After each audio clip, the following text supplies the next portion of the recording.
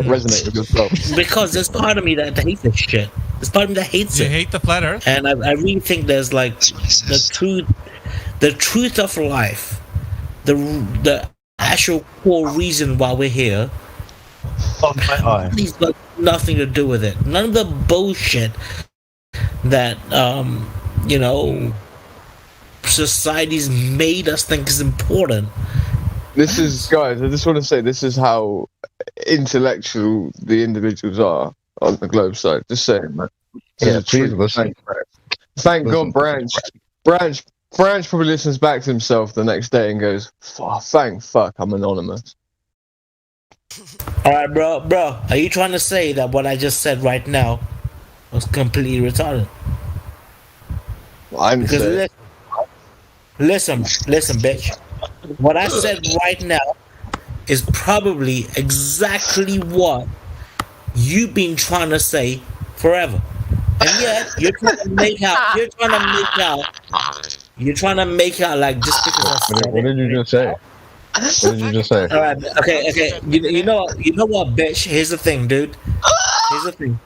Is that like you need to stop acting like me and you cannot be Get fucking. the words together. You need to stop acting like me and you cannot be, if you want, Boys. on par with a certain fucking way of life. Just because you're a fucking fluffer and I'm a global. Bro, we're cool, man. hell? It's alright. Alright. No, man. What did you just call us? Branch is like, Well, look, we can't be boys then. We're not boys. You all need to fucking recognize that, even if you guys are dumb fucking idiots, You sound like Joe Biden. retarded fluffers. You sound like Joe Biden when he's trying to be coherent. Wait, bruv, you sound like Joe Biden who accidentally took like a detour into Hackney or Bow. I'm just playing, man. All you need to do now is start Honestly, whispering. dude, You'll have it. it don't fucking matter, yeah. It don't matter, but like Branch the is same just way, having the a- same way, What you just the said. same way that flat earthers look Branch, down have you said upon- anything in the past 5 minutes? Have you actually said anything, or Yeah, just like anything at all. putting words together? Hello. Peace and unity, right? French. I do like Branch though. I feel like, Dude, don't ask me if I've said anything for the last 5 minutes. You Why? want to Because hang? you haven't? You want to sit Is that because at the you cool haven't, or kids have you? table, Hold right? on. What I said is Without this. being cool. I have been talking for the last 5 minutes, and if you didn't fucking hear it, fuck off.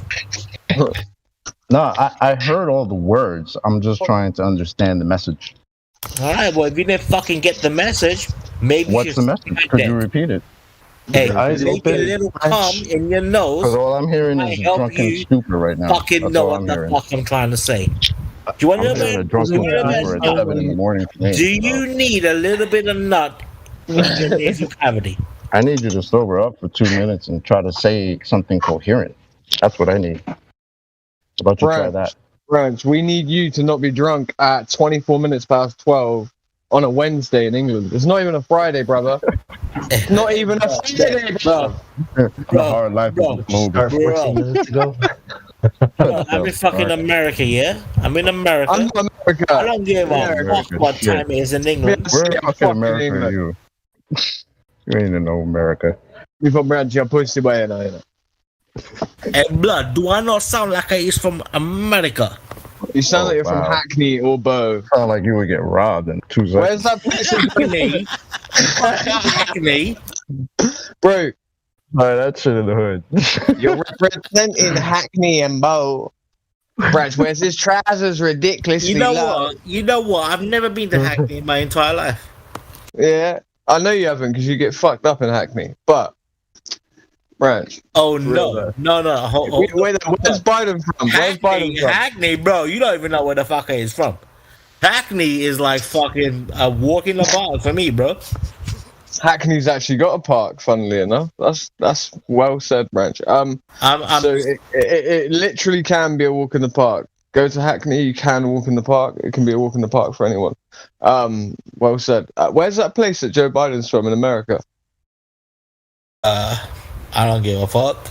I want to go back to like the original thing that started all this. Like what when Mickey asked him, because all this has really gotten away from it. But I really want to get back to that because it's kind of very interesting to me. It's like, are you a flat earther yet, Branch?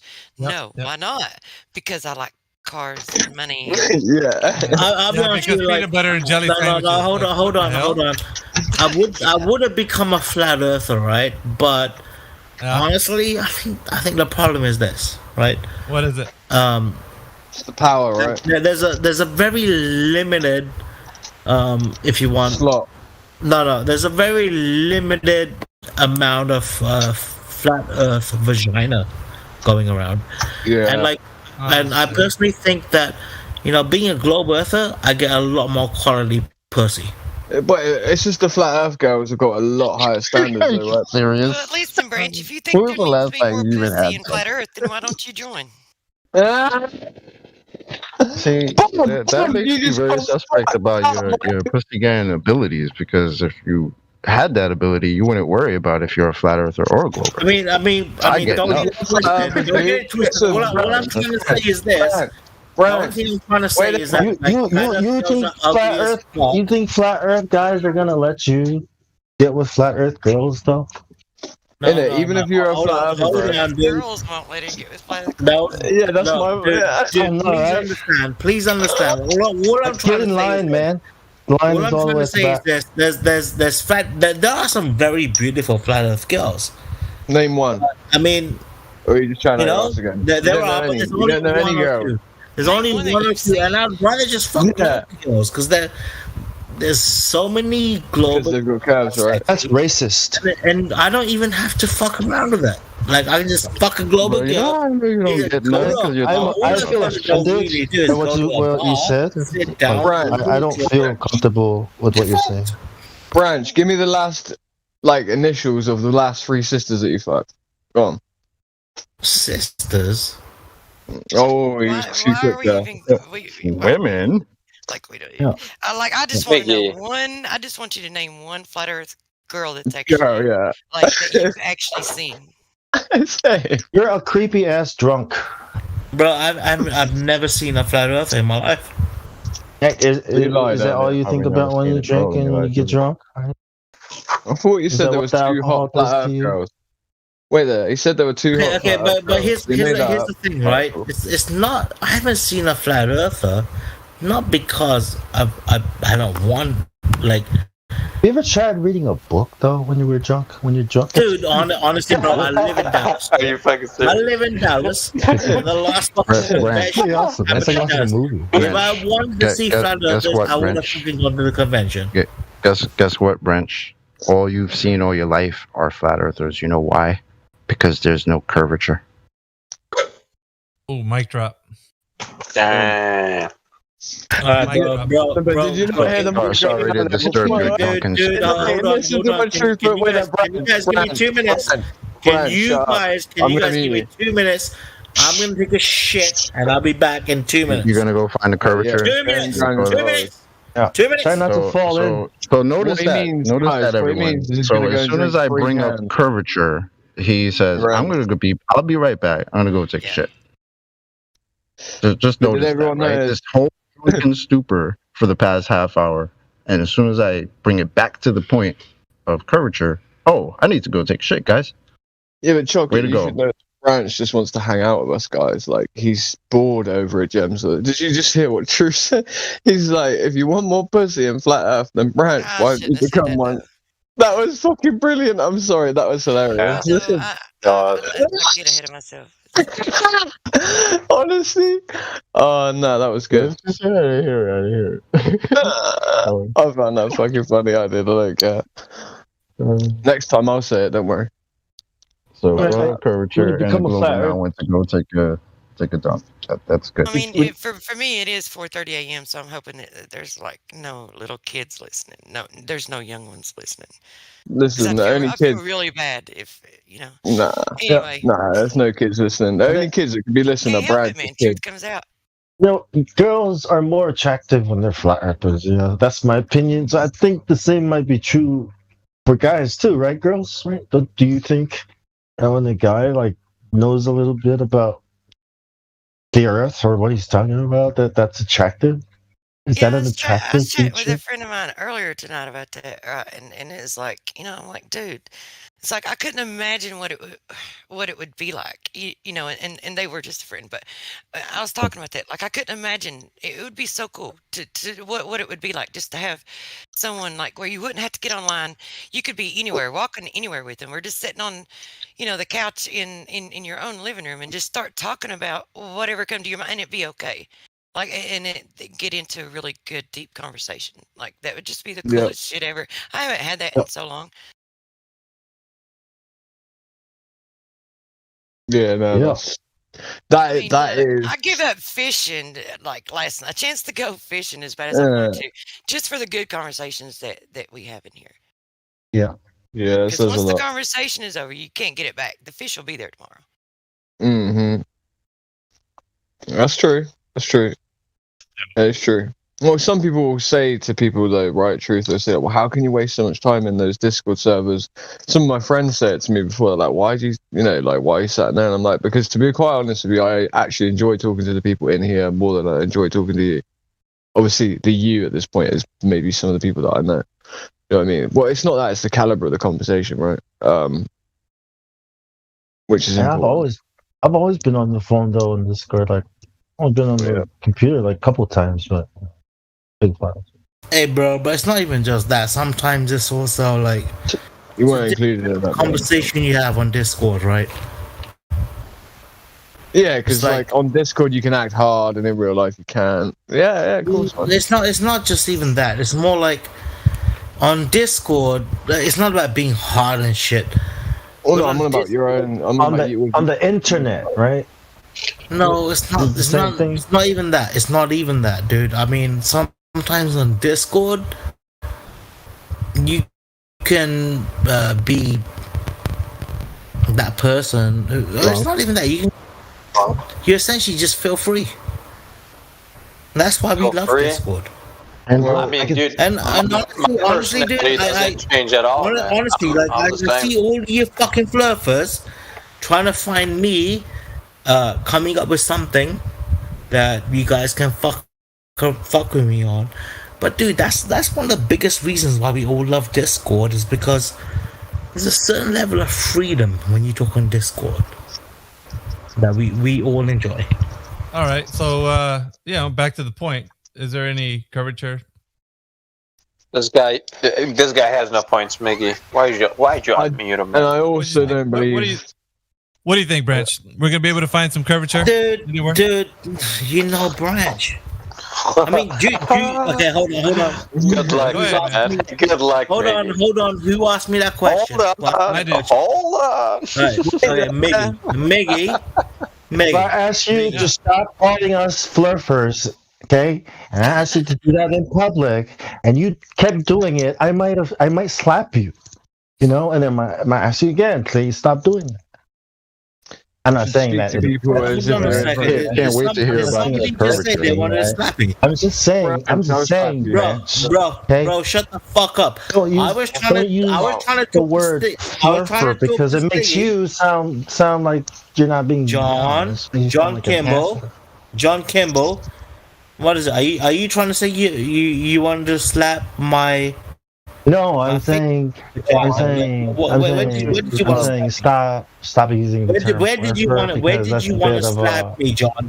Where did you want to slap me? Because if it was in the real world, that's the nicest thing. Did you want to talk about the curvature, Branch? Because you were asked a direct question, and you're just again with the junk and stupid. Have you guys ever? You want to talk about this curvature? Talk about curvature. So that's curious. So you Globers don't want to talk about curvature, which is I what want you to talk about believe. curvature. Have you ever heard me want to talk about curvature? I don't give a shit what you want. You were just asked a question by Miggy.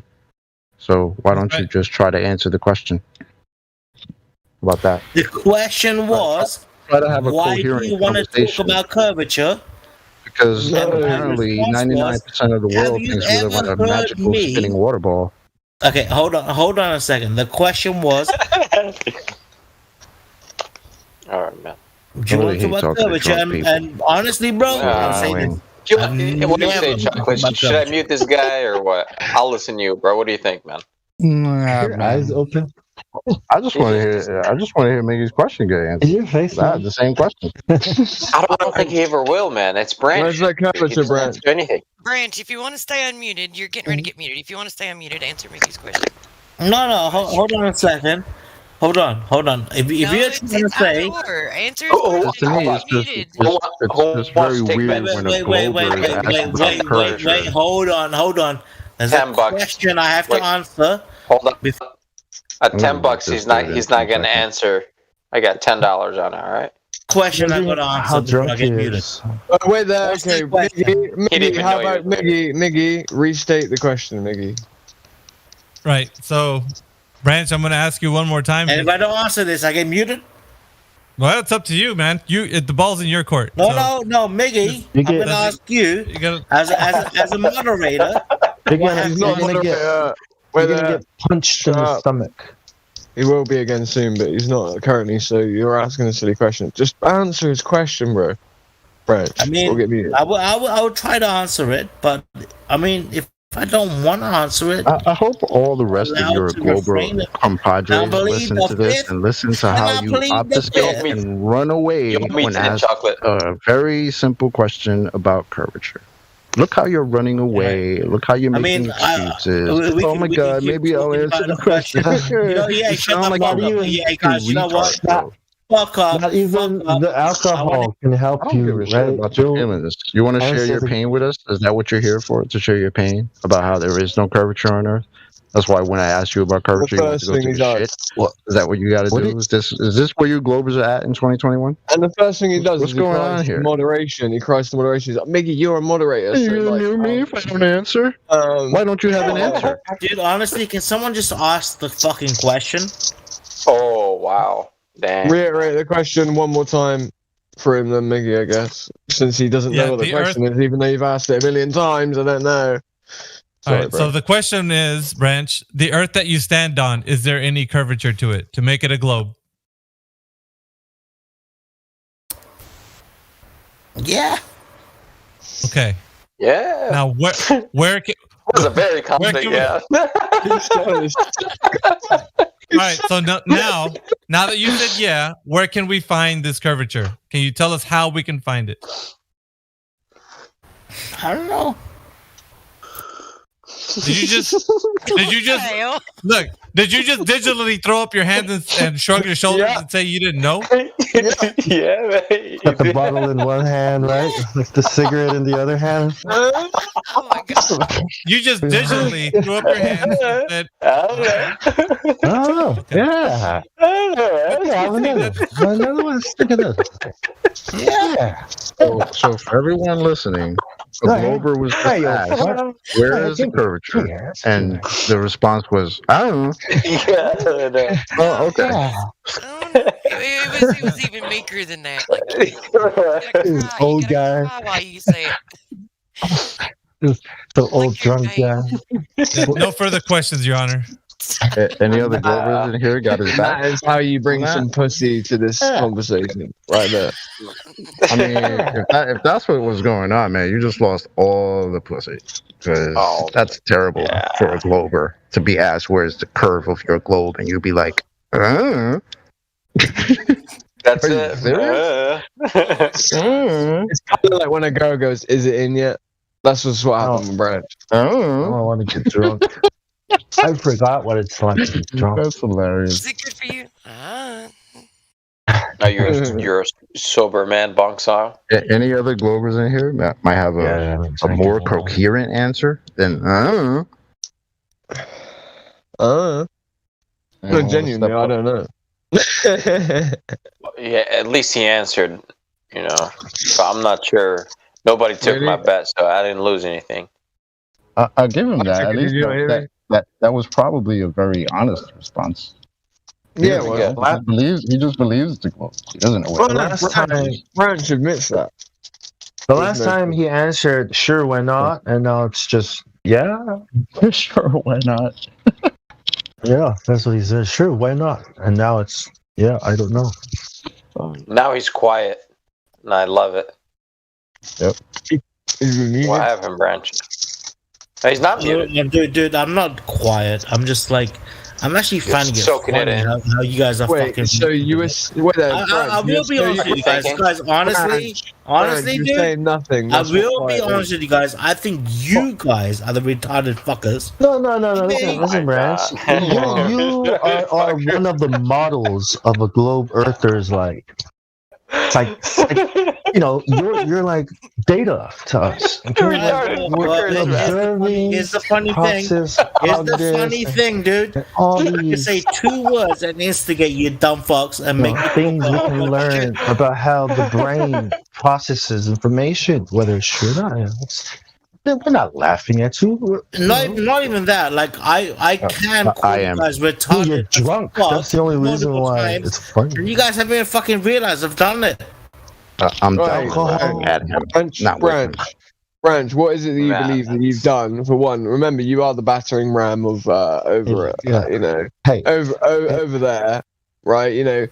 I forget people forget that about Branch. Branch is the person they bring out when they're losing a debate. Over at Debate Flat Earth and More, because they know what he will do is ultimately obfuscate from anything that's said and will just act like a fool. Branch, you realise, honestly, I'll meet you. You're totally wrong about that. Branch, they use you, Branch, they use you over there. They use you. They use you. No, yes, they do. They make a fucking fool of you. Man, at least we like you, but I do not get along with them. I do not get along. Good, because they treat you like a fool, bro. They treat you as the house clown, bro. It's not even you don't get along with them, but you say in a room full of people you don't get along with. I do not get along with them. Yeah, man. I do just like not watching get along with them. You know what, bro? With what you're saying, if what you're saying is right, yeah, you should not be a fucking member of that room. No, but you get my point though, Branch. All right. Wankers, Let's say what you're saying is right. Why don't you go fucking take a look at the room and see if I'm fucking even a member of it? Mate, you're not a minute. That's cool, bro. Oh, well done. You left the server that you've been being kicked the shit out of, proverbially. Alright, bitch. And intellectually for a very long time without you know. So shut the fuck up. Hey, bro. Let me ask you a question, Branch, right? I can permanently ban you from here. Listen, let me ask you a question. Let me ask you a question, right? Is it that you... One second, Branch. You think? I can't hear you. No, hold on. I'm asking you a question. I'm asking you a fucking question, bro. You, man. He's saying that he can't hear you. That's what he was saying. Yeah, ask the question, Branch. Go ahead. I hear you now. Oh, yeah. Loud and clear. Yeah. So you're just not going to ask the question, though? He's having a drink. I think he's having a sip. He's having a drink, yeah. Just laughing. How many drinks have you had, Branch? Branch, are you laughing at someone that's going to ask a question to you? Great. He's lost in the wormhole, guys. Come on, Branch, bro. Now he's DMing me. Bro, unmute me. What are you on about? You're unmuted, man. He DM'd me that at 12:15. Bro, unmute me. Is he muted? No, he's not muted. He's not muted. He likes to complain, that's all, man. He likes to laugh at someone who's going to ask a question. Honestly, sometimes I like him. To be honest, I still like him. If I ever see the whole time, to be honest. Well, if I ever see Branch in real life, I'll buy my drink. Thinking and trying to figure out. Did you finish what you're saying, Craig? I don't want to talk over you.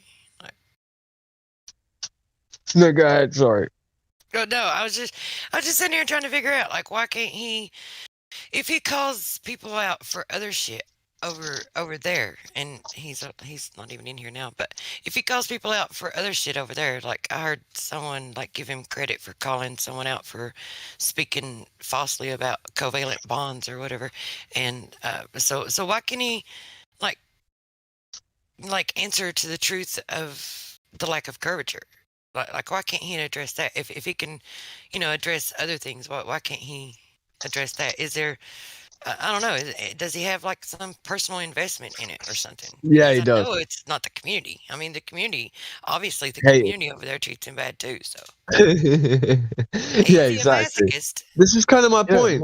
Truth most people do have a personal relationship with it, right? They were grown up with it.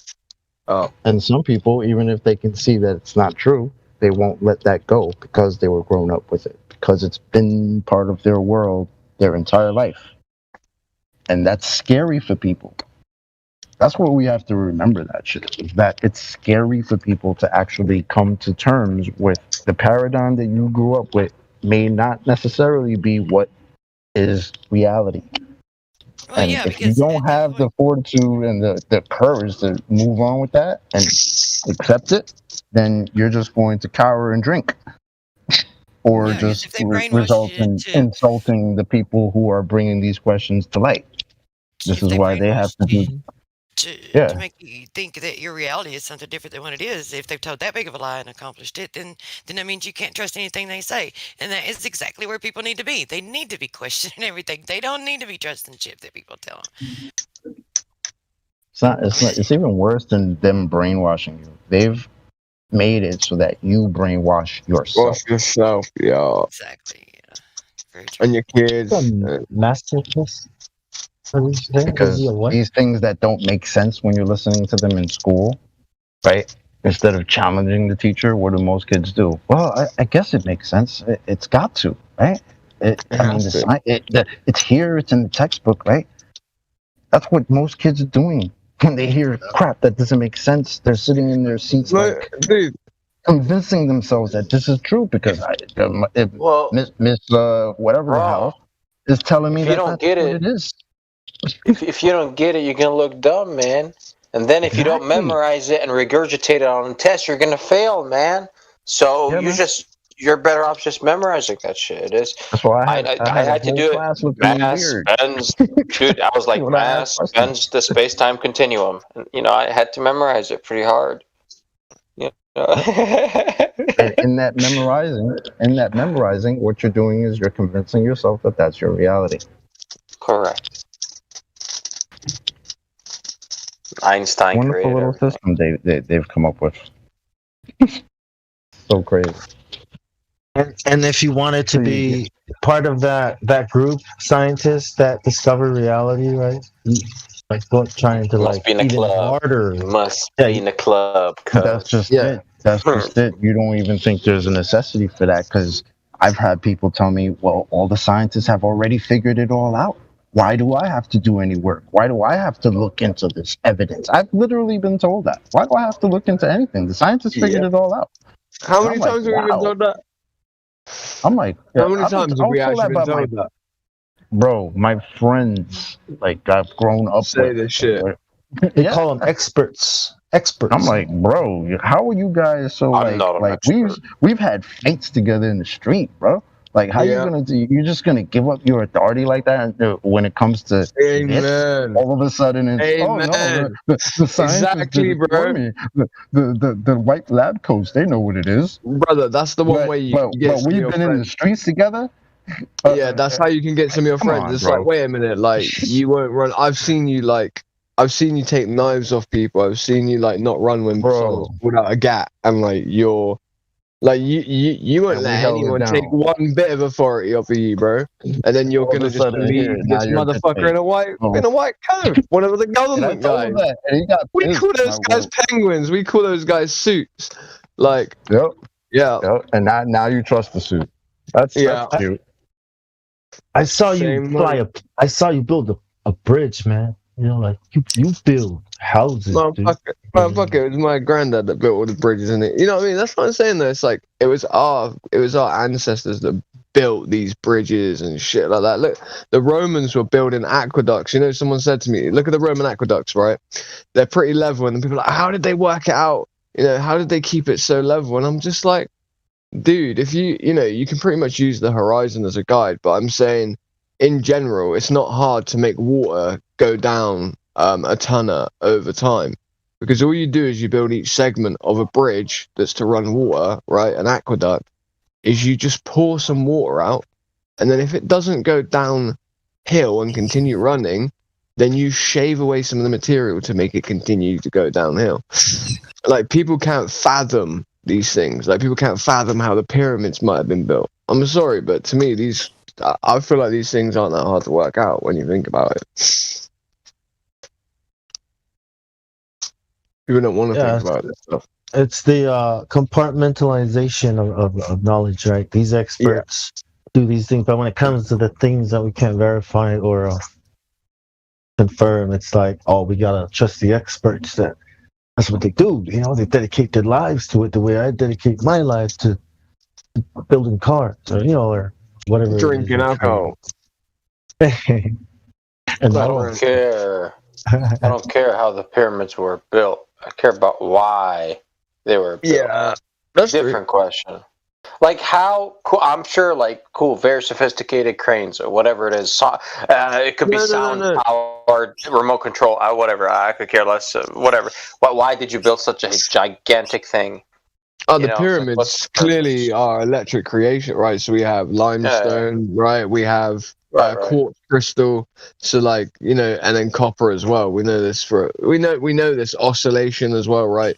You have water that runs through limestone, for instance, or water that runs along, charged by electromagnetic field of the earth, right? Forms of like granite, right? When water runs along that across the quartz crystal, we do end up with like almost like a collection of a static electricity or electric charge. But like the pyramids, I believe they were poured. Like me and Meme were looking into this a little while ago, and basically the reason that people believe that these stones were cut out and essentially in singular pieces is because their polarity, their magnetic polarity, has homogenized as if it's natural stone. Well, that's because it's completely natural stone concrete, as in it's stone crushed down to powder, then made into, formed into bricks. But over, let's say, 80 years or whatever it is, I think it's 80 years it takes for natural stone crushed down into, formed, concrete almost, or bricks. I think it takes about 80 years for it to gain back a magnetic polarity that is almost like homogeneous, or the same as a natural stone. But yeah, like you said, why they were made is probably more important as to, You reckon they were pre-flood, before flood?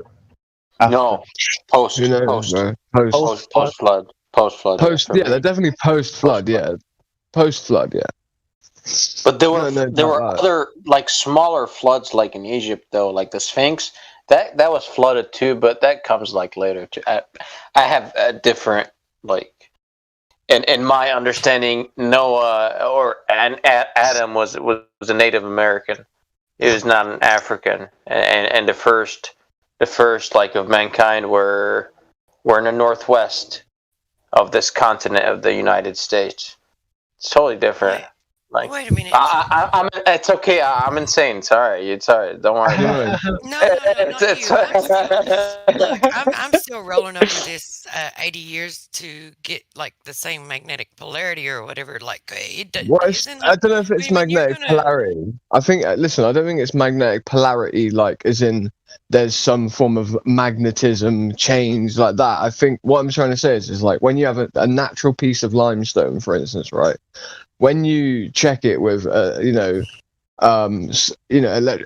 read the electromagnetic current, but obviously there's no current in it like that. It's just naturally there's an electromagnetic current everywhere, right? Well, when you crush up a natural stone, this is just what me and Meme were looking at anyway, and he knows more about that than me because he's of what he does, what his job is, and anyway. So, and basically. I don't know if it's 80 years. It could even be 800 years. Like I said, I don't remember the exact number. Eight is in my mind. That it takes either 80 or 800 years. Any length of time like that is what I was curious about, because for one to get, so for something to become magnetic, like, doesn't it require? Like, it's not magnetic. No, it's not magnetic. As in like stuff would stick to it, right?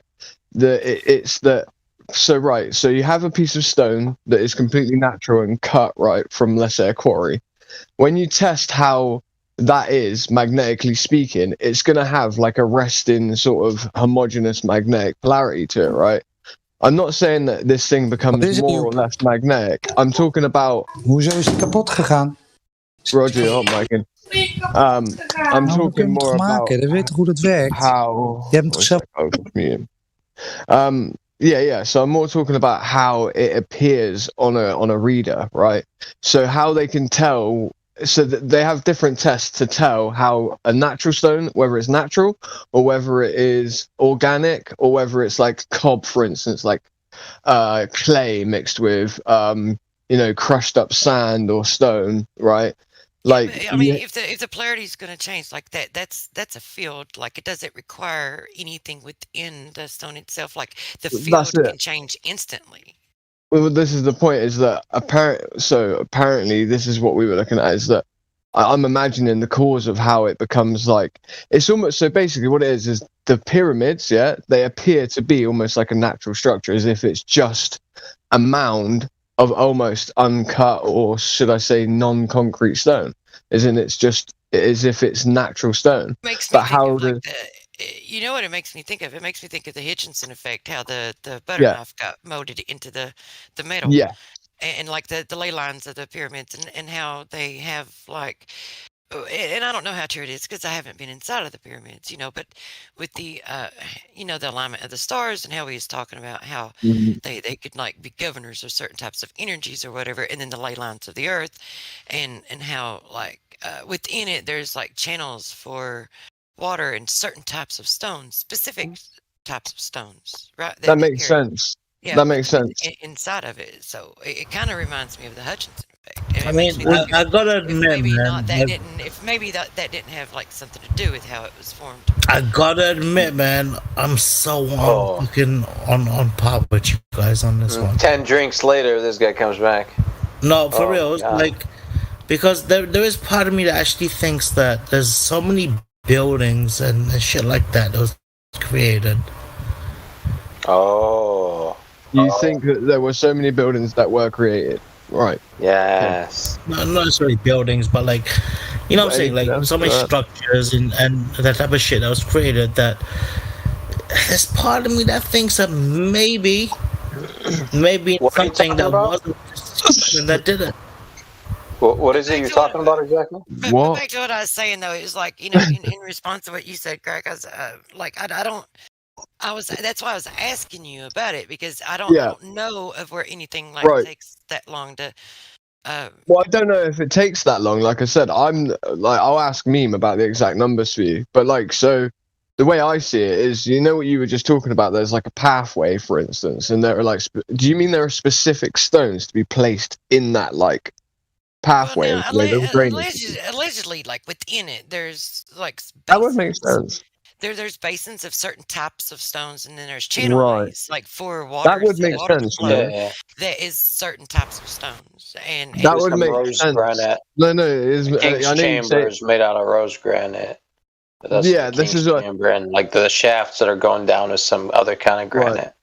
Yeah, and then at the very so bottom, that would make perfect sense, right? So truth. I know you're saying you don't know if that's true or for a fact, but that would make perfect sense because granite, like I was saying, it has those quartz crystals in it. And then the shape of the pyramid in and of itself, the fact that it's a point at the top, right? If you imagine shouting inside of a pyramid, how is the sound, no matter where you are, gonna reverberate? Because you have corners, right? Do you mind if I ask you a quick question? Not really, Brad. It's not even as like a pyramid as we think, like having. No, not like a triangle. Within each side actually has like another little deviation or an angle to it, like within it. So. But bro, I'll ask you this question, right? Bruce. Like, let's say, for example, there was somebody that helped us build these We're not talking about that, mate. We're not saying that aliens did it. We're not saying that at all. I'm talking about how the pyramids could have been, in fact, there are videos on this. I can post them in a minute about how the pyramids themselves, right? For years, it eluded everyone, how they were built, because it appears as if that stone, those segments of stone, are quarried, meaning they were cut in segments as they exist now, and that was how they were laid.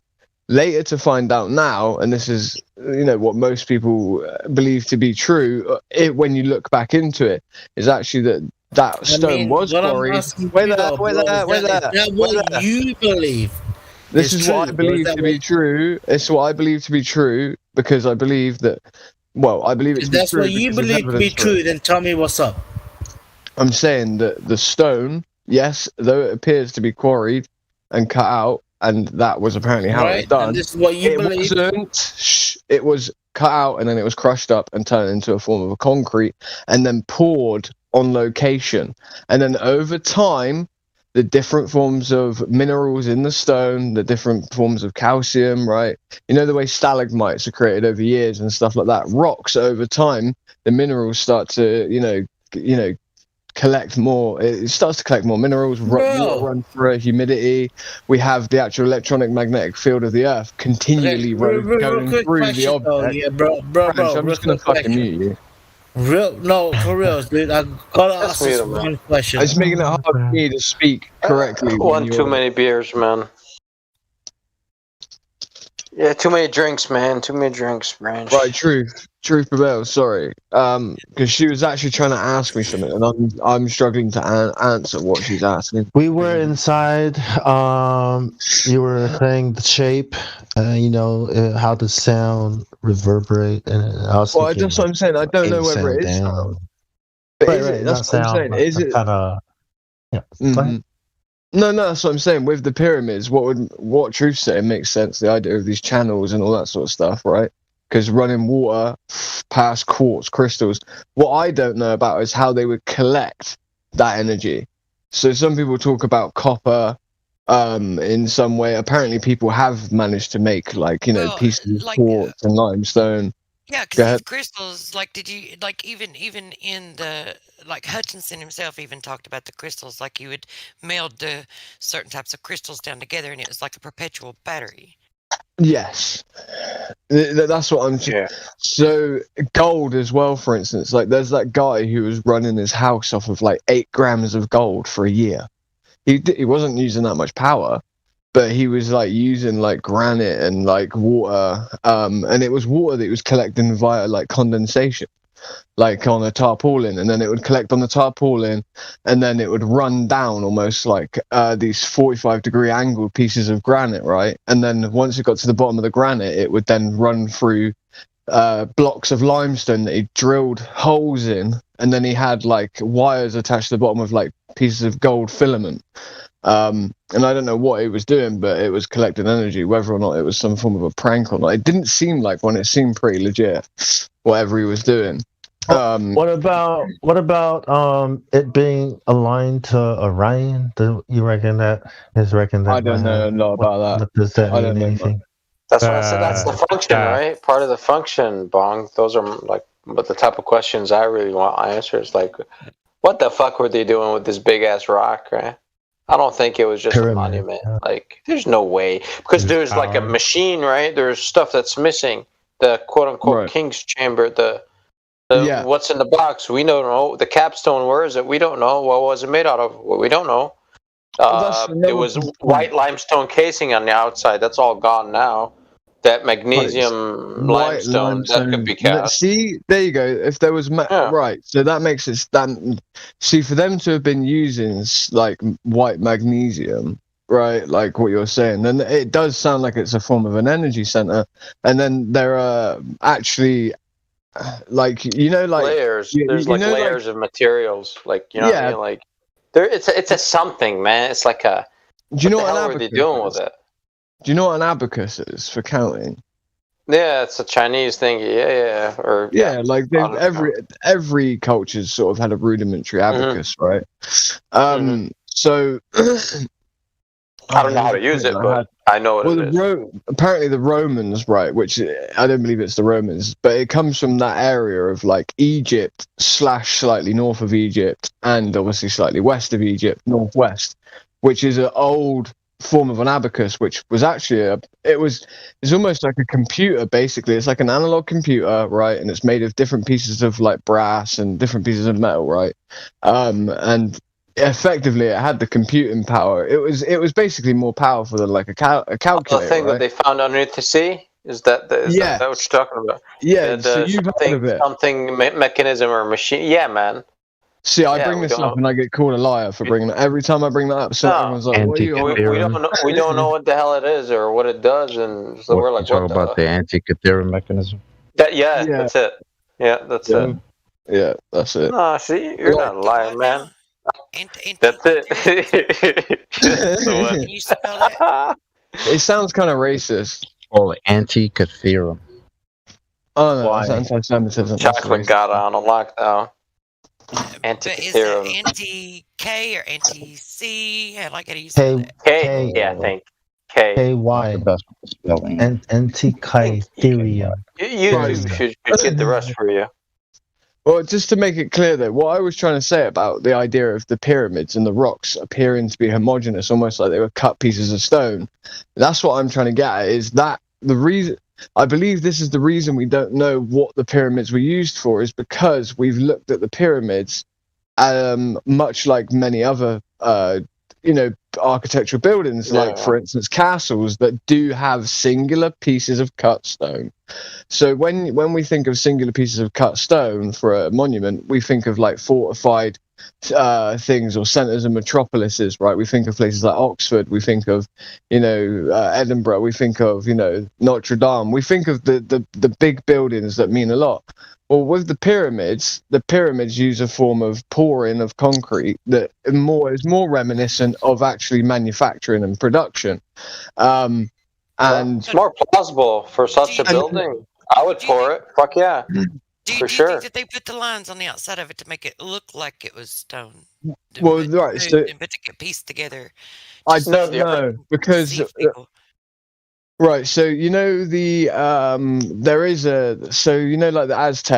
the Aztecian pyramids. Some of those they do that. They use a form of like not netting, but see, this is literally what me and Meme were talking about. This is why we started talking about it. We was talking about doing coving and doing like a remodeling, right, of somewhere like Cabela's, like in America. The places like the hunting places, and they'll have like the fake rock walls right inside the buildings, yeah.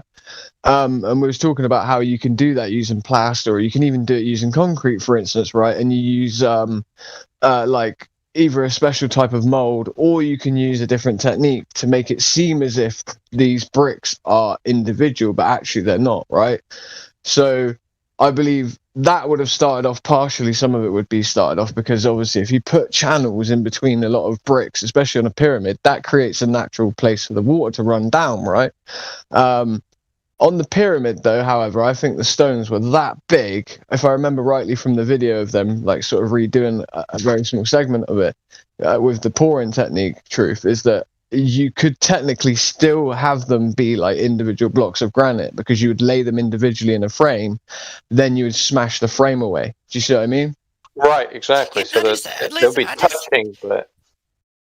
Yeah, dude, I know I was totally listening to what you're saying, and I get what you're saying, right? But I just had another thought, right? If the Earth, like, okay, so we have quakes that shake the Earth, but if there's any shifting of the Earth at all, how could the pyramids ever still line up? How could these monuments that line up with, say, the sunrises and shit like that at different times, how could they still line up? It's like the Earth is shaking, but is it even really shifting? It's like if those things are still lining up, then it's obviously not shifting. Right, so I have a different theory on earthquakes altogether than most people, and truth, you'll probably think this makes more sense. So everyone that's a flat earther, right, you realize continents don't exist anymore, right? Tectonic plates are gone. Well, I mean, I know, but I have considered, because of, the way it looks like the shapes. But we really don't know the shapes of the land masses, right? We know what they give us as the shapes, but we don't know what they really are. They just like piece shit together and they hand it to us. So maybe they don't fit together in reality. And I have often thought that the land like maybe Mm. maybe still shifts, but just not on magma. That it's just like water reservoirs beneath it, and that That's if more those likely. water reservoirs, maybe shift or something, then the land could shift. But I don't think like after that whole listening tectonic to plate shit is ridiculous. Yeah. after listening to you all talk about the pyramids and shit, like I'm thinking of how they align with the stars and how old they are, and these How other is it stayed like like it? structures Pyramids. and monuments and things that line up with sunrises and sunsets. Well, and you could seasons. say the same They about. still line up. So how could they? They obviously are Yeah. not shifting at all. Well, you could say the They're same about the designed- Georgia Guidestones, but like, listen to what it says in the Bible. It says the earth will be placed on pillars and immovable, right? As much as we still have earthquakes, right? The earth itself, as a whole object, doesn't move. This is patently false because everybody knows. This is what I say about P waves, S waves, and refractions. Apparently, drawing some sort of graph that could show sphericity to us, which is a reification, obviously, because all you're drawing is data points of oscillation that's being received from seismographs in one location and one country to another. And like, so what you're saying is true. Like, the whole Earth doesn't move ever, not the whole thing at one time. I think earthquakes make a lot more sense in the sense like this, right? So the idea of tectonic plates like rubbing up against one another and stuff like that. So did anyone notice what happened in Miami, Florida, Dade County the other day with this this building that just collapsed? Anyone see that? It was an alleged leak in the pool that created a sinkhole. Is the best theory. Sinkhole. So right, so sinkhole was what I believed was what would have happened. So things like the Grand Canyon, for instance, right? Truth. I think the Earth moves, but I believe it's just the Earth underneath the place that's really affected that is moving. I think a lot of this stuff is caused by sinkholes. I think there's shaking and rumbling, and that's all that we get. Period. Like nothing is ever shifting. So get this. If we know that, how do you purify shit? Like if there's, we know they make our food and air and everything toxic, like they do, and then they blame us for it, right? So the earth is like synergistic in nature with all of it is. So if it's going to cleanse itself and it's going to keep its own balance. So how would you purify something with fire? So what is this like the fire? I mean the toxins and everything. I mean it gets recycled and shit. Like what if that's what the earthquakes and the fucking lava and shit is Earth trying to purify itself, man. No, recycling 100%. our shit. So the more toxins and shit, then the more lava and the more earthquakes we're gonna have to, or the more volcanoes we're gonna have because makes the more sense. shit needs Truth. purified. Well, truth. Can I back your point up? Can I back your point up Good on what you just said, but speaking very, very, very, very exact in the sense of this? What you just said is actually very true. So the idea of like a sinkhole, right? Right. What would a corrosive liquid do proverbially to the ground beneath our feet? If let's say the ground beneath our feet is made up of a mixture of mediums that have things such as veins of copper in it, right? We have forms of limestone. We literally have forms of calcium carbonate as well in literal veins, bear in mind, right? So if I run corrosive materials, so i.e. what you're talking about, us poisoning the earth, corrosive materials, right? I believe we have nitrates that absorb down through grass all the time. That's what, we have all these different things being created. If you put more corrosive or more the more you place into the earth and toxins to seep in, the more corrosive in nature that it is going to effectively over time absorb, destroy, either absorb, destroy the different forms of minerals that are in the ground itself. It's going to then change maybe the substrate of what the ground is, because chemical reactions, for instance, like you can just think about how things like radioactive materials actually are created. If you were being honest with yourself and you sat there and thought about it for a very long time, we have the prerequisite things needed to do so, and eventually they come together underground because of change. Well, effectively we can speed up the change of what goes on beneath our feet. It sounds almost esoteric in nature to say like we're poisoning the air and this could be affecting the ground, but in actuality, when like fracking, for instance, like removing. What are they doing? They're pulling that shit out. They're pulling the natural stuff out, and they're putting nothing but man-made toxins and shit in there. Like, and of course they're going to have like different vibrational frequencies and electromagnetic natures and just electrical natures to them. And knowing how that stuff, those different fields can affect something like whether it.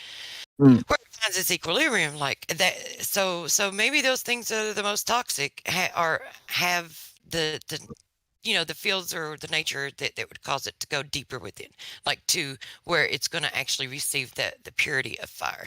Has anyone messed around with a pyramid or anything? Has anyone built a pyramid or you tried it? Not yet. I have considered it. I haven't done it.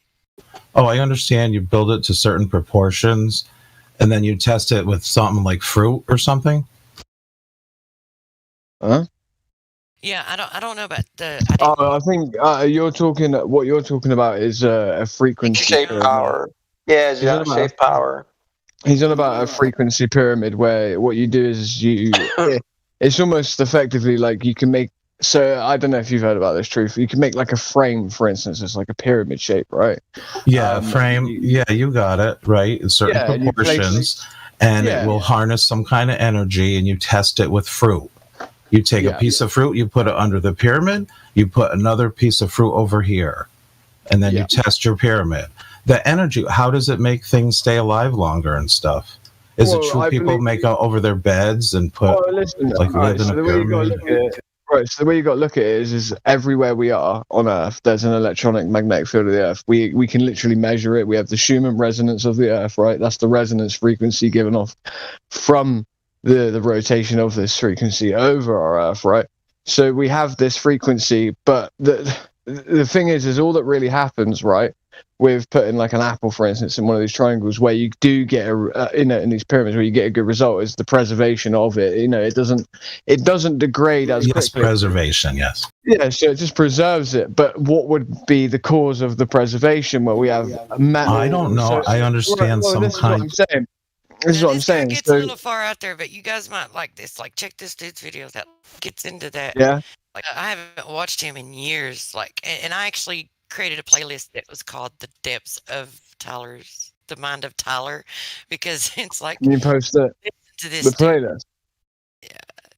I think Can you post the whole playlist? I don't know. There's only 2 videos in it. Is that not? All right, sweet. If that's not both of them, I'll post both of them. Guys, was I hot micing? I don't know. Yeah. Sorry, man. Sorry. Oh, you're all right. No, I'll just finish what I was saying very quickly. So with this pyramid thing, guys, you know what Faraday cage is, right? Where it blocks the frequencies. Well, Faraday cage is a very exact sort of, not exact because you can build it in lots of different ways. Electromagnetic radio waves. Yeah, it's electromagnetic and radio wave form of blocking, right? So we're blocking signals. Well, I think that the so-called harnessing energy thing, right? I don't believe that harnessing. Let me interrupt for a minute. Well, no, I'm finished. I am finished. Listen, I'm finished now. So the pyramid, like you were talking about, where you put stuff in that preserves it. I don't know that it harnesses energy to preserve the thing. I believe more that it is likely that it somehow repels some of the energies involved in degradation of said fruit. Okay, how does that come into play with the fact that you can build it out of any material? You can make it out of wood, and the pyramid will work. Any shape will be. So, for instance, right. Radar, right? So the paint received off of radar. When you use like a sawtooth algorithm or a sawtooth pulse form of radar, right? Okay, you have the CRT tube, the cathode ray tube, right? The cathode ray. I can't pronounce that word. Doesn't matter anyway. So they basically program it to create a sawtooth like pulse, right? Well, this sawtooth pulse is nowhere near as it's a wave and it's also a burst, right? But it's nowhere near as wave-like, or should I say, sheet-like, or like a piece of silk, right? It's nowhere near as much of a wave as the Earth's frequency. So I'm just saying, any shape, be it wood, be it metal, whatever it is, that is still a triangle, right? I don't care if your plane's made out of balsa wood. I don't care if it's made out of rubber. I don't care. They did one with wood. Yeah. Right, so no matter what you make your plane out of, when I fire, a piece of use a radar equipment at it, and I fire those, radio waves at it, I still receive back an echo. I still receive back a paint, regardless of the material that it was that makes it, because it still has a right angle on it. Right angles are incredibly effective at receiving back paint. So a pyramid is not it's hard to explain that really, because a pyramid it's a good stealth shape, a pyramid, but at the same time it's great at deflecting is what I'm trying to get at. Do you see my point? It doesn't matter. Cool, yeah. Totally. Yeah, so the Leak Project is like that dude's into the alien agenda and shit like that. Like, I don't resonate with that, but he did do. Like I used to listen to him years ago, but he did one with Tyler Lowfall. But if you watch Tyler Lowfall, if you listen to him, like how he gets into these different shapes and how he connects everything. Anyway, it's just interesting. I don't know. It's like I don't know what to think of it. And it's like honestly, it was so mind-boggling and maddening to listen to him that I just saved the videos just in case. If I got more pieces to put together and these fit in anywhere, like I could, just save them and do that. So I got videos like that. I got those just in case videos where it's like this sounds kind of fucking crazy, that's what Tyler Lowe is. Sounds kind of crazy, but it sounds like if it is true, then I need to keep it. Don't want to write him off, man, because he sounds crazy, because at first it sounded crazy. So you just kind of like want to put it back there somewhere, like in your. Did you ever watch Dreamcatcher? Like the memory warehouse. You want to just like log it into your memory warehouse. I've got a memory warehouse. Like I did this as a way of. Yeah, for that one time, it's not the same shit on a different day. It's different shit. Yeah, but like everyone should do this actually. Like like Sherlock Holmes, right? Well, actually, we had a Sherlock Holmes quote. Have any of you guys heard it? I'll try and find it in a minute. Where he talks about the solar system. And he's talking about Kepler's solar system. It's really Hey man, you want to stop doing that, man? Please, just that. Shit. Just cut that shit off. But Raymond. Huh? Yeah, that's annoying. I agree. Just cut that shit off, man. Sorry. Am I confused for good reason, or is it just me who's confused, or is everyone else not confused? What? Chocolate is not the Sherlock Holmes solar system quote. Yeah. Someone keeps on saying yeah to everything that you're saying without actually listening, right? So I was like, hey, he just knock that shit off. Want to be disruptive and repeat like one of the words and just say yeah. So the next time. All right. Yeah. See? I think that's Henry. Yeah, you got him. Yeah. That's it. Oh, these are new guys in here. You guys want to grill them? Yeah. There you go, man. You're with me now. That's actually a pretty good group. The yes. I like them. Yeah. Good morning, JD, by the way. Like, I'm gonna let everyone else deal with like muting for a minute because I don't know who to mute. Because I'm like, wait, who's playing and who's not playing? Guys, I'm not to be muted. One second, Trench. You're always muted. Be quiet. We have Raymond. Ramen, are you there? You can talk. Yeah, I'm not interested. Maybe he won't be. Fred, shut up. I want to talk to Ramen. What's up, Ramen? Hello. How are you? Yeah, I'm fine, man. So, how did you find this server? I've been in it for like a year. Like, did you find this? Right, someone mute him. Please. Got him. He's done. Thanks. So, you've been here for a year now? Yeah. Okay, cool. And have you looked into the topic? A little bit, but I kind of just listened a bit.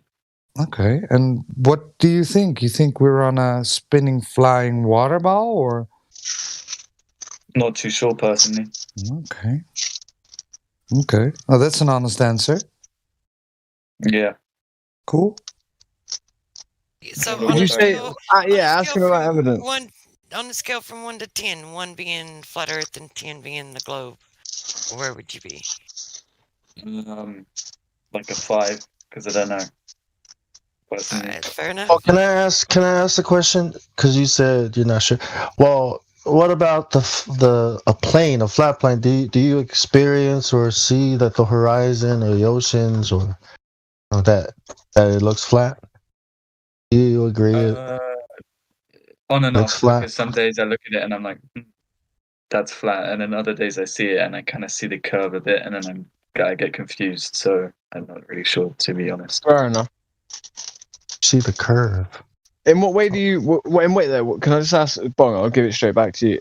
In what way does this curve present itself to you? Because I've heard many people say this, and in psychology they talk about how if you so on the day that you think it looks curved, obviously it's more likely that it would look curved as well. That's just the way our brain works, right? We see effectively what we think we're seeing, and we can see it further. But how does that present itself to you? Just I'm interested. In what way do you mean? Like, how does the curve present itself to you? Is it share an experience that you've had where it seemed curved? Yeah, so like when I say that, I mean, are you noticing that it's the center of your? So when you look out, right, you have the center of your vision, correct? Is it the center that's bulging up, or is it the two ends farthest away, dipping down? Two ends. It's always the two ends, right? Every single time. So the way that our eyes work, right? We have an inverted cone inside of our eyes, correct? So in the way that optics work in general is that when you have what you would say, a form of convex or concave lens, dependent on the concavity or convexity of said lens and what side you're looking at it through, right? Because that would change convex to concave depending on where you are, which side of the lens. That would dictate almost like the way in which the visual effect would happen. And it just so happens to be that every time when people see apparently a curved horizon, it's always the two ends, which would correspond with the way that our eyes are shaped and the way our eyes work. That's what I point out. Right. Hey, I have an idea, right? Because when we look out into the ocean, right, I'm like, the USA is across the plane, across over there, that direction, right? But if you were on a ball, right, because I'm in Australia, when I look down, like directly down at my feet, in my mind, I have to imagine that I'm looking at Europe. Yeah. Isn't that crazy? You have to look at I'm looking down. Yeah, then I'm looking at England when I look down into the earth. Yeah. If I'm in Australia. Isn't that crazy? Problem is, across the ocean. You're the one that's underneath, bud. We're the ones that's looking down upon you. You're looking up at us. Sorry, and that's it, right? and that's the idea too. You are always on top of the world. That's right. Yes. I mean, think about it, no matter where you are. I just think that's a weak man's way of living. It's a cop out, right? No matter what, due to the vector of the center of gravity of this Earth and the convexity therein of it, and the fact that it's a sphere, means that me as a man, I will always exist as the highest being, and I will always be above all the rest, all down beneath the hill, away from me in all directions. I am on the top of the world.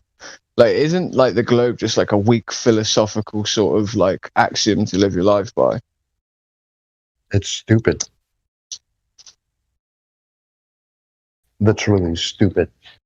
I'm supposed to look at the ground and believe that thousands of miles underneath my feet is an entire other existence of people living antipodal to me. Yeah. Really? We're both being attracted. You never knew that? Yeah, okay. So three-toed gnomes pulling them together. Give him a call, dude. It's like that scene in Godzilla, bro, where he burnt to the ground. Let's get back to this guy. Sorry. Yeah, so can I add one thing to the table? I made an observation last Saturday when I was at a party outside. It said 48 minutes across the hour.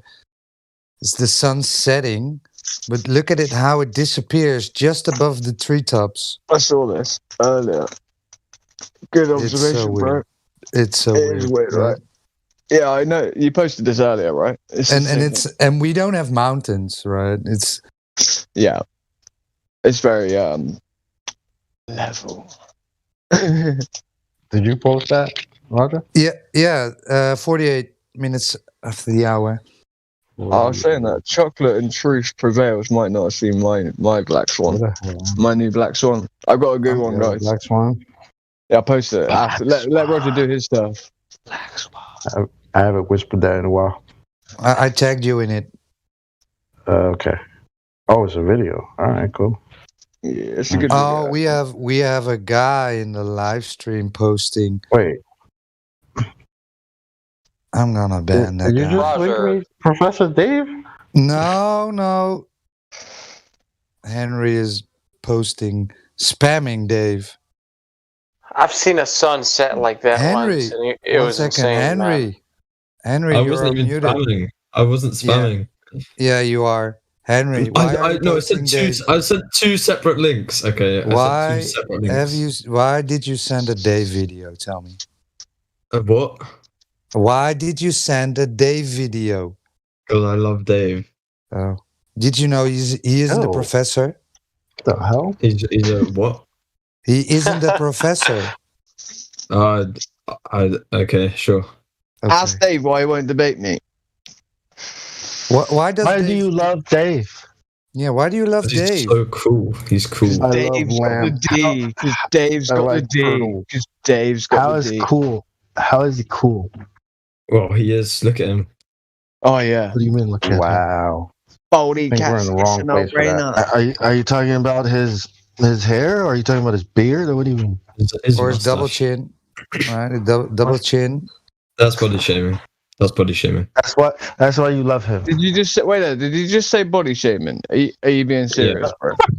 Yeah. I thought you might say you love his argument. You know, like is there an argument? Wait there. What are we called to do when someone is being body shamed? What you should do now, bro, just to be the ultimate cut. I'm gonna block you.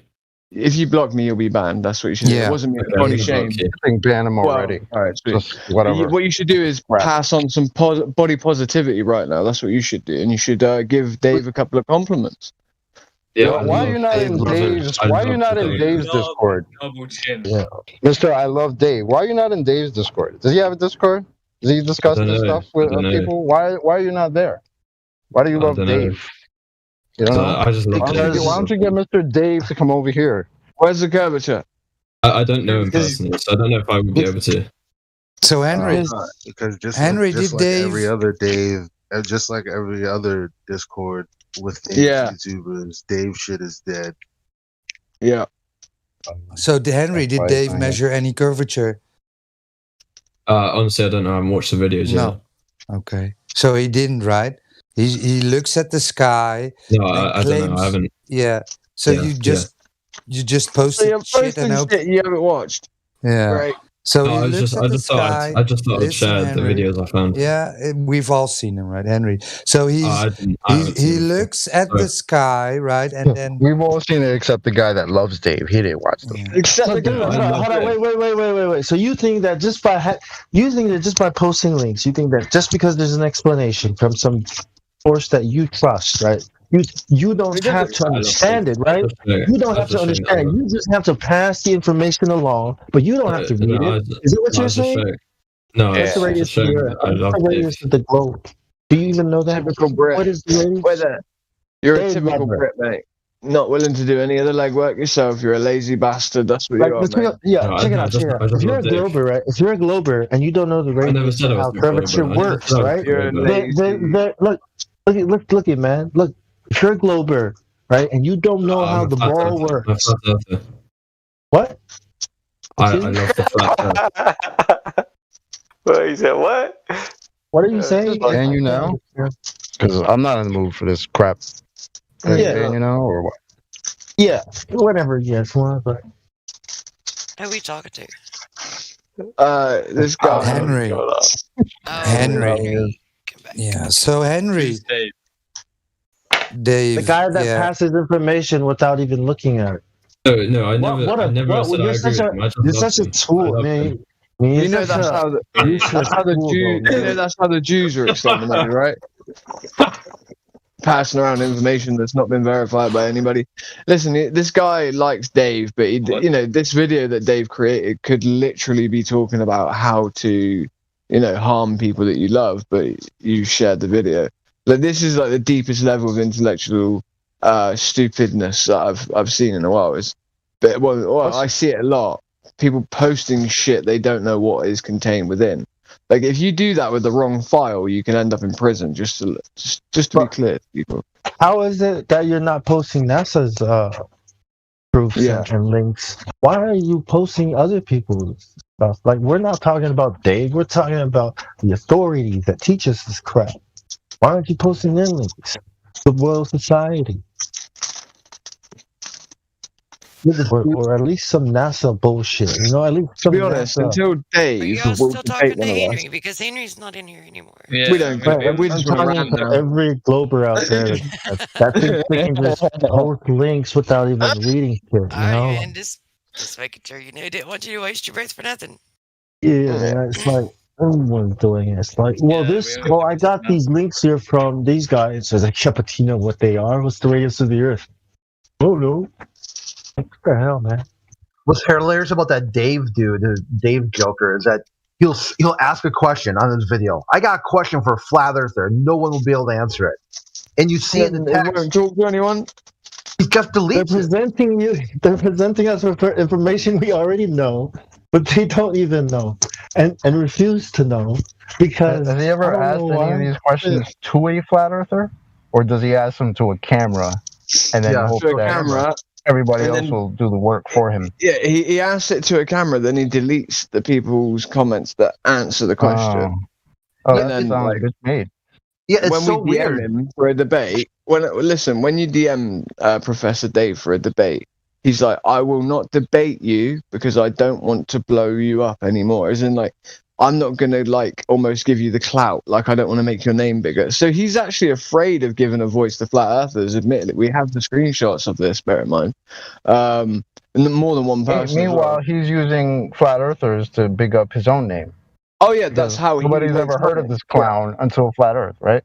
Yeah, so... Isn't that pretty funny? I only see about the search results. I've never watched any of his videos because I can't stand for 5 seconds, 10 seconds. So I find it real funny, these Globers who have basically built their notoriety or their infamy off of Flat Earth, something they hate so much. But this shit has put you on the map, supposedly.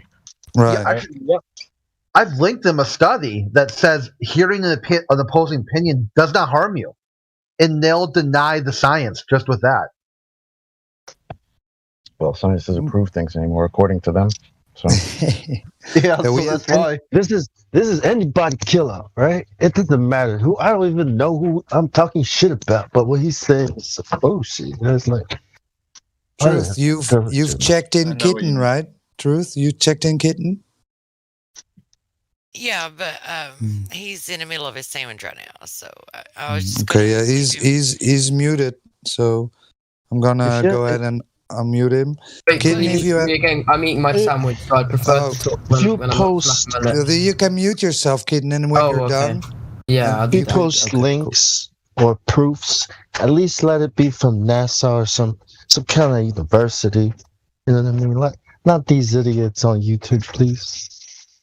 I mean, Khan Academy is cool, but you know what I mean? These guys on YouTube, these idiots on YouTube come with a very, there's a proclivity, and it's seemingly there's a bit of a proclivity for people to want to post the YouTubers over the actual so-called authorities, because the authorities sort of come with a certain level of, how would I put it? Your feet can be held to the fire to a higher degree.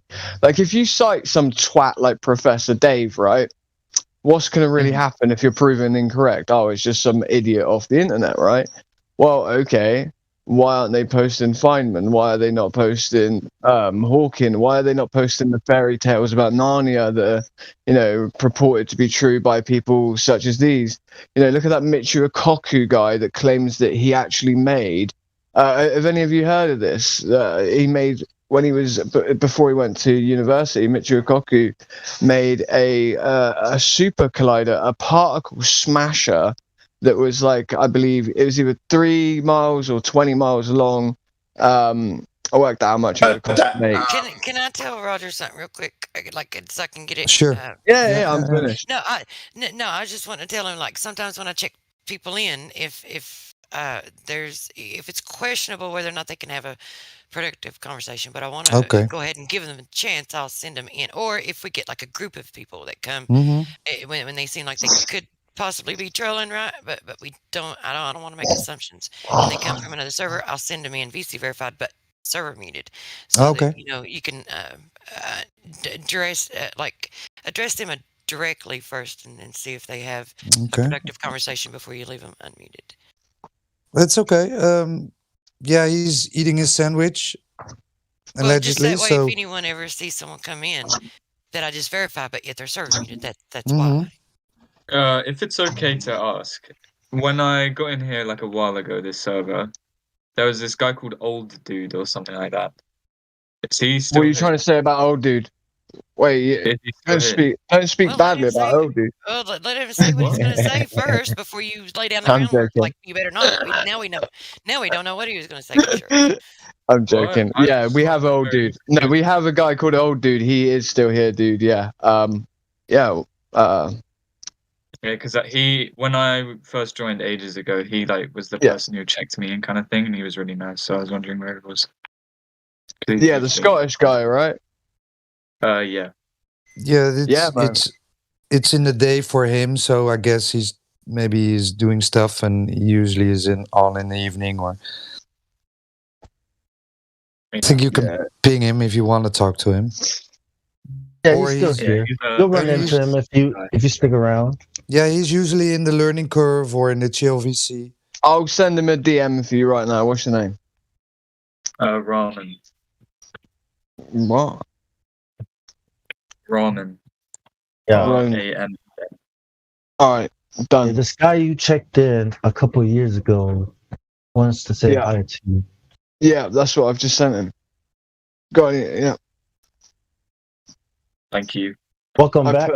Should I write urgent in the message? Is it urgent? No, it's not urgent. I just wanted to see if I wrote urgent. I sent it. I'm sorry. Make haste. I love it when people come into the room and they go, "Can I ask a question?" And I'm like, it's so redundant. I'm sorry, I hate redundancy. It's like you're already asking a question about asking a question. It's kind of like, not that I'm having a go for you doing it. Well, it's polite. It's actually polite. I just don't want to. It's very polite.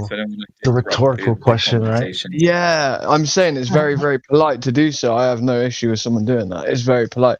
But I'm saying, like, when I hear it, I'm like, wait, like, your brain does that weird thing where you're like, what? You should be like, I would like to ask a question. And then the bitchy side of me is like, no, you can't. I have an off-topic question real quick for Bong. Bong, do you happen to see the moon anywhere where you are? Yeah, it was coming up. Well, it's cloudy, but I think it's coming up later now. It's nighttime here, like 10. Okay. You know what? I can't see it. It's been raining because I got it here above my head. So I'm wondering if. All right, same topic. I'm outside right now. Remember last week, Bong, when we like someone? Yeah, it was up. Saw the moon. Someone in Michigan saw. I saw the moon, and I'm in Kentucky, and you. This is what I was about to ask. Yep. Wait, what day was that on? Because this is important now. Well, I remember Vlad was saying that it was a full moon, and it wasn't quite full yet. Right. Like it was the night before Sunday? the complete full moon or whatever. It was like Sunday. the night before. 3 days ago, yeah. 3 days ago. Well, when it was full, the last full moon. It had to be Friday or before because I've not been able to get on the internet. Oh yeah, something like that. Right. So I was looking at the moon, right? Okay. I believe on the same day, full moon. And I had someone in New York looking at the moon, and I was in England looking at the moon. At the same time also. and it was crazy. Did you notice that as well? Anyone else? Like the moon looked incredibly big.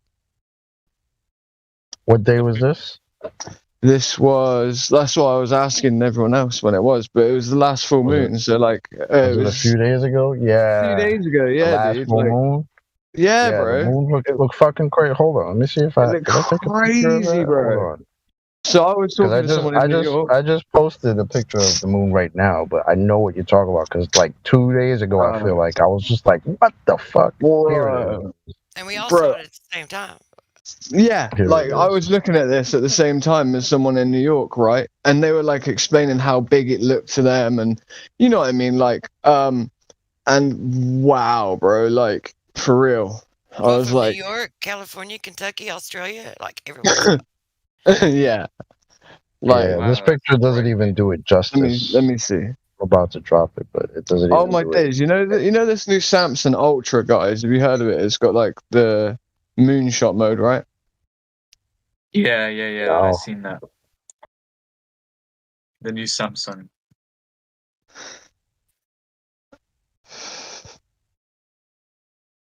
Eli, what night was that, man? Oh, sorry, Eli. I only just saw that. Yeah, that. And I took those pictures pretty much from the same spot. Both pictures I put in. I need to get, mate. I was like looking for you guys' images, and I'm in the lobby. I'm an idiot. Way to go, bud. Yeah,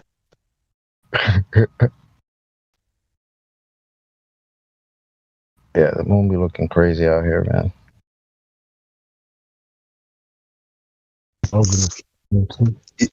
You guys are all crazy. Yeah. Yep. I love it. Huh. What's up, Kyle? I think Kitten's finished eating, so. I'm doing good. I didn't see them. I thought you were just bringing out the Greta, like we because that's never a topic that comes up in our conversations. Usually, it takes, a global or a mainstream person to bring that topic up. So anyway, you can unmute yourself now if you want to. Go ahead. Wait, what time? Was it 2 minutes past the hour when you posted those videos? Truth. I'm just gonna to save it. The pyramid one. Yeah, that's right. Well, they have a big pyramid on them. It's the only pyramid. Yeah, no. I couldn't remember whether you posted something else to do. It's all right. Doesn't matter. I figured that out. I can Well, I did, but I can repost them. I'll repost them. No. I've got them. I'm just DMing them to you because I'm not on my phone, so I haven't got a way of saving the videos right now. So I'm going to DM it to you because I know it was you that said it to me. I'll memorize that, and then that's a way of me saving it. Okay, I see. So I want to watch it. Right. So what was just posted?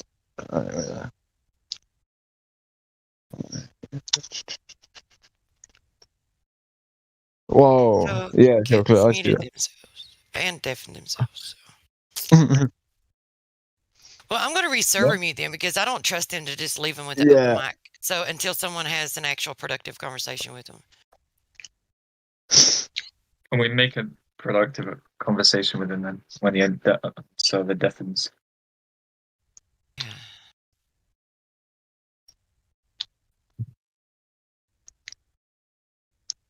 Wait, Chocolate, 44 minutes past the hour.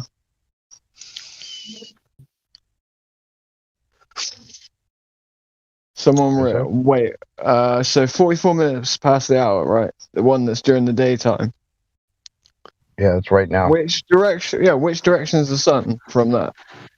Are you able to get both in the same shot at all? Or even in a panoramic shot? Nah, it won't be. Maybe a panoramic. If you could do it. I gotta go back inside. I can't do that right now. You got the moon and the sun at the same time? Is that what you got? Oh, yeah. Yeah, so, all right. I got the sun right here to the left of me.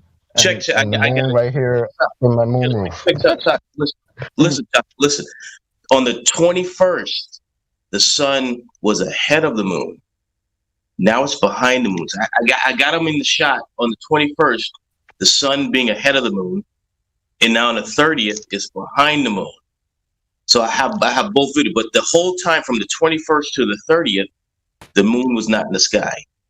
So now it's back in the sky in the daytime. From the 21st to the 30th for 9 days. For 9 days, it was not in the sky. Fucking crazy. I don't know. I just had the moon in the sky 2 days ago. I'm not saying in the nighttime. I'm just saying in the daytime.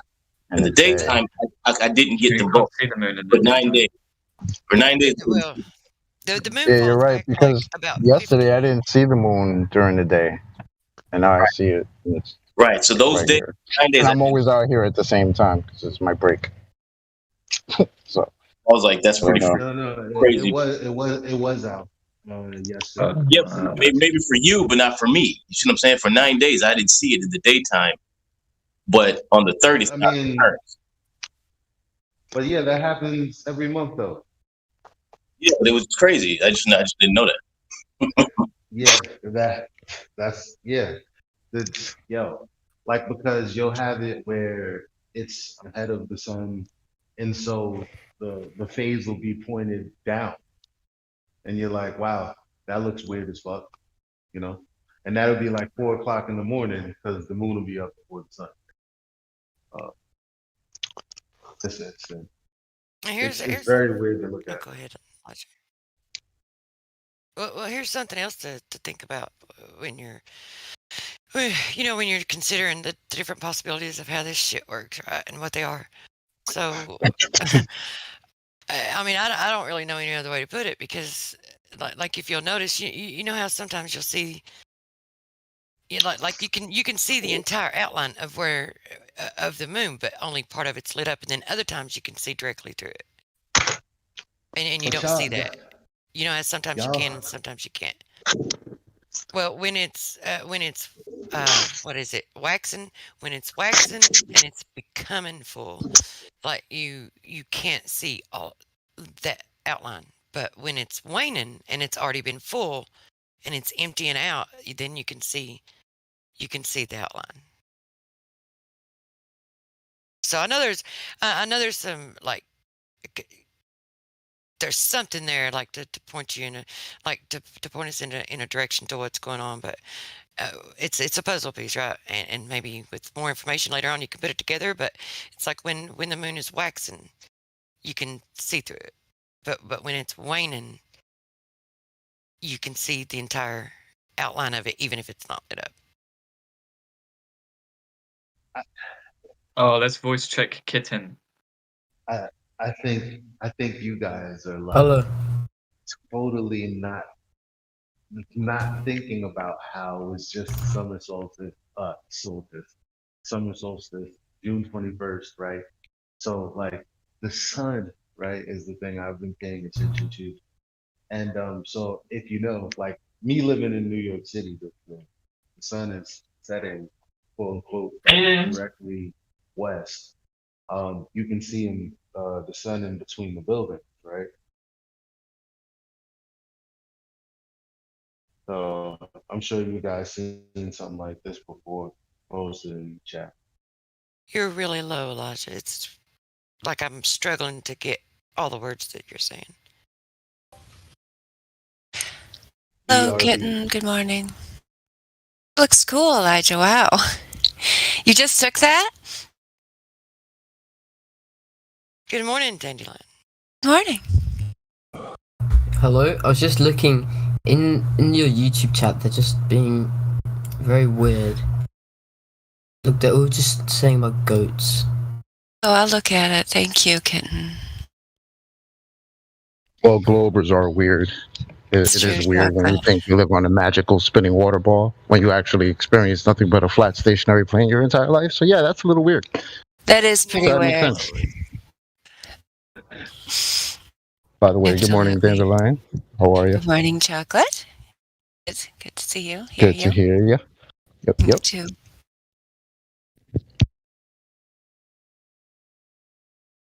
Yeah, hey there, Dandelion. Good morning. Good morning.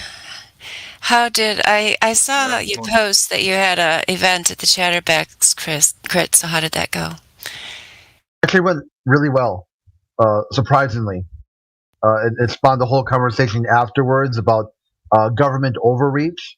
They moved it to the political VC, and another guy called Jay, the moderator, took over and started talking about like police accountability issues. And one of the things that really got them that a lot of people when they did the question and answer was that they had no idea that NASA had a SWAT force and a police force, and people were just rocked them off their back, like they thought that you could actually be arrested if they go to these places. I'm like, yeah, right. If you do something wrong, there will be a police officer there with a NASA, logo. Like in their mind, they saw NASA as just a bunch of beanheads or whatever in some laboratory just doing science all day. Like everybody who works for NASA, that's all they do.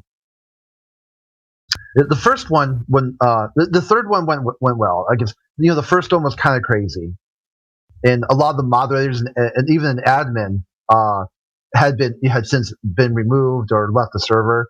So I tried it again on Sunday, and it was kind of a shit show. It kind of turned into a debate, and some people were screaming and yelling, and so then we posted it. I thought, hey, I'll try it again, but this will be just straight question and answer format. Ask me anything. And I posted some videos of other people doing these kind of ask me anything type stuff. Keep your question to one sentence, 20 seconds or less. And if did you like your answer? Okay, sure. Do you have a follow up? And we originally planned for 45 minutes, but ended up going like 2.5 hours, and then another 6 hours in the other VC. Nice. Sounds like a mod meeting. Yeah. I mean, I wasn't there for the full thing. Oh, sorry. Yeah. Was that it or? Oh yeah, I was gonna say that some people had asked me for the link to the server, and so I guess there's been a few people coming because they said if I didn't like my answer, I know some people who got a better answer, and here's a server link and stuff. So there should be some new people joining on and off, or something. Awesome. That's good news. So yeah, this so you see this picture I took, right? Somebody asked in the chat, was it Morvis?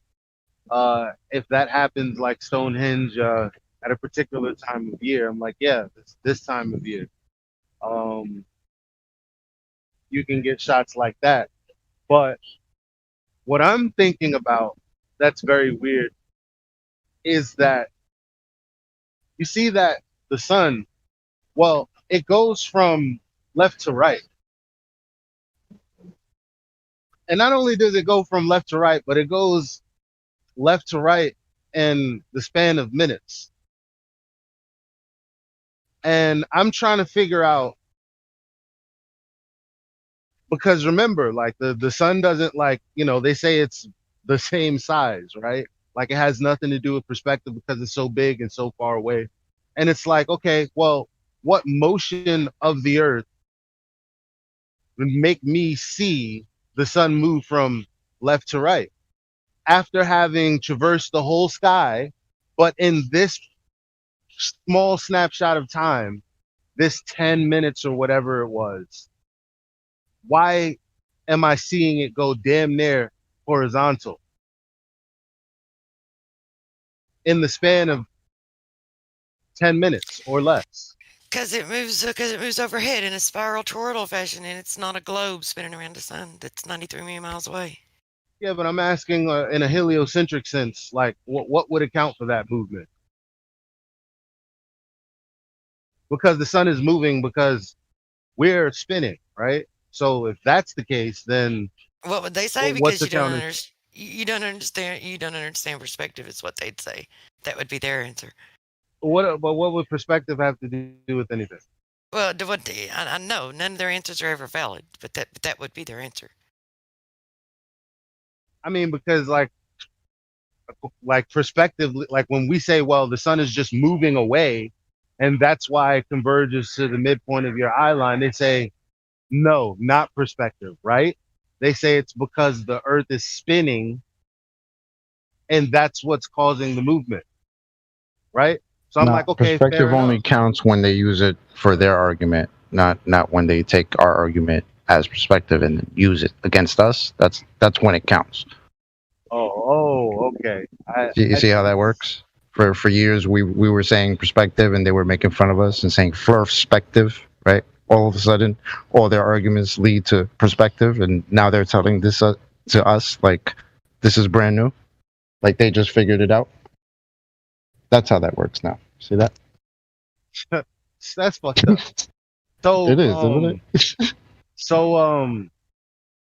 Now I guess this is gonna happen like for I don't know how many days, but like I would encourage like everyone to take as many pictures during sunset as possible during this time.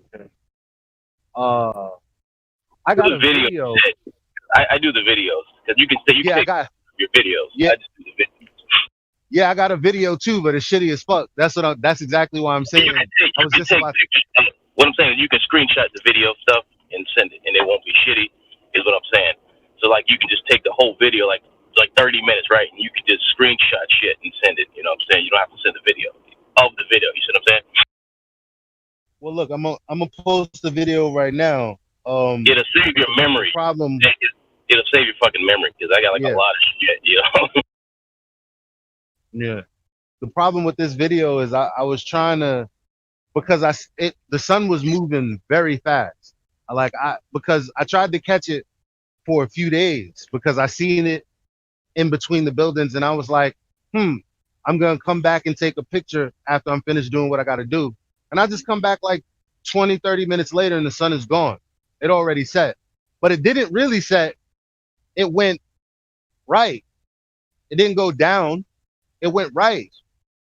You know, and in that span of like 15, 20 minutes of me doing whatever I'm doing, I kept missing the shot until finally I got the shot, I got the video of it just on the edge of the building and disappearing. But it's hard to discern in the video, which is why I'm going to try to do it again today. But anyone who has a better picture who's in my area or a city area where there's some pretty high buildings facing west, like a street that's like, relatively west, get that video for me if you can, because my video is shit.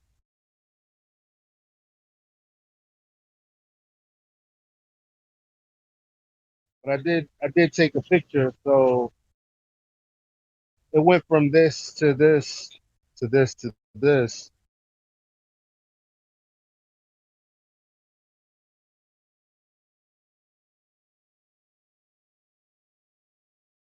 Oh shit, and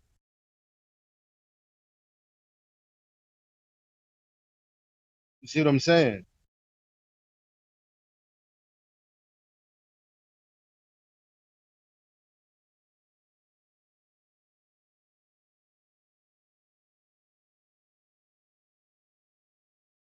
Yeah, that shit does remind me of when I used to be in the city during sunset. So it's dope. But you see what I'm saying? You see the pictures I just posted? Yeah. Like, I'm looking at it right now. and then it wasn't, but not because it went down. Yeah, it went to the right. The other way. And if what I'm looking at is because of the motion of the earth, then how does that make sense with me being in New York City witnessing what I'm witnessing? That's the argument anyway. Maybe the earth rotation changed directions. Like in that old video. the stop motion. The solar like eclipse, stop the motion shadow video. went the opposite direction. The Earth apparently went the other direction that year too. You know, when the solar eclipse, the shadow of the eclipse, when it went the opposite direction. It went from west to east. I like this series of pictures, man. It's just off to the right I go. Oh, I think I could get a panorama of the sun and the moon. I got a good shot in a clear sky. It's crazy how right now.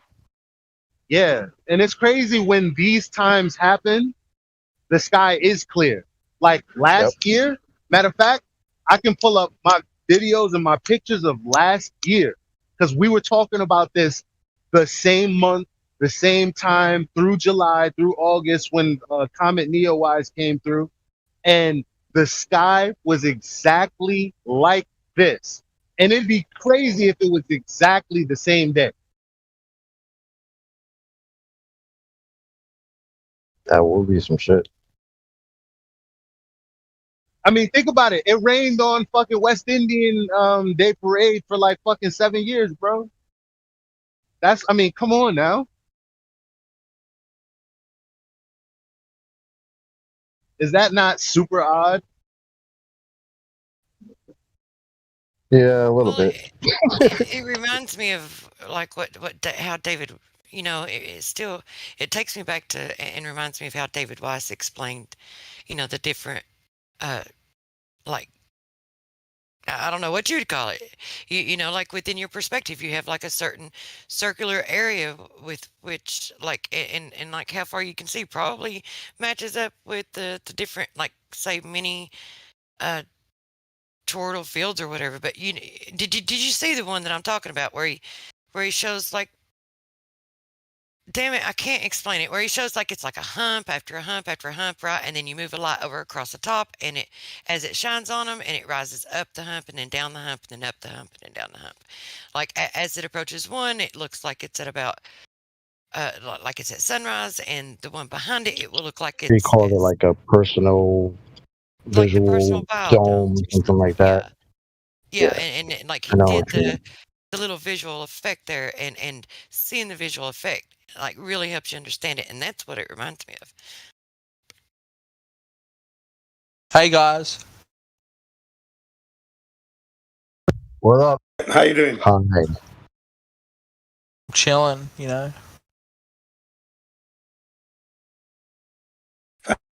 Found any curvature in your trebles? Any what? Did you find any curvature?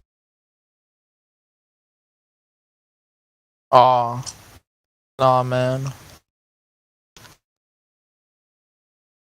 Nah, man. Oh, okay. That's weird. It'd be a lot cooler if you did. All over the place. I'm just chilling in my room. Being that we were told we live on a ball, Yeah, flat Coke. Everywhere?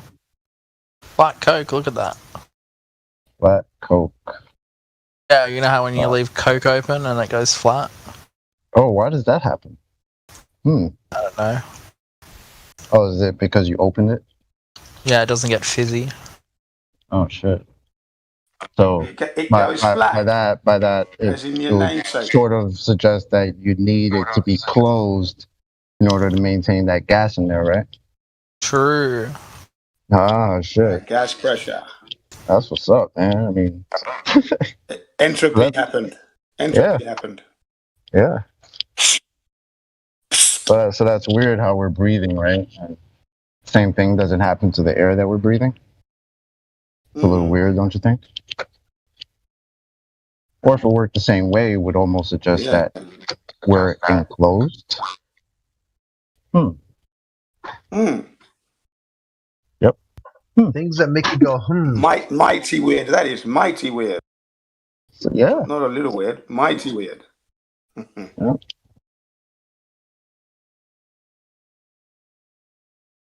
So flat Coke it is, I guess. Flat Coke for flat.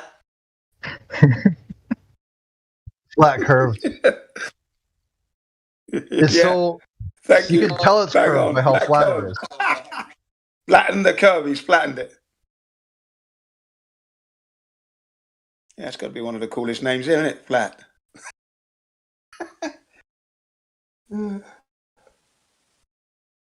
Thank you, I'm pretty cool.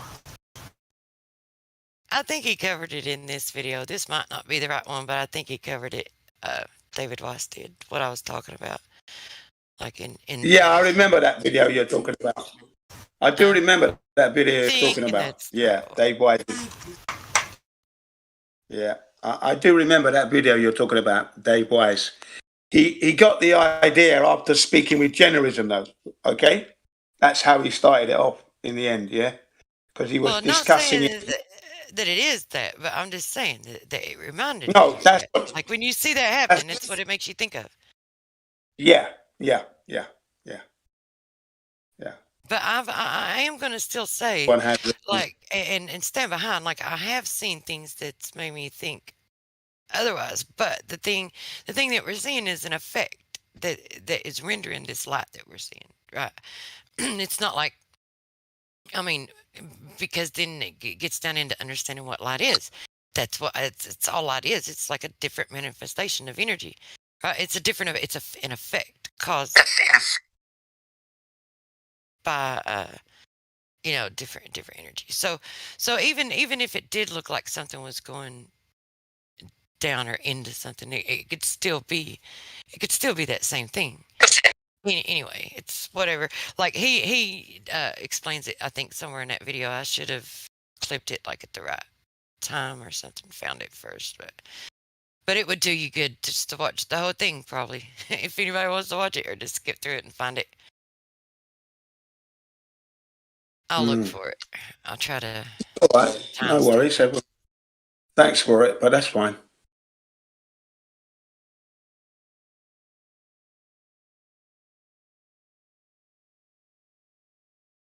I shall catch you guys a little bit later. I go see what's going on at Nathan's. Yeah, the chocolate. Well, you're going to go make some chocolate now, yeah? I'm already chocolate. You know. Oh, okay.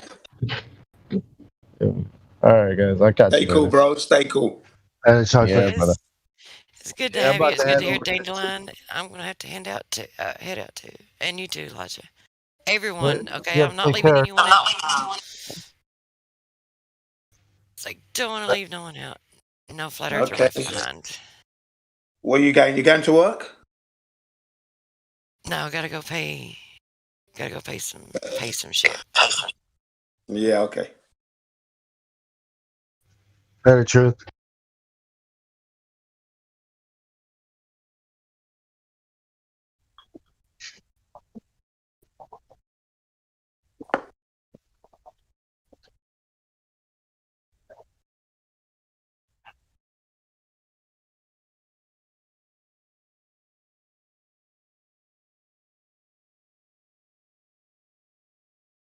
Miggy was back earlier. Miggy. Oh no way! Yeah, I saw him in text chat. He had posted something the other day. He was back earlier. Yep, said hi to him. He was here earlier too. Today.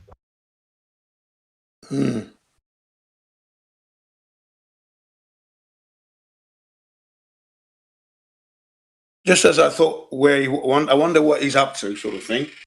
The day before yesterday, and he turns up the next day. Oh, brilliant! They're all coming back.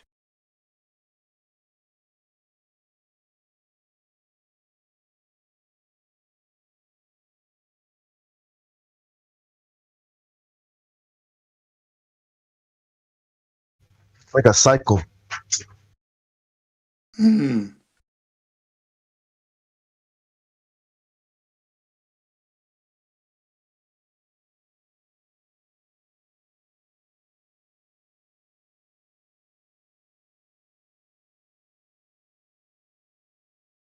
Even Checkmate's back.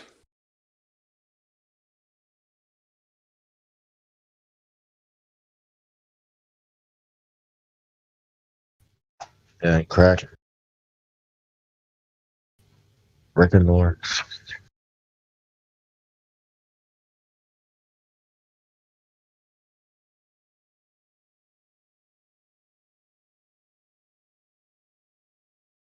Oh, he's in VC2. Okay, Crack's in VC2. Must be checking in someone. Oh, yeah. Let's have a look. What's going on in there? Just for a sec.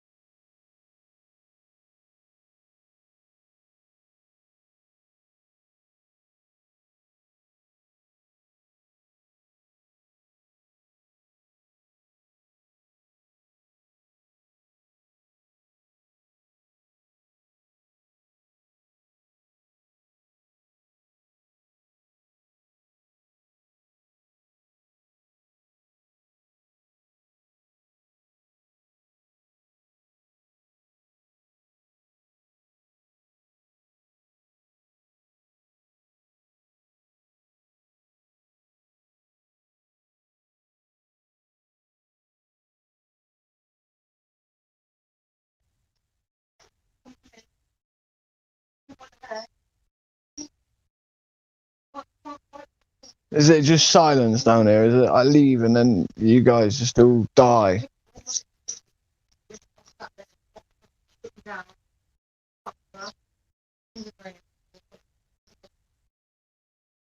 No, I'm still alive and listening.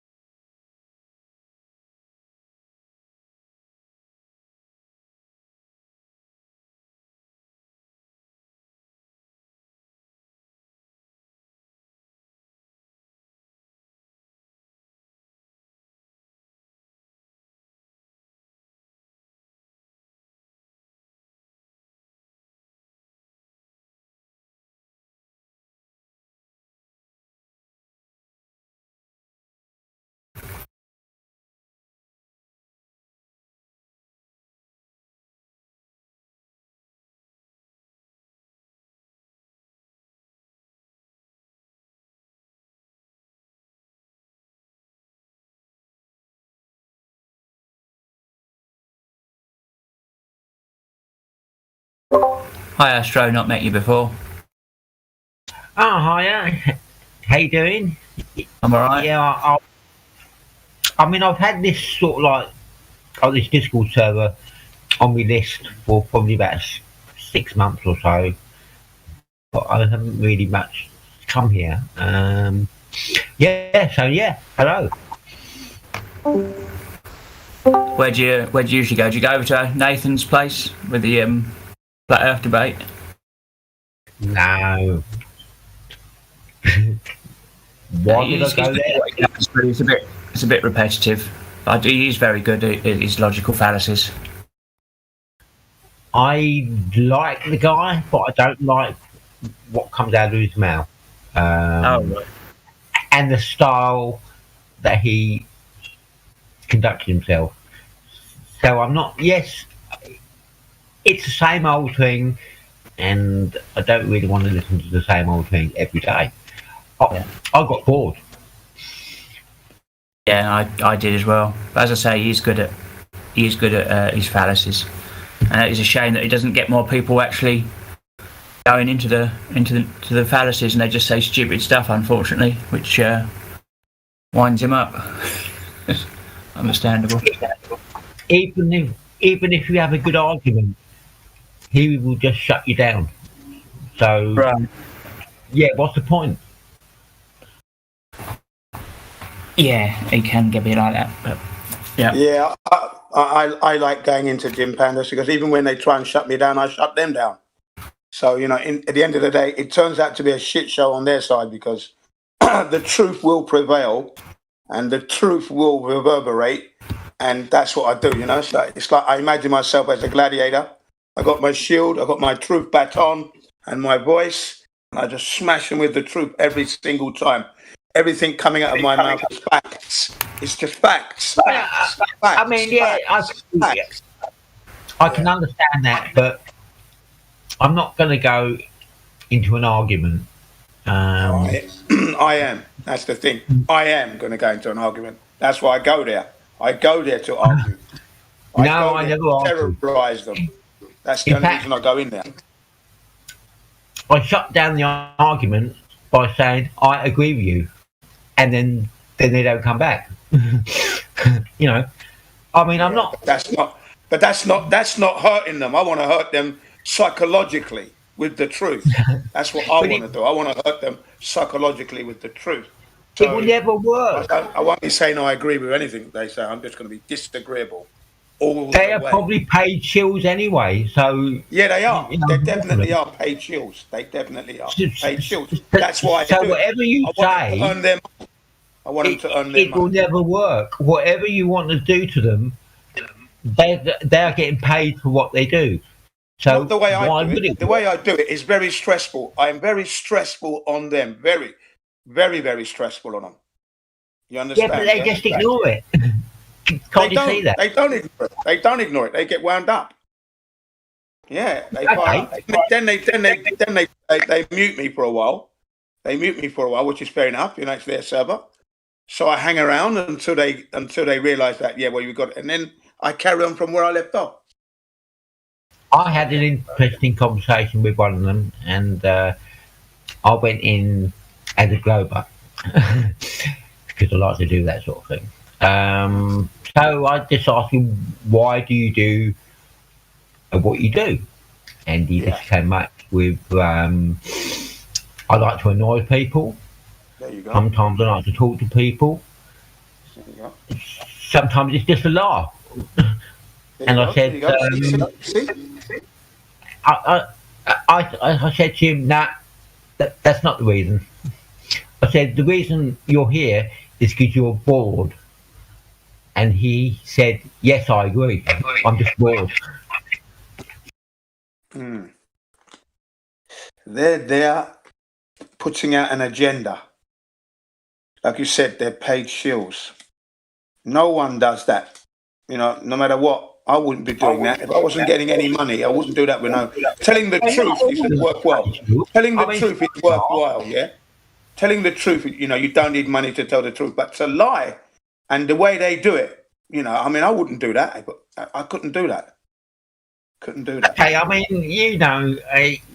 you know, what would it take to become a paid shill?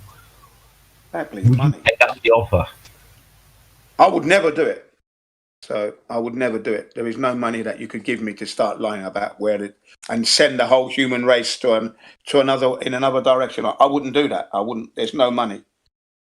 There's no money on this earth that they could give me that I would do. I agree with you. I wouldn't do it. Yeah. You know, perhaps it's a cushy job. You know, Well, it is. Well, it is. They must be getting some money, you know, and they're sitting down wherever they are, you know, and obviously you go through training because you can see that they've gone through some kind of training, you know, and that's why I hit them with the psychological attack on whatever they do, because I just come in as a natural nuisance. That's all you got to be. Just be a natural nuisance. Ask all the basic questions, the real questions. Whatever they're doing, right? Yeah. Whatever they're doing, it's having the reverse effect. Absolutely. Yeah. It's reverse respect. As soon as I go in there, it's all over for them. Yeah. Exactly. Because I'm talking, I only stick to the facts. That's all. I don't make up anything. Numbers, facts.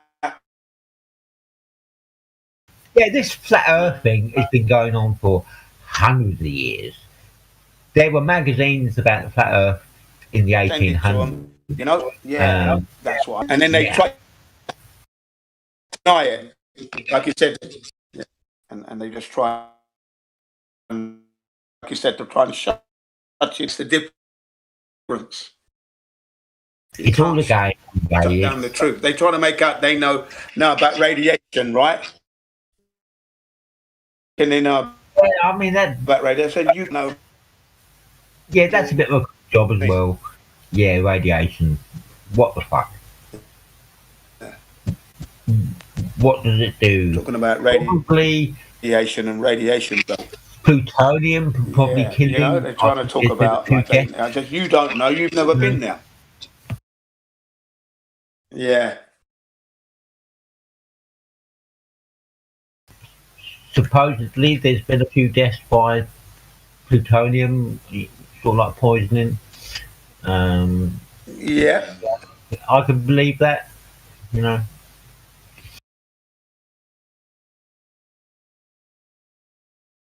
But yeah, I mean, you can tell they're shills. I mean, Jim Panda came into the server last year, this server, and complained that we had I think it was 2019, too high a standard, that they wanted to do away with the scientific method. We've got too high a standard here, is what he said. Miggy was here that time, and they wanted to do away with the scientific method because it's too high a standard. I can tell you about the scientific method. The top scientists of the world all say we do not follow the scientific method. That's what they said.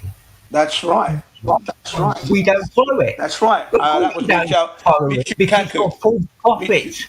You're false prophets. You don't follow it because if you did, you wouldn't be there. Yeah. Everything they do is guesswork. That's what it's all. It's all theory. Nothing is real. And Michio Kaku said that. Nobody in my field uses the so-called scientific method because what they're doing isn't science. Cosmology is not science. It's all a paid industry anyway. And then he went on. It's all about money. He went on to say it's got nothing to do with science. It's just we've got money in our pockets because this is what we do. Yeah. Well, it's all theoretical, isn't it? I quoted that from the documentary called The Principle. And he went on to say that the cosmology is in crisis because there's a mismatch, between experiment and hypothesis to the tune of 120 zeros. They're out of a factor of 120, which is a massive. Yeah, I think it's 122. The biggest ever mismatch. Yeah. Yeah. The biggest ever mismatch in the history of science. But and you know why? Because they're not scientists. They're not scientists. No, they're not scientists. Exactly. None of them. And Lawrence Krauss said it at the beginning of the documentary, that of science is not science. It's just, I've got a cushy job and I get money. Yeah, that's right. Yeah. Cosmology and all the stars line up. Yes, has no bearing on our lives. And the biggest fraud of all is dark matter and dark energy. We will never That's find right. it. That's the most cushy job of all. Sort of like it doesn't trying to find the dark energy. It does not exist. It's a job for life because you can't find it. Yeah. Excellent. Whoever thought that one up? Well, the guy who was in The Principle, there's a guy who is totally anti-cosmology. He said they created that dark matter and what's the other one you mentioned? Dark matter and dark energy. And dark energy, that's the one, because they wanted to keep the galaxy that's spinning out of control into control. So that's why they created this dark matter and dark energy crap, which you can't see. So what they had, the equations didn't work out properly. So they just added, okay, the equations don't work. So we add a couple of terms on it. And now it balances. But these little terms, what they added, we can't find it. But at least it balances. Yeah, exactly. Yeah, you can't find it, but the maths works. Works in theory, not in practicality. Maths before physics, not physics before maths. Before maths, exactly. Yes.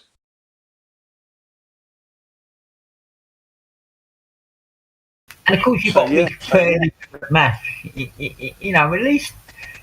At least they've probably got some training in maths, and they can sort of like say 1 + 1 = 2. I mean, they work that one out. But necessarily 1 + 1 = 1, and I can prove that 1 + 1 = 1, no problem.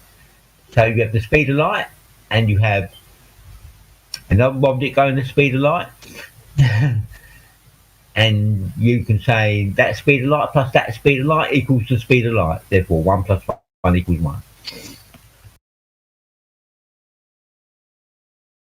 I get you. Yeah, you can. It's all a joke. Yeah, it is.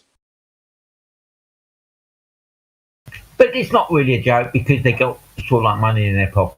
So you know what else? You know, the science community. Yeah, they're definitely paid shit. It's all the club. And people buy into it because they're not really looking. They don't understand what they're being said, what they're being told. I mean, there's astronomers which are probably sort of like genuine astronomers. I mean, they got their little grants, what they get, and they're doing their little sort of like research and stuff like that, and they probably believe in what they're doing. They don't realise that they've been fooled, but you know, it's a job. It's a job. So you know, they've sort of been in the indoctrination, and yeah, they've done all the research. They read the text and stuff like that, and they believe what they do. You know, and what more can I say? Yeah. And there's other people who know it's a lie and they just carry on. And there's some people who don't realise it's a lie and they're in their job. It's just the way of the world.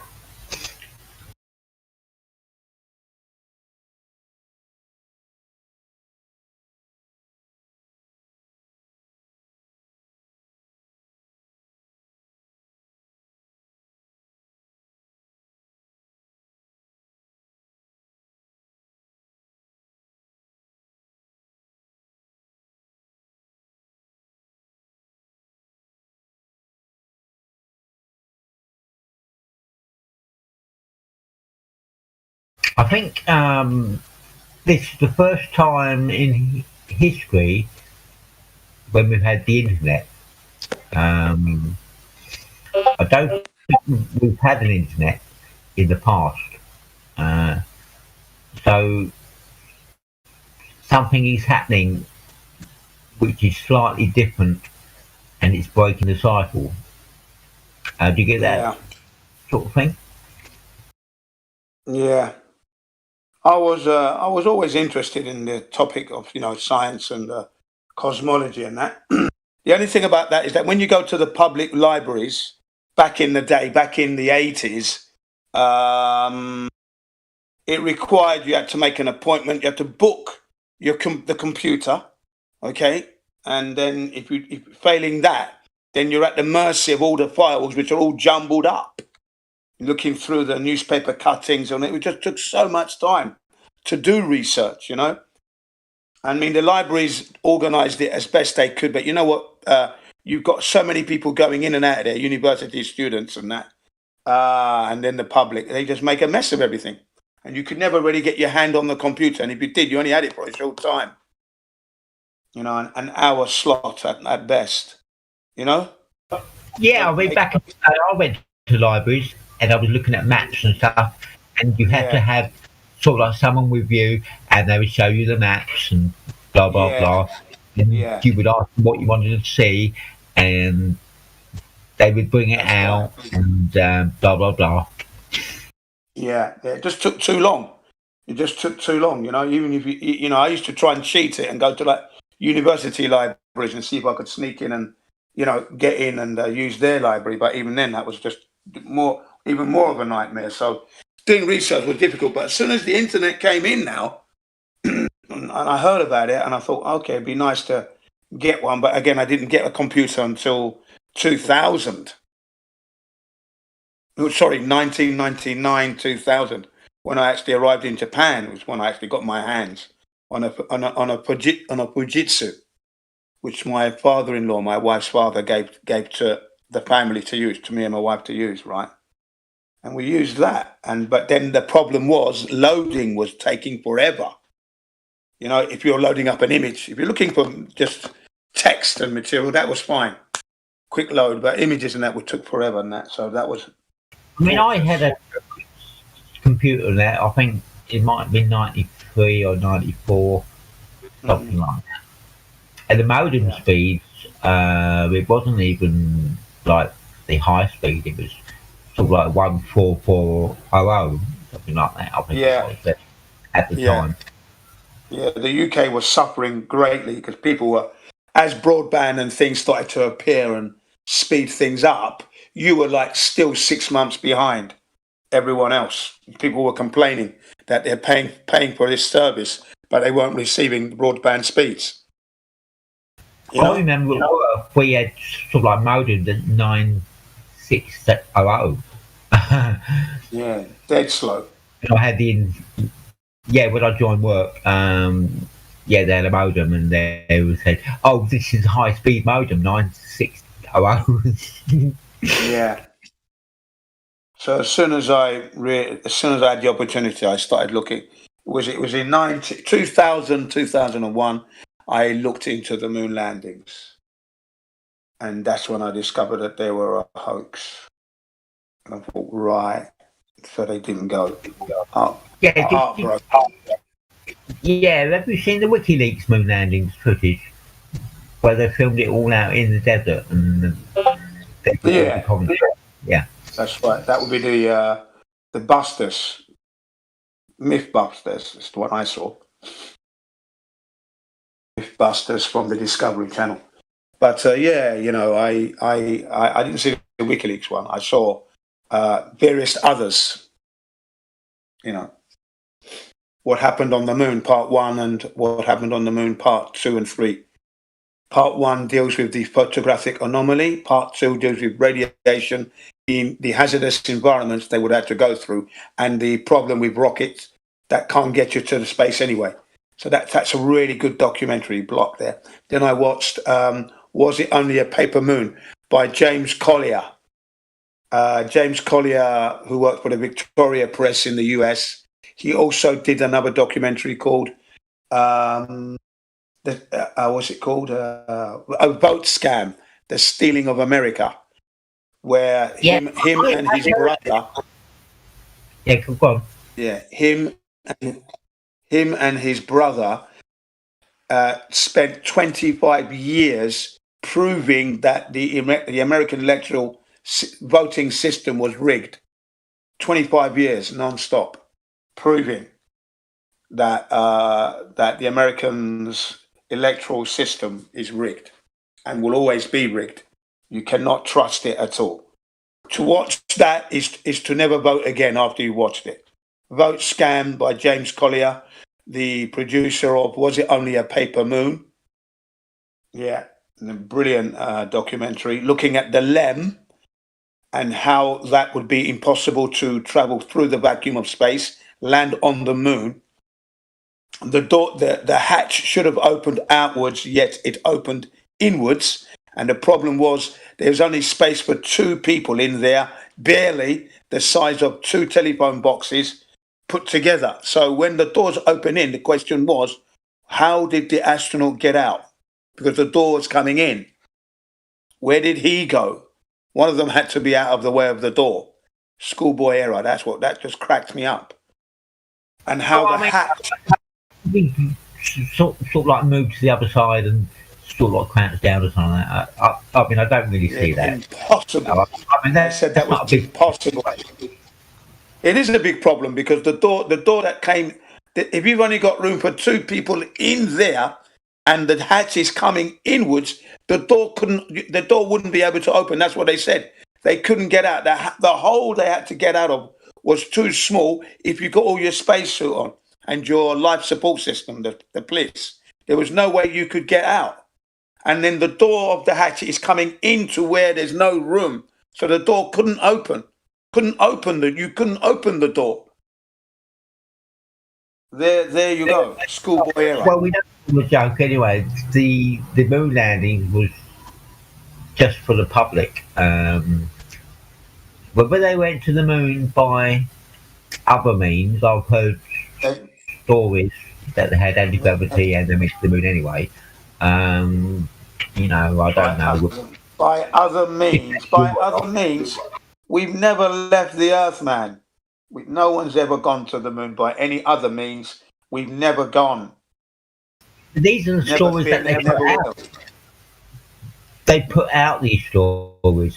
No one has left the Earth, but they still put out these other stories. No one has left the Earth. We can't go. We can. It's provable. It's provable. Yeah, but they cannot go. Provable. Like, yeah, we got anti-gravity and we left the Earth, and yeah, we've been to Mars and all the planets. There's a solar warden thing as well. Yeah. To quote Alan Bean when he was talking to Bartsy Brell, it's a good story. It's just BS. It's just bullshit. That's all. Bartsy Brell, the producer of Astronauts Gone Wild, talking to Alan Bean and the Van Allen radiation belts, and then Roberts. I heard that I was watching this video, and it was a daughter or granddaughter of someone who used to be in the Pentagon, and like she went to her dad or granddad, whatever it was, and asked questions. And one of the things he said, no one has left the Earth. That would be. I think you're talking about. Maybe you're talking about Buzz Aldrin talking to the 6-year-old or 7-year-old little girl, maybe. And she asked him, "Why haven't?" No, it wasn't that. It was, oh, okay. It was a girl who made a video, and he said, she said, my father was in the Pentagon, and I asked sort of like questions, and he said, no one has left the Earth. So it wasn't the Buzz Aldrin one, you know. Oh, okay, yeah. Okay, all right. Yeah, okay, Pentagon. Okay, well that's cool. Yeah, well there you go, another revelation there in itself. We've never left, and like you said, it was all done in a studio in Hollywood and in Britain. Probably either Shepperton Studios or Pinewood Studios, or even Elstree Studios, Boreham Wood. That'll be the three main ones. I've been to those studios on hundreds of times. Okay, to the Elstree Studios, Pinewood Studios, and Shepperton Studios. Because I worked for a company that was doing film production, and I had to deliver the film and collect the film and all that. So it meant going to these studios to collect on my motorbike. Yeah. Mm. I picked up a signal from Elstree Studios. It was their time signal, and then they were broadcasting their timetable out on the radio waves, and I actually picked it up. Yeah, Elstree Studios, nice part of England there, beautiful.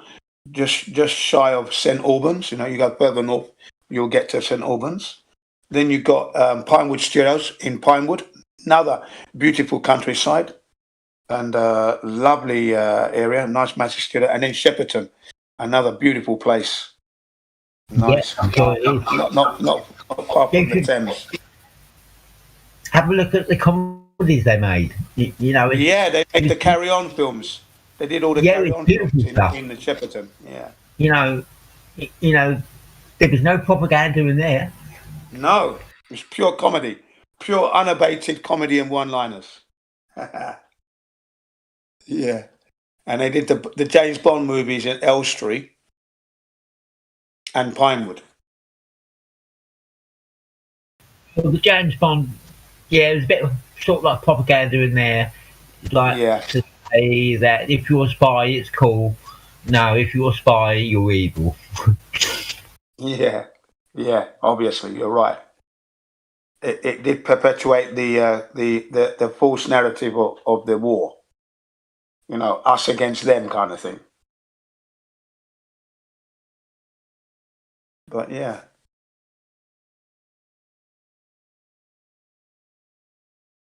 And we have quite a lot of evidence that Stanley Kubrick was involved in the moon landings itself. You know, producing all the videos that we watched, the footage that we were watching. So that's another thing. He put out that film called The Shining, a book by Stephen King adapted to a movie by Stanley Kubrick.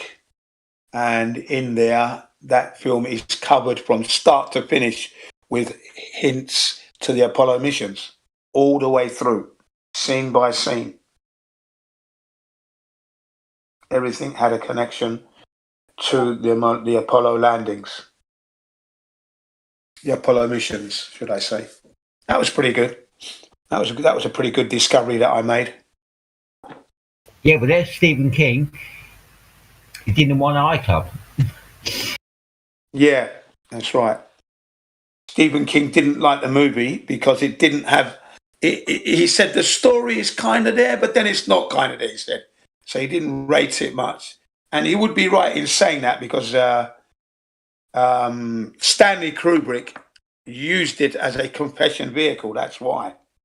That's why he intertwined two stories into one. Brilliant, that was. I thought that was a stroke of genius, what he did there. They said that he was into puzzles. Stanley Kubrick was into puzzles, and there's perfect proof in the way that he merged the truth of the missions that he was involved in with the story of The Shining. It's supposed to be a horror movie.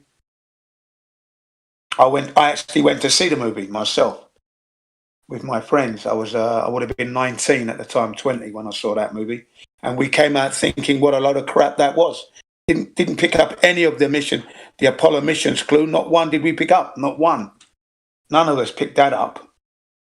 We weren't thinking on that. We were thinking to be startled and frightened and but none of that happened. What a shit film that was. We went to McDonald's next door. Saw it at the Hampstead Odeon, Hampstead Heath, England. Yeah. Yeah. Well, the thing is about information. You've got so many filters in your head. Yeah. that you don't see it. You don't see it. You've got to take the filters away, and then you'll see it. Yeah. Well, I would honestly say that I wasn't that intellectually minded at that time. I was 19, 20, into my motorbikes, very wet behind the ears, very naive, didn't know much. I mean, I knew the world was a weird place because of all these First and Second World Wars didn't make sense to me. Slavery didn't make sense to me, but I was still learning. So to go to a movie and pick up intellectual clues, that was a million light years away from my capabilities. I have to admit, there was no way I could pick that up. Yeah, you went to the movies to be entertained. I remember going to the Star Wars movie and things like that. It was just entertainment, really. That's it. It was just purely entertainment. So my mind wasn't attuned to that looks like there's a connection to Apollo here. No, I didn't pick up any of that. None of that did I pick up. And then it wasn't. And the reason why I remember it so well is because I felt that I was ripped off because I believed in the hype. Jack Nicholson was in it, and they really hyped him up and that in Britain at the time because he did the Werewolf in London movie prior to that as well. Okay, so we thought, they hyped him up. So I thought, let's go see him because it's going to be a good one, guys. So we went and watched it, guys and dolls, girlfriends as well, and it was absolutely boring. Fucking, I couldn't wait for the film to finish. What a lot of shit that was. We said, and I thought I'm never going to believe the hype ever again, and I never did. I never did believe any hype in any movie. I didn't go and watch it until someone else went and then gave me a feedback on how it was. Then I thought, all right, I might go and watch it then, or I'll wait for it to come on video. But waiting for it to come on video would mean about a year. Because back then, films never used to come onto video like they do now within 3 months or so. You'd wait a year or a bit before they'd transfer it to video, and you can go to the video club and get it. So, yeah. The first movie I went to, I think it was James Bond. And I think it was Roger Moore. Yeah, that was the first one I saw.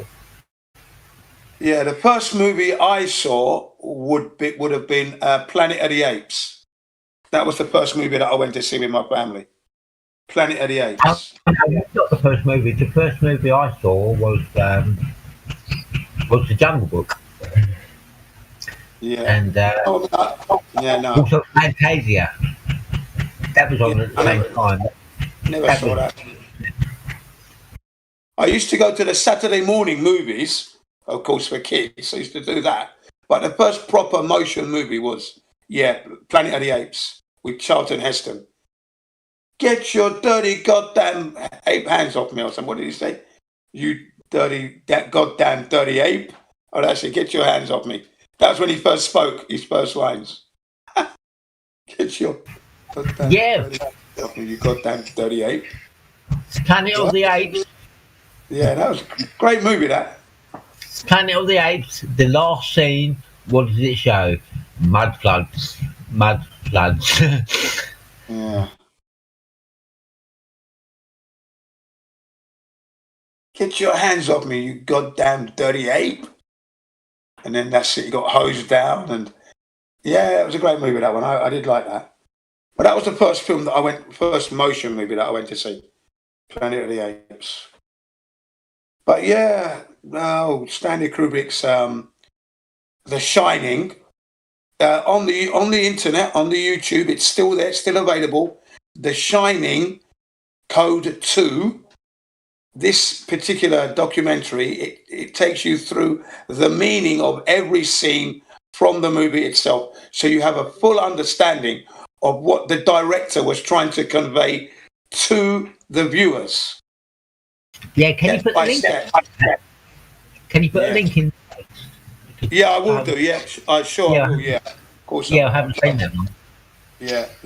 Okay, hang on a second. Yeah, because to watch this documentary is to fully understand that the Apollo missions were indeed a hoax, and Stanley Kubrick was the man who did it, who helped NASA to produce what we were watching. Okay, let me just get this out. Hang on a second.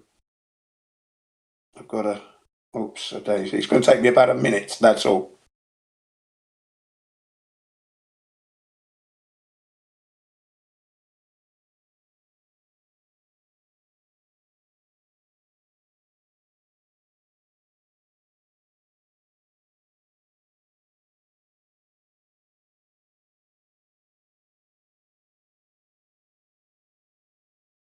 Yeah, great movie, The Shining Code. Hang on a second, see if I've got it. Just got to wait. I'll find it. This.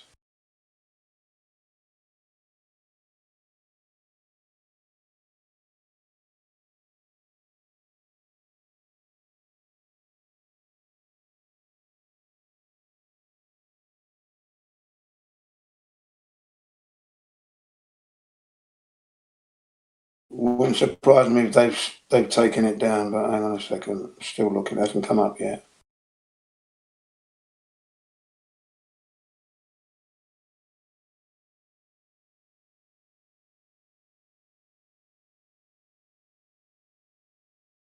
Good howdy. Usually it comes up.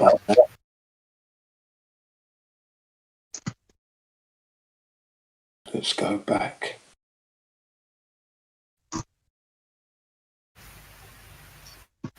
I'm so sort of like glad that I've left the propaganda in a way. I mean, I haven't had a TV for about 5 years now. Yeah, I haven't watched TV in over 2 years now.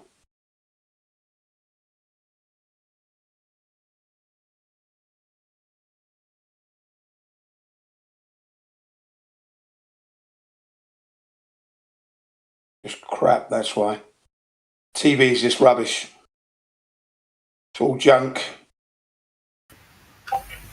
I was round a neighbour's house and they had the TV on, as they do, and during the adverts, it was all sort of like the COVID propaganda. You know, I just couldn't watch it. I used to like a few shows. I used to watch Family Guy and things like that. Just for laugh. Yeah, for a laugh. Yeah, I like the Family Guy. American Dad. I like all those. Yeah. Okay, I've posted it for you. Okay, I've sent you the link.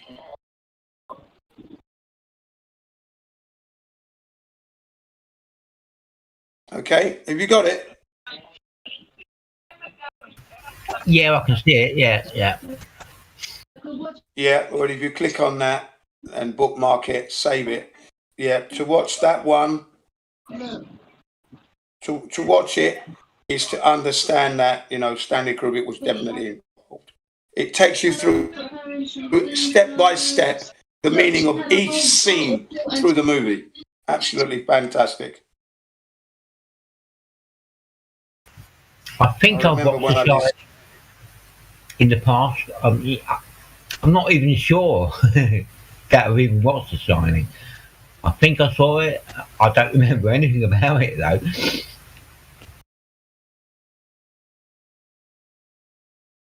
Oh no, you need to watch this one. You'd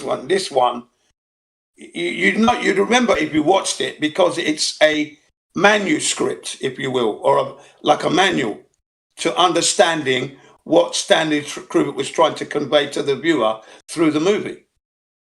So you would know if you watched it or not because it's an unforgettable experience. So you couldn't have watched it then. You don't forget that. You don't forget this. It's unforgettable because it's revealing. I haven't watched the details, but I'm not even sure whether I even saw The Shining. I think I did. Most of the time. Yeah, I saw The Shining. It was like fucking. All the movies, I forget them anyway. You can't remember movies that much. It's shit as a horror movie, but as a revelation of the moon landings, it's the best movie ever made. Well, that's why Stanley Kubrick remains my favorite film director of all time, without a doubt. Yeah, man. I was just checking that the link works. Yeah, the link works. So it's a good one. You want to bookmark that one. Don't lose it. Save it. Pass it on. If anyone's got any doubts that the moon landings were a hoax, that one documentary will put everybody straight. Because you've got the man himself, Stanley Kubrick, telling us. Now, the reason I say that is that he didn't put out a film. He stopped filming for a while. Right? The story goes he stopped filming for a while, and his wife was on his case for doing such a thing, for creating this moon landing hoax thing, right? And in the end, he wanted to confess, but in fear for his life, he moved to St. Albans first. That's why he moved out of America, because he thought he was going to be bumped off because he knew too much.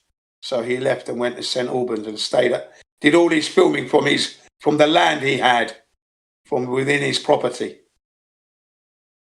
Yeah. And he used the Stephen King's film, the book, The Shining, to make the film to confess to all of us that he did the moon landings. He was involved. But of course, at the age of 19, I didn't pick that up.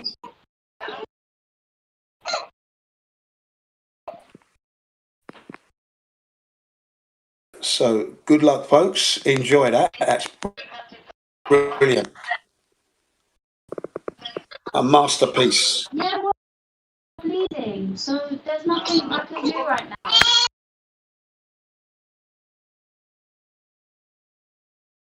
You're going to watch a documentary by the film director Master. There's hot micing. Who is that with the kid in the back there? Hello, micing. Bloody hell, what a nuisance.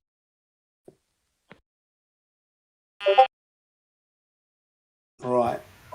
Someone is saying in the chat, do not update. So I don't know what they're referring to, whether they're referring to their phone, their PC, or what. Yeah, I generally do not update. So on that stuff, I don't touch anything really. If it's not broken, I just keep it going. If it's not broken, I don't fix it. I haven't even got. I don't think I've even got Discord on my phone anymore. My phone is so old. All I can hear is my child screaming in my ear. I can't hear you. I think it could be 10 years old or 12 years old. My phone is. Okay. What phone would that be then? It's a Sony smartphone, one of the first smartphones that came out. Okay, what is it? A Sony Ericsson or Sony only? Xperia, the first one that came out. Okay, yeah, right. Okay, yeah. Because Sony were in partnership with Ericsson. Sony Ericsson. They were in partnership. Yeah, they were. Yeah. Yeah. I had a mobile phone for Ericsson, and it was it was a real clunky brick. Back in the day when sort of like mobile phones first come out, you know, it was huge. She's a monster. Yeah, unfortunately, your background noise is drowning your voice. Your background noise is drowning your voice. I can't hear what you're saying. With all the racket in the background. So I'm not able to hear what you're saying. Yeah, it sounds like you got a lot of noise in the background. Ah, okay. Let me have a look then. Investigate.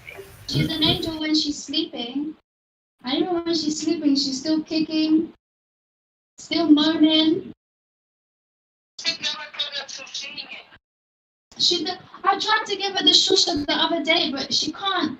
Eleanor Sub spun the shusha. It keeps coming out her mouth and then she cries.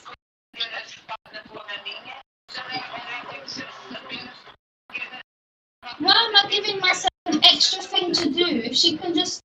Come on. It's fine.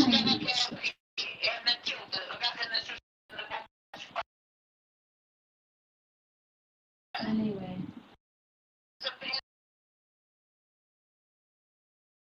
Right. I had to servo mute that because that was a lot of noise. Right. Testing.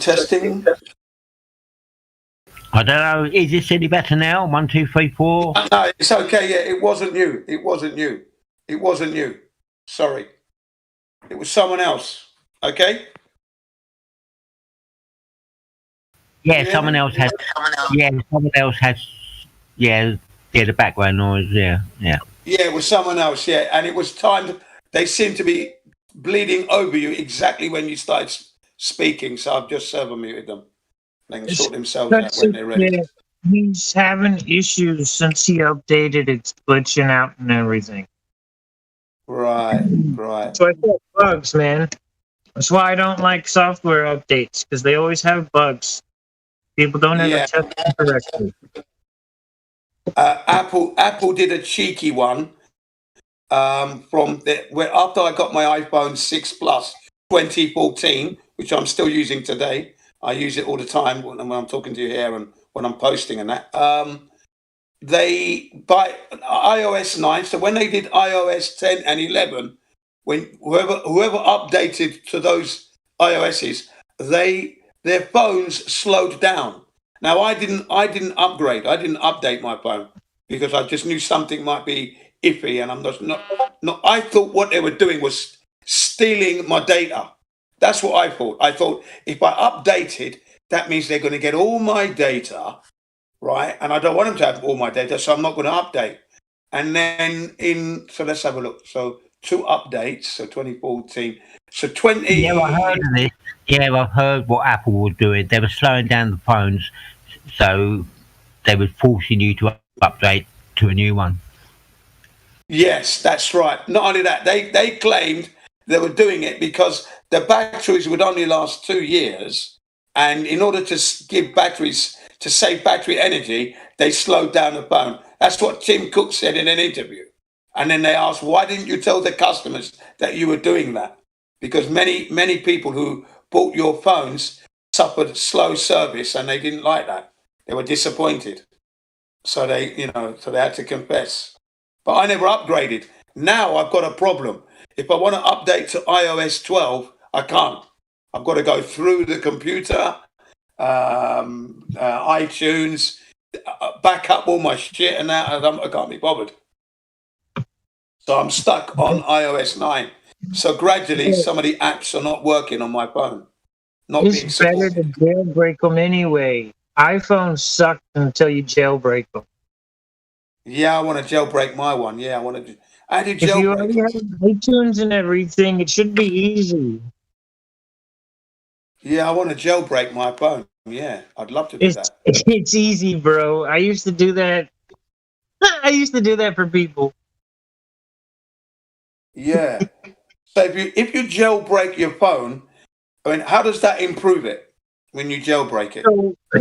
So what the jailbreak does is it rolls back your standard restrictions and it opens up all the developer options for the most part. It's like cutting the umbilical cord to the system that's got you bogging. It cuts the cord and allows you to use everything as like a power user. Right. So a lot of the apps are free once you jailbreak. A lot of the good stuff is free. All right. I don't know if they think that because it's been a while since I've done this for people, but that's what I used to do. Yeah, well, I guess it takes Google out of the picture. Yeah. Can you jailbreak an iPhone 4 from 2008? I've got still working. You should be able to jailbreak any iPhone.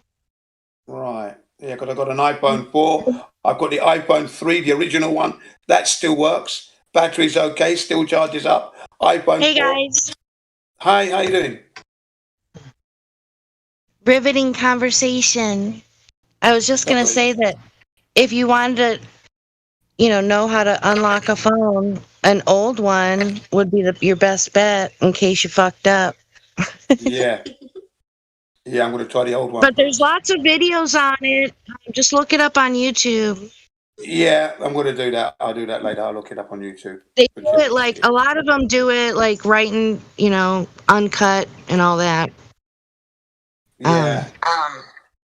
And then there's probably people that do it differently as well. I don't know. I didn't spend a lot of time doing it because I was too scared to mess up my phone and not be able to have another one. So I'd love to be able to break my phone. That's what I'm scared of. I don't want to lose all my data. Well, that's the thing, though. If you're worried about losing something specific, go ahead and back up the entire drive, back up everything, create a save point or a recovery point. Right, like as if you were gonna get a new phone or something. And then jailbreak. But iPhone 4 should be okay. I don't know about the 3. The ones I did were 5, 6s, 7s. Okay. Yo. But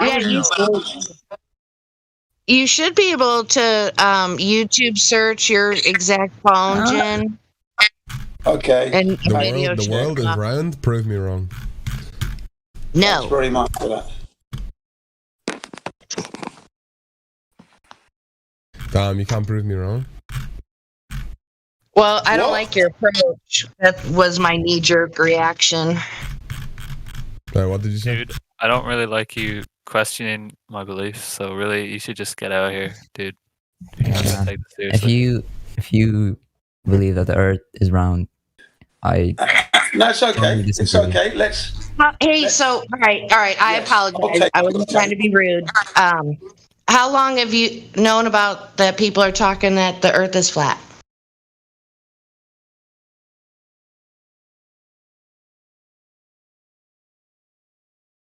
Okay, somebody just wants to argue. Gentlemen, I guess this is your department. Yeah, come on. The question was asked of you. How long have you known about the flat? How long have you known about the flat Earth? Who are you addressing right now? Well, you who speak. Any one of you dummies. How long have I known about the Earth? That Is that what you just people are asked me? talking. That people are talking that the Earth is flat. How long have you known about that topic? Also, the people that what?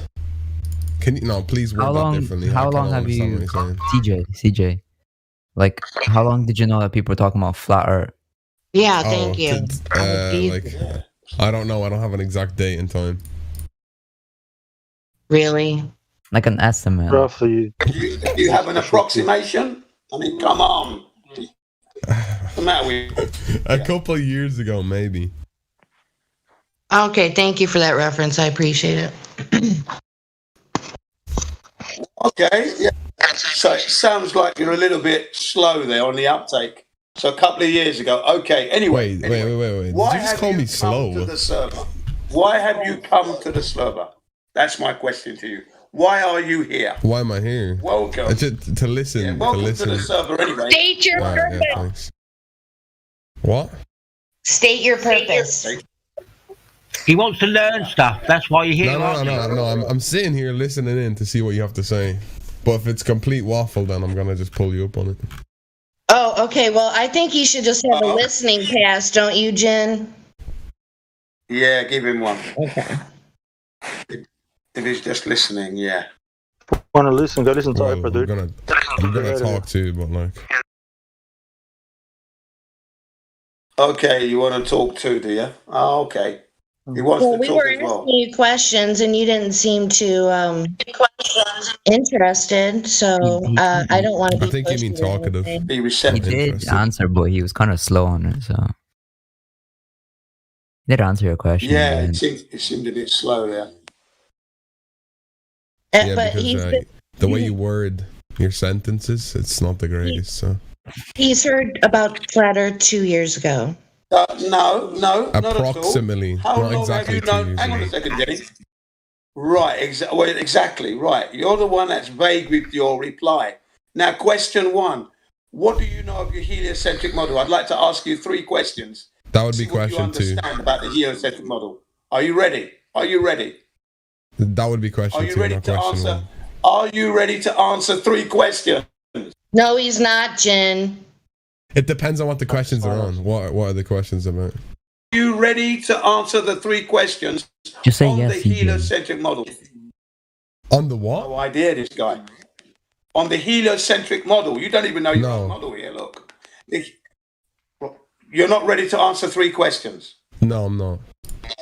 Okay, then can we please take a vote for listening pass, please? Yeah, put him on listening. You Give him can't a stay. listening pass completely. I think a ban. From the server.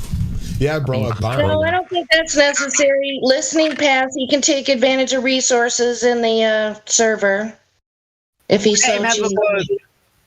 So he's going to have to. Yeah, let him have a word to explain himself. He's going to have to.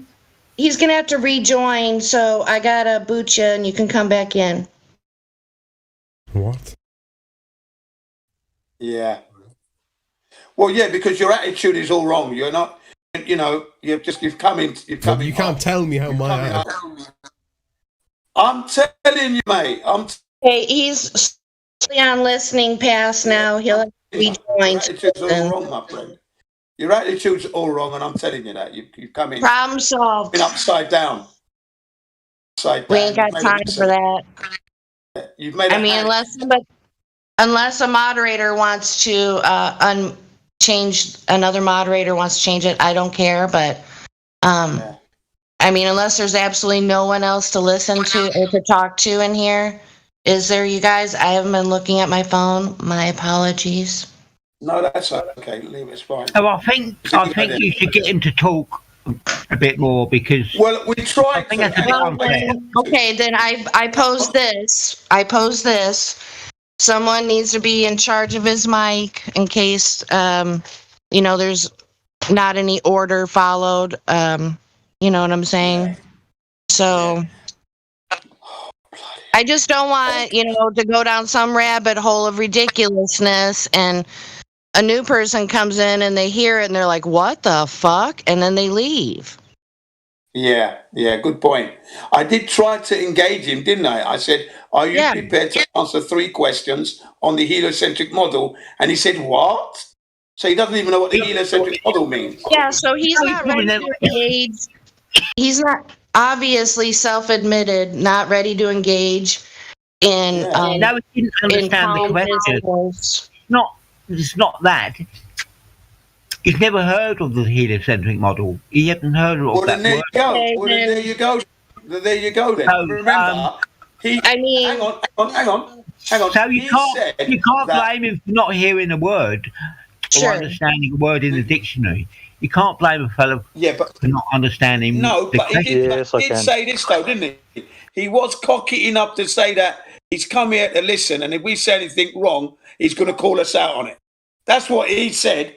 So to make that confident claim and statement, that's been a bit cheeky, isn't it? It means he has some kind of understanding.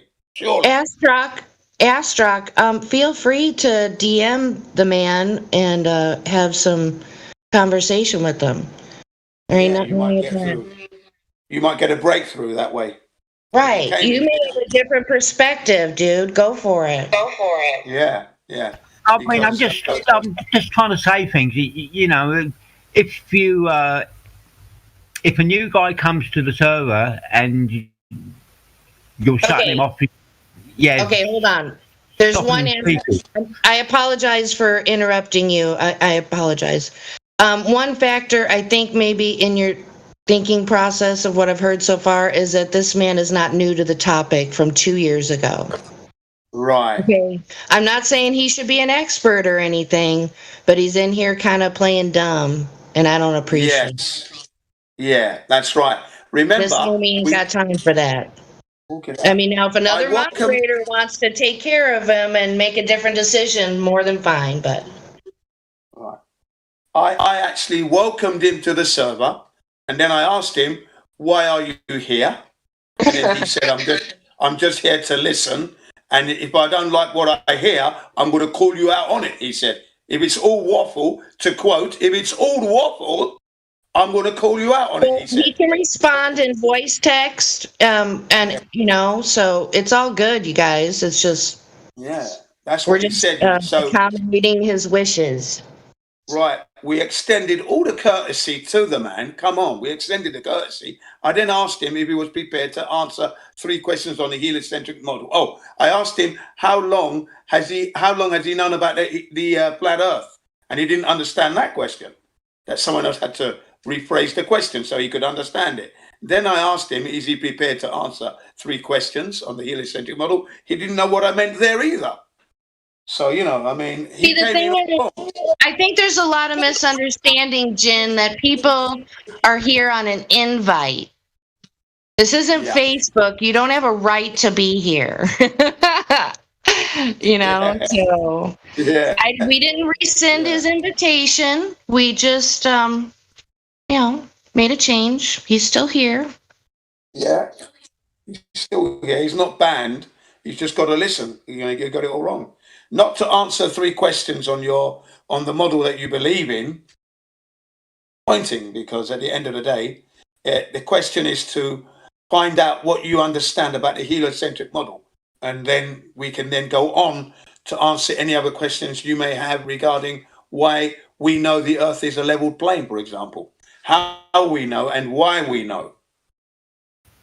I get the feeling that he doesn't understand the globe anyway. So, yeah. I mean, who's been taught how it all works? We've just been taught like most people. Unless you're interested in astronomy, then you haven't got a clue. I wonder if he's ever watched the movie The Principal. Jen, you're pretty good at that movie, aren't you? Yes, I posted it already.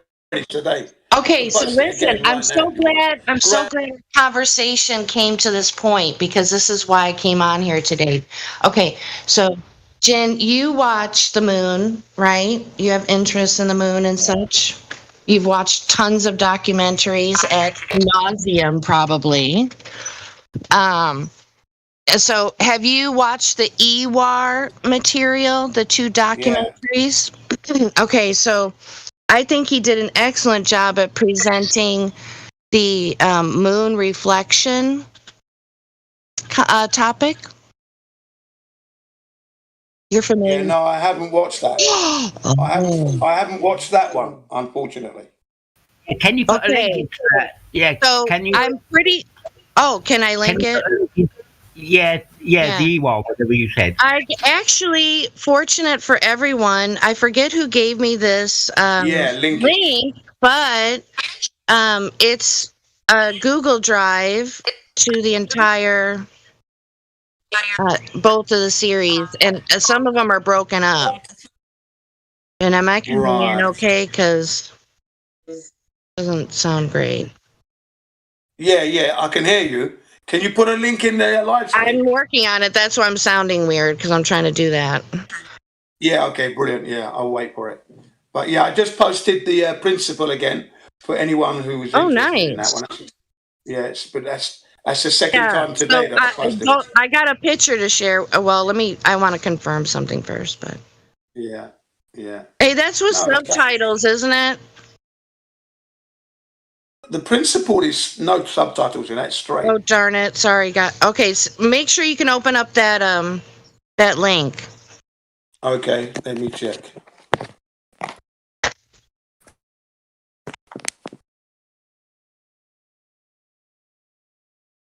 Okay, okay, I have some questions for Jen, everybody. So hold on, I'm just waiting on Jen. Yeah, go on. All right, so he just kind of collaborates all the information we've been talking about for the last 5 years, more so including like mud flood and such. Okay, but Jen, before I knew about this documentary, we've talked about it in here, and it's a pretty fringy topic, but it's still interesting. It's even more interesting. But it's the idea that the moon is a reflection of the Earth in its entirety. Yes, I saw it. Okay, dude. All right, so you know that looks like an astronomical clock. Yes, yeah. So what that means is we're kind of like off to the side, for lack of better description. Okay, so let me show you a screenshot. I was rewatching The Principle, all right? And I was like, oh my God. Okay, so I think, what is that picture of? I should have took notes right after I took the screenshot to denote the part of the movie. Yeah, this is the axis of evil. That's what I thought. That's what I thought, but I didn't want to say it wrong. All right, so I think the field of view has been manipulated. But if you maybe envision this in a circle, okay? To me, that matches up with the moon reflection map. And I'll show. I think I have to share the moon reflection map. Hold on. All right, technical difficulties, y'all. I'm on a phone. No worries. Take your time. I remember this thing, yeah, because the guy said he created some kind of program, put it in the computer, and then this image came up. And he was right. Wow. So they get to control the a lot of the variables. Yeah. All right, shit. Where did I put that picture? Okay, it's in my screenshots. Hold on. Yes. I can't remember the astronomer's name, but I know his face anyway. Oh, I tell you what I noticed about him. He's modelled himself on Carl Sagan. That's what he's done, right? He modelled himself on Carl Sagan. Same kind of suits he wore, and the way he delivers his story is similar, right? He's kind of like the modern day Carl Sagan, if you will. That's what I will say about him.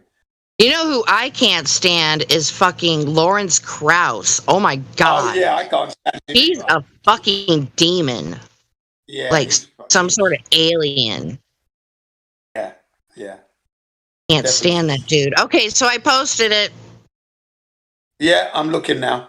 Thank you very much. So there's different configurations of this. Yeah. And you have to consider the orientation of it as well. I always use a visualization point of Tycho Crater. Yeah. So this is supposed to be the Earth. Yeah. Right. Right. Well.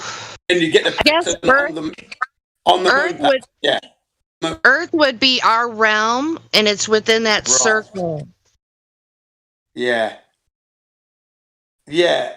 I when I saw that documentary and I saw this reflection of Earth on the moon, I thought, wow, could it be? Dude, look at this. Isn't that bizarre AF? It's bizarre. It is bizarre. It is.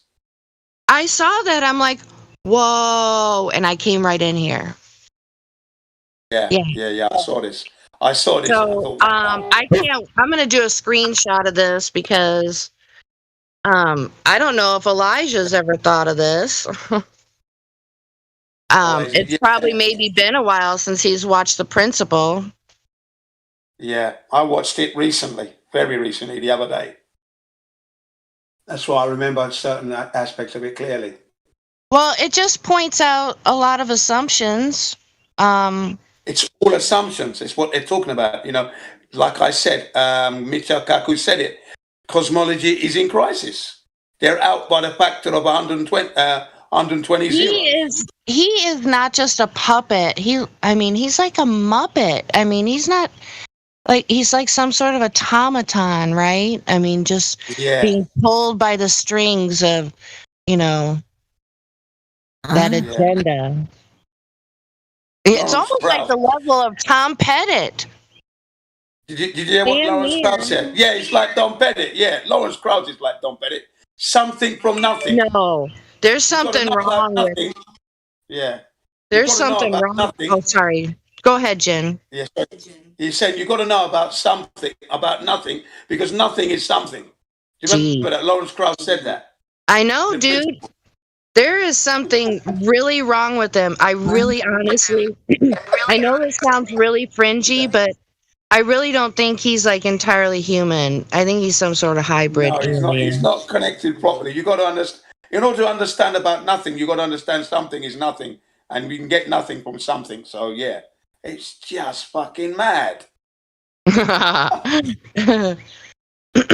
So, yeah. He might be like, okay, you know the Westworld series, right? Yeah. Okay, he may be one of those. What is the correct terminology to refer to the robot? No, Automaton. No, that's not it. I'll know it when I hear it.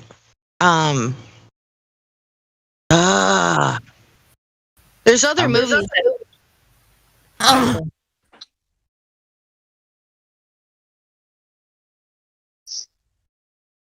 Oh, so anyway, I think he's like something like that. Like he's maybe programmed, like the, who's the dude in the wheelchair 2.0, Lawrence Krauss. Oh yeah, Stephen Hawkins. Yeah. That's your granddad.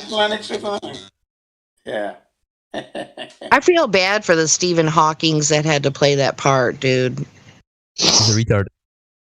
Yeah. He made quite a bit of money. What? He made quite a bit of money doing it. Yeah. Whoever just talked, I could not hear you really good. Maybe it's me. Yeah, that was crack. Go on again. Go again. You can't hear me very well. Now we can. All right. Sorry I think there, in pictures that I've viewed, and I've heard people talk about it and analyze it. I think there's more than one Stephen Hawking, or there was more than one Stephen. It wouldn't really matter, would it? Because let's face it, the guy is really defined by his chair.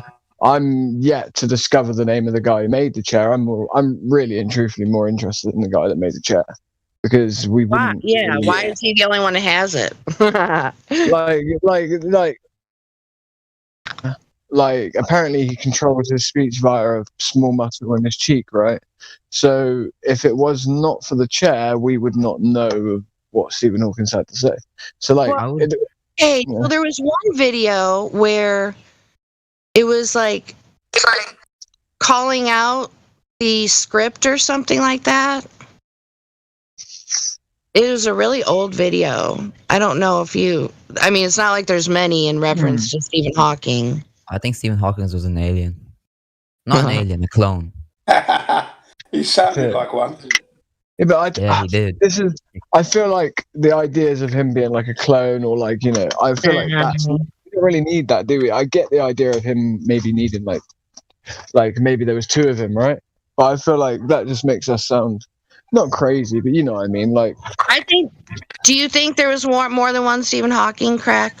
There could be, but I feel like it doesn't really matter, right? Like I said, because of his chair. Like, what would it matter? It could all be the same guy. He could just be sat there with no knowledge of what's going on. His chair's programmed to say what it needs to say, right? Right. Yeah. It could be either or. Steve Hawkins anyway. Definitely more than one. Definitely more than one. Because of the images, when you look at the faces, completely ugly, but very, very different. Well, yeah, especially the teeth. So And I'm with Jenny on that one. Like some stuff you can't More than one change. Stephen Hawkins. Jenny, did you just say More Stephen Hawking is ugly? Yeah.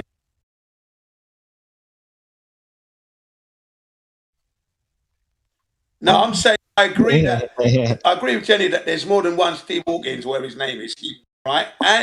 But your point about the chair rings reverberate very loud. Oh yeah, sure.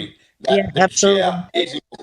I just think it could be either way, right? It could be it could be both, right, Jenny? It could be that there's more than one. It could. Do you see what I mean? It's like, to me, I'm like, what does it matter? Like, you know, if we look at Stephen Hawking's work, though, I actually think his work is a massive death blow for Globers. He spoke quite openly about how ridiculous a lot of it was, actually. If you read some of his work, it's hard to explain, but like a lot of his work, it feels like him just admitting how stupid it all is, like genuinely as well. Like, as in,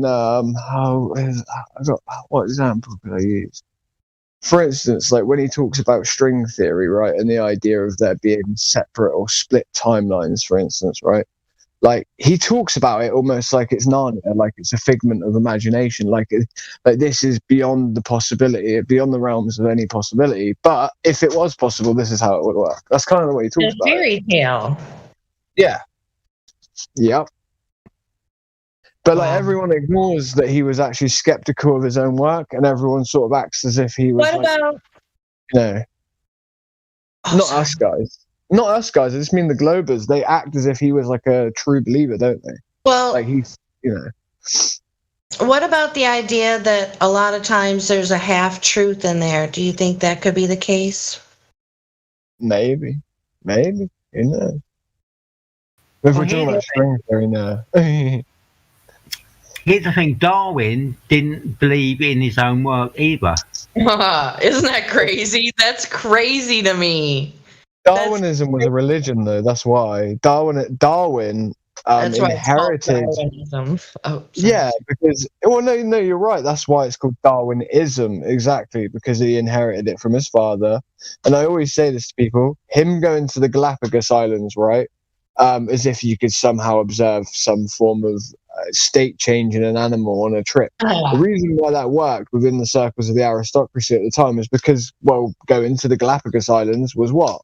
Incredibly exotic, and it was actually, you know, something that was a good thing to talk about, as in, like, you get around the aristocracy circles, right, sat around those dinner tables, the big dining halls at Blenheim Palace, and you know Winchester and Worcester and all these different places. Yeah, you have these aristocrats talking, and like the queen gains legitimacy by this big parade, this ceremony that we do, the coronation. The Galapagos Islands was like the coronation of Darwin. That was the thing that gave him legitimacy. I thought you were going to go into that he he researched adaptation, not effing adaptation or evolution when he went to exactly what Darwin said of his work. I've got this theory, but I believe it's just half a theory. I don't fully understand. And he was right to say that, half a theory. Yeah, that's oxymoronic, isn't it? Half a theory. But Darwinism, like I said, when you think about Darwinism, as in like his father believed the same before, and his father's father also pushed the same narrative, right, before them. But it directly coincided, should I say, if you remember the original, we have random speciation, right, preservation, preservation of race, but we also have preferred races is also another part of the book. Yes, that's talking about birds. I understand that. Everyone always likes to sort of say that. Oh, that's talking about birds. All right, cool. I'm not on about that bit. I'm on about the parts within the side of Darwinism that miraculous. Well, it denotes, right, and clearly outlines that black people are not human, basically, in terms of they don't have the same prerequisite ancestor to white people almost. So Darwin uses this, well, I believe the crown, I believe the whole of the world, in fact, the global elite used his book, right, Darwin's work, as a way of removing any sort of moral objection that any man would have had about basically enslaving their fellow man, by creating this despicable sort of theory about race that diminished what black people were and being less than human, which led into eugenics, correct? Exactly, yeah. So, and like eugenics, basically that being almost like the whole field. There actually are some true things in eugenics, but not in the sense of like racial eugenics, not in the sense we're talking about now. But I'm just saying, like, think about how convenient it was that Darwinism was just ready to be put on the shelf of every person at the time when it was needed for men to have some form of authoritative book to point toward, to sort of condone, their actions that they would commit toward someone that would resemble a man, a human, just like themselves. Now we have an authoritative scientific piece of paper or literature that clearly states this black man is worth less than you, so therefore you can go ahead and subjugate this man as much as you like and feel free from feeling morally bankrupt for doing so, because here's a book to explain away the pain. That's what Darwinism is. Yeah, so exactly right. And there's an infamous quote to encompass the whole thing, but you have to add a little bit of arrogance to it. And that is, survival of the fittest, shoulder shrug, you know what I'm saying? Yeah. Yeah. Yeah, survival of the fittest, again, is also ridiculous because humans don't exist in a dominance hierarchy. Animals of a lesser sort of degree of intellect would and do live in those forms of hierarchies. Humans, however, live in forms of hierarchies of competence and beauty even. Right, we don't live in the same. People don't have to be the fittest to be the most competent. You can be the most competent mentally. You could be extremely competent at having babies, so therefore you will be provided for. Like, there are different forms of hierarchies and how they're formed in humans, but like Darwinism completely ignores these.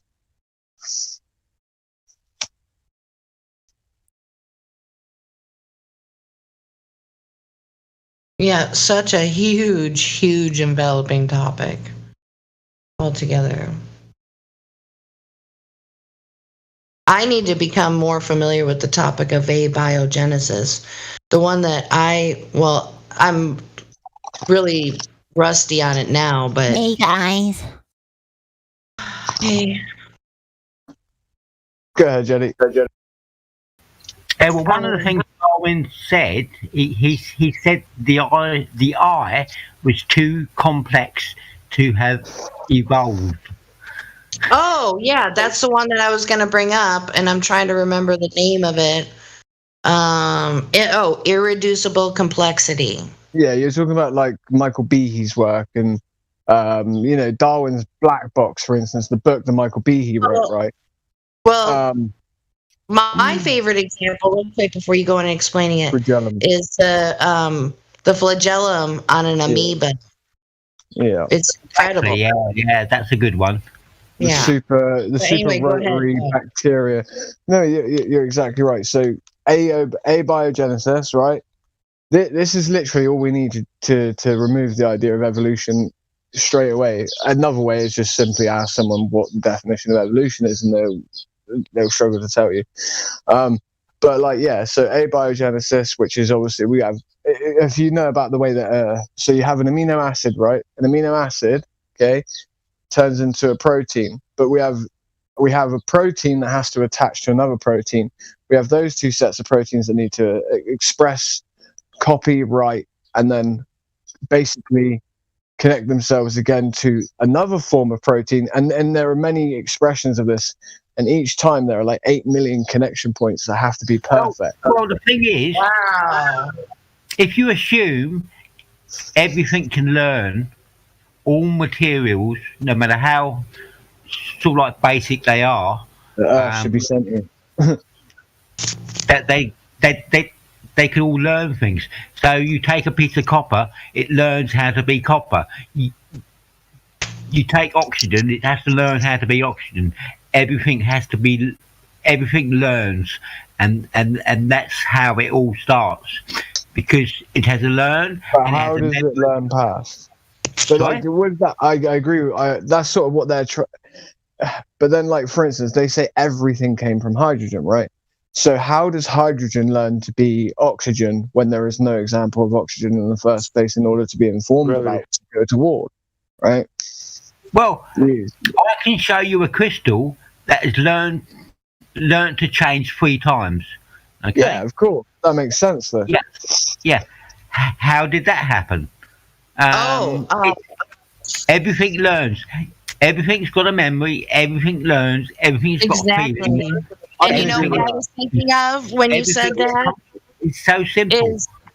Is water is not only the universal solvent. I think that's the correct term. Yeah, that's the term. But I was thinking the other day about that it's also the universal, it contains memory. I mean, you can observe you can observe it with a microscope. Yeah. How about that?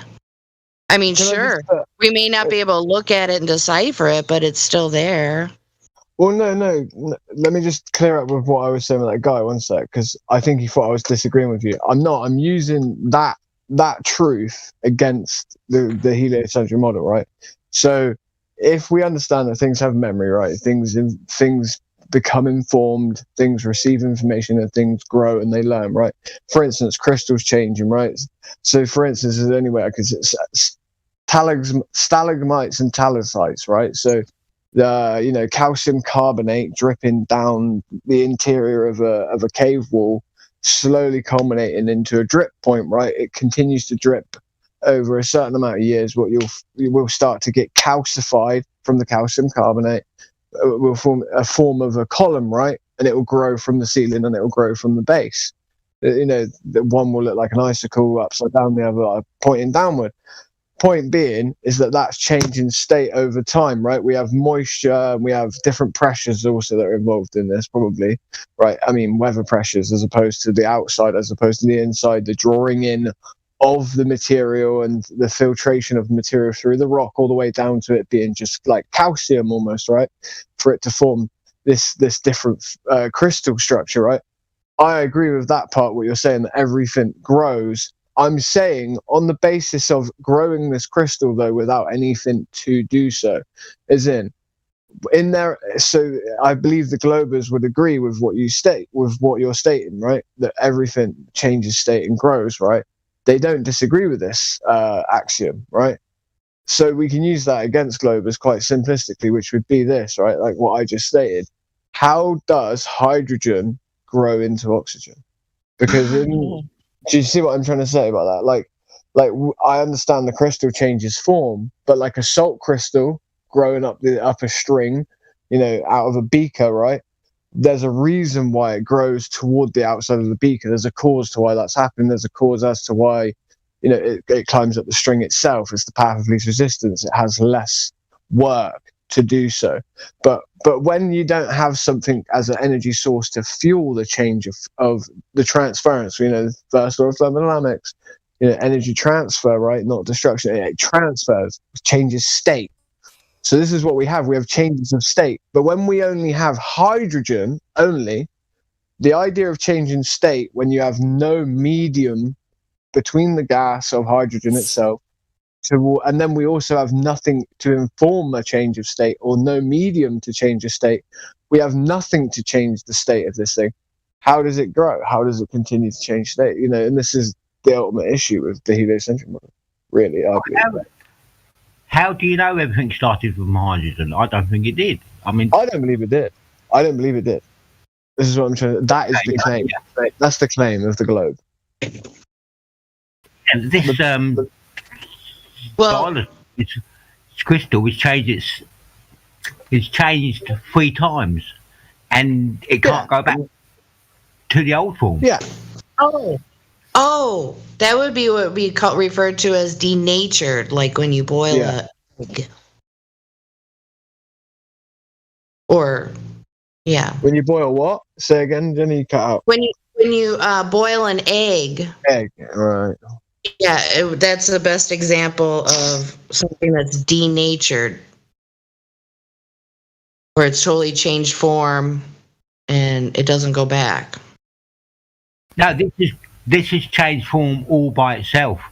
Yeah, this is different to the egg. Yeah.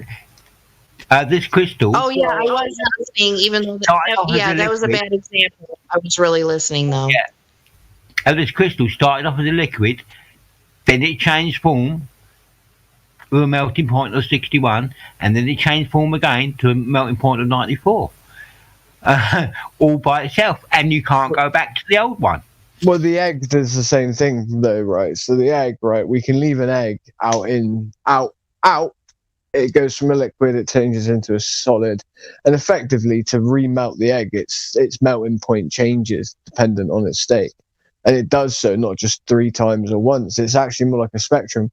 So the egg, as it slowly solidifies, you can just leave it out in the atmosphere; it will slowly boil itself. Effectively, the structure of the egg itself will cut over time or ferment or whatever you want to call it. I really don't. It doesn't really matter. It will denature and it goes from a liquid to something else. And then, in fact, its boiling point does change. The egg that's liquefied's boiling point is much lower than the egg that is the original egg. You still you can. Yeah, you can. You've got the original egg there. Well, it's changed forever, and it's not going back. Forever, but so is the egg changed forever, pretty much. Do you know what I mean? Like, it's never going to be what it was originally. The actual chemical composition of it is different. The shell may be very similar. Agreed. But there are lots of things. This isn't taken away from your point, what she was saying. It's just to give an example of things changing state and using energy. The crystal doesn't do this on its own, just to let you know as well. The crystal actually relies on the medium that it's in order to do so. Do you see what I mean? It changes state based on the medium that it's in. You know, like crystals that grow in caves, for instance, in dank, dark places, right? But there are reasons why things grow there, why these crystal formations, amethyst, right? How these things are created. They grow seemingly on their own with no sort of obvious inference of anything helping anyway. But the medium that it's in, the air that it's in, you know, the moisture, the bacteria that's in the moisture, the salt that's in the moisture, the different atmospheric conditions and pressures that are relied upon to create such a thing, those are the things that feed it the same way the water that's being heated up by the element that boils the egg slowly changes its state. I know it's very different, but because one's more of an organic process, but like I said, the egg can still effectively change state in the same way just by being out in the atmosphere, and it will change state the same way. That's all she sort of meant, I believe.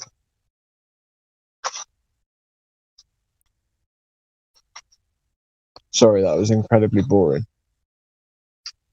So, does everybody think that things can learn, things have memory, things have feeling? things are conscious. Yeah, things have got memory, bro. Like with water, for instance, like what Jenny said, right? Like you could even say it on a basic format that like water that had been in the River Ganges that would now be in, let's say, southwest of England, where I am, right? If I was to then, take out a trace mineral or pigment of a certain orange undertone that, I could only 100%, if I looked at it under a microscope, match it to a certain type of orangey pink pigment that came from the bank of the Ganges, I could probably near enough say to you, if I also found trace elements of other very unique embankments along that river, right, of certain pigments, and I had all of them, right, and I had them in a chronological order, like it's suspended in the liquid on a microscopic level, and the lowest point, right, the furthest point away from me would be the Ganges, and all the places from there. It's almost like I see it like in a rainbow of like this stuff gets closer to me as I get to there when I put the water in a suspension. Like I see it layered and suspended in its individual segments, almost making sense that this path of water, this individual little bit of water took that pathway and it took on the bands of the color. They've done that for a long time. So that would be a form of memory of like knowledge, or at least where that water had been previously. But then there's also memory in terms of how the water structures change now, using like the electromagnetic field of where it was even at the time. Like this stuff goes very deep. This sort of memory in water stuff. Yeah. How about this then? Have you ever seen lightning go horizontal? Sort of sideways. Yeah, I've got an image that I took myself actually of this exact phenomena. Yeah, I've got an image. Let me find it. What do you think causes that? What causes lightning, bud? Like what causes it horizontal is path of least resistance, right? At the same time, what is lightning? Like the cause of lightning as opposed to what it is, two different things. Again, I believe, I think that could be seen as true. All I know is that I saw this video. It was horizontal lightning, and between the horizontal parts, there were these two rainbows. And I come to that's the light spectrum. Yeah, I come to the conclusion that this was Earth's defences stopping the lightning hit the ground. Can I just comment very quickly because so a few years ago, right, there was two huge lightning storms spaced over in the southwest of England between over like a year and a half. There were two massive lightning storms that hit the UK, right? And like, when I say massive, I mean absolutely huge. They spread over an area that was much bigger, like more than a few hundred miles squared, right? And it was in every direction. And obviously lightning, it being a localized form of energy and electricity and light because it creates flashes, this light is very local to the medium around it, the air around us, the atmo, right? The atmosphere, sphere, and obviously atmo, air, whatever. Anyway, so that light, because it's local and in all directions, what ended up happening after a few hours, right, of me being implicated in all of this lightning in all directions, we were in the cars driving around, chasing it about, trying to find where it was coming from. It was in every direction above our heads, and it would get stronger in some ways and others, and it was loud. It looked like the apocalypse. It was amazing. There are videos of this all over YouTube. I can provide one in a second, actually, and I'll provide an image from that night of a piece of horizontal lighting. But what I understood from that night, and then I really sort of had to like rack my brains a bit, was that when the lightning stopped, it was late at night. It was pitch black sort of time, right? But it was purple. And it was purple and pink everywhere, almost as if we had like an ambient light, when the sun goes down and it's still blue in the sky, and that's again the light from the light source is adhering to the gases in the air, and that's why the sky is blue. The sky is blue because it's charged up with the blue part of the light spectrum, and then those gases, much like when we have a projector hitting a projector screen at the cinema or a wall. The wall is what holds the light and paints the image.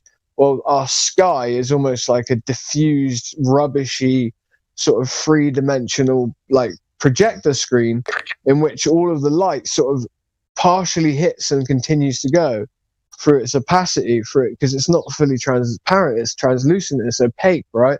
So it hits onto it, and whatever part of the light spectrum is most able to adhere to the air, the atmo, it does. And usually it's the blue. The blue is the most adherable due to the distance to the source of the light itself. But when it's a really local light source, pink and purple being the shortest part of the light spectrum, that's what adheres. So I ended up with a purple sky because the light source was the lightning, right? And then, so now to realize that basically, now the whole sky is purple, I'm like, wow. So like I've started to pick up now on like the directionality of where the sun's coming, where it's going to come into my view, where it's leaving, the path it took throughout the day, based on the color of the sky itself, right? And that path itself informs not just the color of the gases, but the pressure as well, due to, you know, like Charles's law and all this sort of stuff as well, with people, or Gay-Lussac's gas laws, or whatever you want to call it. But the point is that maybe those rainbows that you saw, those like bits of the light spectrum itself, could just be because there are multiple light sources to cause the rainbows. And the rainbow, the reason why we see the light spectrum split, right, is because effectively it's able to, the light casts out and then it's able to land on something. Whatever it lands on, it's almost like a wall, right? Like a projector screen. You know, it splits the light spectrum like a crystal. And I believe the firmament, or, you know, is a prerequisite to this, because to have these homogeneous rainbow shapes, that takes a homogeneous shape first for the light to go through, for it to like land and be that, you know? Yeah. I'm gonna shut up. Sorry, I just waffled then. Oh no. These rainbows they were going up sort of like 90 degrees to what you normally see a rainbow. They were straight rainbowish like lights between the horizontal lightning, and whatever was causing the lightning to go horizontal, it's something to do with why we were seeing these two rainbows between the horizontal lightning. Yeah, that would probably make sense, because you've got horizontal lightning, right? And then to see the rainbows, like that's what I'm saying, they're light sources, right? And the fact they're horizontal, now you have a horizontal form of light, like a light bar, which would, you know, make sense why you would now see bands of split, you know, light spectrum, which is what the rainbow is. But to even be able to see a rainbow, like I said,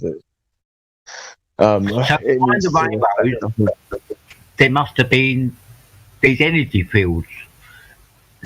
So there was two energy fields, and we saw them by seeing the rainbows. And why would we get these energy fields directing horizontal lightning? I don't know, because it depends though, because if you're seeing the rainbows as the cause of the lightning, then you would see it that way. But I'm not necessarily seeing the rainbows as the cause of the lightning. Do you see what I mean? Like, I'm seeing the rainbows being there, they're caused by the lightning, not the other way around. My conclusion was the Earth didn't want the lightning to fall to the ground. It wanted to do other things to the lightning. And it said, no, you're not going to the ground. You're going to go this direction, because that's what I want you to do. Yeah, but the lightning eventually would have went to the ground almost. And if it didn't go to the ground, it would have dissipated into small pieces of legs that eventually would have had such a low charge that they just fizzle out into nothingness.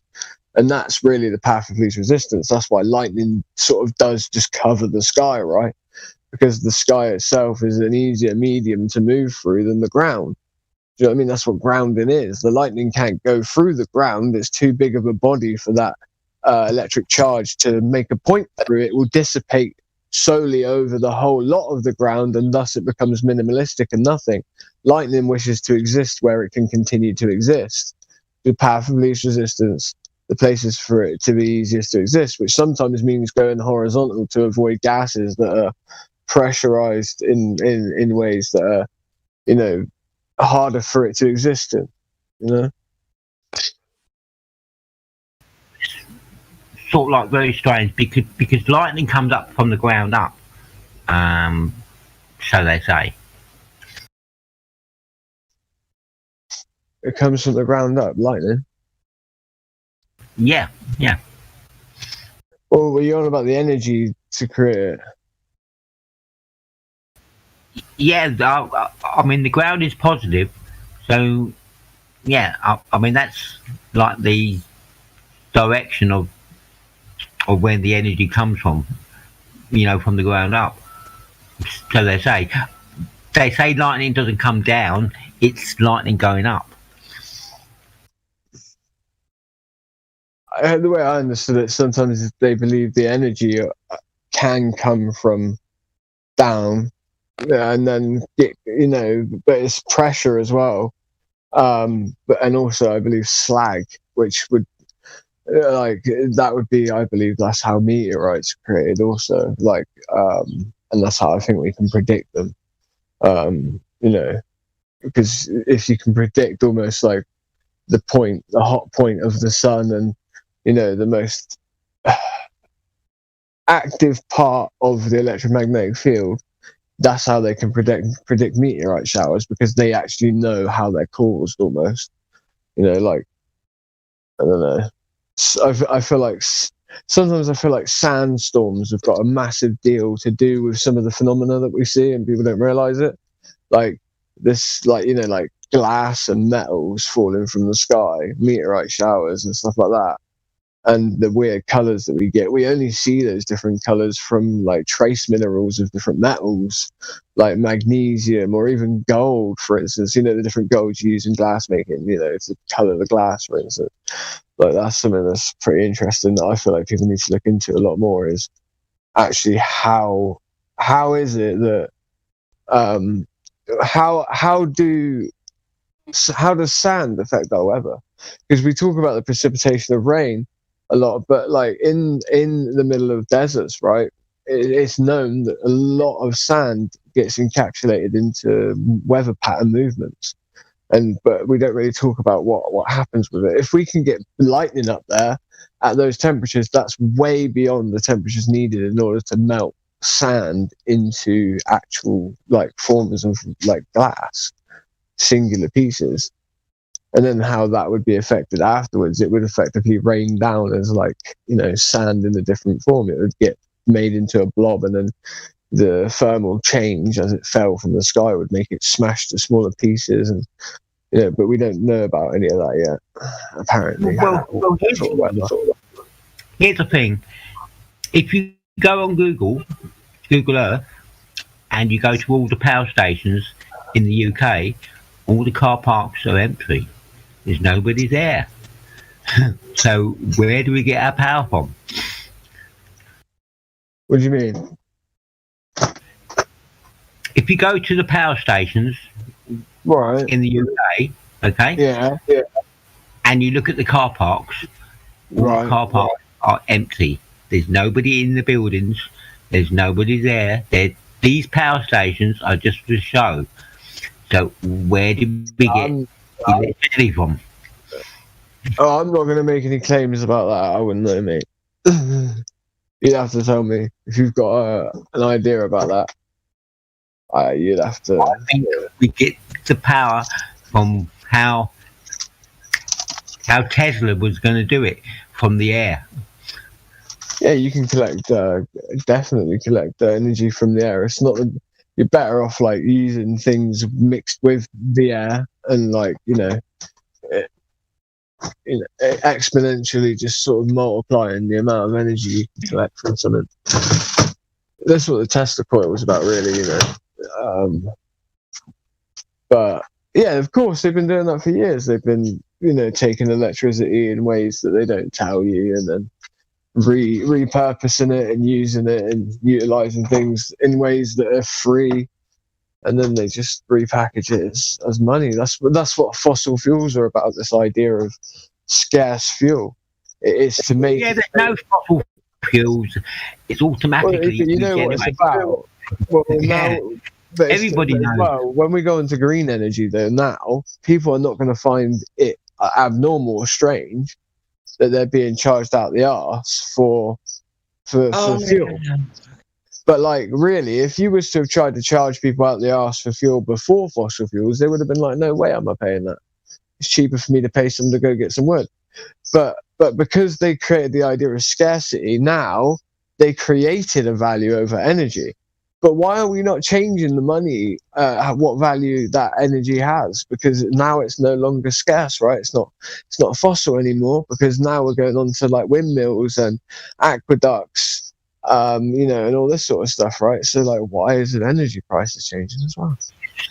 So the way I see it, they had all these solar panels and they had all these wind farms, and they said, "Oh look, and we got all this stuff." And we got these electric cars, and when do you charge the electric cars? At night. Oh well, there's no solar power at night, is there? And the wind is low at night as well. So yeah, they store it, don't they? Apparently. So it just comes from the grid. All these solar power stuff and wind farms, useless, virtually useless. It doesn't produce like all the wind farms in the UK. I believe they produce like less than 1% of all of the electric used. Do you see what I mean? Yeah, they produce it's a money scam. All the solar panels and all the wind farms, they're just a money scam because they break down every couple of years. Anyway, they don't last. The maintenance on those wind farm things, mate. Some of the ones near where I live, right? Oh my days. The amount of problems that they've had with it, mate. It's unreal. Like, it's constantly on one of the, like, on Facebook, you get like the different like news pages.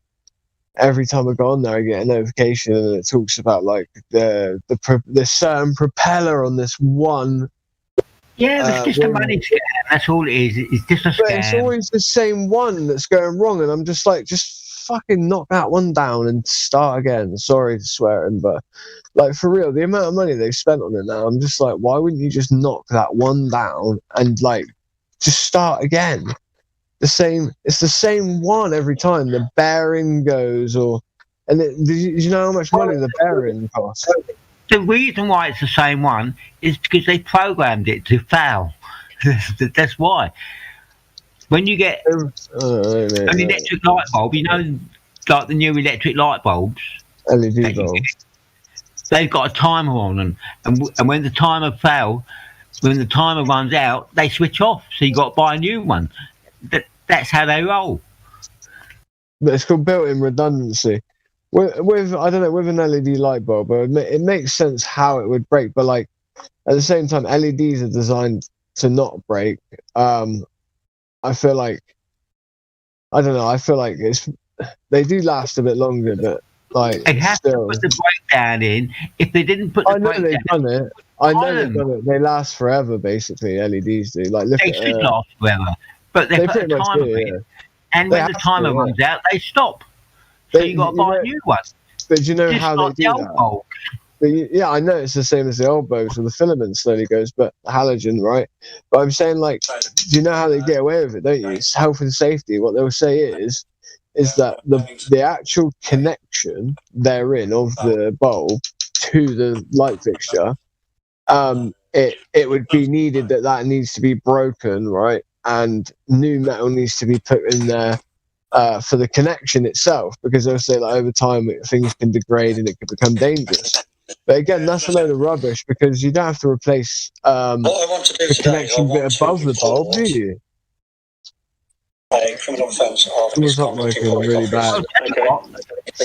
In the 1980s, wait a minute, mate. I'm just going to sort out this hot one. What's happened is, as a result of the coronavirus and the Coronavirus Act, I started. What is it? In the 1980s, this this guy invented a light bulb that wouldn't run out. He couldn't market it. How can you market a light bulb that don't run out?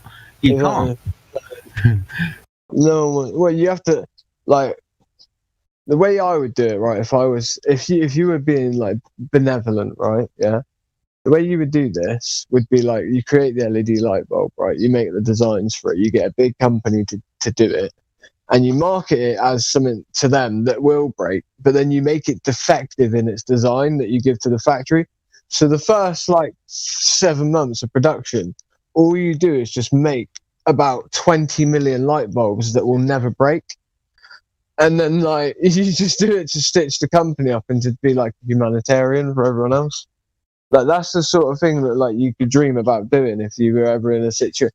Like, if you're ever in a situation where you were the one given the plans for the redundancy sort of add-on of a product in a factory, and you purposefully fucked that up and made sure not to give that command out, you might be able to produce just enough before the first lot should break, before the next rebuying sort of wave with a new product.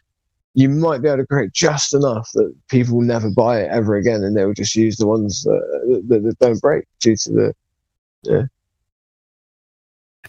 The reason why you can't market it is because of greed.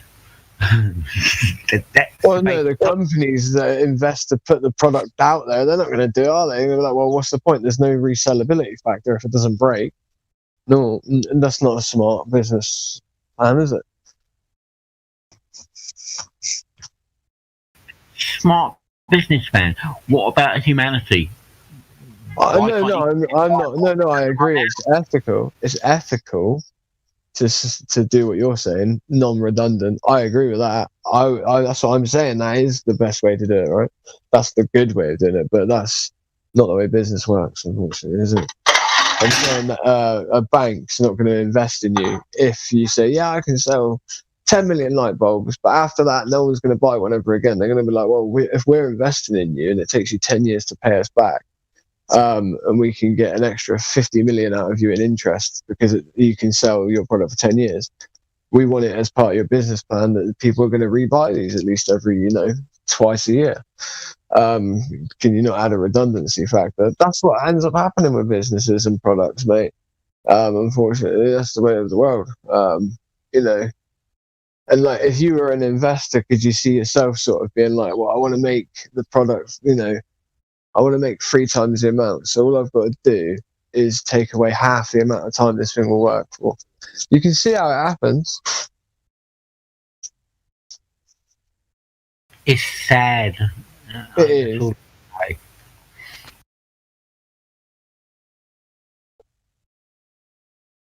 But you see where Oh no, who let Branch out? He's not in VC, is he? Who? Branch. It's Branch here. Yeah, he was begging to be unmuted, and I told. Okay, I'll read you the message. I might as well because he already called me the B word, and that's okay. It kind of made me smile.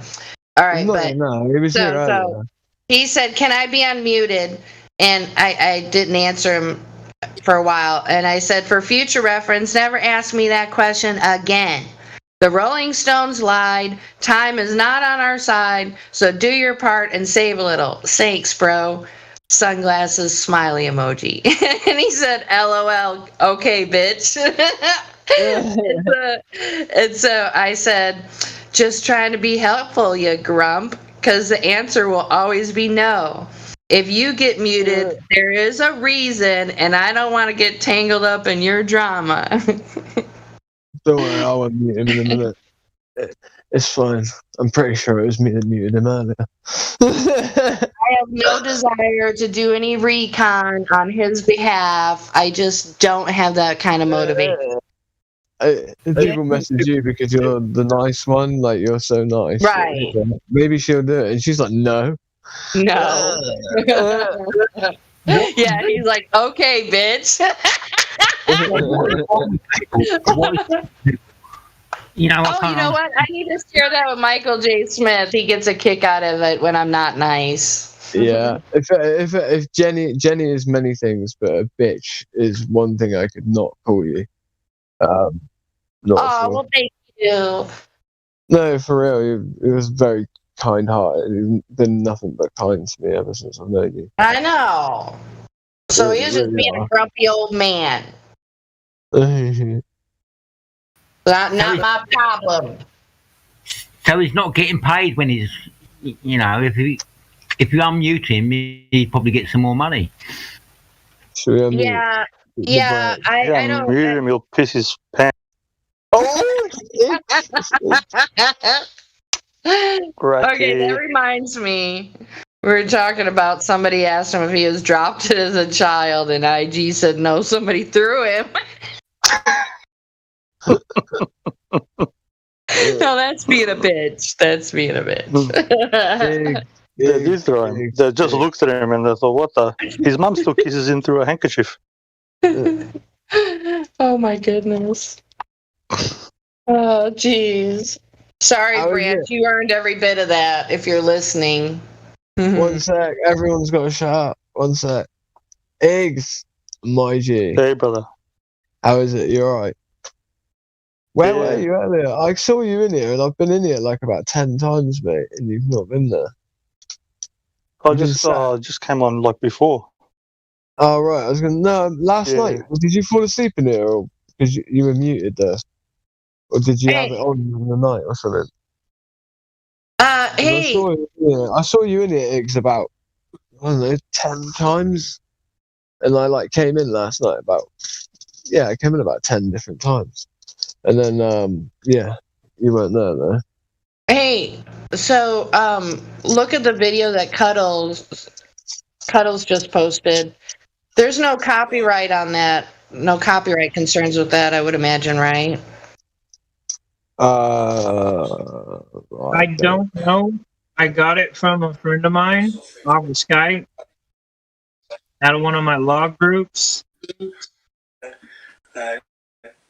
Oh, well, that's, yeah. Oh, shit, I didn't see you. Women who've had the menopause and Sorry, Iggs, I didn't look at live stream voice text. No, you're right, bro. I didn't read any of that. No, Is Jin hot mic in? that was confirmed to me. I then took it upon myself to... Right, I'm going to mute Jin because it sounds like he's actually having a very personal conversation. I just figured I'd share the song and somebody would enjoy it. I didn't expect anyone to try and play it on the stream. Oh, no, I mean, if it was somebody that you knew that recorded it, that's what I was after. Yeah, no, I don't know who she is, but she's got a beautiful voice. But it's a good song so far. I'm already like a minute in, and it's pretty good. I like it. Cool.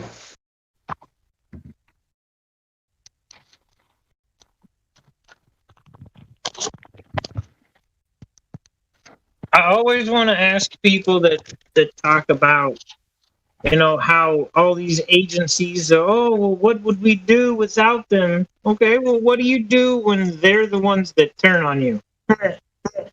When the guys that you're supposed to piss off. Right? I mean, what do you do when the guys that are supposed to protect you are the ones that are creating the problems for you? Like, who They're not there to protect you. It's in the name, agent. Agent comes from the word gentleman. With the A in front of it, it negates the fact of the gentleman. So it's not a gentleman. So he's there to screw you.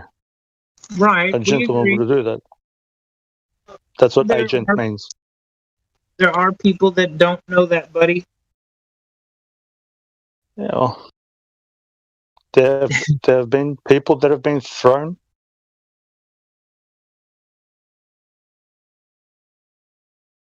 As little children, so what can you do?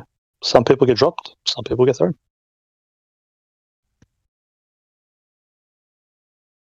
Oh, you want to come in? Oh, yeah, there's some water. Drink some water. That's the thing, though. I always like asking, who do you call when the police are the criminals? And then there's dead silence on the other end. And I'm like, exactly. Your neighbor.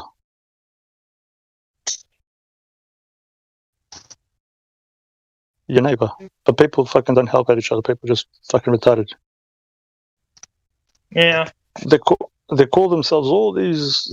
Everybody labels themselves. I don't care, religion or patriots or fucking whatever dumb shit. But nobody sticks up for a bunch of hypocrites. Hey, Ig, That's what I reckon. are you on Skype? Yes. I got a buddy that you would love. Actually, I got a few buddies that you would love to talk to. Yeah, sweet as, bro. Message. I need to actually put it on this phone. I've got it on my other phone, but I need to put it on this. Well, if you want, just send me a message and I'll see about trying to add you to the group, or talk to some of my people, because it's quite interesting. I got a friend right now. He's through most of his paperwork. He's gotten the corrected IDs and such, the special IDs, special passports. I think he's got diplomatic status on his passport already. He's working with the Treasury to get his Treasury direct account set up and everything.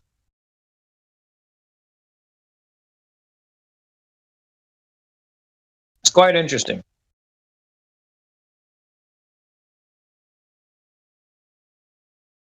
Every ID should be diplomatic, because that's what an ID is.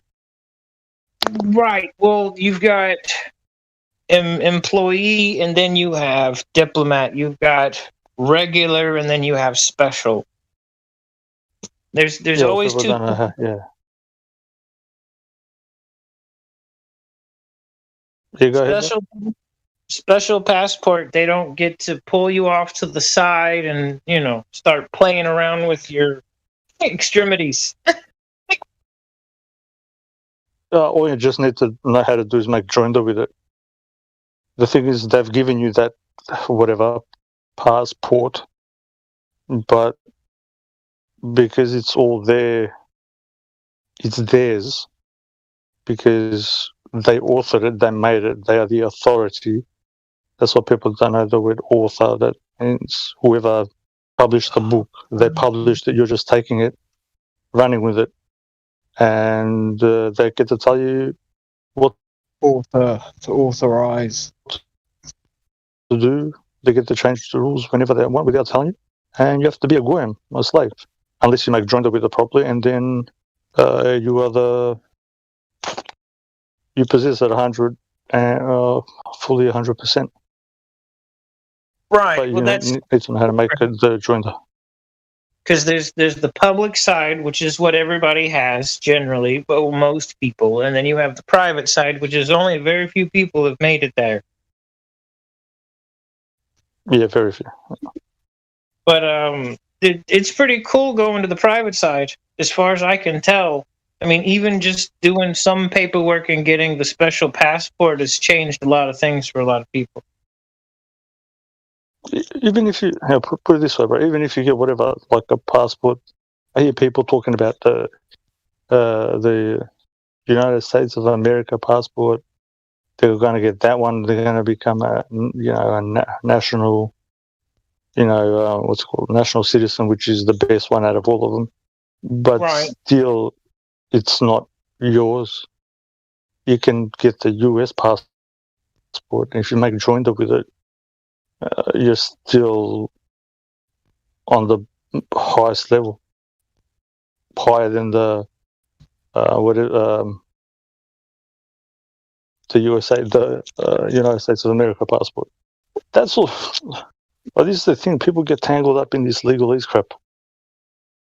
Well, that's the thing, though. You're talking joinder, but we're the process. You can't play the game if you're gonna passport. It skips past joinder. Joinder's not there. Say that again.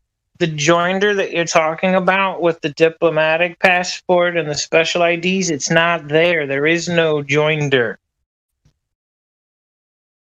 That's only on the public side where there's joinder between the person and the man, where the person becomes the man. On the private side with the special passports and the special IDs, the person and the man are separated. Doesn't really work like in actuality, though, does it? Let's face it. Well, it's in the code. Here in the States, it's in the dadgum code. They give you two options. You can take the path to the left and you can play in the public, or you can take the path to the right and you can go to the private. One has rights, the other one has privileges. There's no mixing of either of them. They're completely separate from each other. They have nothing to do with each other. Yeah, I know, I get that idea. What do you think about birth certificates then? It's your golden ticket, buddy. Didn't you ever watch Willy Wonka? No, I understand that, but that's what I'm asking you. What do you think about them? It's your golden ticket. The thing is they didn't teach you how to use it, but that's in dang codes too. Some Again, of bro, it. you're using codes. Do you know? So just say you're looking up your USC whatever or any codes, statutes, even laws. Even laws are codes. So the thing that you read, just say the paragraph or whatever, 10 lines of whatever so-called law. Go into the it's called what's it called? It's they have the actual law written down there before it's codified. All your laws, public or private, they're all codified. If you actually read the whole law in its entirety, most people would not compute any of it. That's why it gets codified. So annoying. Even like so-called lawful stuff. It looks different as well, doesn't it? Because you have when you have before, it's like in the state that you're on about. I'm saying, can you hear me? Yeah. Yeah. All right. So I'm saying when the law is almost in that state, you end up having like actions written down. It's hard to explain what I'm saying. Like, you know, like when you're looking at chemistry and they move one isomer to a different bond. Yeah. Like in preliminary law, before it's before it is authorized or it's pushed through or made into an actual, you know, like you said, before it's codified or whatever, that it looked like almost like that, like when an isomer is moved to a different position, you have similarities to that sort of like modus operandi in sort of the writing of the law. It's hard to explain what I mean. Like you have like chain of command mixed with how to do said chain of command and what that means for the chain of command in this other codified thing. That's why things have to be in preliminary law before they're codified, as well as codified. You have to have both, because you have to see how it could have like, let's say something starts being affected after you pass a law in a way you didn't foresee, then you can at least look at all the different arms, right, of the prerequisite things needed to enact the law. You know what I mean? Like laws and new laws.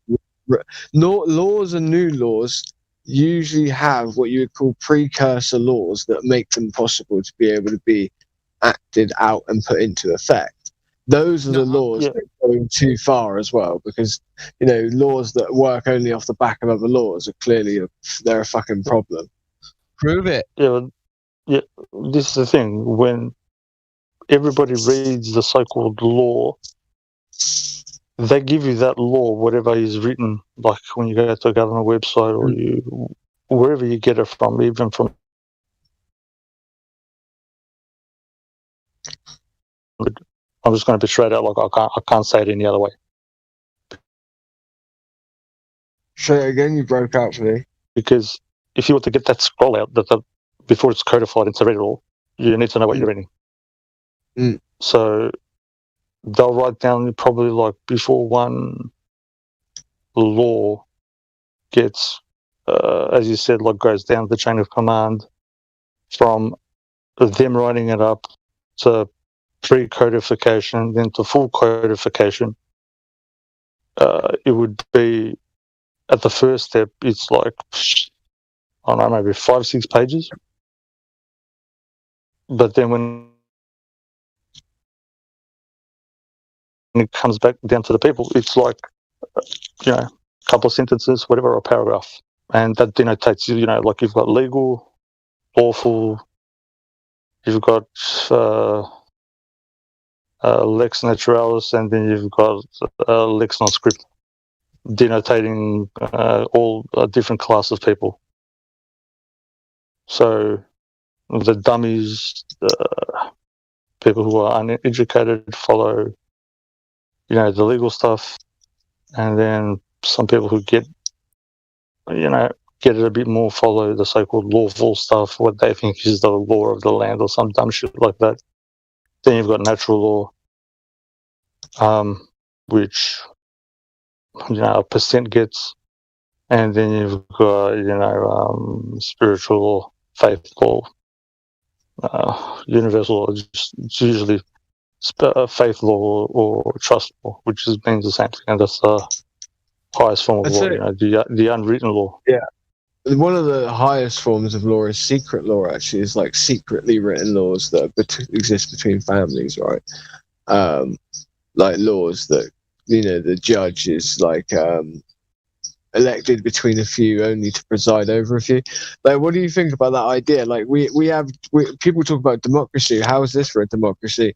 You have 10 members of a family, like a clan, right? Or even 30. All 30 wish for one man in that clan to be a judge and an executioner. He has the ability to judge everyone. There are 10 elders or 12, much like there would be peers or whatever, right? Your peers as a jury that would judge over you. Like, if like a group of people like that, right? Like 100 people agree that this one man's a judge. These 10 people are the jurors on this day, right, or whatever. Or they could ask for jurors from anywhere, right? Any place whatsoever. Like, why can't, if it's the choice of the individual, why can't that be a real court? Like that judge of that family should be able to effectively put them in prison for 10 years, and everything alike. Because if every person's in agreement, then that's democracy in action. Yeah, consensus makes the law. That's the thing that people don't understand. That's another form of law. It's an axiom. But that's how we know they're tyrants, though, because they don't adhere to that. You go for it? I'm saying that's how we know they're tyrants, then, because they don't adhere to that, because they pretend to. But if that's democratic in nature, me, you, and 98 other men could go into the wilderness, and women, obviously. We could create our own court in, let's say, in England, in a piece of land that we own. Yes.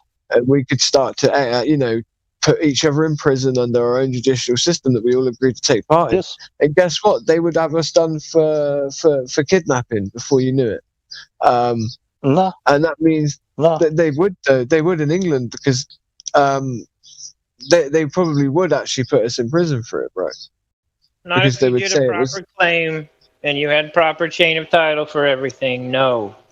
But proper chain of title would literally just be every person agreeing to one piece on a contract, which would say that we agree to allow ourselves to be judged by this judiciary, which is entitled as this. Yes. This is the framework of it.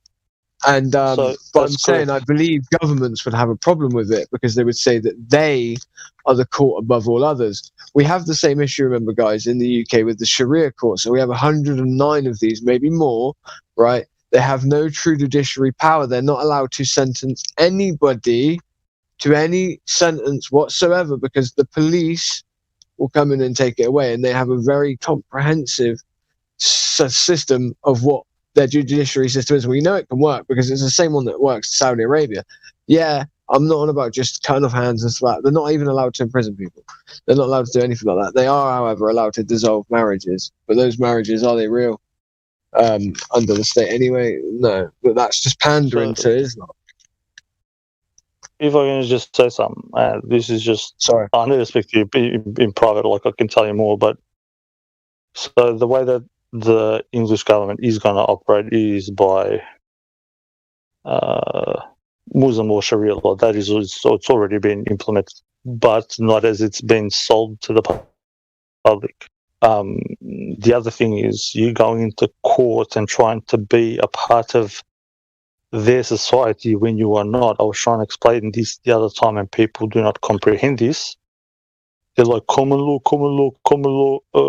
Okay, common law is not common to the people. Common law means slavery, because the people that are up the top common sense. love slaves.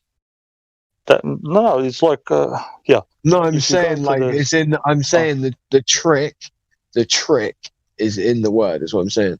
Common law. You know what I'm trying to say? That's what you have. Like, yeah, of course. like, that's where you have the House of Commons, and I say to them, "Are you a part of the House of Commons?"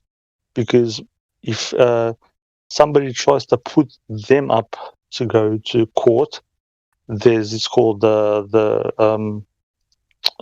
it's in the City of London. It's a special court. It's called the Commoners Court, and when they say a jury of your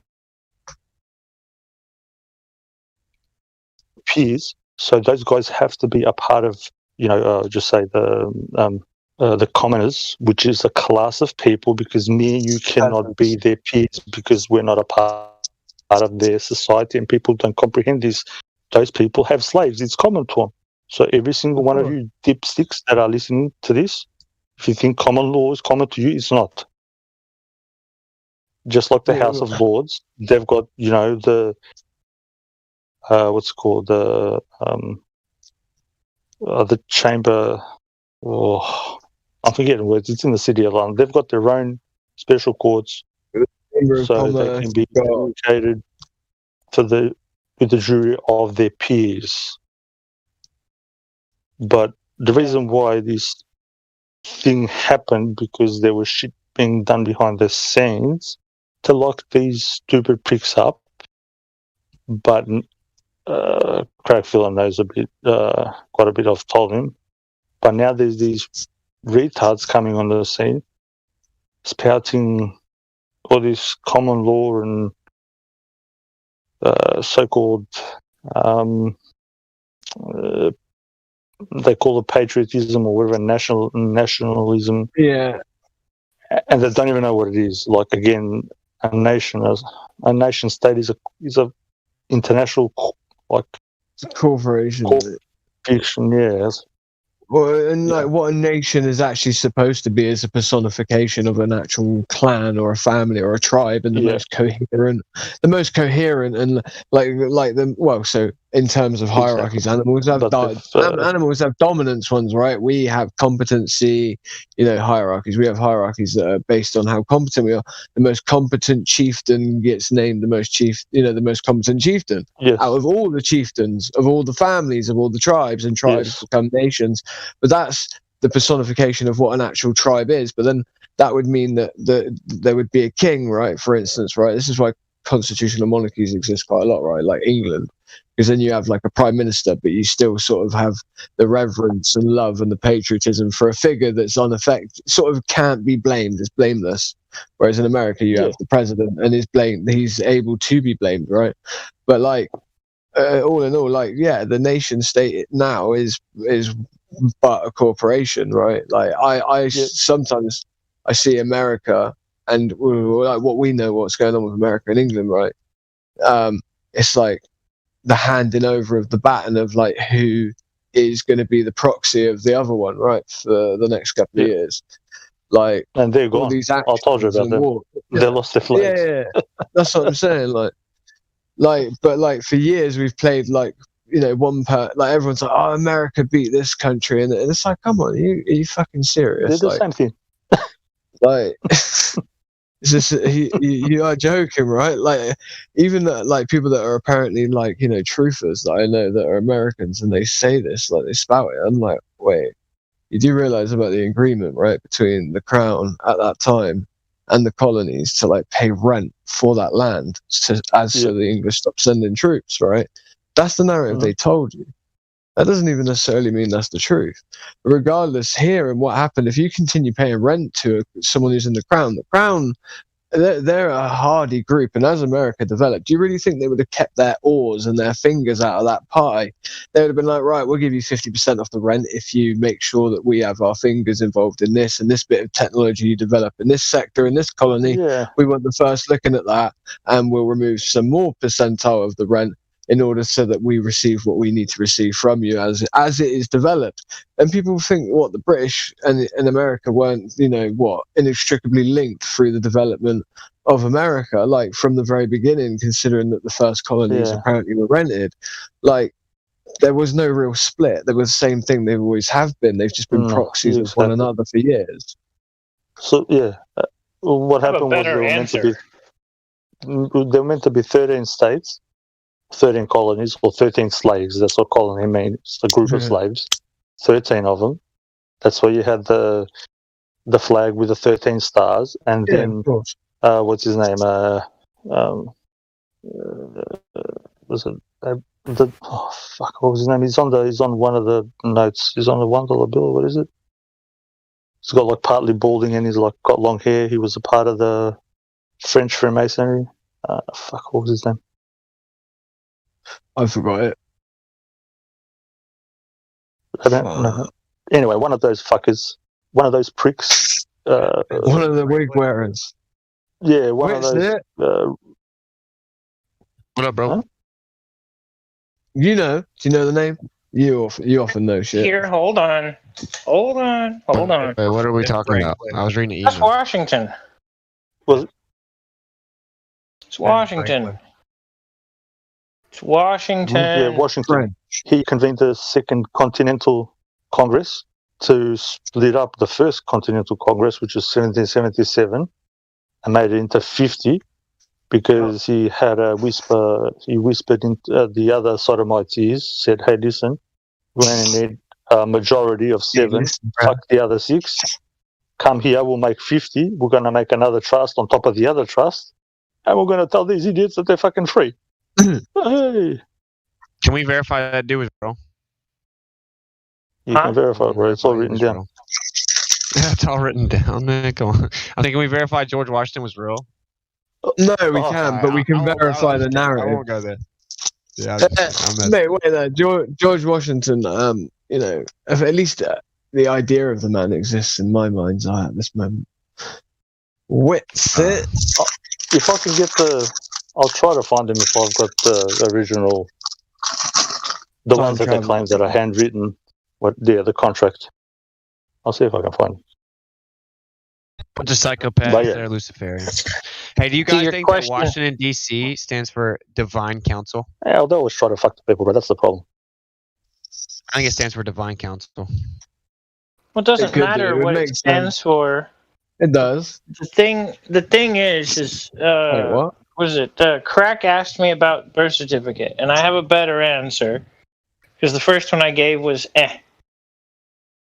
The birth certificate is proof of chain of title for you and your family. It is the originating chain of title for you in this country, and it proves not only who they are, but that you belong to the nation that you were born in. Yeah, it makes you a corporate entity. Yeah, mate. No. You talk about this like it's a golden ticket, but like the issue is, buddy, right? What you're saying is remember when you said earlier you have 2 different paths in which you can take, right? You have this one, okay? You have the corporate path, you have the private and the public. The issue is that the birth certificate implicates you inside of a system that you have no choice over. Like when you're a little baby, you have neither the choice. The birth certificate, regardless of it being a golden ticket or being the worst thing in the world that makes you an entity of a corporate slave system, right?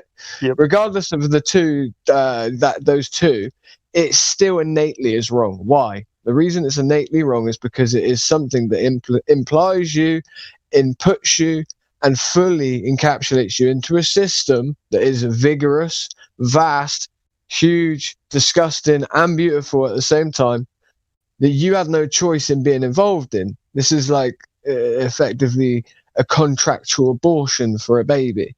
Like, how did you have a choice to be because it says the mother is the informer. So Yeah.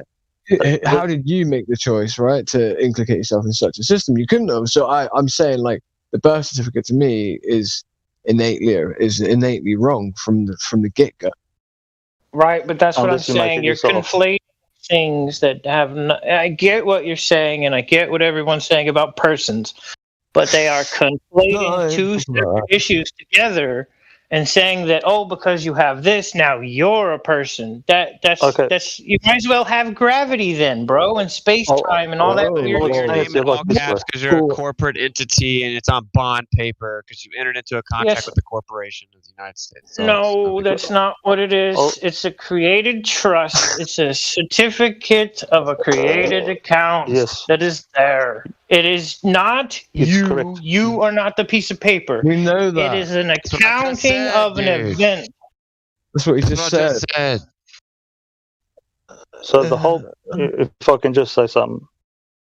Yeah, go ahead, bro. You know how people, I'll just explain it like basically, you know how people go like, oh, every person is, related to the Queen, every single president, blah, blah, blah, blah, blah. And they're like, oh, why?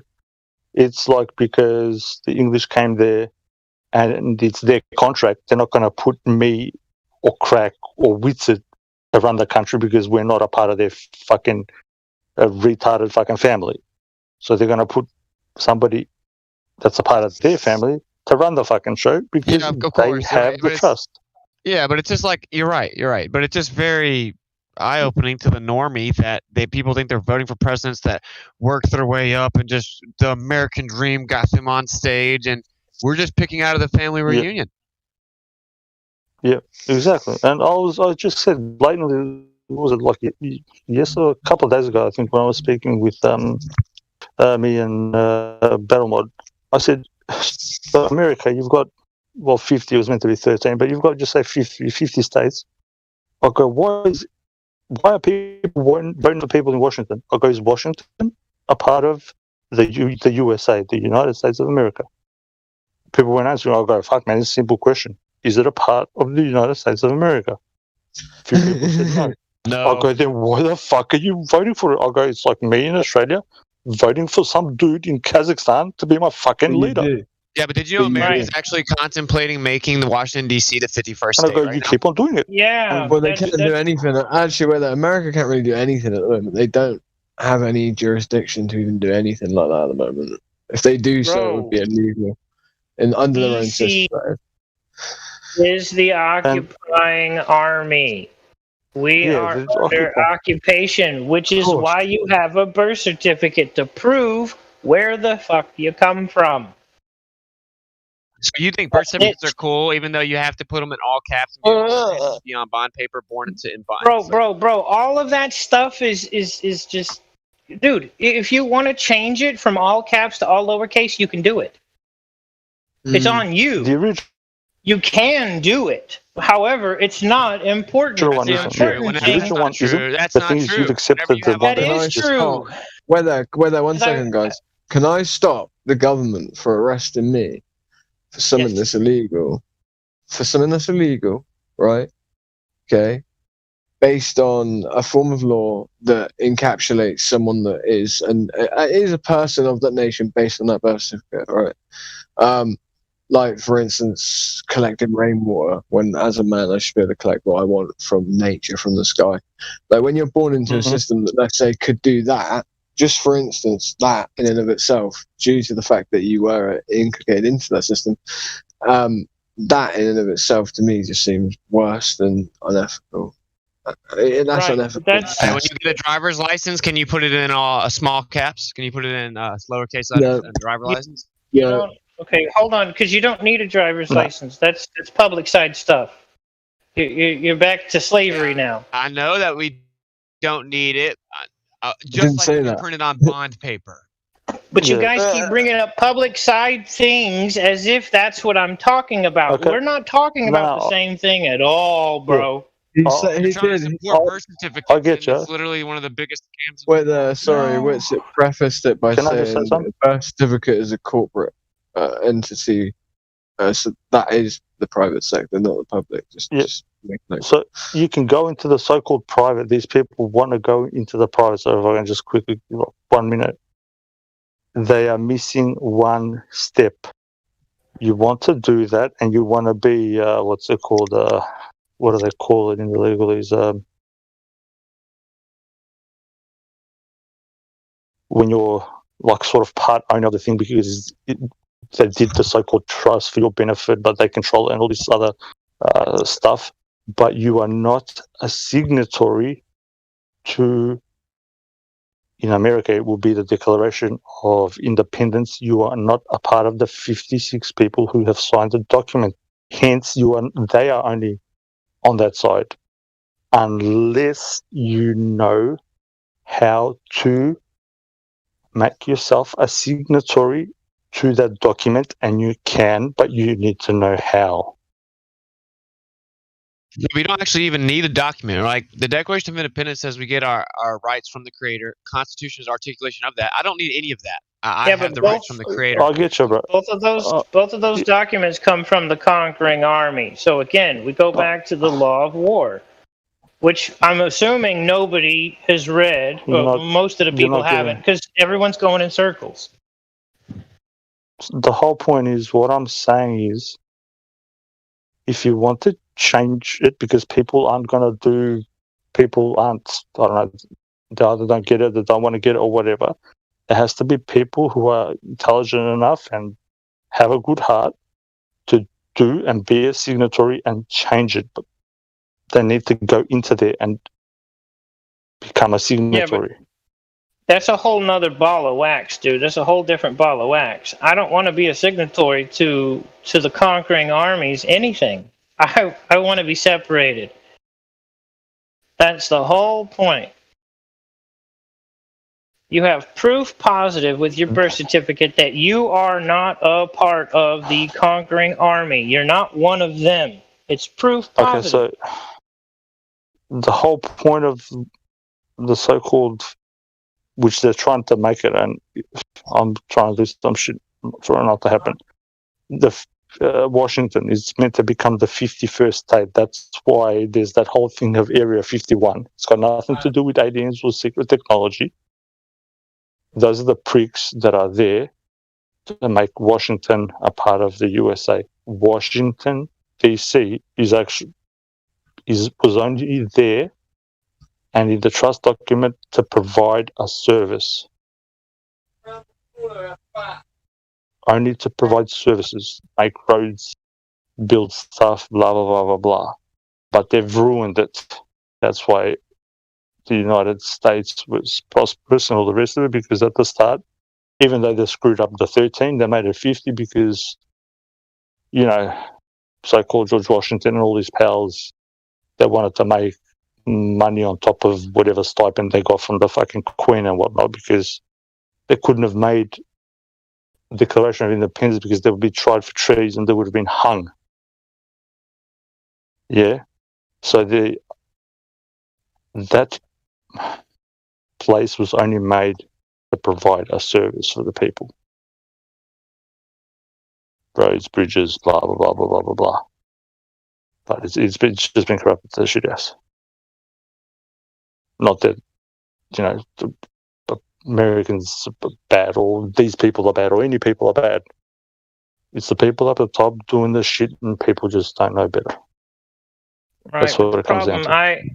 I have with these conversations is the same as we flat earthers have with globies. They come in here, they haven't done any research, they haven't read the Law of Nations, they haven't read the Law of War, they haven't read the Law of Conquering, they haven't read any of these things. They don't understand how trusts work, they don't understand how state law works. But then they want to talk shit about every little thing that they're running around with that's all under a state law and all under trust law, but it's under a separate trust. All right, check this then. Since you're supporting the birth certificate, which is like the biggest scam in human history. So what happens if I'm born at my parents' house and I just never get a birth certificate? What exactly do they have over me? Nothing. Again, they conquer everything. That's what they do. It's the damn job. What authority do they have legally over me if I don't have a birth Nothing, brother.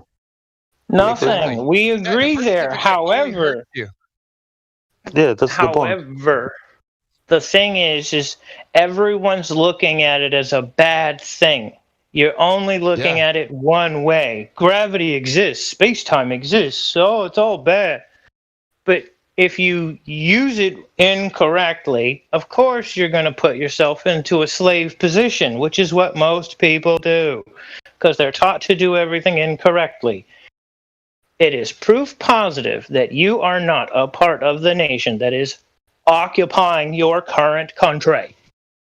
Okay, but now, what you do I have to enter the contract though? That's what I'm saying. Like you're acting like it's such a positive we should go enter, and I'm saying we should teach people to not even enter It's the not contract. a contract. You can't contract that freaking as a baby, and nobody under state law and under trust law can contract your rights away. So again, it's all misnomers. It's all paradoxes. It's all bullshit. Why do you keep saying ambiguous, vague things about how you're so smart and everyone's so dumb? I'm asking a very specific question.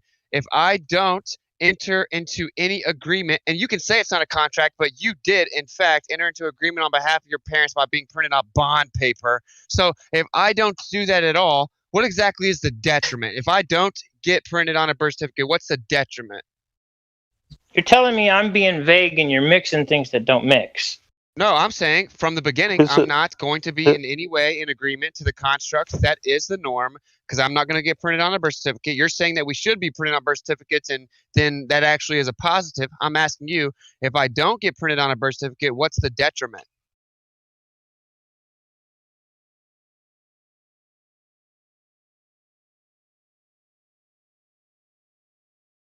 There is no detriment.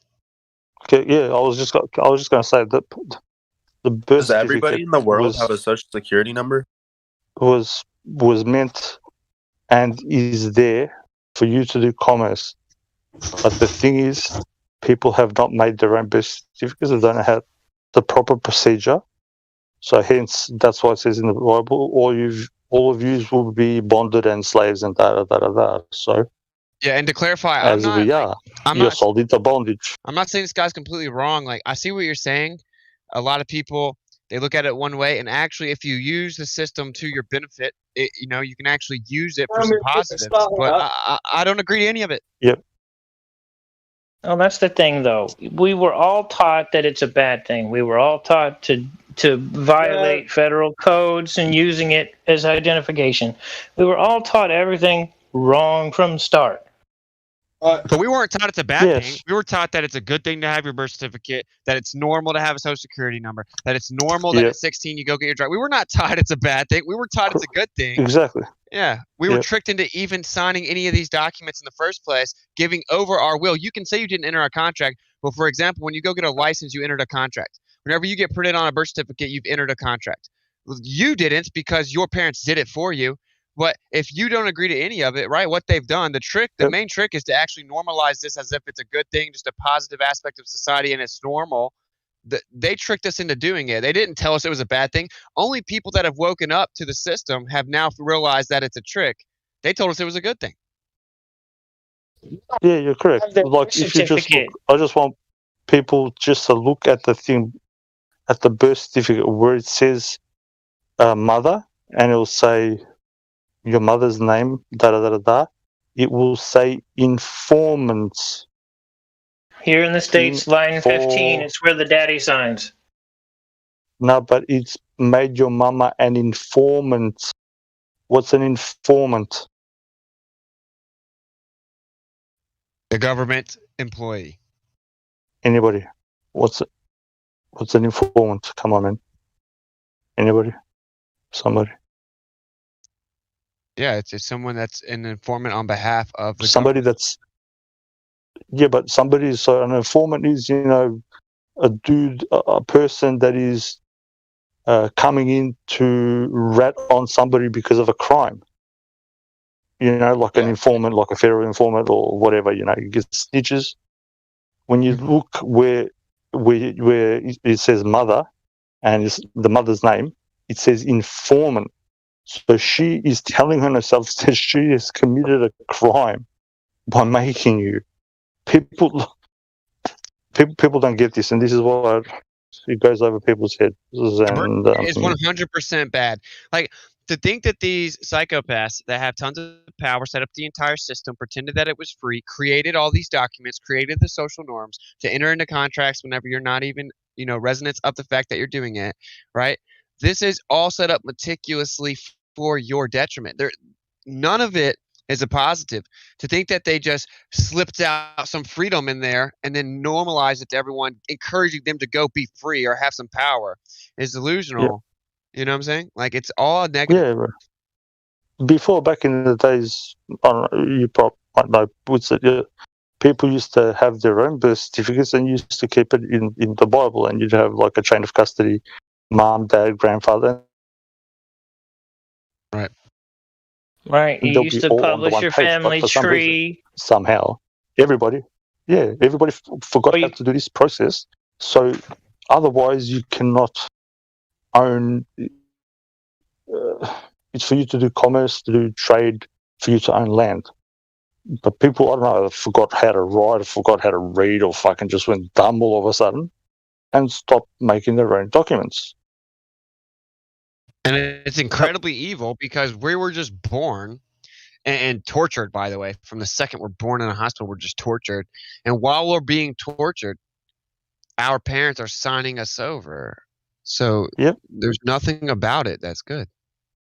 Yeah. You're in a hospital, I will say this, though, hospice, like, to not be a you're in a ward, which anybody don't know what the meaning of a ward is. Yeah. Yeah, no, you're right. Yeah. All I'm just saying is if people made their own shit, it would be a lot better, because then it doesn't go on a stock market. It's 100% yours. Nobody can what's it called, tread on your own personal property, belongings, and all the rest of it. And then if you want to interact with the system, you can. If not, you can completely out of it, because you've made your own documents. You are the author, so you are the authority. You're not using somebody else's piece of paper and claiming it as it is yours, because you did not make that piece of paper, so you cannot be the author. That's why when they say the authorities... Go ahead. Go for it, bro. No, go for it, bro. I'm saying, you can actually get out of it because you were duped into it via coercion, right? You can actually exclude yourself from these contracts because of coercion. Like, if you don't go get your license when you're 16, you can't drive. If you drive without it, you're going to go to jail. By threat of losing your freedom, they have coerced you into a contract, right? With a fictitious corporation. The United States isn't an entity. It isn't a real person. It's a fictitious corporation. When you get arrested in the state of Florida, the state of Tennessee arrest you, that's a fictitious corporation, right? And so you've been coerced by threat of losing your freedom into entering these contracts, so you can actually give them legal notification that you're exiting out of it. And I will say, not to be a doomer, we all have birth certificates, just about all of us. Where it's, we should utilize it the best that we can. We should exit out of the contracts. We should know the loopholes and how it benefits us. But we should not continue to prop it up as if it's a good thing. And then as we have children, get them to be immersed. Well, we need to change it. We need to stop being in the contracts. We need to stop giving birth to our children and entering them into slavery while they're being tortured. Right? Like, that's ridiculous. Yep. That's all I'm saying. 100%. Yeah, 100%, bro. It's all done under duress is the proper is the term, and exactly what you're saying. It's being forced on you, under threats of violence or them taking away your freedom or your house or monetary, whatever way. It's all under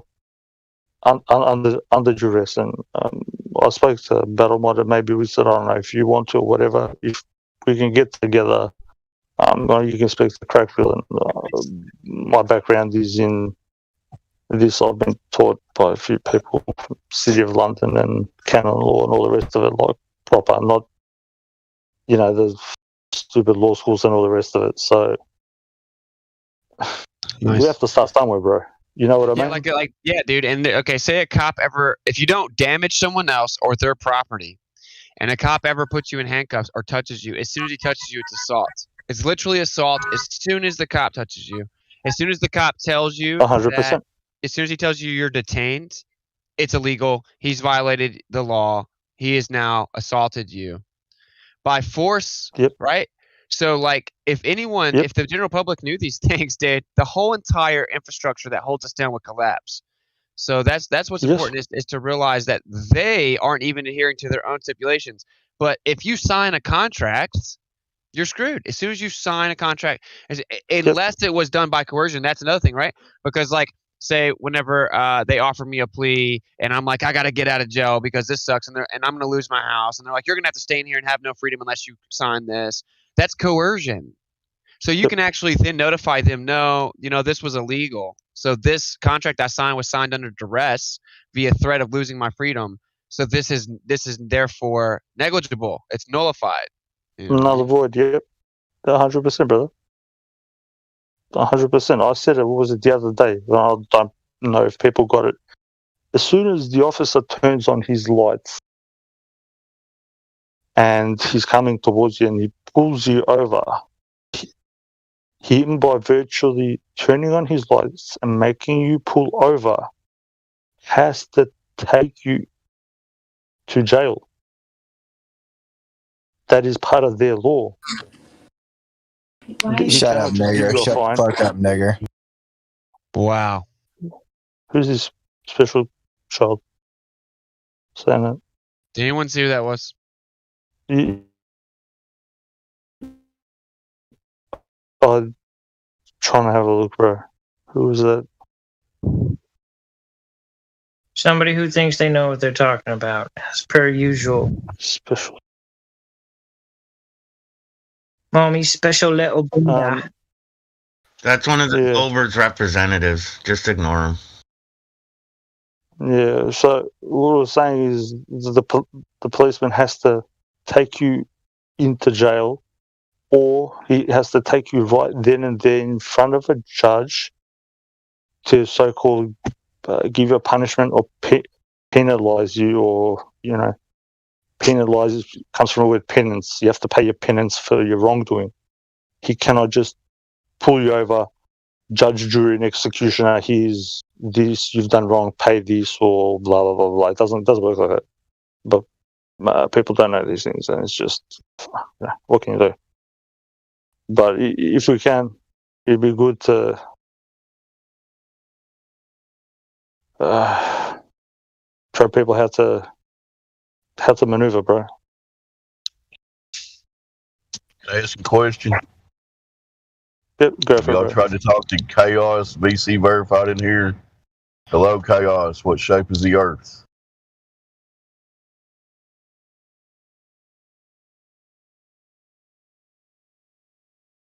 If the Earth is not curving anywhere, what is it, Chaos? Stole it from Wits. Y'all go ahead. Chaos, do you think the Earth's a magic spinning cartoon ball in a vacuum? Do you know where you are, Chaos?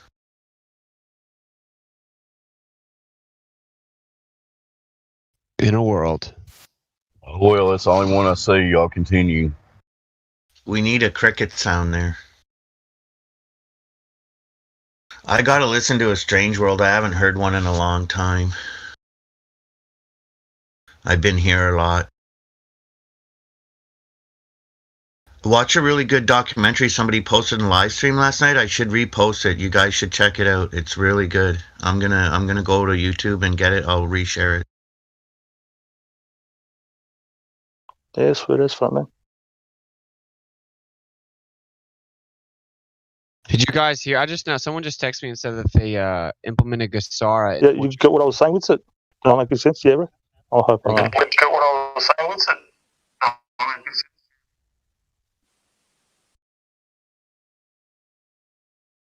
What'd you say, bro?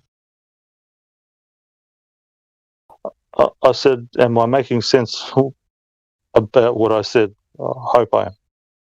Yes, absolutely. Dude, someone just told me that they implemented Gasara in Portugal, bro. Oh. You guys know what that is? Oh, the global blah blah. Oh. See, this is the thing. The infiltration Yeah, I've of heard this. of that one. I've heard of that one a few days ago. Yeah. I don't know what it is. What is it? Fill us in. Global Economic Security and Recovery Act, and then there's NASARA, which is National Economic Security and Recovery Act, which is for the U.S., and of course global, meaning for everyone or whatever. And it's this way to reset the debt, and then they have this fund that's been building for years, and they're going to introduce it. It has tons of gold to give everyone basically, UBI, a Jubilees of debt. It's a National Economic Security and Recovery Act. And that is not a good sign at all, dude. If that's true, I have to look into it. Yeah, so that's in Portugal. Portugal did that. That's what someone just texted me. Yeah. Okay. Yeah, that's not a good sign. Sorry, everybody. I just realized the documentary I watched in the live stream last night when I confirmed and went to BitChute. It was on BitChute, so I didn't watch it on YouTube. Sorry about that.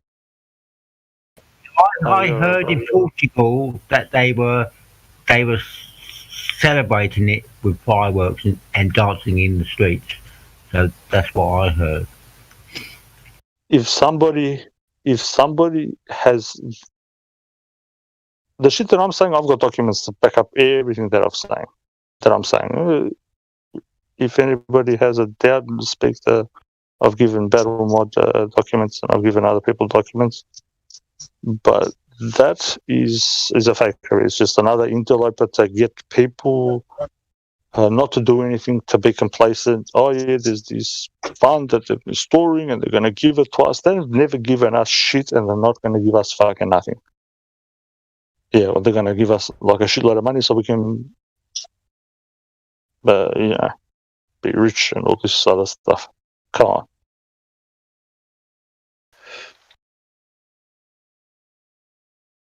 Nice though, man.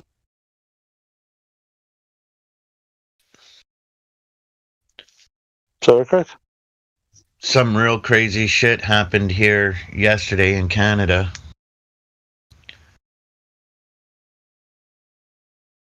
What happened, Flatman? Apparently, within 48 hours, there was 130 deaths or something like this, and they're trying to say that it may be due to the heat wave, but you know what I think it's connected to.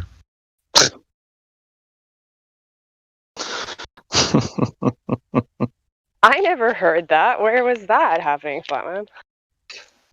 There was 25 deaths in a 24-hour period in BC, and then before that 24 hours, there was more. Like I don't try to watch news, but I had it on yesterday on mute in the background while I was in live stream and all that, and I unmuted it and listened for a minute, and yeah. Look through your streams, look around, you'll see the story. They're trying to say it may be because of the heat wave. Okay. Yeah, that's weird. Yeah, things are really weird here. Like, the Prime Minister is, like, taking the Speaker to court. You know that, right? Oh, shit, I didn't hear about that. I heard about Maxim getting the silver handcuffs or the silver bracelets just for a rally. I heard that. Oh, yeah, I know. This is Prime Ministers basically making Canada not a democracy anymore. It's really interesting. You mean dictator Trudeau? Yeah, I know. Yeah. So wait a second. So Trudeau, what has he done? Can you just elaborate, please? Okay, so basically, the House of Commons, there's like the Speaker in the House of Commons, and that's like the, I guess, arbitrator, like in the quote unquote judicial system, right? Or sorry, like in the court system of the House of Commons. So, they tried to, I think it was, get these documents, like the Conservatives and all the other political parties are trying to get the Liberals to give these documents, and the Liberals don't want to give them forward because they're saying it's like potentially like, what is the term, like a violation of the country or whatever it is. And now Trudeau is actually suing the Speaker in the House of Commons, which is the guy that's supposed to be, arbitrating everything. So it makes the country a democracy. So Rose to get some arms pills. Pardon me? I think Crackle might be hot. No, I was just going to say,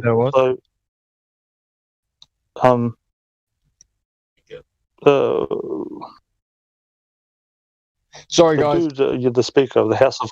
Yeah, you're right, bro. The House of Commons, this is the thing. People are waking up and they're putting pressure on the so-called government. But the so-called Speaker is just... what is he? He's like the... what do you call them? In the factories, the... Oh, fuck, man. Well, I think he's supposed to be like unbiased, right? He's supposed to be like, if say the House of Commons was like a court, he'd be like the judge, but like supposed to be unbiased in all of these things, and they should be bringing. He's just a floorman, yeah. But Isn't it to be the floorman of the place to regulate?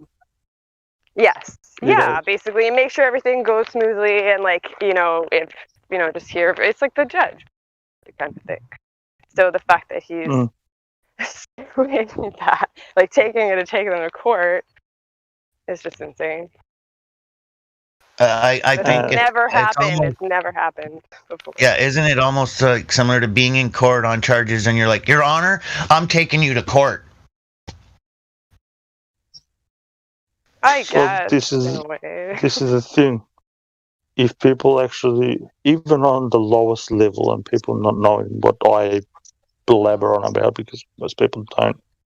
If people just say F this and F Trudeau and stick up for the dude, that's called Mr. Speaker that regulates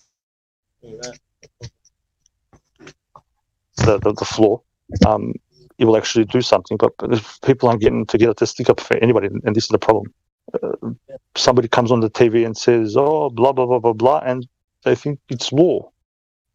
Even in their fictitious world, there's procedures. There has to be 3 readings, in the Parliament for it to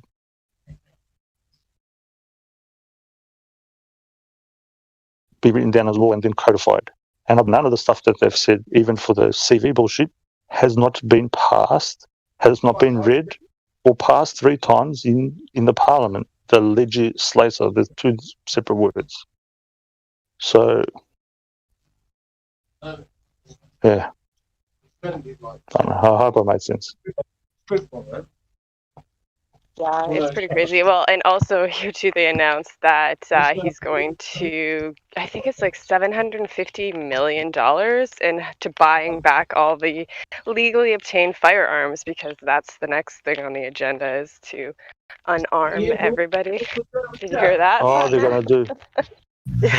They're gonna do to you guys what they did to us in Australia. They had this one fake shooting. Yeah, we had one fake shooting. This dude that he literally has an IQ of like 51 or something. Within a minute and a half, he managed to apparently gun down like 35 people or 45, whatever, and only missed like twice or something or other. And then they said, "Oh, we'll buy all your guns. It's dangerous, blah blah blah." And people handed them in. Idiots. Fucking idiots. Willingly they did that? See, that is actually similar then. Yeah, because we had that, I think it was right after the whole pandemic, was there was that shooting in Nova Scotia, and Trudeau took that as a way to say, guns are bad. But it's funny because the police here are actually fighting it. They're saying, no, don't take the guns away from people, because all of the guns in these shootings are obtained illegally, so that's not going to solve the problem. So we'll see. We'll see what happens. Yeah. There's that, and then there's that whole residential school thing here where they're finding all these dead kids, and it's just like one thing after another for us right now. Like, definitely they're doing a lot of stuff. You gotta watch closely. Well, yeah, with the gun thing, you will see that they will offer people a lot of money for their gun. So just say a normal gun that somebody paid, I don't know, just say a couple of grand, even $5,000. They'll offer you 5 times the amount. That's what they did here. And people were making going to the police with like toy guns. Yeah, they were going with like toy guns and shit and selling them. But they gave them all away willingly. They can't, even in their fake and fictitious world, they cannot take them away. You have to consent to this thing, and I hope you guys don't do it, because here they didn't, and now it's just retarded. It's Yeah, I hope. Like, I know lots of people are not on board with this, and they'll never give up their firearms. So I just hope there's enough people that won't. That would just be terrible. The guy is a complete doorknob, and when people start finding out truth, like our troops were training with the Chinese military and stuff, you know what I mean? Yeah. That's standard. People don't get that.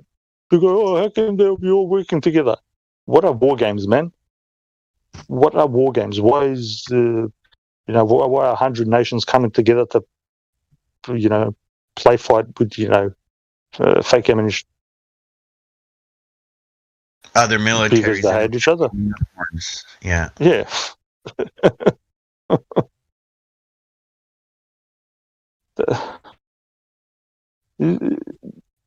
It's illogical. They put war game wiki. It's public knowledge now. They should know. I don't get it. Every 4 years, it's on Wikipedia, bro. Go look it up. International War Games. This is what I'm saying. I know. This is what I'm saying. If it's on Wikipedia, and people don't get what Google is, it's just a collection of actual proper facts. So if they've got it on there, then how long have they been doing this without public knowledge?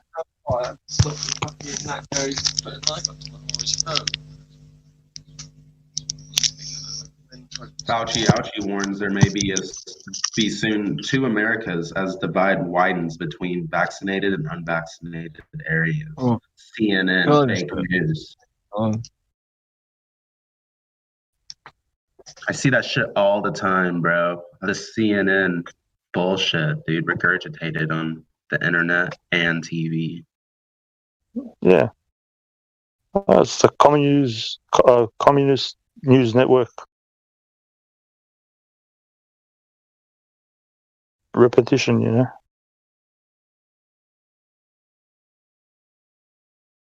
Yeah, definitely. Yeah, if you just go look on where even America's meant to be registered, it's not registered there.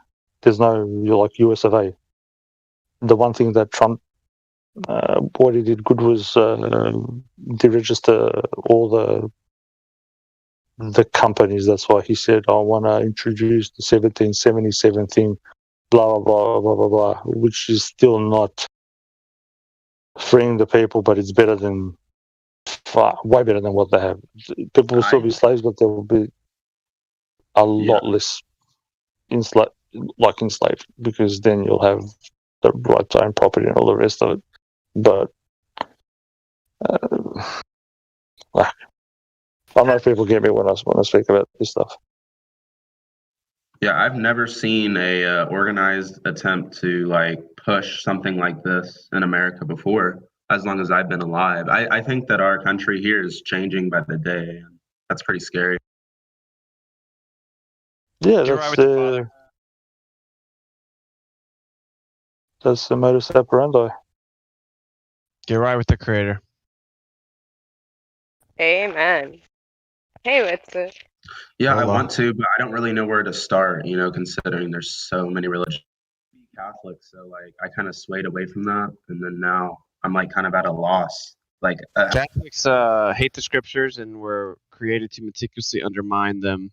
So you don't need people or religion or anything like that. Just go get by yourself and sincerely and humbly speak to the creator like he's your father. You don't have a religion with your father. You have a relationship.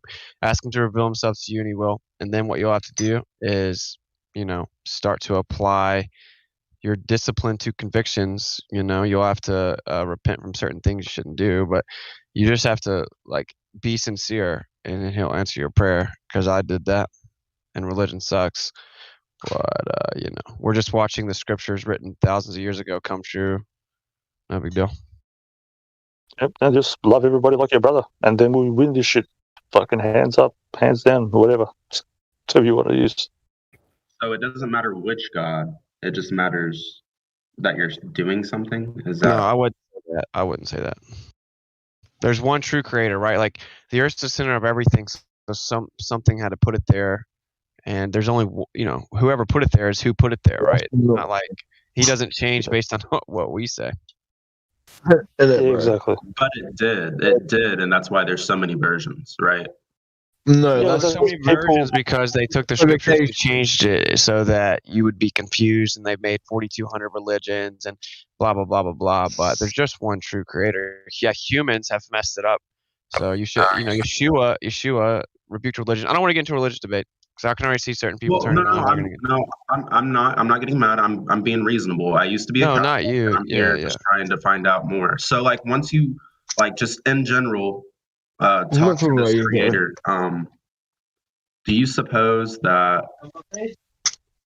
there's a certain way to receive like ultimate realization, or like is humbly pray and even fast and pray and talk to the creator and be sincere and ask him to reveal himself to you?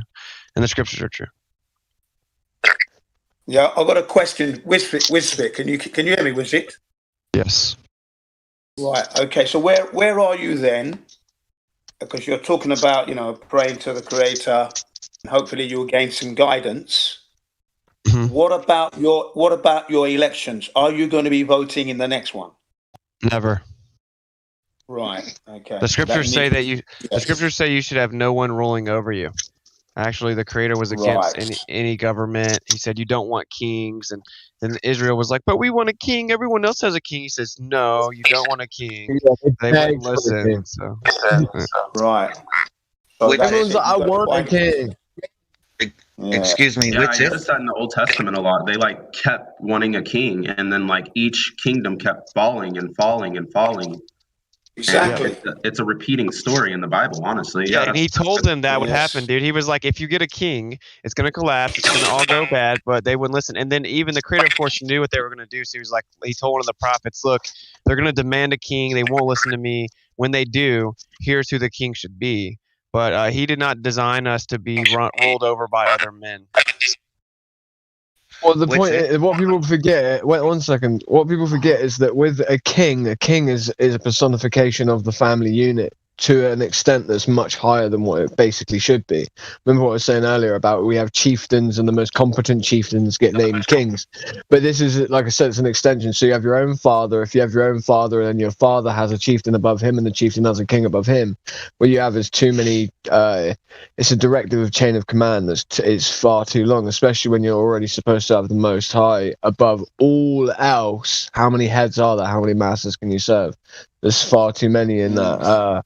In that sense, we have dukes in kingdoms. We have, counts and countesses, right? So, like at that point, when you have a whole aristocratic system of levels, hierarchical levels built before you even get to the level of being a king, well, that's who rules above you. And this is the issue. Answer specifically to Jen, I would actually even say specifically that voting nowadays is actually a sin. I know that it's going to trigger people, but like. It's voting for the beast system. So if you're voting for the beast system, you're supporting the beast system. It's actually a sin. You're not supposed to do that. Yeah, I've actually never voted in my life. I'm a revolutionary, and I don't care what anyone thinks about that. I've never ever voted. I never will vote. I'm just checking the situation between us, flat others amongst ourselves here. Because anybody, hang on, please. Anybody supporting any government or looking to government for anything to help you exist is a big mistake. Agreed. Yeah. If I may, I just wanted to ask, is it not also in the scripture that government will only be for a time when it's time, government will be removed?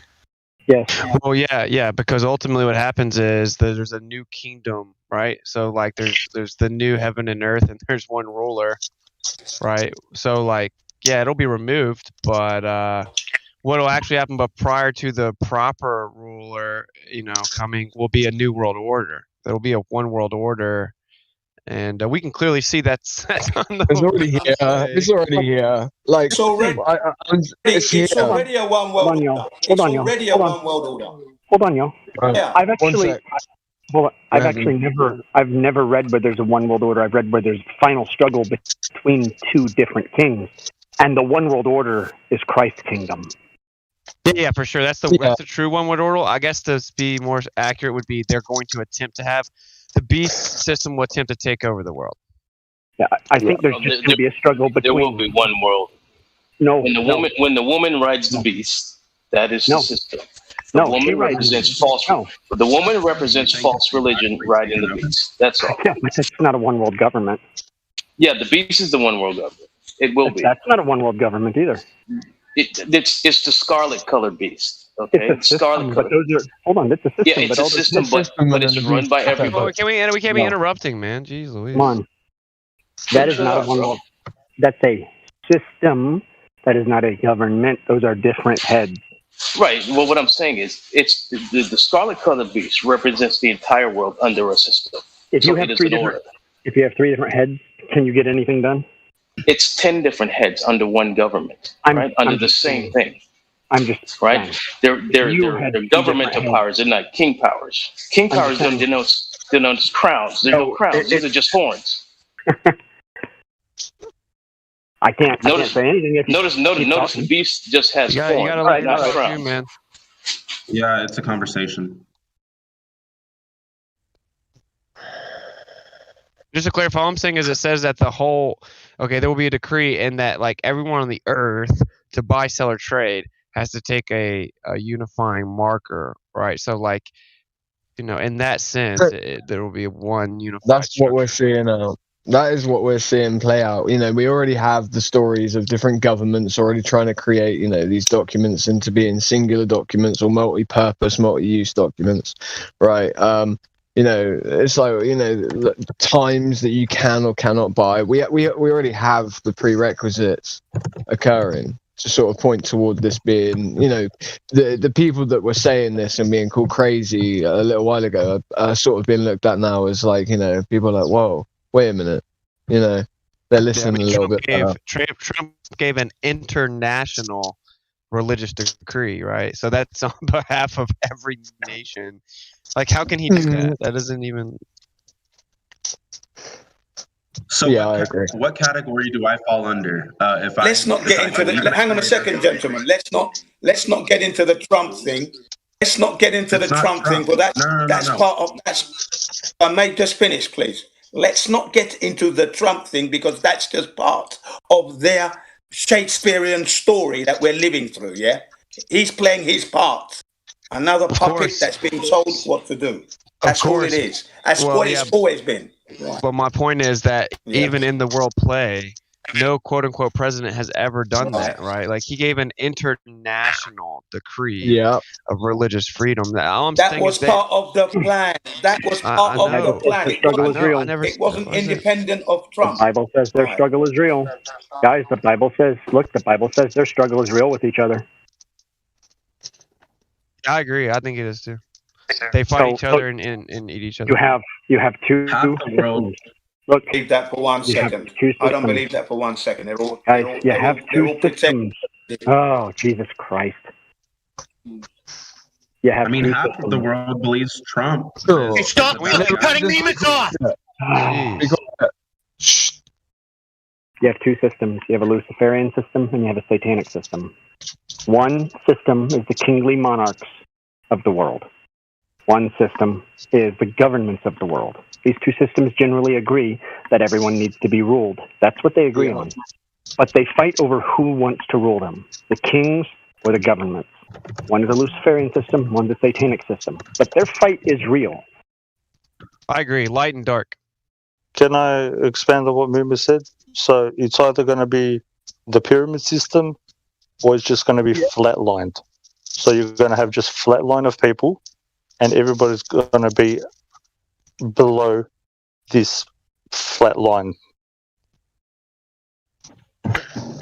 Just to add into a little bit, can I just add a bit of contrast or just some clarity for some other people that might not understand exactly what he means by when he says there's a real struggle, right? So I touched on this earlier, which is there's a mixture of those two systems even when they collide. This is the two warring lines of two nations, right, where they collide, and we end up with pockets of new countries. We end up with the gateways, we end up with Constantinople's, right? The point what I'm trying to say is that when those two things conjoin, we end up with things like constitutional monarchies, right? Or sometimes they're devised via design of an idea that this might be the better way to do things, right? So what Meme's talking about, the war in between those two factions, is again, it's the people that run via policy versus the kings and queens, the people that come from old money, right? It's the Medicis versus Google. And if that might not make sense, but if Google were the ones that work through a form of democracy, right, then the Medicis would be the old money banksters that run and sort of give money to the kings in order that they eat and do their bidding. Go ahead, whoever that was.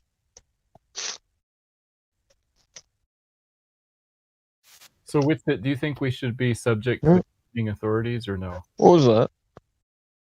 No, I don't know. That was just angsty making like sexual noises. You should never obey the structure above you if it tells you to do something opposite to the will of the Father, right? And that's all the modern system does. Everything, basically, yeah. This is basically like the crux of it, right? Is being men these days, in this day and age, it's very difficult to be a man, and the reason the rule of man is gone is because we're subservient to different masters at different times. We're pulled left and right, always, in that sense.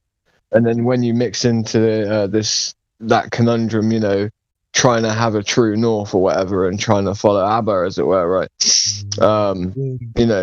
It's difficult. Well, because the Bible says there's no... I don't know what's going on with the sounds in here right now and like the audio feedback. Yeah, it's better. Yeah, the Bible says there's no authority except from God, and that those have been instituted by God, right? Yeah. Yes.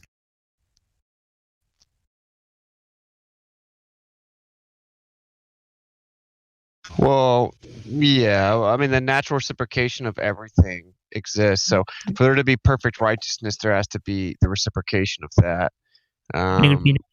It does, like people take Romans out of context and say it says blindly obey the government. It does not say that. It was a response letter, and he was specifically responding to their questions about, well, who's over top of you right now is actually there for your benefit, although it may not seem that way. And you are not supposed to comply to the beast system. Right, so if you're voting, people do that all the time.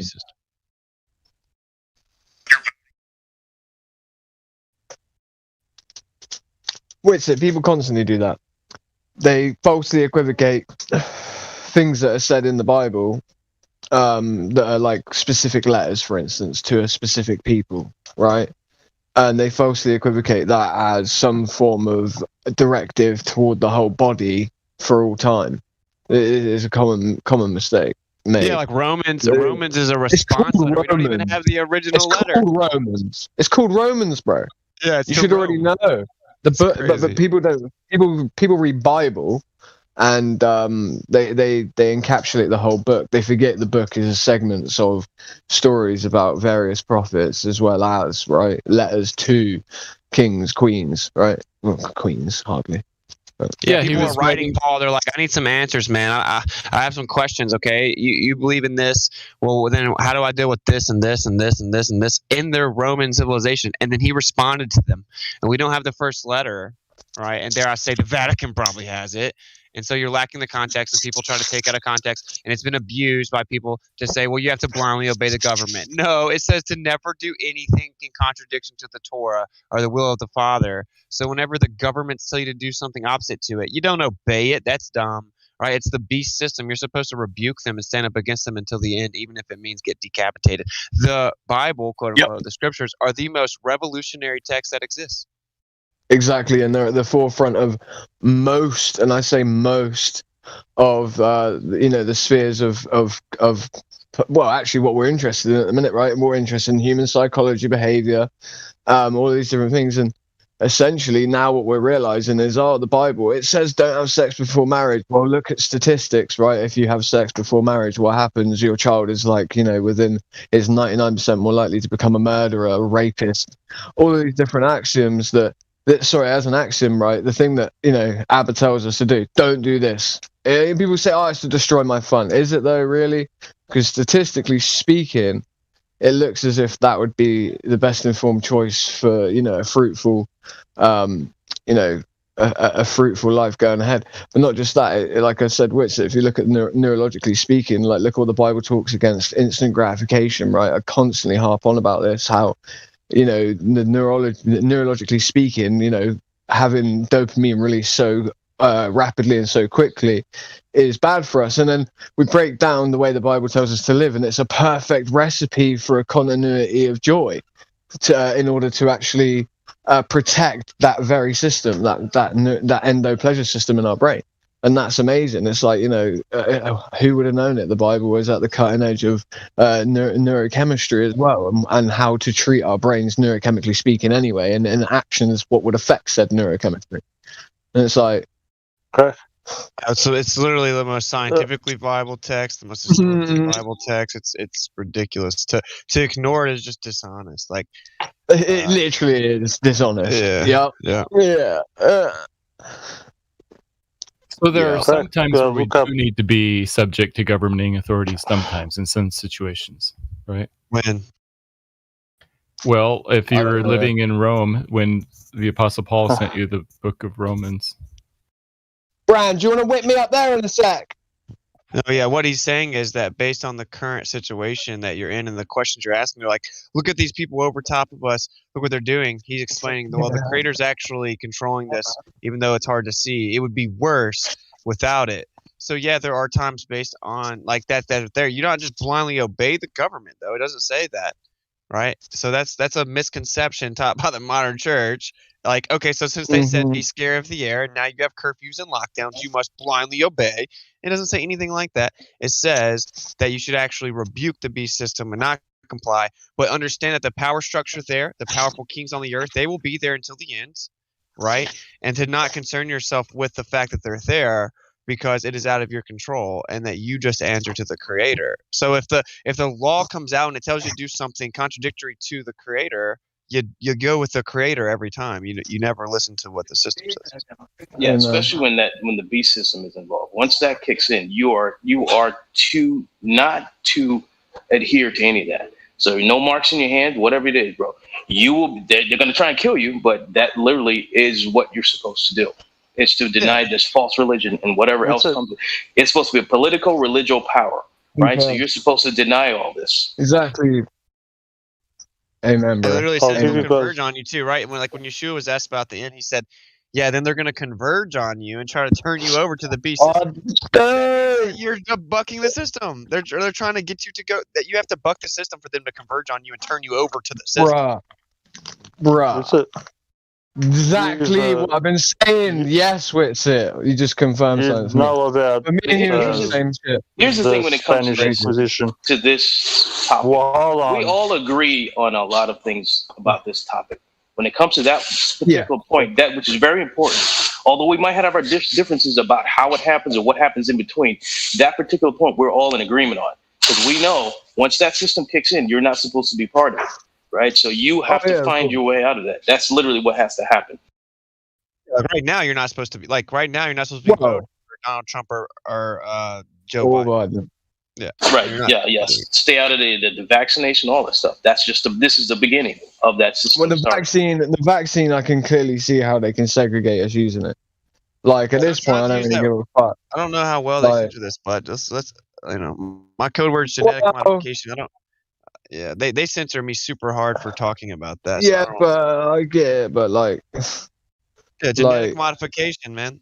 It's actually more accurate because that term vaccine isn't being properly used nowadays. So genetic modification being rolled out is not that. It's genetic modification. It's completely different. So it's not the legal definition. Correct. You're on about censorship, but I'm going to say it anyway.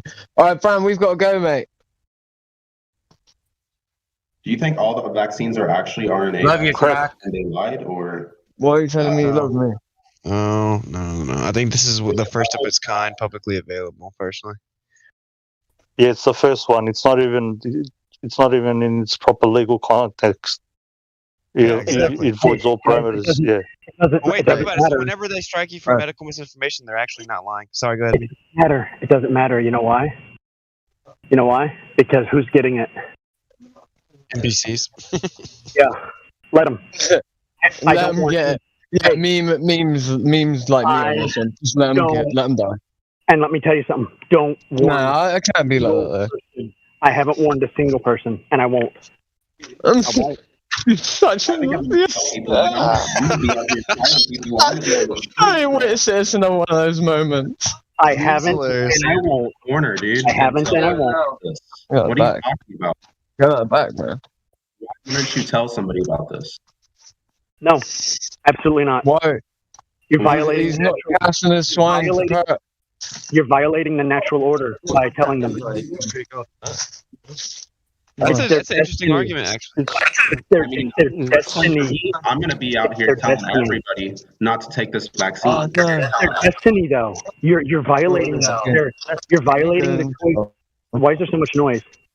Somebody's hot micing real bad. You're violating the choice they already made in their heart.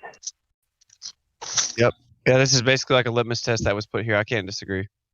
But wouldn't you say that's what you guys are doing here with the flat Earth? Because you're violating people's. You should just let people believe in a No, because they're coming here. No, because they're coming here, and because they're coming here, there's a piece of them that's curious. Yep.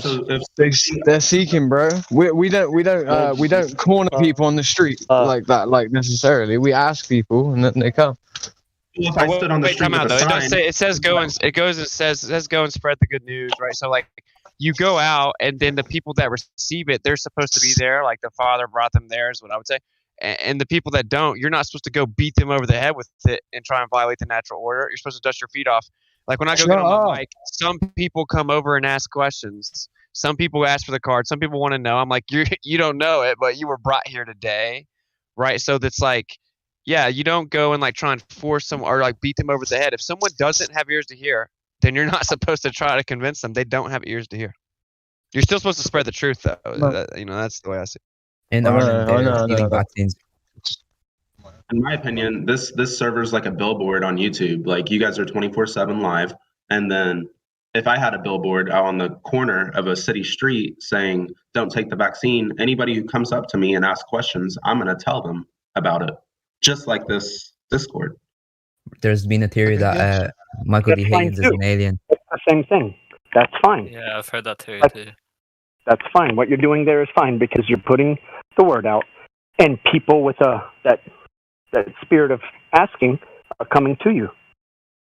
Right, exactly. Like they will be handed over to their great delusion in the end, for they have no love of the truth. Right, the people that have the love for the truth and they come and ask, that's different. Right, like that's what I don't really care when people come by and they rebuke me or whatever when I'm on the mic. I'm like, okay, keep it pushing. Like I'm only here for a select group of people. Trust me, I already know. So we're supposed to spread the truth, but we're not supposed to like beat people over the head that are effectively NPCs. Man, they've been given over to their heart and heart. They're delusional. They're sunken in depravity. They don't have ears to hear. You know what I'm saying? In Ireland, she said that. In Ireland, the vaccines are filled with cocaine. Wait, come on, man. Stop saying the word, man, over and over, man. Because then when you're making claims about it, you're just getting in dangerous territory. And I just got off medical misinformation strike. Yeah. Sorry. I don't know anything about that. There's no evidence of that, right? But I think the important part here is that Yeshua said, "Let he who has ears to hear." Of course, implying that not everyone does. So when he was talking, he knew that not everyone there was supposed to hear it. Right, like that's kind of what he's saying. Like if someone's very dead set on going and getting genetically modified without doing the research, and no matter what, they're gonna do it. Like okay, because if you're gonna make that big of a decision, then you should go inform yourself if you want to know the truth. If you do have spirit for the truth, then you're gonna go find out the truth about it before you make that decision. So this is such an extreme thing; it kind of weeds it out itself. That's why I agree with what Meme's saying in a way. Like even warning people about it, it kind of is a litmus test that was clearly placed here, and it's like it kind of varies it out for you, where if someone has spirit of the truth or looking for the truth, they're not going to just go blindly do that. They never would do that. That's not. They don't have the spirit of finding the truth, right? What's it? What's up? You know, there's a group of you people in obviously Ireland know who are about. genetically You've heard modified. about the Spanish Inquisition, yeah? Pretty cool. Yeah, called Maryville Mandem. Fuck, man. What was your question? Spanish Inquisition. Yeah. You've heard about it. You know what it's roughly about. Do I? The Spanish Inquisition. What about it?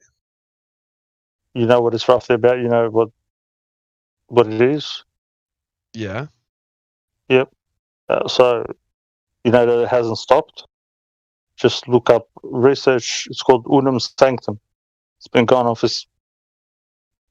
600 years or so. Okay. It hasn't stopped from that day. Those guys It's that called like Unum doesn't believe history, man. Unum Sanctum. But yeah, I'll look into it. I think they added 1,000 years to the last 2,000 years, bro. I'm that guy. Yeah, well, a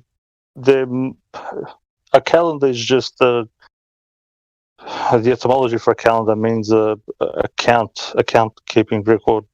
So Right. it's for I think it's the for record was accounting. not even kept correctly. Like if you ever have seen Patterns of Evidence, the Exodus, there's a documentary called Patterns of Evidence, the Exodus, and it's very, very interesting. I think it's like $3 or whatever to watch it, and it shows you all this anthropological evidence they found that supports the Exodus, but they say no, even though it's perfectly aligned with the story, and there's a group of Semitic people in the Egyptian civilization that left in a hurry, just like they say, we're going to dismiss all this anthropological evidence because it's not in the proper timeline, and all of it lines up with the same timeline, and it's off by like 500 years, showing you they fluctuated the timeline by like 500 years. With that alone, then you have the Dark Ages, quote, where you just have hundreds of years where like it's not accounted for, but they added it, right? And so it's very hard to verify really past like 100 years. I mean, even to go through 100 years. So for me, it's like anytime something gets back in those years, I'm like, well, that's a cool story. We can talk about what they said happened, but I think it's drastically different. I think that we would be amazed at what was happening very recently.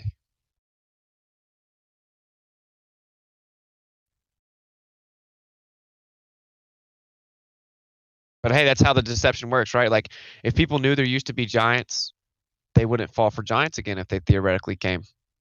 So like this is the first time in history people didn't know there used to be giants. People actually think that's a crazy conspiracy theory when apparently supposedly Abraham Lincoln's on record saying there used to be giants. So like I just think that that's the way you do it. If you remove all the recent history, you can loop the deception.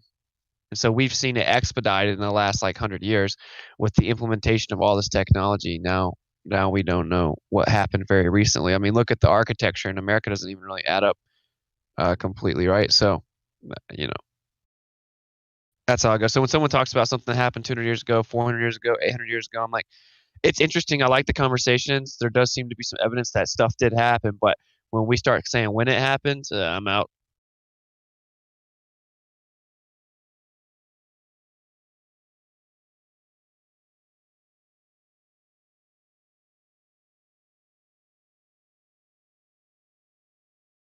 Did he say he's out? See you later. What's it? Take care, brother. I'm saying if someone starts saying when something happened, I'm out.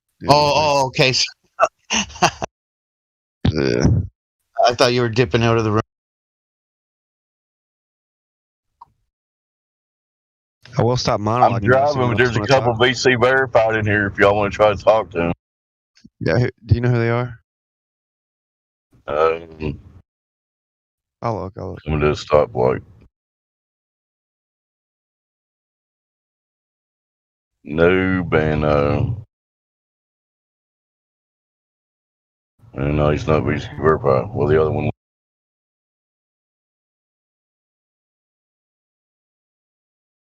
Was random guy, but he's gone.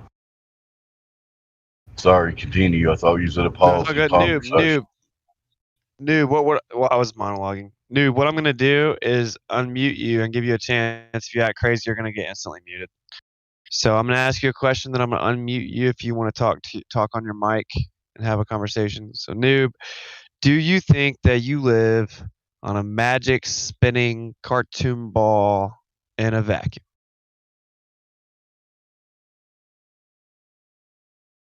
I believe I live on a globe. Yes. Okay. Word. So, what would be your evidence that you live on a globe? So it's been observed to be round, and so you're comment about the vacuum. So, there was a bunch of like debris or matter that was created, and it all with gravity, because every single particle has a force of gravity. So it all Wow, condensed in dude. one spot. Making a lot of claims, man. It all Okay, so condensed into go ahead. one spot, right? And then it created Earth, and then there was air that was then pulled down, right? Gravity like attracted this massive mass. This is just a fairy tale. Bro, your volume is low. His volume is real low. Yeah, just so you know, you're just saying fairy tales. That's all you're saying. You're just coming up with a theoretical fairy tale of what you're saying happened. First of all, you said matter was created by what? And then you said gravity. I have What no was idea gravity what matter created was by? Right. But here's the deal. Okay. So you're saying that the air is pulled down by gravity. Is that right? Yes. Okay. So when I let out, say I bottle up some hydrogen or helium in a container and I put it on the ground and then I open up the lid, what happens? It will rise up, but it won't go past the atmosphere of the Earth. It won't just randomly go into space. You're just saying that. Actually, your model claims some of it does go into space. Yeah, it goes into space, but it won't go like miles and miles out from the farthest reach of our atmosphere. No, your model claims it will. Your model claims it will go out into the vacuum of space. Yeah, but it won't completely leave the Earth's gravitational pull. Oh, because you're just saying things now. So we're gonna go back here. So you said it goes up, right? So you agree that up is the opposite of down, right? Yes. What's the vector for gravity, supposedly? 9.81 meters per second. No. That's downward acceleration, the effect. Gravity claims to be the cause of that. But we're talking about the vector, which is momentum and direction, right? So the vector of gravity is supposedly down relative to the center of mass, right? Yes. Right. And so if up is the opposite of down, gravity isn't holding that helium down because it goes up, right? Yeah, so that is density, but what's holding all the least dense particle will go to the very height, but what's stopping that particle from then just completely leaving the That's our question. There would have to be some kind of container because we see that it goes up. So where gravity is supposedly the strongest at the surface level, if I let gas out, it goes in all directions. That means where gravity is the strongest, it doesn't stop the gas from going in all directions, including directly up. So if it can't stop it from going up where it's the strongest, how could it hundreds of miles above that where it's weaker stop it from going into a vacuum? Okay, so density. So on Earth, things fall and drop because of density, because it's in a given medium. But what's holding that medium in? It's not. That's what we're a flat asking. Star. It's not a snow globe. It's gravity. No, you're just saying that. But we just explained how gravity doesn't work. We just explained gravity doesn't work, bro. What? You just skated past it and then just said it again? Gravity, where it's the strongest at the surface, does not prevent gas from going in all directions. So how would it do it way above the surface where it's weaker if it can't do it where it's stronger? Because that there's other objects more dense on it, and yeah, and the atmosphere is more dense than a vacuum, dude. But a more dense particle is going to have a stronger gravitational pull on it. Like it's going to pull on each other, so therefore it's going to go farther down, closer to where gravity's the strongest. That's what I'm explaining to you. That's what. Listen, okay. Is the quote unquote atmosphere more dense than the vacuum of space, quote unquote? Say that again. Is the quote unquote atmosphere more dense than the vacuum of space? Yes. Okay, so you just said that based on density, it's going to go to the less dense medium. So why doesn't it continue to do that when it's next to vacuum that's way less dense? What? That doesn't make sense. Yeah, it does. It does. You're claiming the reason that the gas pressure goes up is because of density. You are correct. The reason helium balloons go up is because they're less dense, they're lighter than the surrounding air, not because they're gravity proof, right? And so if where gravity is the strongest, it goes up. You're saying it's because of density, which is what we're saying, right? So if the vacuum is way less dense than the atmosphere, then why wouldn't the air continue to go to the less dense? Why would the air continue to go to the less dense part? Medium. Yeah, like okay, it's called the second law of thermodynamics. Heat goes to cold, high pressure goes to low pressure. Because it's not as dense as the things closest to the surface of the earth. What about the vacuum though? What about the vacuum? What do you mean? Why wouldn't the gas pressure go into the vacuum? Because it's being held down by gravity. But gravity doesn't work because it doesn't hold it down where it's the strongest. Because there's other things that are more dense. So I'm not saying that everything is attracted. Gravity isn't what's holding things down in the medium. It's what's holding the medium together. That's what I'm saying. Gravity doesn't hold the gas down. It does though. No, where? What? When? Where? When? Show us gas is affected by gravity in one instance, other than in the asserted fairy tale that you're sort of harping on right now. If you can just show one instance Go to the in which very edge of the atmosphere, you will find the. Yeah, you've never done that. Wait there. When did you do that last? Yeah, let's just make it clear. NASA? If we go to where is the edge of the atmosphere? Just to make that clear, where is that? Let me first. I want to understand first that you know where that is before you start to claim what would happen if we go there. It's upwards.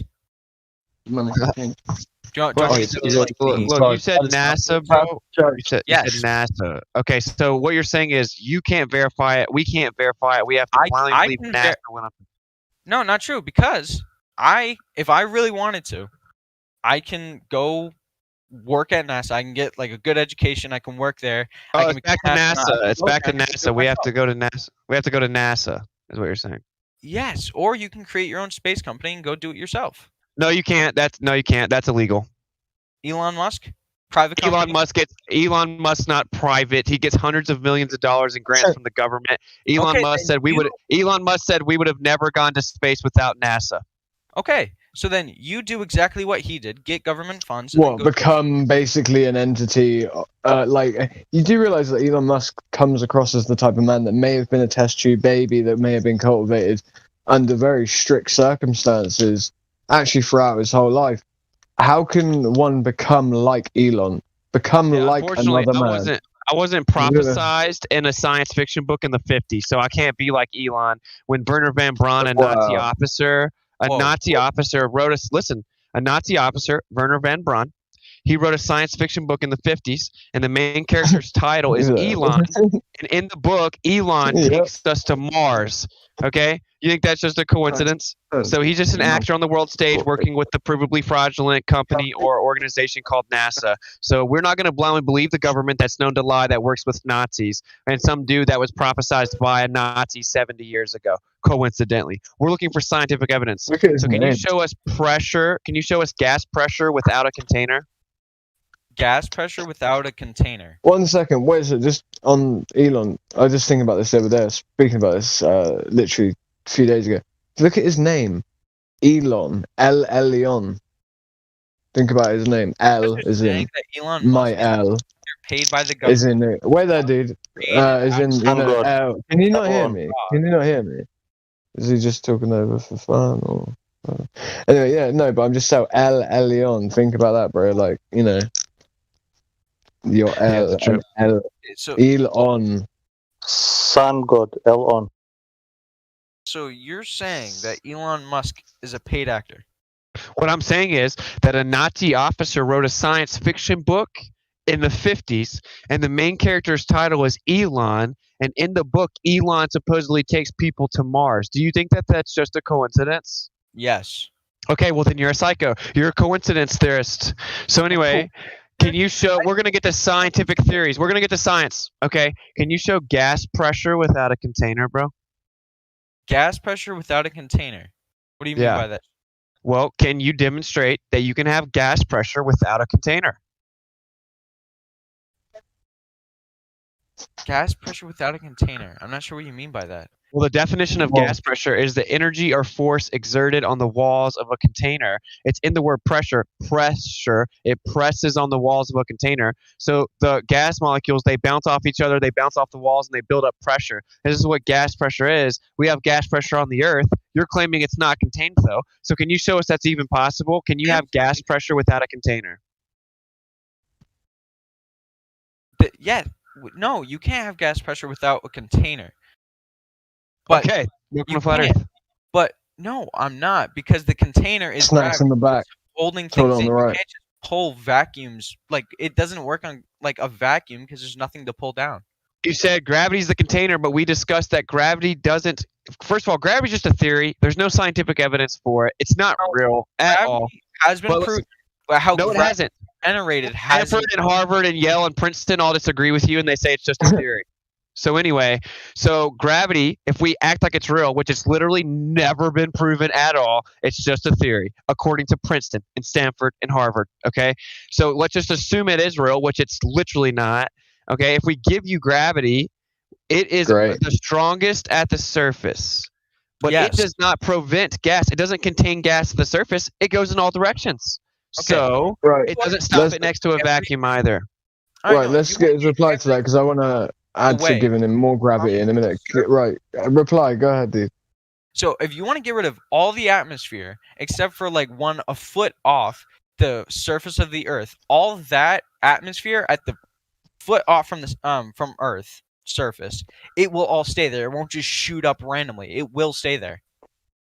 How do you equivocate? How does gas just stay somewhere randomly when? So you're denying that we live in a dynamic. Wait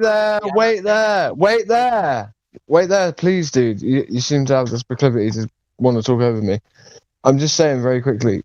Listen, the idea is we don't just live in a static universe, right? What you need is an equilibrious state. If I give you gravity, you need equilibrium. Okay, you need effectively a wall that would be tantamount to a force itself, which, bear in mind, forces that we know of in the world rarely pull, they usually push. You have to understand that you would need an equilibrious state. You need some form of a like a hydrostatic equilibrium type effect almost, right? At the upper layer of the atmosphere itself. You have to be able to demonstrate this. Then you would have to be able to demonstrate the doubling back of gases from the top down to the bottom, which would be the doubling back of pressing on the container to have an inward vector, because gases don't have an inward one, right, inherently. So that you need something to show how an inward vector would be. You need to show how an inward vector would happen, for instance, right? So, but also the issue, like I said, this equilibrious state on the upper layer of the atmosphere depends on what? There being nothing else that affects the gases in the same way as the thing that keeps them there.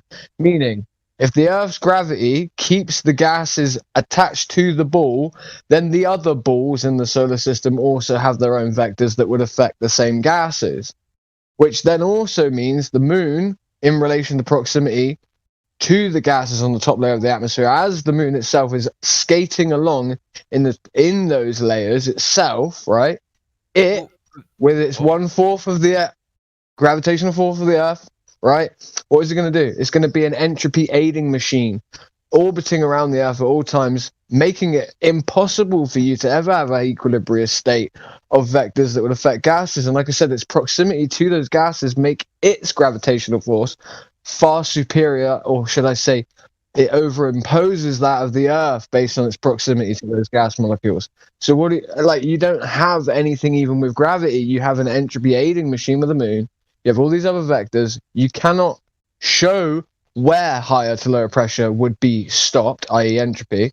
You can't show any of this stuff, buddy. So it's genuinely a real problem for the globe to exist as an open system next to a privation that is a 10 to the 17 negative torque vacuum.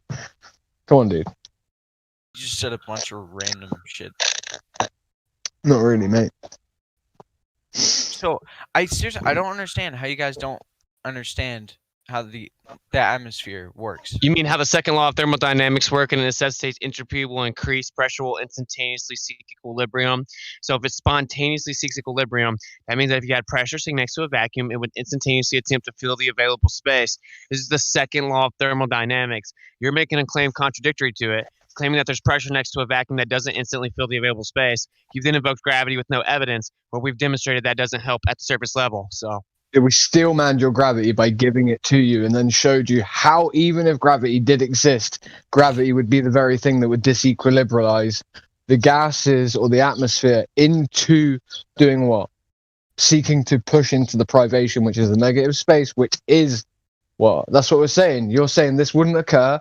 We're saying it would occur, probably even if you had gravity anyway, and it doesn't occur, so therefore, what is space? Probably not a vacuum.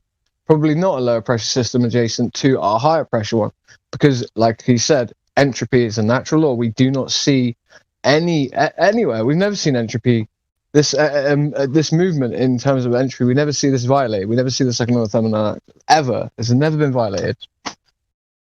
So we're just talking about natural law, how the world works, mate. All right, let's do something a bit more simple. So, to you guys, how would do you think the sun revolves around the Earth? No. That's not how this works. No? No, you have to answer the questions. You don't get to run away. Like, just so you know, whenever I debate astrophysicists, they tap out at the gravity that's strongest at the surface level. How would it stop it where it's weaker? So you're acting like we're not understanding. Like, what? You're no. not. I learned this in the 6th grade and up, and I've understood it. No, you still don't understand the second law of thermodynamics, though. It doesn't matter where. Cool, you learned it when you were very young, when you probably didn't have a proper grasp of the different parts of the subject. Okay, but real quick, why would they lie? To lie about the shape of the Earth. Why would they lie? Why would they lie? Sorry, we've actually got a song called "Why Would They Lie." Yeah, why would they? Because okay, well, we give NASA $60 million a day. There's something called the Antarctic Treaty. It's not illegal. It's illegal to privately explore past the 6. I'm still talking, dude. How about you shut up? You asked a stupid question, so I'm going to answer it. There's something called the Antarctic Treaty. It's illegal to privately explore past the 60th south latitude, which means they could be hiding immense amounts of land and resources. That alone is a motivation to lie. Hiding tons of land. In addition, you can't trust any of your senses, so when you don't feel like you're moving, you think you're moving. Whenever you see the Earth is not curving and the horizon is horizontal, which is where the word horizon comes from, you have to believe it's curving.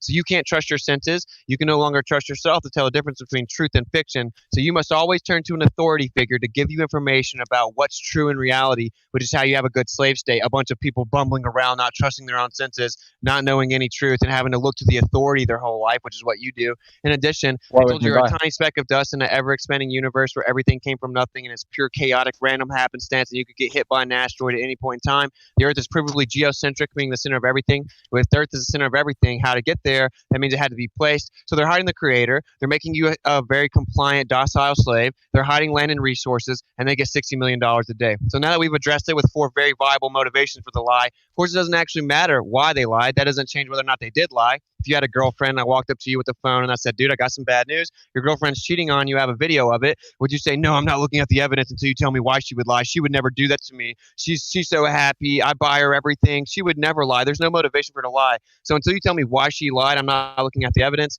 So you would look at the video, find out that she's hooking up with some dude, then you'd be like, damn, she lied. I wonder why she lied. So why she lied, independent of the motivation for the lie. But anyway, I gave you 4 motivations, so now let's get back to evidence because we proved the fact that they did lie, bro. You just rapped that really fast. I'm sorry. Yeah, I'm like a breath right now, dude. Yep. But you have to admit those are good reasons to lie, right? So, well, why are we divining? Listen, you shouldn't even be trying to divine the reasons as to why psychopaths lie anyway. Like, ultimately. Check out. So we said that they said 9/11 happened, and then there were weapons of mass destruction, and we went over there and fought a war, right? Then they came out and admitted there were no weapons of mass destruction, yet we stayed there for 13 years. So why'd they lie then? What?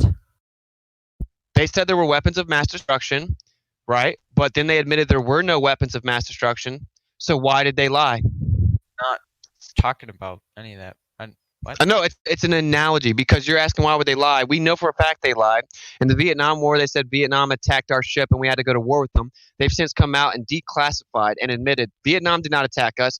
We attacked our own ship, made it look like it was them so we could start a war. Why'd they lie about that? The government always lies. You're asking us why the government lies? Well, when did they not lie? Knowledge is power. It's much more powerful if you're the only one with it. So we've addressed why they lied, bro. So why don't you figure out whether or not they did lie, then go from there? Isn't that the intellectually responsible thing to do?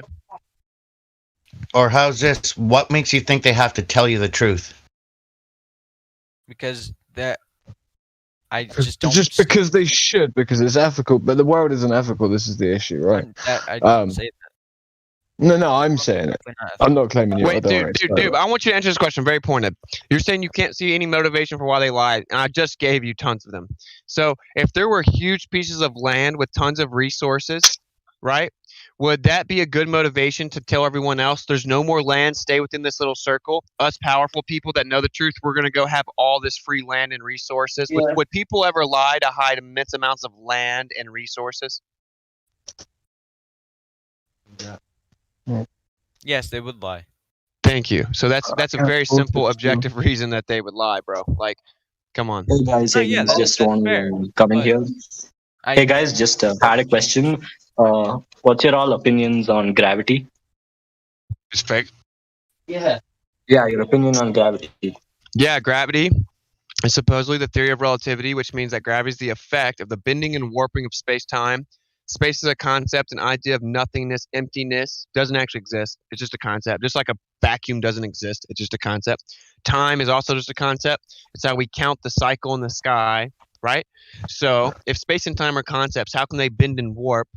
You cannot attribute physical properties to concepts. The theory of relativity, which is the modern rhetoric for gravity, is inadmissible on its face. Okay, you cannot bend freedom. You cannot bend love. You can't bend, warp, or dilate concepts. So the theory of relativity doesn't work. In addition, there's no scientific evidence for it whatsoever, ever. And this is why we end up with people like Brenda. Look, guys, this is fundamentally why we end up with people like Brenda saying that speed limits are physical, right? Because if it's your sort of, your aim or your agenda to assert things such as gravity, these sort of, fantasy effects, right, that we see, and then you attribute causes to these effects, and then you cause the cause is the effect, and it's circular in reasoning, right? But you need things like concepts like speed limits to be physical. Yeah. That actually makes a lot of sense. But you really how do you explain right? how things fall? Like, how do things fall? Yeah, because they're more dense in the air. So, like, when you drop something, it's more dense in the air. Whenever you let go of a helium balloon, it goes up because it's lighter than the surrounding air. It's less dense. If I take a beach ball and I throw it up in the air, it falls down. If I take the same beach ball and swim to the bottom of a pool and let it goes up.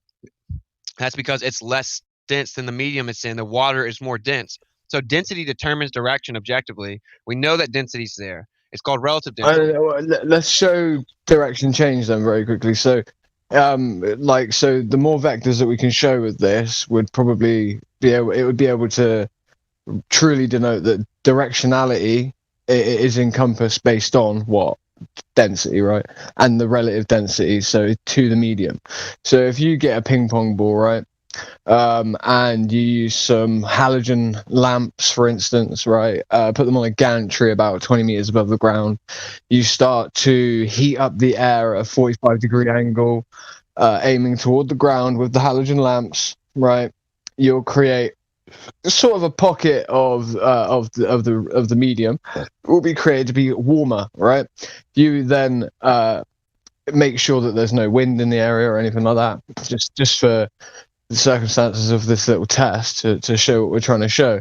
We're just basically making those gas particles more excited, as shown under like Gay-Lussac's gas laws, right? More excited gas particles due to the energy input, right? Now what we have is the ping pong ball. We drop it down, okay? As it hits that line that's been warmed up ever so slightly, what we'll see is it slightly deviate from that path to move ever so slightly off to the side, where again it will build up enough speed that it will start to beat that obviously that density. In terms, it will become more dense. It will basically, what I'm trying to say is you can deviate the path of something using the density of the medium itself. Like, what is wind? What blows a bag from one side of a room to another bag, for instance, right? Like, that's the medium being moved, right? Well, on a macro scale, using energy input like heat, like I was saying, or cooling, you can effectively show, like Witsit was saying, that the directionality of something changing in vector, even off to the left, to the right, so because people just say, well, yeah, but that's just up or down, or people try and say, well, yeah, but what causes the direction of down overall? We get that these things are going there, doing this or doing that. Well, again, it's density. Like, the ground is beneath your feet. It's more dense than yourself. You're more dense in the medium. That's why you're beneath it, and vice versa with all these objects. It is pretty simple. You know what I mean? And it can get more technical than that too, but it doesn't really matter. Everything's electric, but it doesn't matter. We'll just we'll move on. It'd be nice if we could talk about it in higher detail. Yeah, like I'll say this: if you take a balloon and you rub it on your hair, it'll stick to the wall. Where's gravity? It's sticking to the wall. What you change was the electrostatics. That's what made it change. As it loses its charge, it falls back down. The balloon never lost. This is a real nice way. This is a real nice way of looking at it. Is this right? So if you want to really, how many is it? 29th, or is it 10 to the 28th or 29th? 10 to the 39th power stronger. 39th power stronger than gravity is the force. Is that electrostatics or electromagnetism? Yes, electrostatics. So electrostatics, right? So when we think about it, so you rub a balloon on your head, you stick it to your chest, right? And I've done this genuinely and I think it was with about 10 milligrams of weight, right? So I displace a balloon that otherwise would just fall to the ground, right? You stick it to your chest, you rub it to your head, you stick it to your chest. Otherwise, this balloon would usually go to the ground. So the thing that stops it is this electrostatic charge, right? And then you displace that weight with just 10 milligrams of weight, right? That balloon, originally, if unaffected by the electrostatic charge, would have been grabbed apparently by the force of gravity, right, and pulled to the ground. This isn't helium, it's just filled up with my lung air, right? So if it can be displaced by just 10 milligrams of weight, right? Really think about how weak of a force that actually is. Even I'm talking about the electrostatic force itself. I'm not saying it's a weak force. I'm saying that in effect, right, can be displaced. That balloon can be took away from that force with just a very small amount of weight. A very small amount of force was able to displace that. So how strong is gravity? Gravity effectively doesn't even have the pull of 5 milligrams in order to stop this, to fight against this electrostatic force. And then people talk about gravity like it's be all and end all, when what is always and ever present that we can always measure and always test: electrostatics, electromagnetism. And we're sort of looking completely off in the wrong direction. And it's pretty obvious and right in our face as to maybe what's going on. The medium affects things. We have density, and the medium itself is also filled with an electromagnetic charge. So maybe look at the two and how they intersect with one another. Yeah, and also there's something called the Van de Graaff generator, and you can introduce electrostatic charge, and it'll make things go up or down based on what you introduce. Lightning is a phenomenon based on electrostatics trying to find its equilibrium. All molecular and intermolecular attractive forces are electrostatic in nature. This is from Purdue.edu. I'll cite it. So, literally everything that exists is electrostatic.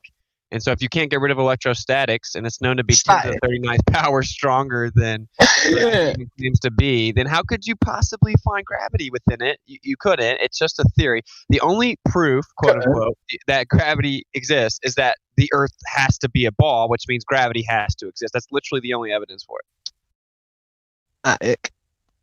So we got pretty technical with you. I mean, electrostatics, it's technically called incoherent dielectric acceleration when something falls down, but we don't have to get that technical. It's just electrostatics is present, and density is the primary agent, right? Like helium balloons are lighter than the surrounding air, it goes up.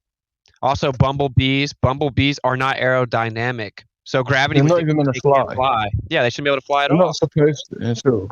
Yeah, but they buzz. They have a resonance, an electrostatic resonance that allows them to fly through crosswinds up to 50 or 60 miles per hour unaffected.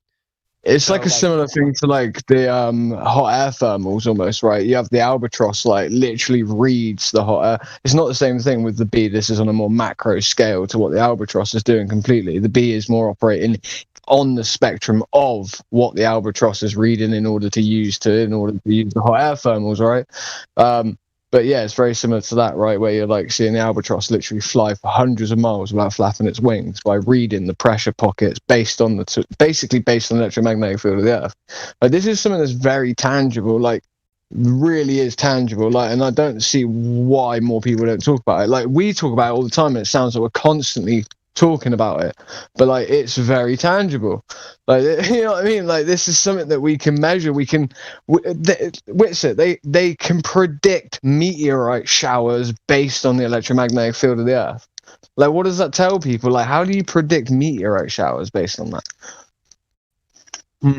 Yeah, what are meteor showers? There's electric phenomena. But anyway. Well, I was saying about that earlier about slag. Like, you know, like no one really talks about sandstorms. This is what do sandstorms do in terms of cause with weather, right? Like, what do you call it? Like the melting point of sand to glass is much lower than that. Which temperatures that happen up there when it comes to like things like lightning, and we know that there's shit ton of lightning in deserts, and you know, then we hear about, you know, meteorites and stuff like that, and the different, you know, I'm just saying the different colors that we see in meteorite showers and stuff like that. They make out that it has to be these elements or metals that are burning up from outside of this system. I'm saying that, well, sand itself in these sandstorms covers areas vaster than the area of, let's say, London, for instance, and then we don't have a clue about the trace elements or minerals that end up inside of the, you know, the air itself. And how do we not know that lightning, like I'm saying, lightning produces, you know, bright purple flashes with that part of the light spectrum? How do we not know that meteorites don't actually just come from the Earth? Like, they're always pointing outward, trying to, like, you know, make us feel like, how do I put it? Make us feel insignificant. But all meteorites fall down. You never see them fall up. Unfortunately, and that debunks the globe on its own. Meteorites fall down only. They never fall up. Remember, you live on a globe. Yeah, dude, like how hilarious is so right here, I think that's Boston University shows you that electrostatics is 10 to the 39th power stronger than gravity even claims to be on the smallest scale.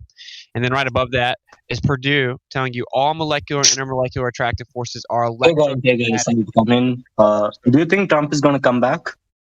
What? Mate, someone was talking, bro. Oh, man. So, real fast, you guys still here? All molecular and intermolecular attractive forces are electrostatic in nature. There is not one piece of material in existence that isn't electrostatic. Wood, glass, you name it. Okay, so everything's electrostatic. It's 10 to the 39th power stronger than gravity even claims to be. You can't get rid of it. You can't isolate it. You can't control the variable. To claim it has no effect is dishonest. To claim that gravity is over-affecting it is dishonest. And density is the primary thing that changes it, because we can manipulate density and show that it changes direction. We can manipulate electrostatics, show that it changes direction. The problem is this could not work on a globe Earth because electrostatics is way too weak. Listen carefully. Electrostatics is way too weak to make the planets revolve around each other with these immense masses. It's way too weak, yet it's known to be 10 to the 39th power stronger than gravity even claims to be. That's insanity, bro. Well, it's insanity to even suggest that you could, like I was saying, like when you give them gravity with the movement of higher to low pressure, it's worse for them, I feel like, with the gravity. Like, they have so many different vectors. They have vectors that are created by whole solar systems. Apparently, since we're slingshotting around other solar systems, some solar systems are slingshotting around a center of mass that doesn't exist between the two solar systems, right? Like, when you have these extra vectors of gravity that are able to move whole solar systems in coordinates with one another, like, you sort of have to question the idea at all, right? Like, how could you have gases in an equilibrium state whatsoever? Like, how could you? Why would you not? Gigantic ball of gas in a vacuum? You would think if they were smart, why wouldn't they just be saying, well, what it is actually is the electromagnetic field of the Earth creates a spherical type shape, right?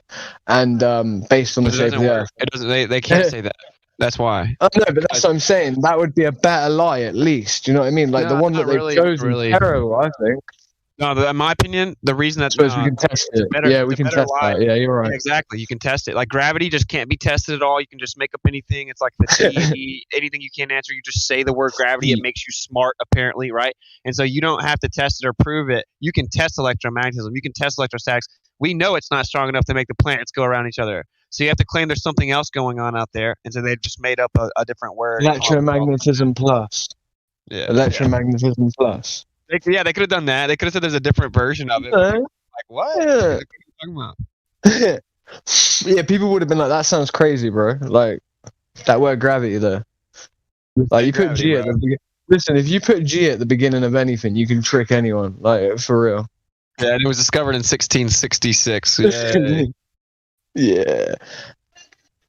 That's why you should be calling it Abaya. Hey, Noob, did you know this, bro? That supposedly the Earth's north and south Arctic circles are at 66.6 degrees, and the curvature rate up to 1,000 miles is 0.666 feet per mile squared, and the circumference of the Earth in nautical miles is 21,600, 6 times 6 times 600. The first time we recorded the Selenian eclipse, supposedly, which debunks the globe Earth, is in 1666. Isaac Newton discovered gravity in 1666, and then we're on a 66.6 degree tilt while we wobble going around the sun 66,600 miles per hour. What a coincidence.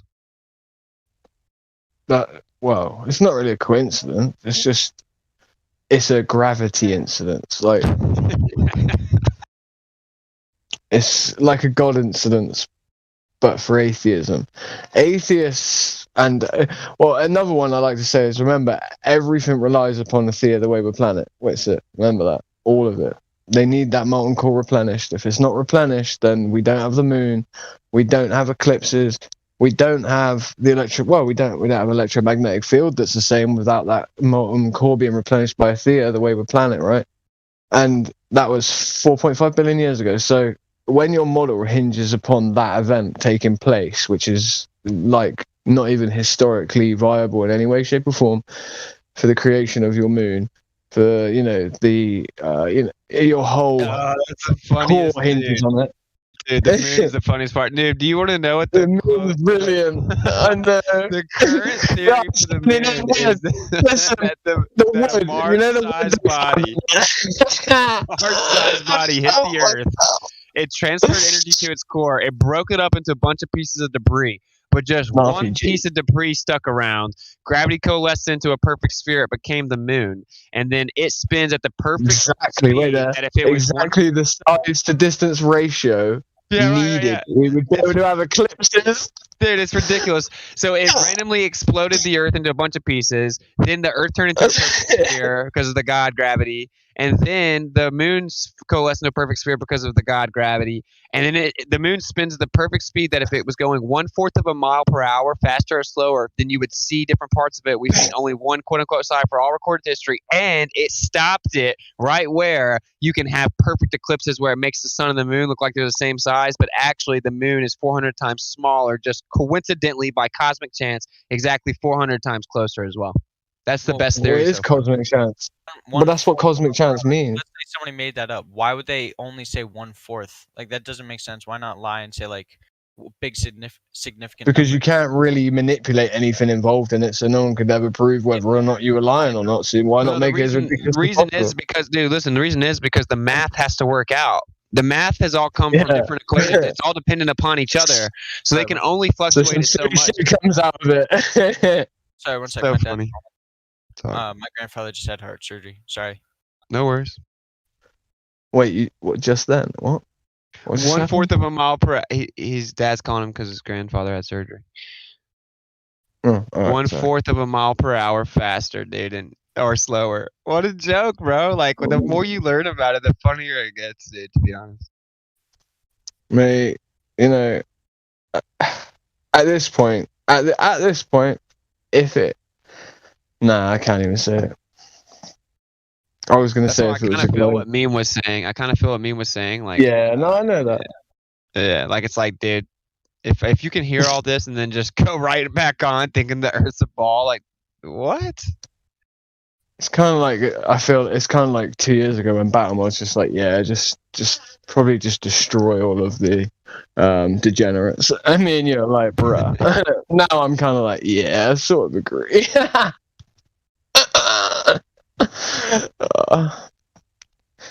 I've noticed that with like the men that are like any men that are like over fucking anyone over 40, they're just like, yeah, they're not having it. They're boomers, but dude, some boomers are cool. Some boomers come up to me and shake my hand. They're like, "Thanks for speaking the truth. I didn't know that." But like, dude, what really gets people in the everyday world, not the zealots. No, I mean, I love their. No, what I meant was I love their short temper toward stupidity. Like they don't. Yeah, that's what I mean. Yeah, sorry, go ahead. I got you. No, but like if you just look at the timeline of declassified operations from the government, it tells you all you need to know if you're actually honest, right? Like 1945, we started Operation Paperclip, where we brought Nazi scientists over here, including Werner von Braun, who supposedly took us to the moon. 1946, Operation High Jump began, where we went and explored the Antarctic regions by Admiral Byrd. 1954, he was on an interview on nationally televised interview, right? He says, "It's astonishing to me that there's a landmass as big as the continental U.S. on the other side of Antarctica, unexplored with tons of resources." That was in 1954. He died in 1957. In 1958, they founded NASA. In 1959, they signed the Antarctic Treaty that says it's illegal to go where they had just explored. In 1961, JFK said we're going to go to the moon within 8 years. 1962, Operation Fishbowl of Dominique, which is Fishbowl of the Lord. They sent high-altitude missiles up trying to map out or get past a certain level, and they kept exploding at certain altitudes. They couldn't get past the container. 1968, they came out with Space Odyssey, one of the most famous movies at the time. It won Film of the Year about a moon landing. In 1969, they supposedly went to the moon, brought back moon rocks that were petrified wood, called the U.S. president from a landline 238,000 miles away. They got there from the collision. The other way we planet. Remember? When what they used in Operation Fishbowl, man, was a Thor missile. What does Thor has? Yeah. Hammer. Trying to break the firmament. Well, yeah. You know, remember when they say we're breaking the glass ceiling, and they keep saying that over and over it's again. All symbolic, man. They all did. What was it? What Werner? What was it said on his grave again? It talks about the firmament. Psalms 19:1. It says the firmament of the Creator shows the handiwork. Proclaim of His glory and the hand. Yeah, that's it. It's like this: the heavens proclaim. Is it the heavens proclaim of His glory and the firmament sheweth His handiwork? Yeah, there you go. Yeah. Sorry about that. You're good.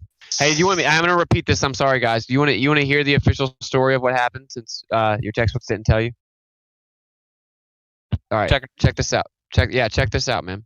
So in 1945, we did something called Operation Paperclip, which is where the U.S. government brought Nazi scientists over here. Right? One of them was Werner von Braun, who was an SS officer. That's who we put in charge of space exploration to take us to the moon. That was 1945 when that started. In 1946, there was something called Operation. Wait there, just add a little bit. One sec, was it? I mean, just if you guys don't know who Werner von Braun is, just to add a little bit of context here. He's the guy that designed the V1 Vengeance rocket for Hitler and the V2 Vengeance rocket, which were fired from different locations across the coast of France, across to England to hit and strike different locations. So he was a guy that was literally, in their narrative, used to, bomb and kill not just English people but also Americans, because you got to remember the part of the coast of England that which they were firing upon was actually the part of the American sector, in terms of where the men were staying, on all the way up to D-Day. So mainly that weapon was pretty much designed for vengeance on London, but also for vengeance against anyone. So you remember that's the guy that Witz is talking about, that they put in power and in charge of NASA. Sorry, go ahead, listen. No worries. Noob, I just want you to hear this, because if you listen to the timeline events, you'll see what happened, how they lied, and when they decided to lie about the Earth, okay? This is all declassified. In 1945, we brought Operation Paperclip into effect, where we brought Nazi scientists over here, including Werner von Braun. And then in 1946, there was Operation High Jump, where the military explored the Antarctic region using Admiral Byrd, a well-decorated general for the U.S. military. And then in 1954, this Admiral Byrd was on a interview on national television saying, "It's astonishing to me that there is a landmass as big as the continental U.S. on the other side of Antarctica that remains unexplored with tons of resources." He then died 3 years later in 1957. In 1958, NASA was founded. In 1959, they signed the Antarctic Treaty saying it's illegal for people of the general population to privately explore the Antarctic region that they had just explored. Then in 1961, JFK said we're going to go to the moon in 8 years. In 1962, they had Operation Fishbowl, which of Dominique, which Dominique translates to of the Lord. So Operation Fishbowl of the Lord in 1962, a year after JFK said we're going to the moon in 8 years, where they shot missiles up at different altitudes for the next 5 months or so, and they kept exploding, effectively trying to get through the fishbowl, through the firmament, through the container, but they couldn't. They mapped it out. And then we fast forward to 1968, which is where Space Odyssey came out, and it got Film of the Year, and it was about a moon landing. Also in this year, one of the astronauts that was supposed to go to the moon, he said, "We'll never go to the moon. We can't even get to low Earth orbit. We can't even communicate within our own buildings. We'll never be able to go to the moon." He then hung a lemon on the module that was supposed to go. He randomly exploded and died in a routine checking of wires after that. Then they replaced him. Then we supposedly went to the moon in 1969. So, and proved the Earth was a ball. So does that sound legit? Did you get all that? Yeah, no, not really. That's pretty fucked up. Yeah, it's ridiculous. It's insane, bro. You should always let Nazis run your space programs anyway. Like, Hey, Witsit. that's actually the rule Hey, of thumb. Witsit. No, it's the rule of thumb. It really is. Yo, Wizard, check out that picture I put of the lightnings, right? On the right hand side before I continue with it. Okay. Is everyone taking notes? Hold on, yeah. Check out what they put the moon. One sec, what? About the like why would they have a reason like to keep it hidden, like all that land or whatever? So like every major country has a space program, right? So they'd probably fight over that land. Like the US, China, and Russia, like major first world countries would probably No, you're assuming they're enemies, but they all are in a peace treaty about that piece of land, and it's called the Antarctic Treaty. Russia signed it, China signed it, the United States signed it. They've all agreed on a peace treaty about Antarctica. So Why would they fight over it? Why wouldn't they negotiate over it? yeah, exactly. What if there are like 50 different pieces of land and they all get some?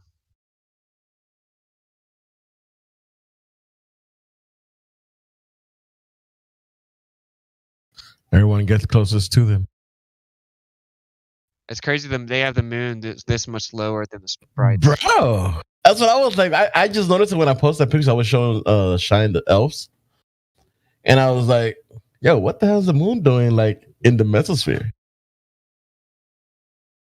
All right, yeah, I think it's what they did was pretty fucked up. Like, Well, they, I think they should have hired him. I unfortunately, think they should have like made him a slave or something, but well, hired him. he missed the Nuremberg trials because of this is what paperclip was, right? So like this is really, if you look into this, like it really shows compartmentalization and departmentalization at its best. So when they spoke to the Russian scientists, right, once they'd gone, well, not the Russian scientists, the scientists that were taken by the Russians in Operation Paperclip. The reason it's called Paperclip is to do with something to do with paperclips, with marking out different folders in order that the Americans would be able to extradite and extrapolate the best scientists for what they needed. The Americans took a different tact than, let's say, the Russians. The Americans integrated like people like Werner von Braun into the fabric of the society of America itself, right? Where, you know, they would like make them almost decorated individuals. There are like whole universities in America named after various Nazi scientists that were brought over, and like I said, it integrated in and interwoven into the fabric of American life. They became they became men of renown essentially in those areas, right? They became renowned men. They became popular. They became, you know, acclaimed men. They became looked up to basically. And before you know it, they realize that they can exponentially get more out of their scientists by doing this, because people are more productive and more creative in general when they're under these sort of, you know, in this type of environment. Yeah, and the Russians, like I said, did it the opposite way. they treated them with disregard, and they really stringently compartmentalized and departmentalized the hell out of anything that they could do with the Russians, to the extent where, when, like I said, when they were spoken to, when they moved back to Germany, the scientists, years later, none of them knew what they were working on, and they even spoke to the scientists that were involved in making the rocket systems for the Russians, right? And literally, like, they had no clue they were working on rockets whatsoever. But the Russians roughly took, I don't know how many more, I know it was more than 5 times more scientists. And production-wise, they didn't really get as much out of theirs as much as the Americans did. But like I said, the 2 different approaches, right? What do? Do you make more creative men that are more productive by weaving them in? And then what does that do, though, to your society? You've got to remember, these are the top echelon of scientists out of Germany. That they got there because they were cunning anyway. So whatever that did to America, who knows? Based on the narrative, do you know what I mean? Based on if you want to believe they were good or bad people, whichever way you see it. But that really shows it, though, when you look into it. And NASA, we've got to remember, it was created at the same time, using the same scientists that used to work together in Germany, the ones that were separated off, some to America, some to Russia, some to England. NASA was created under the same confines as the space programs of Russia, and we've spoken to those German rocket scientists that work for Russia, and like I said, they knew nothing about what they were doing, and that's what I believe goes on at NASA. It's just that they've managed to hide the nature of what goes on at NASA much better, and no one really understands that. It's the same thing: compartmentalization, departmentalization. They're not all lying; they just don't actually all work on the moon. Not everyone has to be lying about everything. The left hand doesn't know what the right hand. That's all. Yeah, well, I think the reason why it was called paperclip because they paperclipped their new name to the old name. Yeah. Yeah. Yeah, I'm not entirely sure. I can't remember. Apparently, I've heard more than one story about why it's called that, and I can't remember the exact story. So I just remember something to do with folder, and I'm like, don't remember the rest.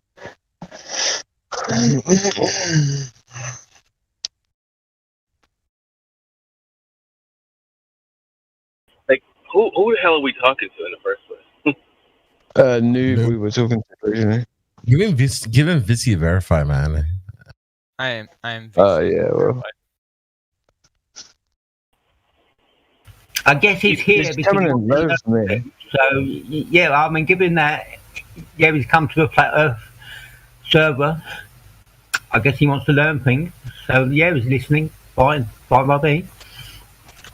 Was he the one with the gas pressure question? Anything. Like, I respect you guys and your opinions. I'll give him the time.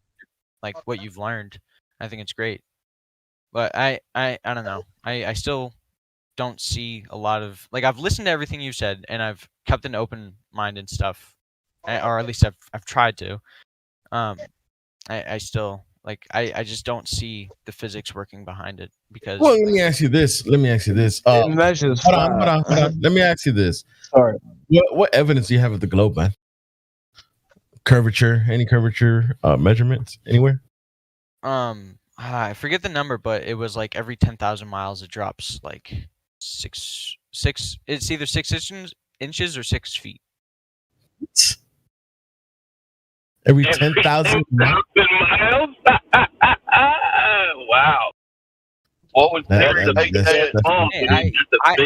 saying what I think I know or what I know. It's bro, wrong. You don't know very much because if there's 24,000 miles in circumference, how the hell can 10,000 miles have 6 inches or even 6 feet of drop for a ball that's only 24,000 miles in circumference? Think about that, dude, before you just, you know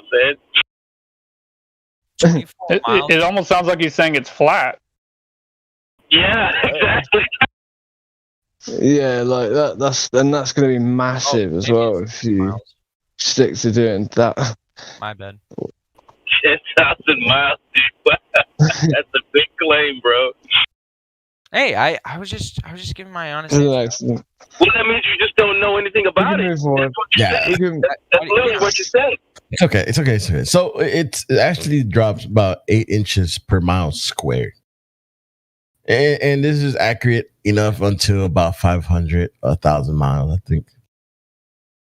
Yeah, I also Yeah, just wanna maybe a say, bit like, more. like you guys are gonna shut people down, or not you guys, like some people are being very nice and courteous, but to the guy that like it just shuts people down. No, I didn't mean to do it like that. I just thought you knew what, because you said you had a reason why you don't believe it. So I thought it was going to be some real evidence. You know, I thought maybe you knew enough about your claim to give us some evidence. I didn't think that you honestly don't know anything. To be fair, I'm not trying to be a dick. I'm sorry, no, bro. right? Like, everyone just thinks they know. Like when I first heard it, I thought flat Earth was dumb. That's what I thought. I just thought we knew it, and that they had been proving it with millions of dollars and tons of science, right? So, yeah, I mean, it will be a reluctant admission for him if he's honest that in fact he doesn't actually know about it, because we all kind of were taught that we know all about it, even though we know nothing about it. That's 100% true. It's My bad, dude. I didn't mean to make you feel small, bro. But I just thought you literally knew some stuff. That's all I'm saying. Damn, just got roasted. In contrast to the rest of the universe, you're much larger than you've been told. Yeah, exactly. Like, to put it into perspective, man, like I've been going around the United States offering $100 cash to anyone that can answer 3 basic questions about the globe Earth correctly, and they're basic questions, and no one's won the money yet. And I've been around thousands and thousands of people, so no one really knows the basics, and they weren't really taught them because you'd be able to test it, right? So we're gonna teach you what you should have Mate, taught. it's so sad. Yeah. So that's so bad, isn't it? That's so bad that no one's got it yet. I guess he Come has on. video evidence to actually put this. You can go to his YouTube channel and check it out, man. Nobody has ever tried. It's quite hilarious how no you're one's lying figured with it it. out. With it, you're lying. Somebody did answer these questions in Times Square, but they weren't. One person got the money right. He came up and he answered the questions correctly, and I gave him the $100, and he's like, "Oh, dude, I'm just trolling you. I'm a flat earther. I watch your channel." And he gave the money back. What a little shit. That's the only person that's won the money up. It was funny one. There was another flat earther that was about to do the same thing to him. Yeah, in this crowd. That's brilliant. Yeah, it's funny, man. That's hilarious. And what's crazy, man, you guys defend it and y'all don't even know anything about it. And I'm not trying to make you. And don't get me wrong, dude. We were all there. I was there as well.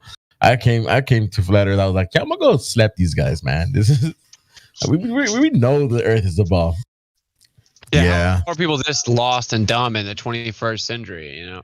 I mean, I was actually pretty open-minded. I already knew the moon landing was fake, but like, I have friends that fought tooth and tail with me for like years until they finally Tooth and admitted, tail. okay, Wait yeah, there. like Tooth and tail. tooth and nail. You said tooth and tail. Sorry. Yeah, I think you did. Yeah, you did. I wouldn't have got away with it. Sorry, bro. You wouldn't let me get away with that. All right, electrostatic. Static. Static. Let's get it right. So, but you agree that if the Earth's a ball, and we know how big it is, it has to curve at a certain rate, right? Yeah. Yeah. All right. Well, that's where we should go. Someone else Yeah. will take it away. The other one, man, is who detected the spin of the Earth, man, and when did they do it? I don't know. Yeah. That's a big one. You know, they tell you it's spinning. They tell you it's spinning, but yeah, nobody knows. There's no evidence for the detection. Matter of fact, since nobody can detect it. I don't know if they told you asked you about the gas pressure without a container. Yeah.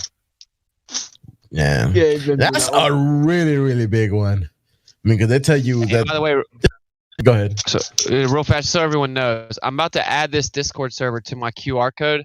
So when I hand out the QR code and they scan it, it's got the Flat Earth app, it's got my website, my YouTubes and Instagram stuff, and it's gonna have this server on here as well.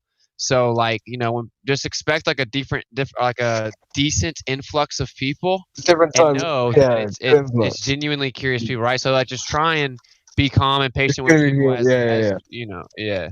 Okay. You got that QR code fixed, man, yesterday? Yeah, I got it fixed last night. Yeah, it was on automatic payments, but it had just paused the QR code. So I went and edited it and then refreshed it, and it started working again. So I don't even know what happened, but whatever, it's working right now. Yeah.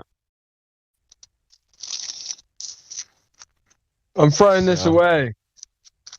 I didn't mean to interrupt. Go ahead. No. The Earth has to curve at a certain rate.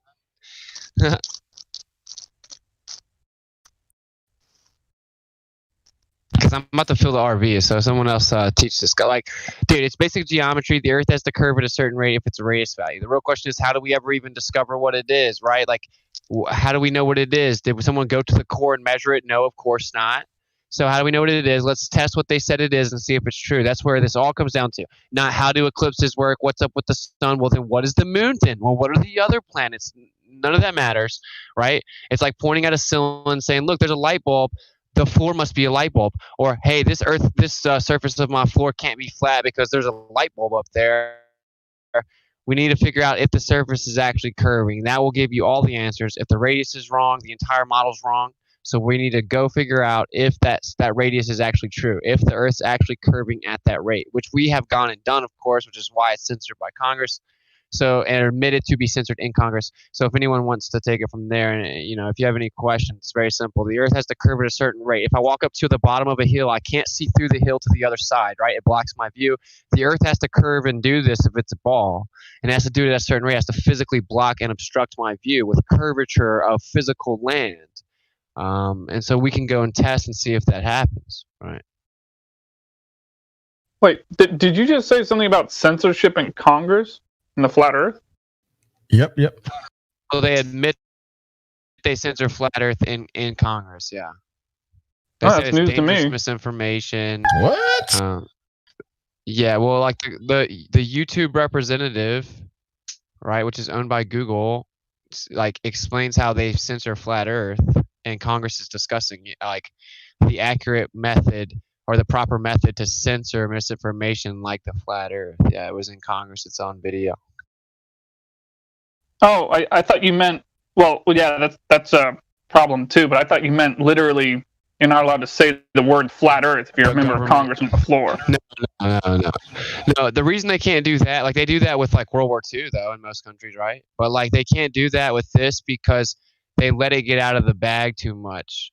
So there was like Donald Trump, Hillary Clinton, top Google terms, and then flat Earth exploded as one of the top Google terms. And so it got way out of hand. They couldn't just like forcibly delete it from everywhere. Everyone would be like, wait, what's going on? Is the Earth flat? So they had to be tactical with their censorship. And if the government came out and said you're not even allowed to say flat Earth, everyone would immediately think the Earth's flat.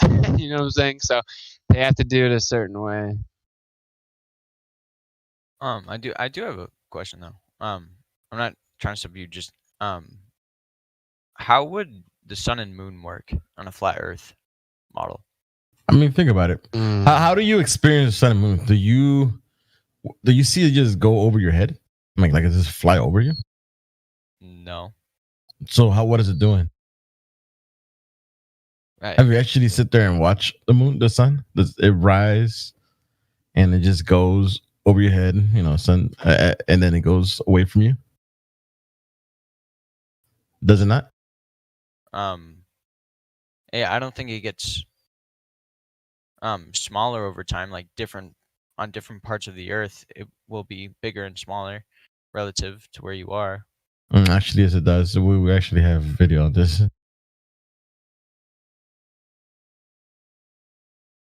Yeah, and even the Globe Earth admits it does it throughout the year as well.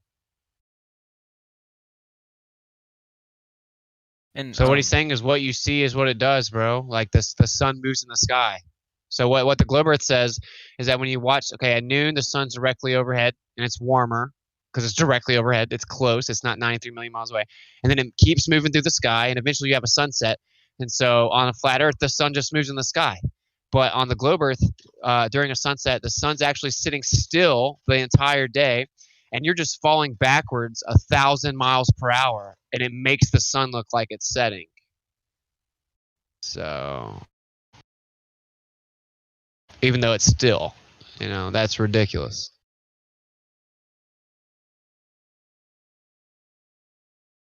So the sun and the moon, they move over top of the Earth. It's very simple. So did he just skate right past curvature and ask about the sun and the moon? Is that what he did? You don't want to. You don't want to see. You don't want to see evidence of what we have, man. Come on, go ahead, Wiz.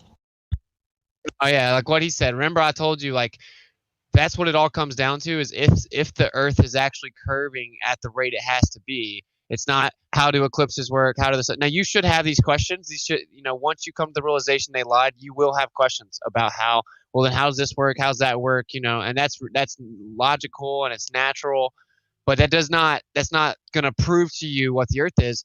If the surface of the Earth isn't curving anywhere, then what is it? Like if you have a table and the surface isn't curving anywhere, what is it? If it's not curving anywhere, flat. Yeah, exactly. So that's what we need to figure out. Is the surface of the Earth curving anywhere? We have to go measure the surface and see if it's curving. If it's not curving, it's not a ball, and then we can figure out how everything else works, right? But that's what it all comes down to. Is the radius true? Is the size of the supposed sphere they said true? We have to go see the surface of the Earth and see if it's curving, bro. Man, I can see this guy's genuine having questions because you know how many people struggle with to answer that question? Yeah, like 80% of people won't even say the word flat. Oh, just keep being honest, dude, and you're gonna be where we are, my man. But just make sure you're honest. Don't worry about what other people think, or don't let them intimidate you, or who cares if people make fun of you. Informed people don't care what ignorant people think. So just be informed, look at the evidence, and find out the truth, and be honest. That's the most important thing, right? We don't want you to blind believe us. We want you to honestly go look at the evidence and find out what we just happened to find out. So it's like, dude, is the surface curving anywhere? We can just get straight to it, dude. We saw the Chicago skyline from 60 miles away. It should have been completely blocked by Earth curvature, yet we saw the entire skyline of Chicago. We saw mountains from 200 miles away. It should have been blocked by 1 mile of Earth curvature, yet we saw the entire mountain top to bottom, right? If the curvature rate is true, then we should see the curvature 1.2 miles away when we're 1 foot off the ground. But we have observation 1 foot off the ground where the horizon's over 10 miles away, not 1 mile. And so the radius would have to be over 250,000 miles for that to work. And they claim it's 3,959. So 4,000 is a lot different than 264,000, right? And so these cannot happen on the ball Earth. And this is why they have to censor flat Earth, because you can go and test it and see if it's flat or not. It's not just like a speculative discussion. Do you see the image, the picture in the voice text? Oh, no. Sorry, 1 sec. Yeah, by Aether 9000. Yeah. So that is an observation. It's a picture taken from a video, which we have the video as well, and it was 1 foot off the ground. And they zoom in, and you can see the horizon is behind that second oil rig. That second oil rig is just under 10 miles away, which means the horizon is at least 10 miles away. And if the Earth's a ball, when you're 1 foot off the ground, you have to see the curvature of the Earth no further than 1.225 miles away, right? It's 1.225 times the square root of the observer's height in feet. The square root of 1 is 1. 1 times 1.225 is, of course, 1.225. So 1 foot off the ground, you have to see the curvature no further than 1.2 miles, and yet we see it over 10 miles away. This is literally impossible on a globe. This picture alone debunks what they said the Earth is. It cannot happen on a globe, ever. Not once, no matter what, it cannot happen.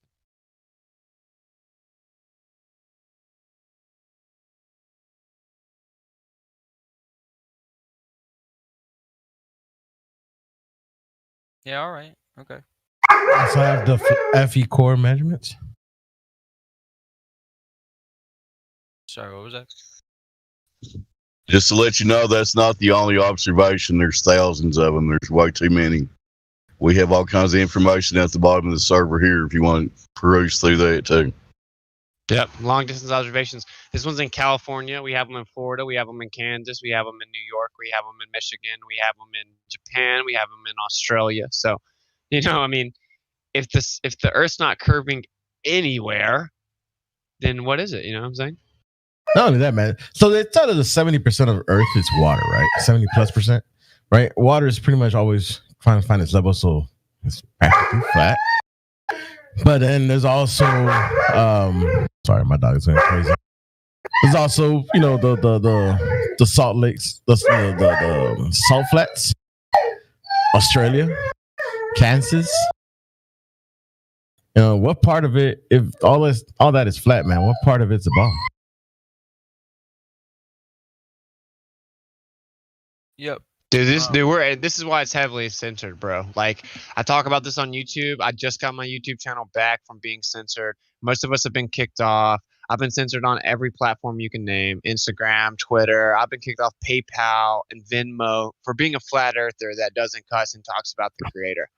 Right? So, like, it's not something you can debate. Neil deGrasse Tyson was supposed to debate Eric Dubay, who's an infamous flat earther, and it was set up on Joe Rogan's podcast, the number one podcast in the world, and Neil deGrasse Tyson backed out of the debate because it can't be debated. Like, if they had a famous quote-unquote scientist debate one of us in real time on national TV, we would dismantle and embarrass them. So that's why instead of arguing against it, they've just tried to weed it out with censorship. Because it's not like what do you think the Earth is? These are compelling arguments. It's like objective. You can actually test it and prove that it's not a ball. So you're lucky to have found this place, to be honest. This is one of the few places you'll get the real info. West Siberian Plains, 2.4 million square miles of flatland. That's in Russia. I mean, there's no way, man. There's no way with all this flat land and water being flat that the Earth is a ball, man. How could it be? And everything you've ever experienced has told you this, man. Like, you don't feel like you're moving. You see the stuff in the sky moving, right? Well, that's what Flat Earth says. The Earth's not moving, and the stuff in the sky moves. The Globe Earth says that the Earth is spinning 1,000 miles per hour at the equator, and you just can't feel it. And it makes it look like the stuff in the sky is moving, even though it's actually sitting still. And whenever you go out and you look over the water, you see that the horizon is horizontal, right? That's where horizon comes from, horizontal. So you've always seen a flat Earth. You've always felt a non-moving Earth. You've always seen everything in the sky move around the Earth as it's the center, but you've just been told to believe the opposite. That's it. Like, when you see it, that's what it is. You're seeing what it is. And that's one of our questions. When did you experience a globe, man?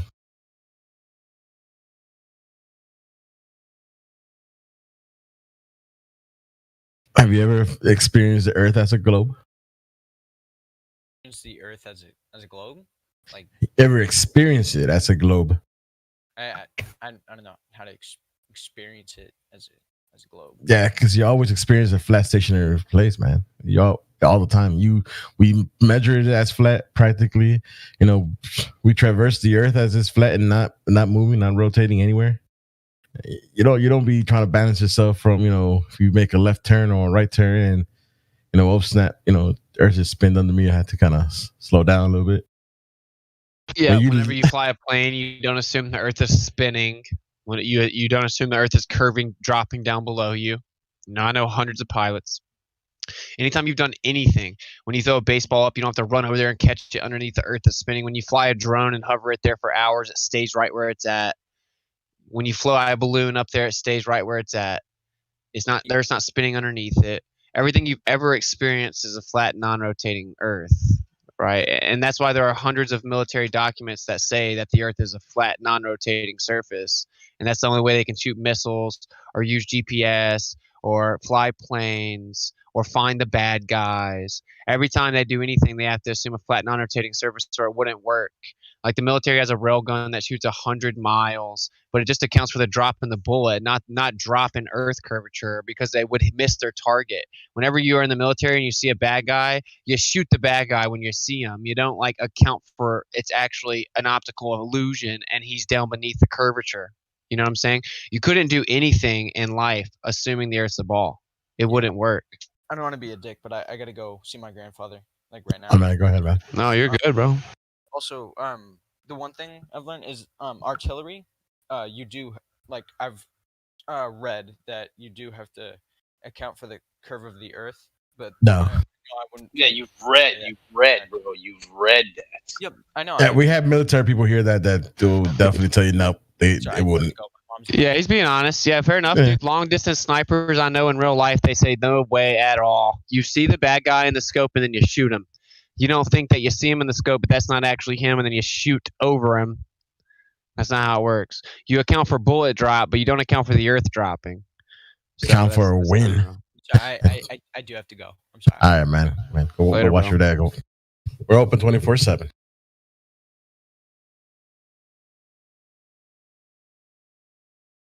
Well, he's gonna have trouble seeing the Earth the same. Oh, we see something. Linger. You know, he seems to want to know things. You know, that's why he's here.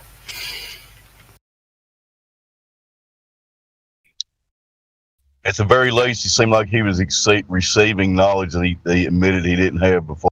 So that's a good start, right? Yeah, for sure.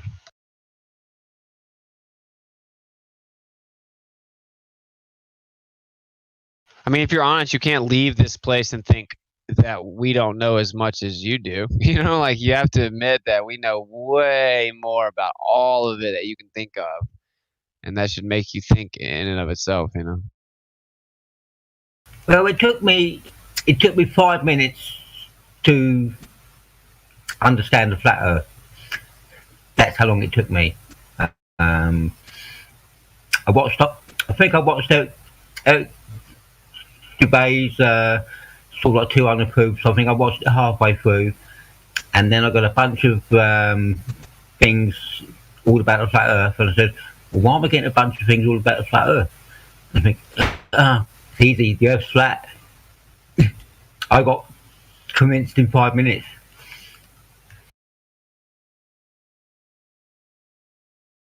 That was actually super fast for me too, because I knew the moon landing was fake, and that's the only supposed real picture of the Earth from space. And then I found out the star trails all reset around Polaris, and I was like, uh-oh.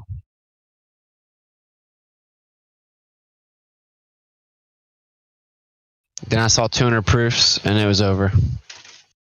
Yeah, 200 proofs was like I didn't even see the 200. I only watched it halfway through. That was good enough for me. Take it. It is really long. I had to like pause it, go to sleep, wake up the next day, put it again. Dude, I was so obsessed with flat Earth, like non-stop for like a week. Yeah, me too, dude. Like I'll go like 17 hours just looking at stuff. Yeah, it's crazy, bro. That's crazy, right? It's like, again, even in the scriptures it says, like, in the end they'll be handed over to their delusion, for they have no love of the truth. Like, that's what it comes down to. There are those of us that like just want to know the truth. Chris and I were talking about it. Like, I've never been the guy. If someone tells me a conspiracy theory, I've never been the guy that gets mad or something, gets triggered. I'm like intrigued. I'm like, let's hear it then. What's your evidence? I want to hear it. Like, I want to know what the truth is no matter what it is, and if you're like that, then you'll find out there's flat. If you're not like that, then you're gonna have an issue. Yeah, I don't get angry about anything anymore. I'm just open. I will just listen and say, yeah, okay, I've taken that in. I will have another look, see what I can find, and yeah, it's all good information.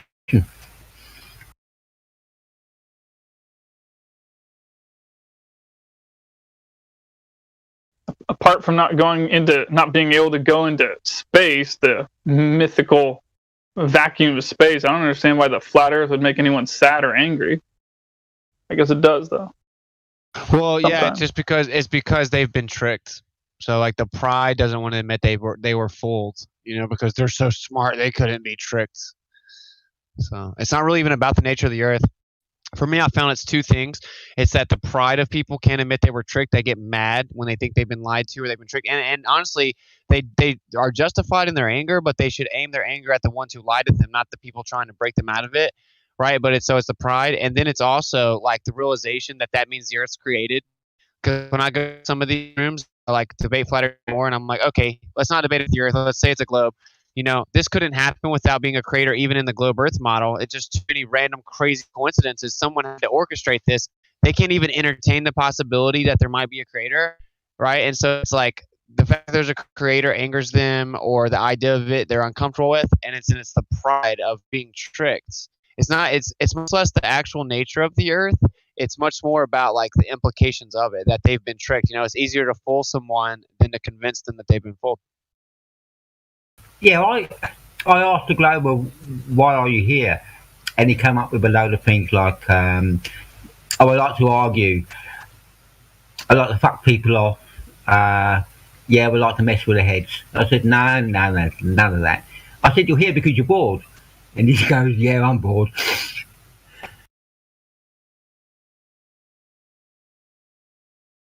Or maybe he's here because his subconscious is directing him there, but his regular conscience is like, no, it's a ball. They wouldn't have lied to me, no. Well, I think some of them are not consciously coming here to learn about the flat Earth. They want to know more. They just don't want to publicly admit it because they are too embarrassed, Yeah, that sounds about right. That definitely does exist. They're there because they're interested, but they can't admit it. Yeah, they're embarrassed to let anyone know, of course, but their curiosity gets the better of them because they want to know, really. Exactly. So they're going to do it sneakily. I mean, that's just not living, is it? When you've got to sneak around to learn the truth, It's just, that's crazy, man. Their brains are saying one thing, and their heart is saying the opposite, and it's confused them.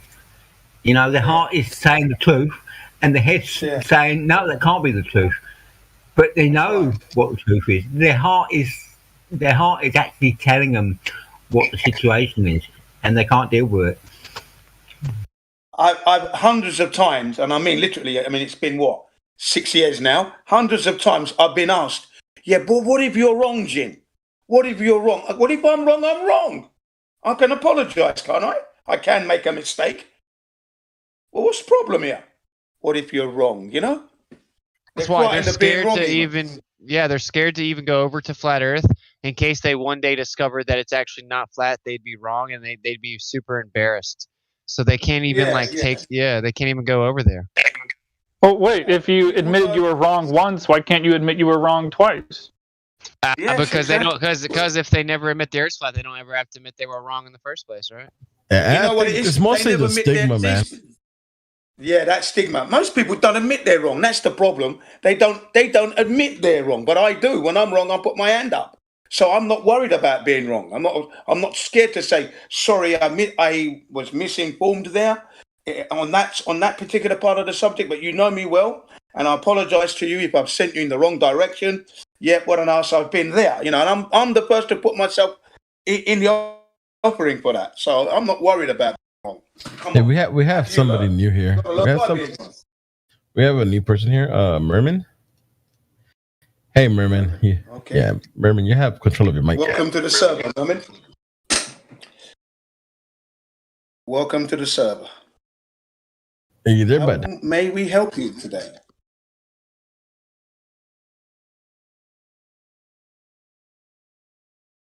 You're self-muted, so... Come on, man. Made it this far. You made it this far, Merman. You've got a good chance now. It's probably busy.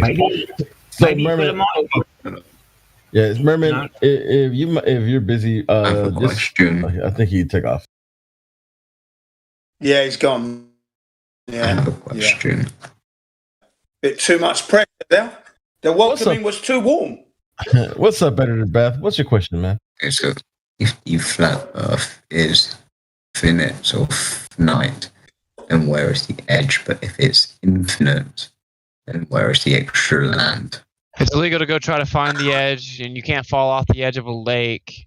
And there's also something contained in the Earth. Maybe it comes down and touches down the end. But it's illegal for us to go past the 60th south latitude, so we literally don't know where the theoretical edge even would be, or if there is one. Yeah, that would be the Antarctic Treaty that WizCity is talking about. The Antarctic Treaty Well, does not allow us to go beyond the sixth. Listen, please, beyond the 60th parallel. We cannot go beyond that. So going through August. Wait.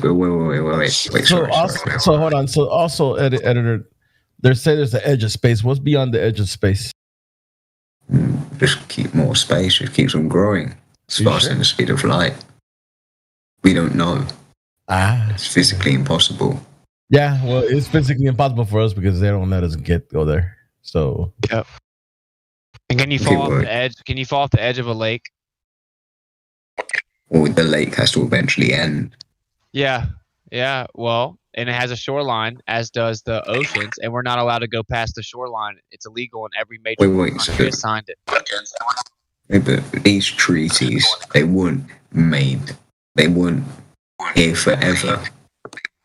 Yeah, well, there are ancient maps. There are ancient maps that show land masses beyond the ice ring. So maybe people did used to go there. Admiral Byrd. Then, before government was made, before we had modern day politics and treaties, and who was the last person to go there? We wouldn't. Well, there are ancient maps all the way back to ancient China that shows tons of land outside of the ice ring. So, plus, remember the terrain over there is like freezing weather. Very difficult to travel it. Yeah. In modern times, in so-called modern times, we have Admiral Byrd, the youngest admiral in the American Navy. He was obviously given the mission to go to Antarctica and do his research and document whatever. That's modern times. Then you have some people who have gone there, been sponsored to hike the area and go to the South Pole. And Admiral Byrd said there was land beyond Antarctica. Jarl Handel had a Norwegian who went on his own. Sorry. Yeah, there you go. And he went by himself. Yeah, what about the TV crew that got cancelled when they went down there? On his ship known as Berserk. Do we have photo evidence from it? No, it was the military that did it. So the military hasn't released it. Yeah, we have. Do you have photo evidence the Earth's a ball? Yeah, go on. I would show you a NASA photo, then you probably say because of computer imagery. NASA says that as computer imagery. That's what they say. That's what they say. Where have they said that? They call it an image, not a photo. And the blue marble, the most famous picture everyone's been shown, quote unquote picture, is admitted to just be a cartoon that an artist painted on their own website. So, if they were to send someone up to the moon right now, and that person on the moon was to take a photo of the Earth. Well, what if Superman comes and pulls me out of bed? You have a lucky day. You just get Superman. Well, that's the same thing you're saying. What if someone goes to the moon? That's not going to happen. It's impossible. What if Superman comes and wakes me up tomorrow? What if? Superman was made by humans. So was the Globe Earth model. So was the supposed Globe Earth model. No one knows. We could both argue here. We could keep on going back and forth. So the problem with the photos from NASA, man, is that you can't validate them at all. The thing is that we can both say anything. And we can say literally anything. There's no proof to deny or to prove on, and no one would know. Actually, no, there is. But the whole thing is that no, hypothetically, able to say something that no one had proof that was false or proof that it was real. No, we could definitely prove that the Earth is flat. Now, the thing is, the photos from hold on, listen. The things that the NASA tells you or shows you, right? Those images. You can't validate them at all. How do I validate what you show me? You could actually go to his locations and do it yourself. Yeah, exactly. But if there's treaties, I can't. No, you can go measure the surface and see if it's curving. You can make long distance observations, and the Earth's surface has to curve and block your view with the Earth curve if it's a ball. So you yourself can go do that.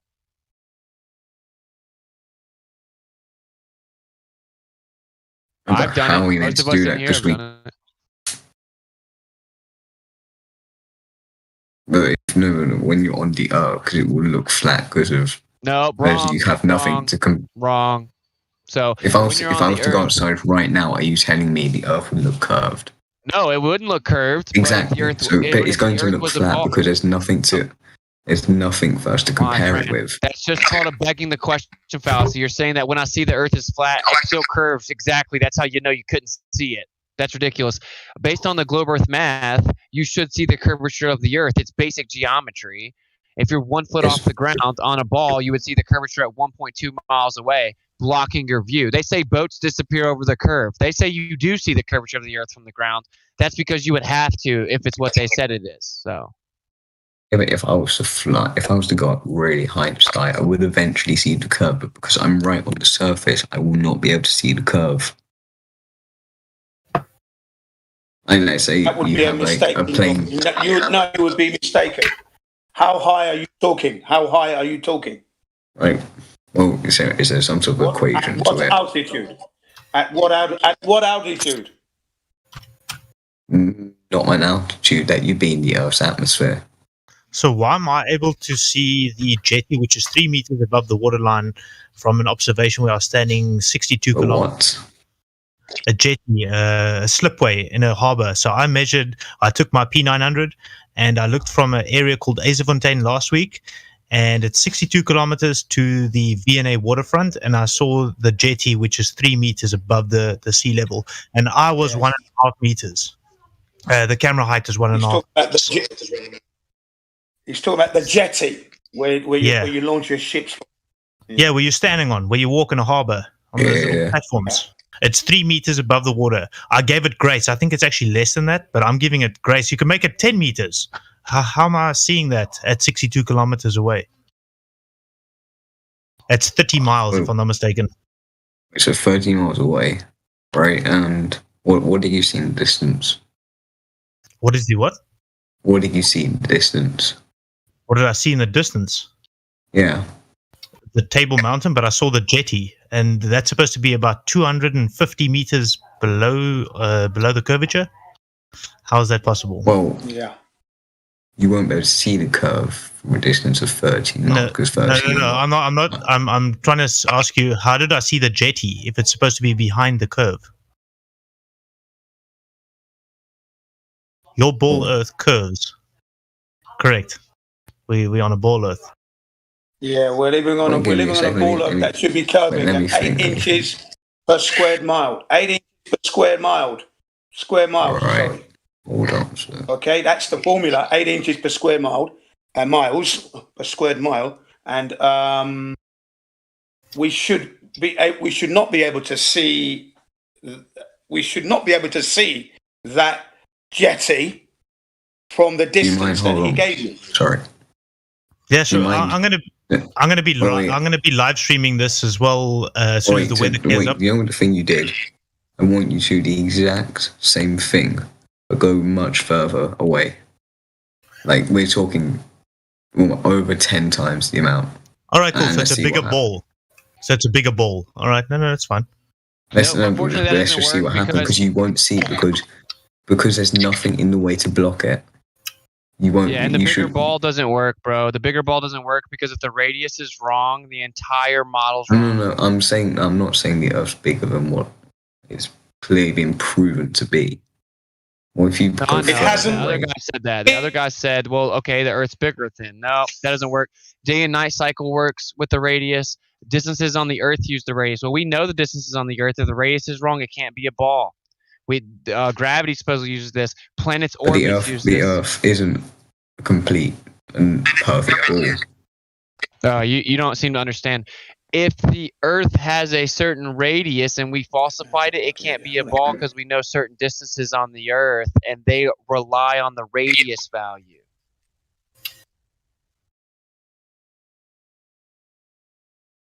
No one would ever say from your side that the radius is wrong, but the Earth's still a ball, because you can't say that. Either the radius is right or it's wrong. Ball. It doesn't matter. The maximum extension of the radius is 3,959 miles, so we go with that. We go with the maximum. Yeah. Yeah. Which means it has to curve at that rate automatically. It can curve less than that. It's 1.225 times the square root of the observer's height in feet. It can be no further than that. That's the maximum extension of the radius. But it doesn't curve at that rate. We see way too far. We falsify the radius. That falsifies the entire model. Yeah. Can you show him the black swan that I posted in the live stream, together with the curvature drop rate? It's all there. So please, editor Bart, take a look in the live stream voice text. My name's Jin CBR1. Whilst you've been talking, I posted the Antarctic Treaty. Joel Anderhoy, the guy who went to Antarctica by himself 3 times and got marched back. I put the black swan with the accompanying video with that and the curvature chart. Once you look through that material, you'll come to some understanding that the globe that you believe in, that you have never proven, doesn't exist. That's why you can't prove it. There's no scientific evidence for the globe. 0. So you're making baseless claims at the moment, unless you can provide us with proof. Yeah? Can you do that? I mean, you just asked me how to do, so I can try. Yes. Can you provide me with the evidence to the globe, I can't please? obviously provide you after you just told me so. You said it's been proven. You said it had been proven, so please back up that claim. You just give me some time to do it, and I'll prove it. You obviously had the time while I was speaking to get the evidence, so I should have this. It's been proven tons of times. Get on it. It should be for you to do. That's what I'm doing. Time it's been proven. All right. Okay. I'm going to be patient and wait. While we wait, Jen, you doing well? Let's all go have lunch or something. Oh, I'm doing well, thanks. Yeah. Ah, How you great doing? stuff. How you doing, yourself? I'm good. I'm good. Yeah. How about God Rocking? I think that was God Rocking's voice I heard just then, wasn't it? Just fine. No, it's Beerman. Yeah. Wicked. Nice. Yeah. Yeah. Thanks for asking, bro. How about you? Oh, thanks very much. I'm very well indeed. You know, Hello. we're always here. We're here together, brother. As you know. Good to see Whitsitt here once in a while. Yes. Yeah, and Miggy was in there yesterday. He was there. Miggy. He popped in. Yeah, I'm just about to send something in the live stream chat. Okay. Yeah. Have you got the role to do that? Has he got the role to do that, guys? Yeah, I have like the role. So okay. Let's see what you're going to be posting proof. Are you? It's ways that you can test it. Cool globe proofsies. I love it. It'll be a first.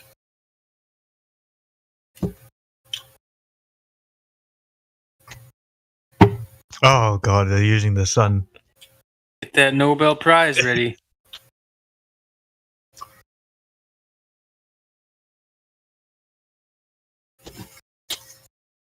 Oh my god, it's a sticks and shadows experiment. Sure.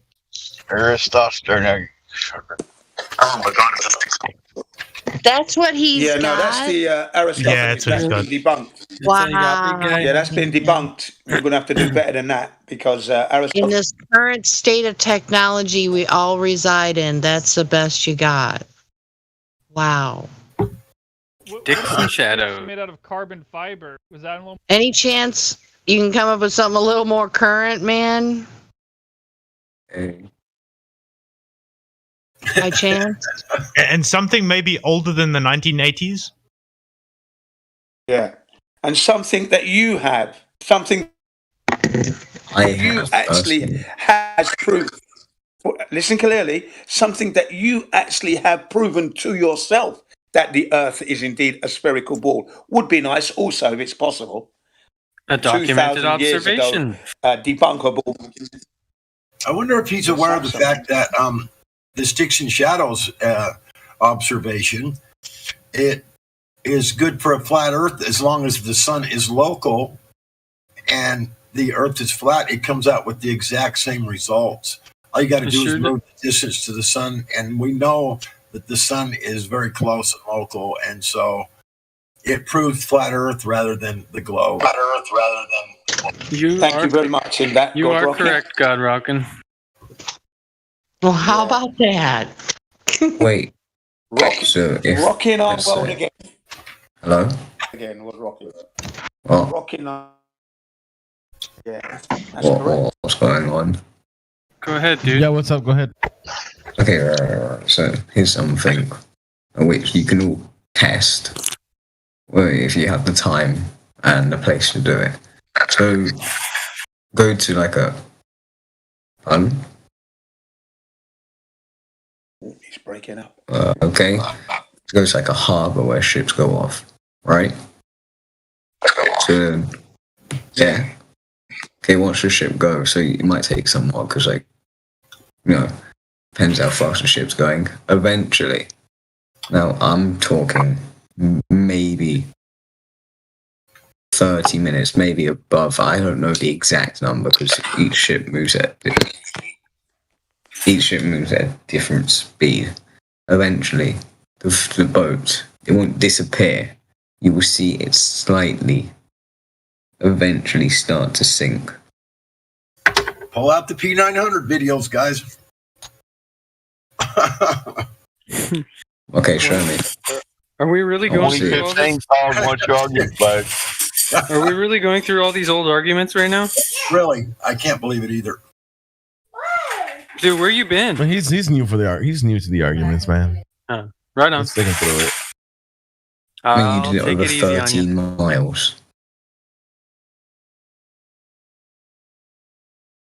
Do it over a further distance and then come back.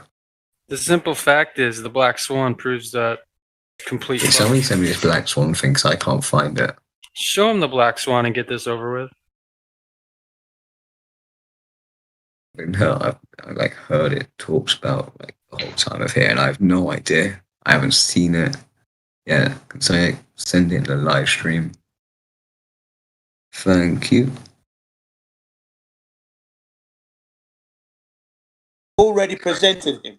I have already presented you with the Black Swan. You need to. I didn't see it. Sorry. I'm sorry. I'm sorry. The black guy with the flat Earth T-shirt. You will see that. Yeah, I know. Research flat Earth. You will see the Black Swan image, the image of the 2 oil rigs. You're also going to need the curvature formula and drop. It's there, right there with it. And here's a recent observation by one of the guys the other day. And then pay attention to what it's telling you. This is proof that the Earth is not curving at all. Have you found it? Yeah, I see. I'm just reading it.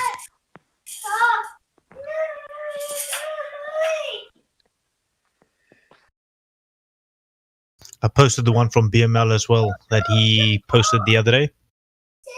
Maybe maybe someone could show him the video as well. That might help.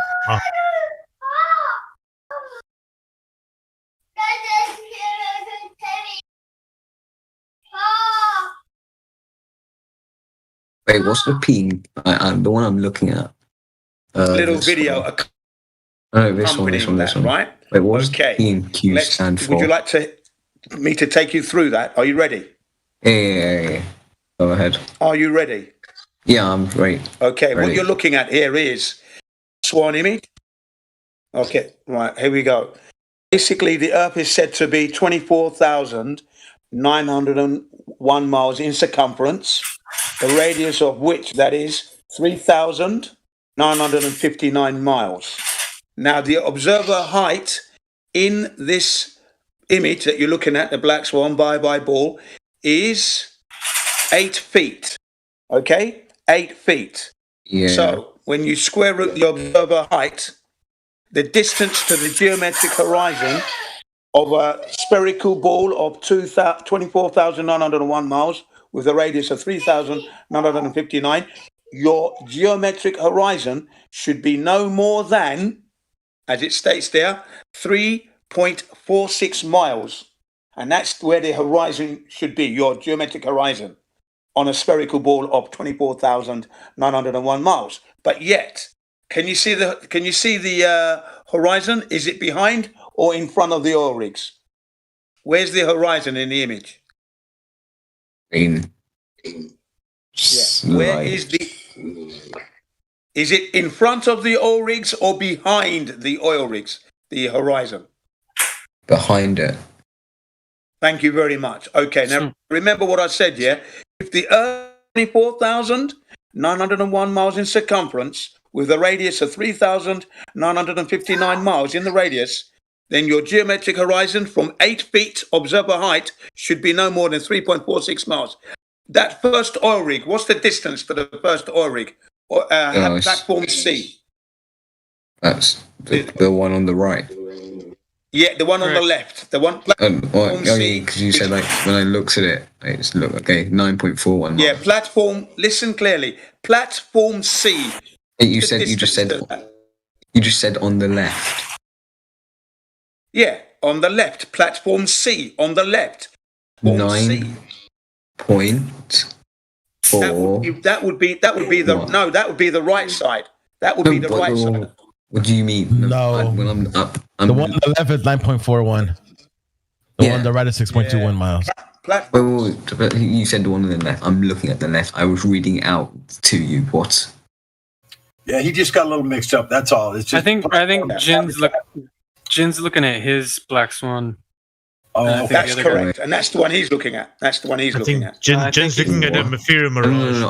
I was looking at the one at the top. Like there's like this one. The blue one. Right. So the one on the left is 9.4 miles, right? Yeah, 9.41. And where do you see the horizon at? Behind. Right. So that makes it further than 9.4 miles, correct? Yeah.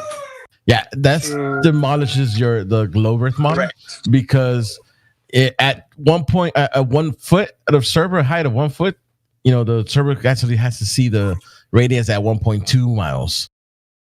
And it's 10 times in magnitude. So in other words, the radius of the Earth will be 264,000 miles at that distance. That means it'll be almost the size. Half of the Earth will be almost the size to the distance to the moon. What they say the moon is at? That's just half of the Earth. 1,000 miles. Right. So the gravity of Earth, according to your heliocentric model, would definitely everything be pulled towards it and not towards the sun or wherever they say it. Yeah. The whole model is demolished. Earth don't curve, son. Right. So again, what is the horizon? Were you saying that Earth, the boats go over the horizon? That's what you were saying? That's what he was saying, yes. So do you understand that that's a problem? Because if the horizon is moving, then your curvature becomes optical and not physical. What I was saying was P900. Yeah, sorry. Pull a video. Go ahead, editor. You were saying. Yeah, so something's going on to distance. Okay, so this distance, if you do it on a larger scale, I'm not saying the Earth is bigger. I don't want to go into that. Okay, but do it on a larger scale. You're making a mistake. Hold on. Let him finish. Let him talk. I don't look these numbers here. The Earth's radius, right? The distance of the oil rigs, right? If you have an oil rig, let's say the radius is the amount. If you have one that's, I don't know, traveling 200 miles away, will you see it? No, you're probably not, because the thing is that you're you will be able to see it, right? Well, there's a problem. If you had a stronger enough. Hold on, editor. There's a bunch of different things that you're missing out. One is the angular size. The other one is the aperture of your eye.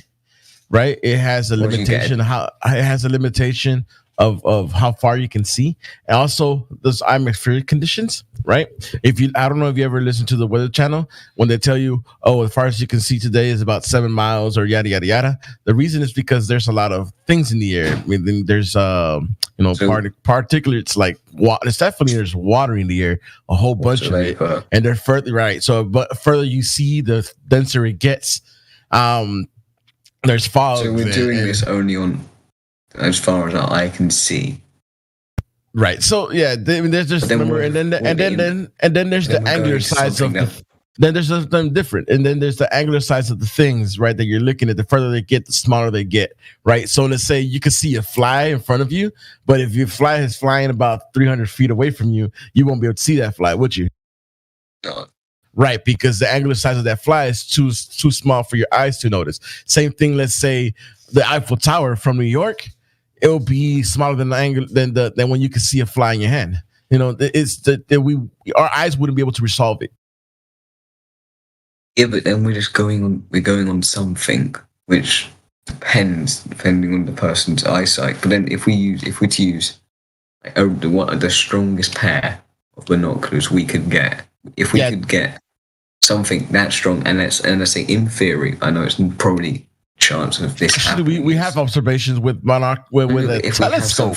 Hold on, we have observation with telescopes that you can see about 120 something feet. Actually, I'm not even gonna go with Tolan's. The world's furthest photography, the Guinness World Record photography is 275. Correct me if I'm wrong. 275 miles. And this is just a globe earther. They're just seeing a photo and they're taking a picture of a mountain that it's 275 miles. There, I think there it is. They posted it. 255 miles. So and there's supposed to be a hidden target about 12,685 feet, and you can see the whole mountain. The worst part is you can see the whole mountain, but the top of the mountain should be below 7,000 feet or about a mile of curve. It should be hidden by a mile. Which picture? Okay. Oh yeah, found it. Wait, but if we're looking at the mountain, not the mountain. If we're looking at where the telescope is positioned, it looks elevated unless I'm wrong. Yeah, it's a problem, isn't it? It's a problem for the globe because the mountain looks tall, isn't it? It's almost as high as the person. What are you implying? There's some trick photography or something going on here? No, I'm implying that the camera's elevated. Yeah. The elevation of the camera, it's at 9,000 feet. The camera, guy is at 9,000 feet. And what? But still, at that height, right? At that height. The picture is taken from 9,000 feet. The target is at 255 miles away, right? But the hidden the calculation of the Earth model, the radius, right, being 395, at that distance and at that height, there should still be 12,685 feet of hidden. You know, there has to be a hump of curvature you have to see through. Right, but if we're going from what height, the thing that we're looking at has to be the same height. No. Yes. No. You're in a ball. You're on a ball. Think about it. If you're on a ball, everything curves away from you. Yes, but if the thing's higher than what we're looking at when we're on, of course it's going to still look bigger. You're not going to see any difference. The curve calculator. Math, buddy. Wait. The curve calculator accounts. Wait. Sorry. Call math. I misjudged something. I thought I wasn't thinking straight for a second. Hold on. It's so good. It's okay. Yeah, because I forgot. Just ignore what I just said for a second. Not a problem. A lot of us were where you are now, dude. What? A lot of us were where you are now. We used to be exactly. Shout out to Miggy. Spot. What's it? Shout out to Miggy. Yeah, I'm gonna go now. I'm gonna. What up? Hey, Miggy, I might come back like tomorrow with a proper explanation. But I came here completely unprepared. No, that's fine, man. Don't leave. Because I'll come with actual evidence and just say we can actually have a proper debate. Yeah, excited. If I can come, that is. I mean, no. You're all welcome. You are welcome here, man. We're here 24/7. Okay. But you don't have to leave. You can still have a conversation with us and this and. Yeah, we just. Yeah, but but I don't really have any points of my own to put forward. I'm just rebutting your points. Do you maybe have any questions? We understand that, man, because we all thought that we knew the globe, and when we came to slap somebody in the head with a flat earther, we got slapped with a stick. So got our asses kicked. I have one question. Sure, go ahead. If I was to go just directly up from the point I was to go directly up at a really high speed, what will I eventually get to? Not sure. How far can you go? It depends. If I was eventually to break up out of Editor, I think we're looking at this at the wrong way, man. So I know, this isn't related so to 1 second, real quick. Yeah, but 1 second, real quick. So, like, when you actually start looking at this whole topic, like everything that we're talking about here, you got to really take into perspective the question. I just think Oh yeah, can you hear me? I don't know. Yeah, I can hear you. Okay. Yeah. So when you think about when you think about the question, right? So it's like, is the Earth a globe? Now, have you ever pondered that and actually examined everything about what you might think is the truth, right? Have you examined it? Is the Earth a globe? Now, have you personally examined every aspect? Is there a curvature? Does the Earth spin on its axis? Is space real? Have you examined those three things? Yes or no? With complete intellectual honesty. I'm sorry? Personally. Yes. Like have I done experiments gone around the earth to do it? Did you hear my question? I asked if you examined every one of those points that I just mentioned, right? Curvature, axial rotation, the Earth spinning on its axis, or the vacuum of space. Have you examined any of those claims? I haven't examined all of them. I've been basing off evidence. Yeah, any one or single one or all of them. Have you examined any of them? No, because I've been using stuff that I have. I will happily do it. Okay, well, see, that's where you need to start. That's your starting point. Okay. So when I have one more question, and I'm going to go. Let's say when you do come back, make sure that those 3 points you investigate them, do the research for yourself, and then come back and say, "Look, I looked into it. I found curvature. I found axial rotation, and I found space." If I was to say, if I could prove all of those things. Would you guys agree with me?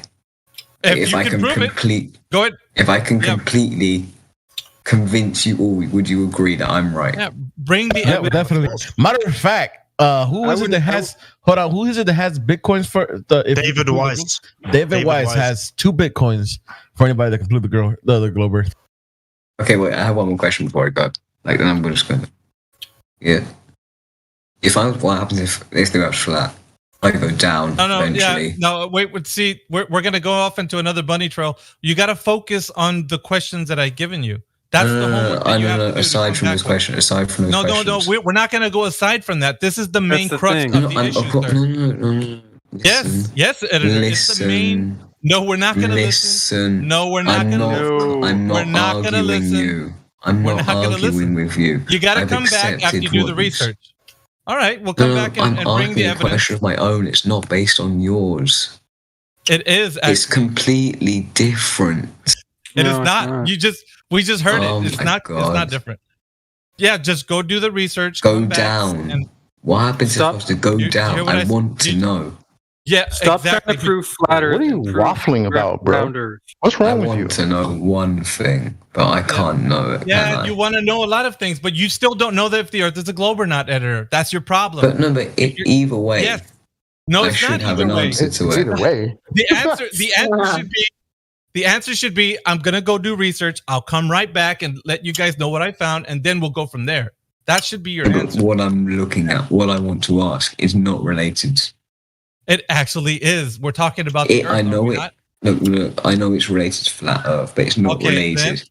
Why don't we just let him ask the question? Just let him ask the question. Did answer the question. What happens if the Earth's flat? Okay, like flat Earth. No. Oh my God. No. This is pointless, isn't it? It is. And so you come back with the research. Come back. But I'm asking you one thing. No, we're not going to keep to tell me this answer. No, editor. I will research. If you answer this to me, I will go away and research. I will never come back until I have the right answer. We're not going to go round and round. Go do the research. Come back. So you're asking me to answer a question. No, we're not going to let somebody speak about a question that he wants to know. He does not have any research behind him. Yeah, so whoever wants to White Knight for him can do so in another place. Right now, we're trying to figure out what he knows. Yeah, editor. Doesn't know anything. Editor, you said you were going to go do some research before you come back more prepared. So go ahead and do that. No, I want to do it, but I want to ask one thing, man. Okay, Off you go. Off you go. Focus on proving the globe and not flat Earth. Focus on proving the globe. Yeah, Astro K, don't White Knight. That's why you got muted. Next time you'll get muted again. Yeah, you guys got to understand, if you want a White Knight for somebody that has no research behind them, then you're not doing them a service. Like, they have to come back after they said, okay, I've looked into it. I've seen that the Earth has curvature or whatever. Like, they'll actually have something to bring to the table. But when they don't even have any research behind them, they haven't even looked into the subject, and they still want answers, that's not going to help them. It's not going to do anything for them. Yeah, sure, but the arguments weren't actually going anywhere. I mean, everybody was wasting time. So we weren't letting it go. We weren't letting it go. We weren't letting it go. We let it go to a point. Okay, I'm sorry, but no, I'm not speaking to you, Astro. I'm not talking to you. I'm just actually speaking to anybody that has any concerns about that. Like, we did let him go, so he kept asking, I don't want to talk about that. I want to talk about what I want to talk about. So that's not how it works here. You have to do the research, come back and say, hey, look, this is what I found out. That's what I meant. Is a globe, and and then afterwards we can have a conversation. But you didn't really have nothing to bring to the table, so that's that, right? Miggy, I think he was thinking this was the Earth is Round, Change My Mind show. Yeah, exactly. Yeah, we can't. That's the thing, though. Like, these guys that come in here and want to ask questions, it's fine. But did they do any research before they came here? I mean, if they didn't do anything and they just want to sit back and listen, they're just going to keep asking question after question after question. And it's better for a person to actually have done something and looked into it and said, hey, man, I didn't find any evidence for the globe. Then I'll be like, okay, that's a good starting point, right? Yeah. Yeah, okay, I would agree with that, but see, the thing is, that's how you end up preaching. We're not pastors here, man. We like to share information. We're not going to preach to somebody. We're not trying to turn people in. We're not trying to turn people to our side. So it's better if they know what they're talking about. You know what I'm saying? Than to come in here and have us just sit here and talk to them, tell them the whole story when they don't know anything. It's ridiculous. That's right. I get that, but you're not making people feel like they're welcome so much. If you're not. Dude, he's been here. Wait, I wanted to ask one thing, like the things I had to research on. What were the three things that you said? Curvature, axial rotation, which is the spin of the Earth, and the vacuum of space. That. How do you spell that? You being serious right now? Curvature? Yeah. How do you spell that? Also, I thought you said something else. Okay, my bad. Okay, bye-bye. No. Jeez, bro. Curvature, axial rotation, and gas pressure without a container.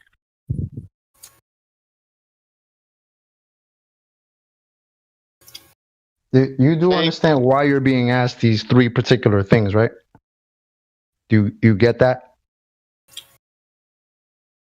Is he still here? I think he dipped. Oh, he dipped? All right. Mm-hmm.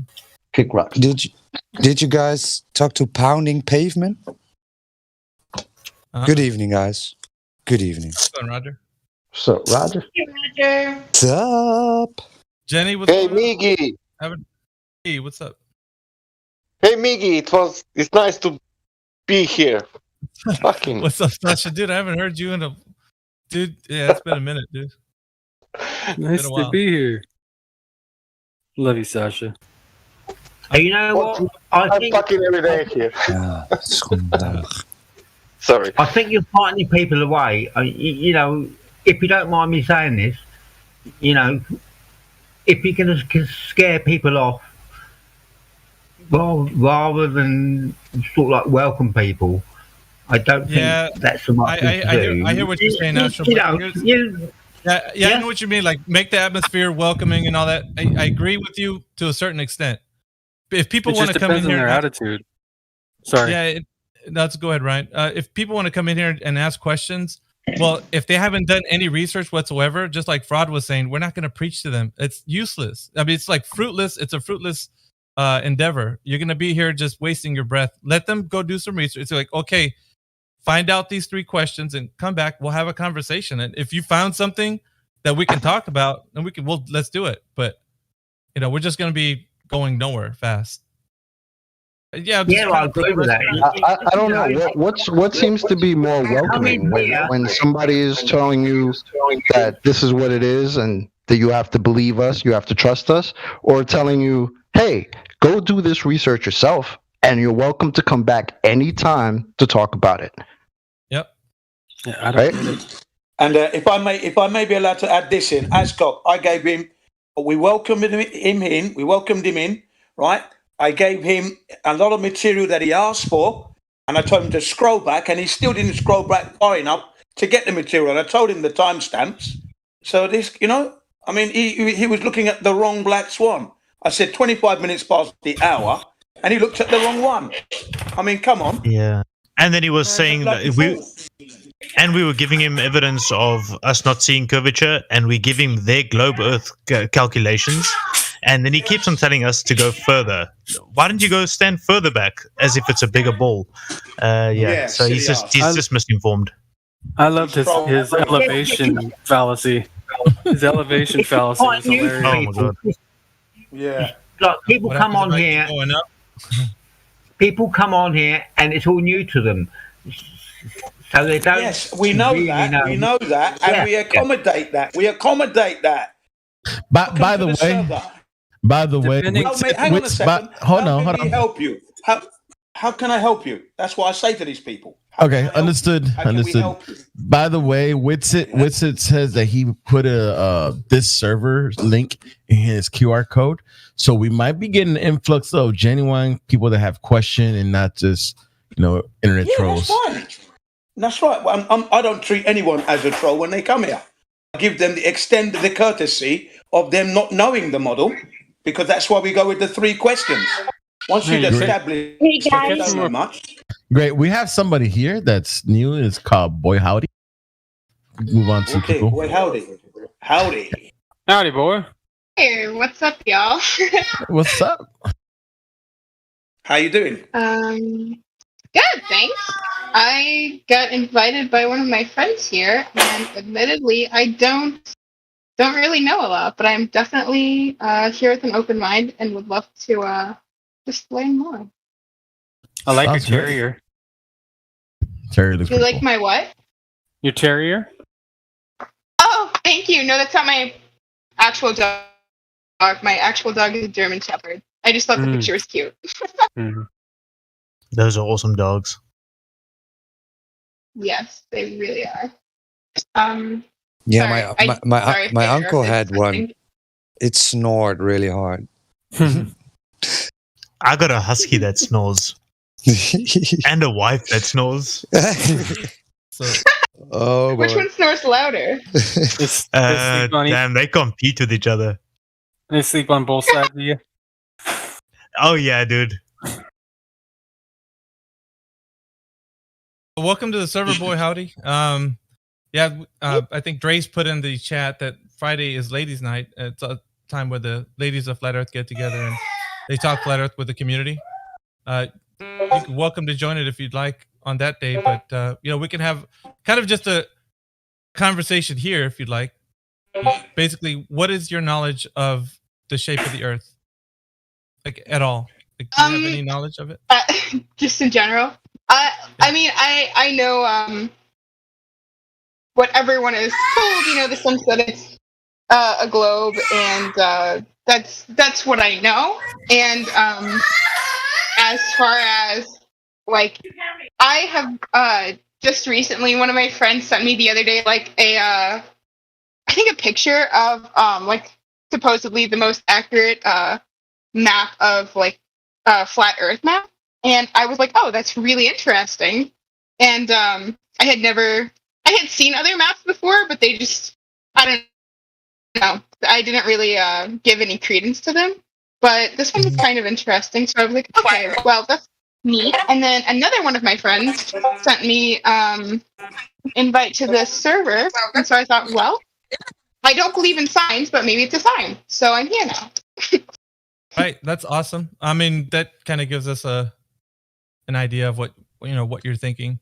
But here, what we'd like to stick to is like evidence. So, if there's any evidence you have that the Earth is indeed a globe, like if you know that it has curvature, or that it spins on its axis, or that the vacuum of space is a reality, like if you have any evidence leading us or anybody here to that understanding that it's real, then that would be awesome, because that's what we'd like. We'd like for somebody to come in here and say, look, I've looked into this and I know for a fact that the Earth has curvature because X, Y, and Z.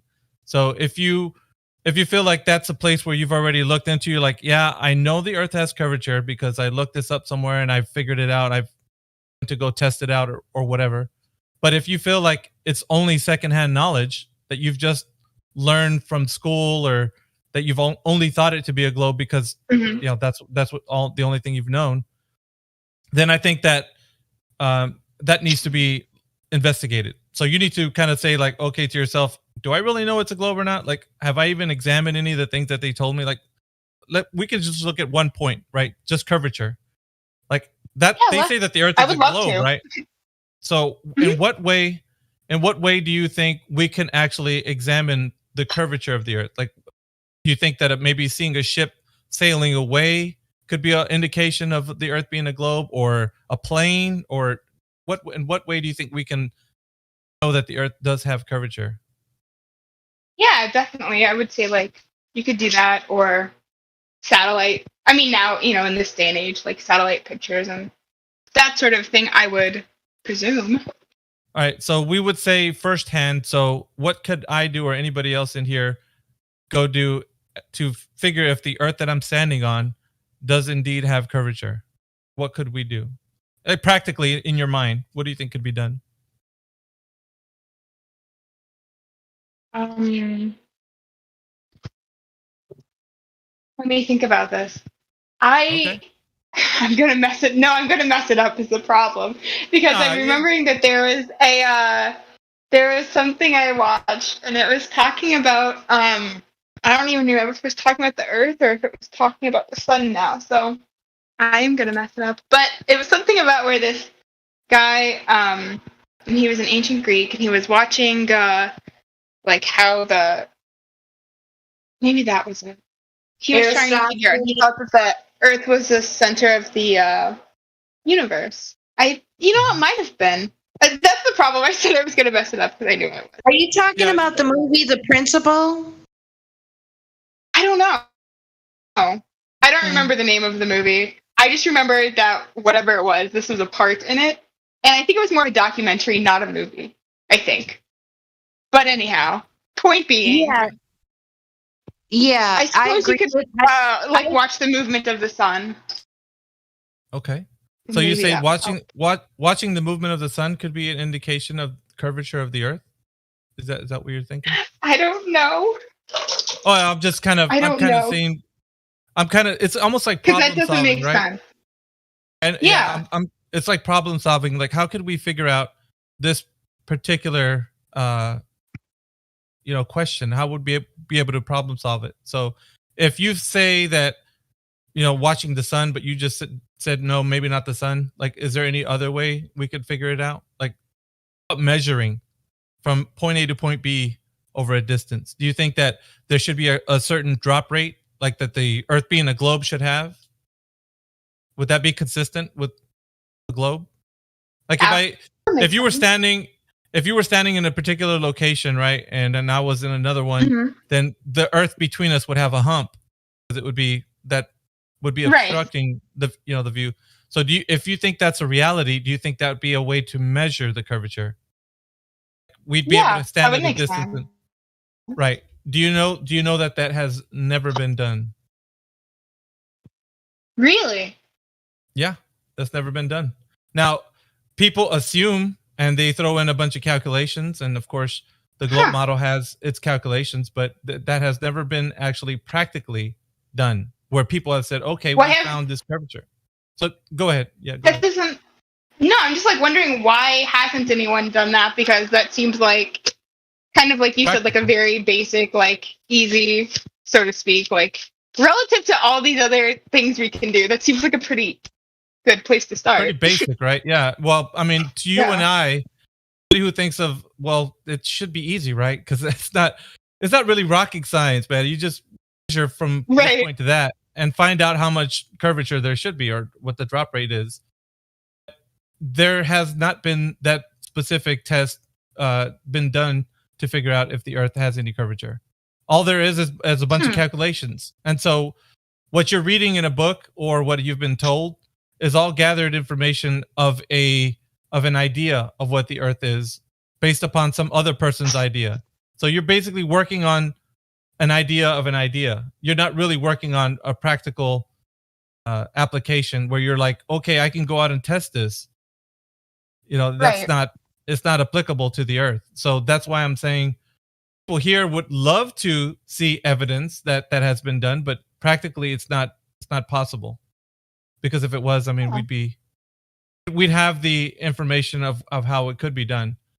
So we got people coming in here that might say that the Earth is a globe, and we'll tell them, okay, let's start with the very first thing, the foundation, which is the curvature. Can you tell us how this has been measured? And so that question has never been answered. And we hear a lot of excuses and people telling, well, there's a measurement that Eratosthenes did back in the day with light rays and sticks and shadows and other things. Aristotle before him, was looking at a eclipse, just different things. But that has never led us to a practical application that we're going to be able to perform on the Earth that's going to give us measurement that the Earth is indeed curved. So, yeah, that for the curvature aspect of it. So for the curvature aspect, it's a no-go for the globe, right? So that's one aspect. And so maybe you might want to put that in a basket of research that you want to look at after you have time to check into it. The second one would be the axial rotation or the spin of the Earth. The Earth is purported to be spinning on its axis and it's tilted. It's wobbling even, right? So there's a couple of things that the Earth is doing. It's in motion, right? They'll tell you, okay, the Earth is in motion. It's moving. But you're like, well, I'm standing on the Earth and I don't feel it moving. But they're like, yeah, because it's moving at such a tiny, tiny, tiny rate of speed that you really don't feel it. But in the grand scheme of things, it's actually rotating at 1,000 miles per hour and on the equator. If you go to the equator, it's 1,000 miles per hour. And you're like, well, okay, I know what 1,000 miles per hour is pretty fast. So I think I should feel that. So your mind's kind of fighting with like what they're telling you. And it's going into like, okay, they're telling me one thing, but I'm not feeling what they're telling me. But they say, well, you don't feel it, right? So it's moving, but you don't feel it. Okay, so this is like the rabbit out of the hat trick, right? They're trying to make you believe something that's not actually going on. So in reality, the Earth has no motion. And why is that? Because it's not moving. I mean, it's pretty simple, right? But if the claim is that the Earth is in motion, then they're going to have to produce the evidence for that, right? So again, just like the curvature, the axial rotation or the spin of the Earth has to have evidence behind it. So that should be another point that you look at. Okay, so if it is in motion and they tell you, well, it's just like the smoothest car ride or a smooth train ride, like a high-speed train, right? It's in motion. It's going really fast. And even in a high-speed train, you don't feel motion, right? And it's going really fast. Right. But that's the analogy that they use when they tell you these things. It's not compatible with the Earth that you're living on, because the Earth is an open system versus what they're telling you, like being in a train or in an enclosed system.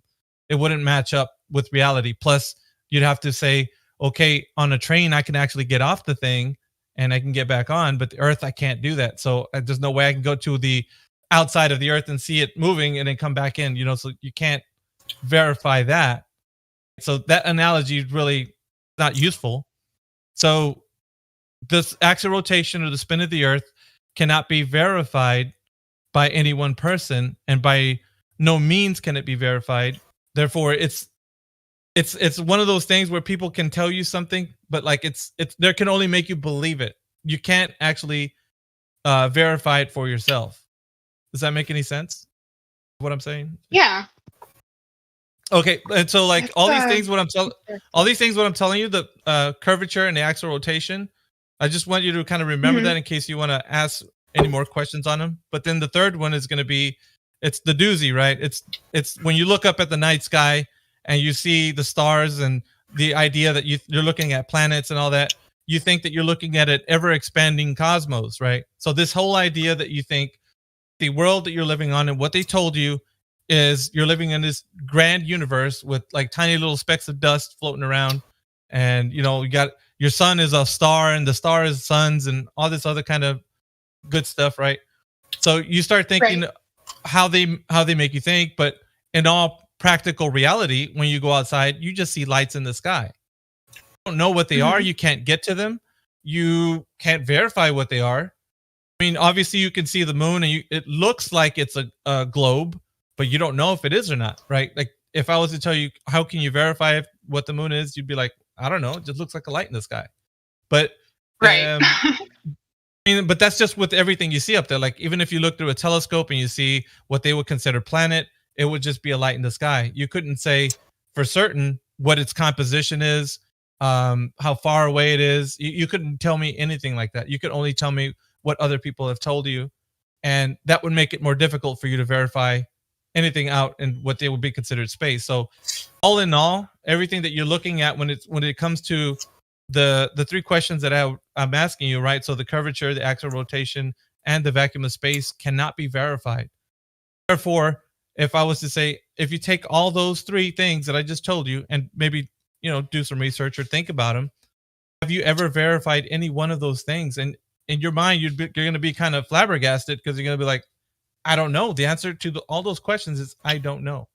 So, and rightfully so, right? Because it's just information that you've been taught. And it's no fault of your own. It's just you're like, hey, ever since I was little, they told me that it was that, so I just believed them. But I mean, now that you can critically think for yourself, you can actually ponder these things. And so that's kind of just a challenge for you to think about. You know, just wanted to kind of break the ice a little bit with this whole topic and get you to start thinking about things and maybe ask some more questions if you like. But anyway, I'll go ahead and stop talking and let somebody else jump in. Anyway, that's my spiel. No, thank you so much. I'm all for critical thinking, which is something I always said, but have actually been trying to challenge more myself. And so I've taken a couple, not red pills for you guys, but what were red pills for me, you know, in the past year. And so it's really, thankfully, changed my worldview on a lot of things. So yeah, I'm open to everything. That's good to have you here. Thank you. Yeah.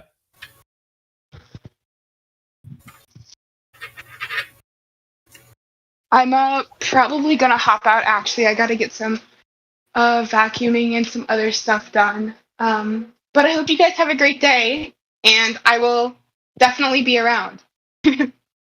Yeah, thanks a lot for coming in. Of course. Bye. Cheers.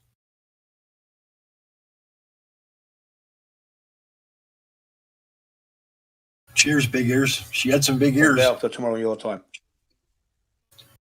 Yeah. Ladies' night, don't.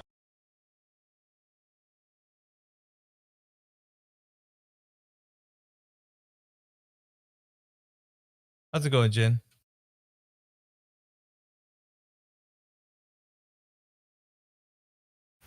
Yeah, I thought that was great. Yeah, we need more people like that, you know, sort of like coming in and, you know, thinking about things. Inquisitive.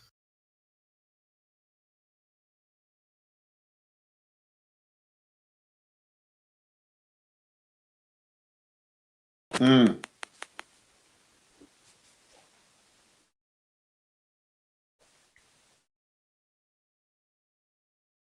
I'm gonna be right back. I'm gonna go piss and grab another beer. Oh, okay. Grab me one, please. Thanks. Only piss. May as well just throw it in the toilet because you're pissing it into the toilet.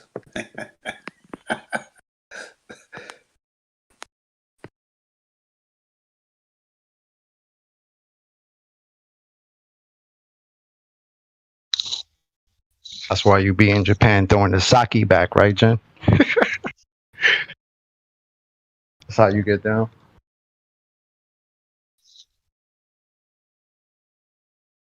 No, not really. I hear you, Chuck. Alrighty then. What up, I don't Dave? think he heard you. Probably not.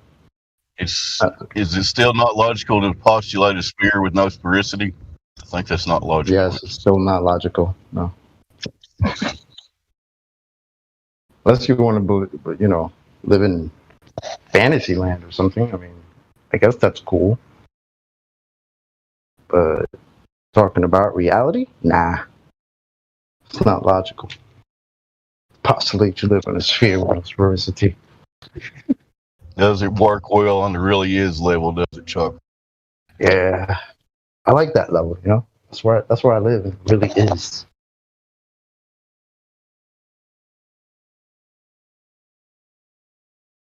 Everything what is logical doesn't work in real world. Yeah. Well, I mean, you just do some math real quick, and there you go. Presto changeover, and it's real. I used to call myself Mr. Is. Not Mr. Might, maybe or might. Mr. Is. For example, level is straight. That's logical. But not true. You know, Chocolate? Yeah, it's not true. Level not in reality, though. Yeah, that's logical. During the 90s, I used to call myself Mr. Is because I can, and I will. That's what I used to say. I'm not a Mr. Maybe or Mr. Might be. I'm a Mr. Is because I can and I will. Jen, what the fuck are you ever talking about, bro? Jay, you talking to us, bro? Can he hear us? I think Jen's in the Twilight Zone. Are you there, Jen? Jen, man. Man down. Somebody go get him.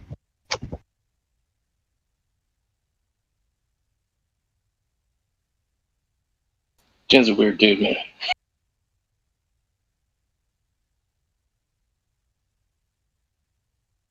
That's all right. I think we're all a little weird.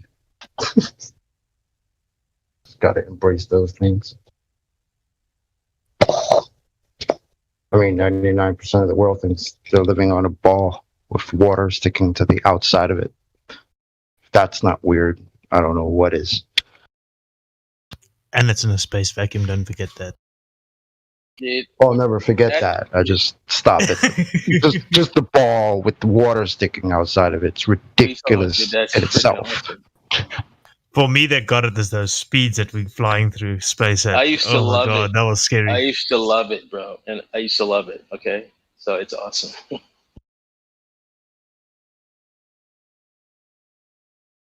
I never questioned. What I didn't love, it was always a cool story, but what I didn't love was trying to bring it to a reality aspect. I guess it's cool to look at a Bugs Bunny cartoon and, he digs through the ground and gets somewhere else. Usually it was like China or something. And, that's cool to think, that's a cartoon and whatever. But then when you break that down to reality, it's like, how does that work in reality? Sure, that's a cartoon, but it's based on the story we're told. That, thousands of miles underneath my feet, there are other people. Did you watch water and clouds existing antipolar to me? Are you serious? Did you watch that new Godzilla movie? The one that came out? Godzilla versus King Kong? No, I didn't see that one. Bro, there's a scene like, so Kong goes through the earth. He goes into the earth, you know. He goes what's the inner earth thing, right? So like Godzilla hears him, right? And he freaking burns a hole through the earth. It's a freaking what? Okay. I mean, dude, that's a wild movie, man. You got to see it once. It's a wild movie. I do want to see it. I do want to see it actually, just to. Kung Pao is a wild. Kung Pao is a wild movie. Oh my god, bro.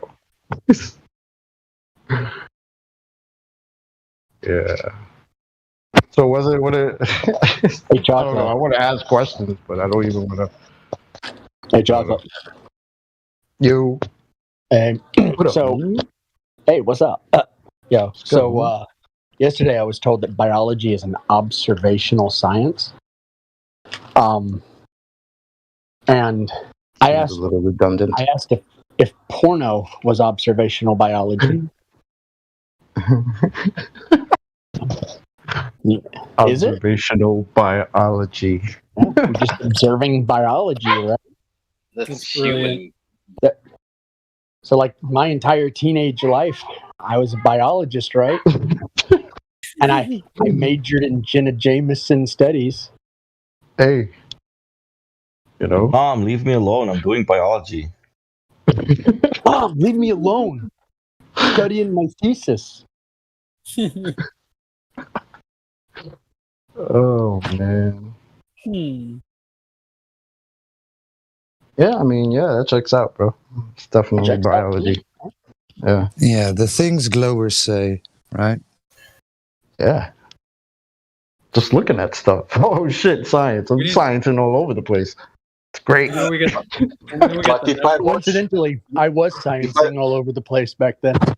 But if I watch one animal for 30 years,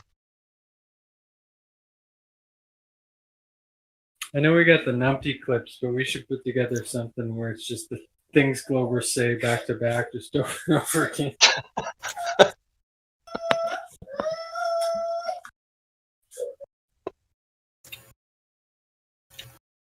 Yeah, that's true. I'm just trying to talk to Pounding Pavement. BC Verified's in here. Pounding Pavement, hello. I was gonna say, I'm just glad I found Flat Earth when I did. I think it was 2015. It's just the information was way more available, way more readily available versus now. So it was easier for me to understand it and warm up to it and then learn about it. It's way more difficult now, but I only found you guys recently, like a few weeks ago. It's weird. That's how everything's been screened.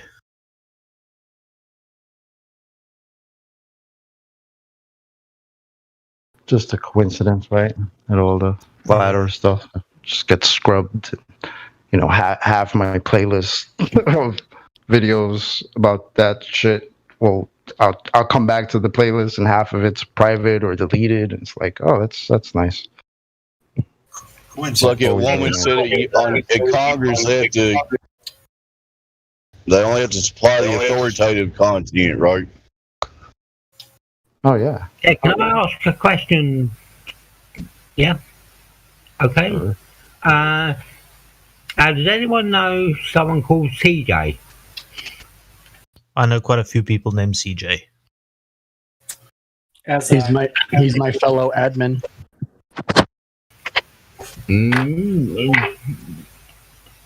The reason why I asked was some guy called CJ. He sent me a message and said I'm banned from somewhere, and I don't really know CJ, and I don't know where he was banned from. So I'm just putting out the question. You know, I don't know CJ. I don't know where he was banned from, and so it's a bit of a mystery why he didn't speak. Yeah. Just disregard him. Yeah. Yeah. Does anyone understand what's going on? Not without the context of the message. And no one really cares. Okay. I mean, it's very possible it's just some dude, because it's obviously not the admin, right? So you're probably talking about somebody who got banned for probably being an asswipe. I don't know. But he got banned, doesn't know why, and he's just reaching out to people to see why. Or maybe he knows exactly why, and he's just wants to bother people, because some of them do that too. Why was I banned? Yeah, but So, if you don't know why I you're wouldn't banned, worry too much about it. you know, if you don't know why you're banned, you haven't got a basic idea of what life is. The truth is, they Yeah, all know why they were banned. All of them. Exactly. Is that Mimas? What's up, Mimas? Hey, what's up? I am. I am really fried right now because I worked in the sun. I thought I was gonna have some shade today, and there was no shade. Whoa. And so that's why my voice is a little funny, because I've gone through a liter of milk since I got home. That is how dehydrated I am. Please send your weather. Yeah, I can back him up on that. It's hot as fuck in Georgia right now. It is cold and it is rainy. hot as the devil's toenails today. Yep. I actually went outside 7 o'clock in the morning. I opened the door to my house, and instantly I got mad. I opened the door and I got mad. It was so hot. I said, what the hell? It's 7 a.m. I got mad. It was so hot. You know how hot it's got to be to get me mad? To actually get mad. Must be just as hot as just as whack as it is for me when I used to open the door and like it was covered in snow. So, I imagine it's kind of the same thing. Well, it's Man, not I'm just listening. I'm just listening in while working right now, and I'm sweating my balls off. It's freaking humid as hell. I don't on know. a roof right now? I'm working in No, the dude, right now. I do siding, so it's almost as bad. Yeah, as that's pretty bad. Yeah. The humidity today was hitting 99 also, so it was. I went through 2 shirts. It was awful. But Mimius, how can that be so hot at 7 a.m.? That sun rays comes at such a severe angle at 7 a.m. If the sun is 93 million miles away. I don't know. Oh, and I got a bunch of trees blocking me, and I'm in the shade. And I the sun don't is think 3 million miles away further. Damn it. Yeah, I know. There's something wrong. You know what's really bad is in the deepest part of summer down here, because I'm close to Florida where I am. You'll open the door, it'll be 3 a.m. You'll open the door, and it'll be 89 degrees. Oh, damn. And it feels like you're standing next to an oven. Yeah. You're like, why? That's awesome. I love fucking summer. I hate winter. Oh, yeah, but you don't have to live in it.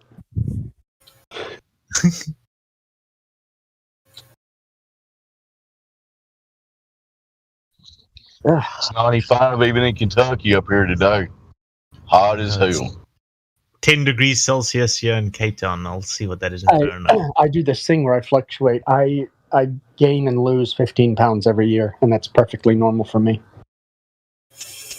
There's 50 here in Cape Town today. It's cold and it's raining. It sucks. I hate it.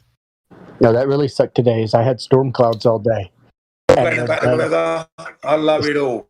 The sun was dodging them like a Jew dodging the ovens. I mean, it was just like zipping between all the clouds, just shining, just bearing down right on me. I'd look up, clouds all around the sun. I went to go do an observation today, but it's so windy and so rainy and stuff that the ocean waves must have been about 20-foot high waves, and extremely misted out with the ocean water. You could hardly see anything, so I was pretty bummed about that. Oh, you know, I got a great place for observation because down here on the East Coast, we got marshes, and there's whole 14-mile stretches of marshes. Oh, wow. And so there's no waves, nothing. But it's super flat and zero elevation. Nice. Yeah, so I'll get one now. I think this Sunday should be clear. There's another one I want to do, and I'll share that with you guys. Yeah, look forward to that. Looking forward to that. Yeah, that'll be from Big Bay to Dawson Island. Yeah. Yes.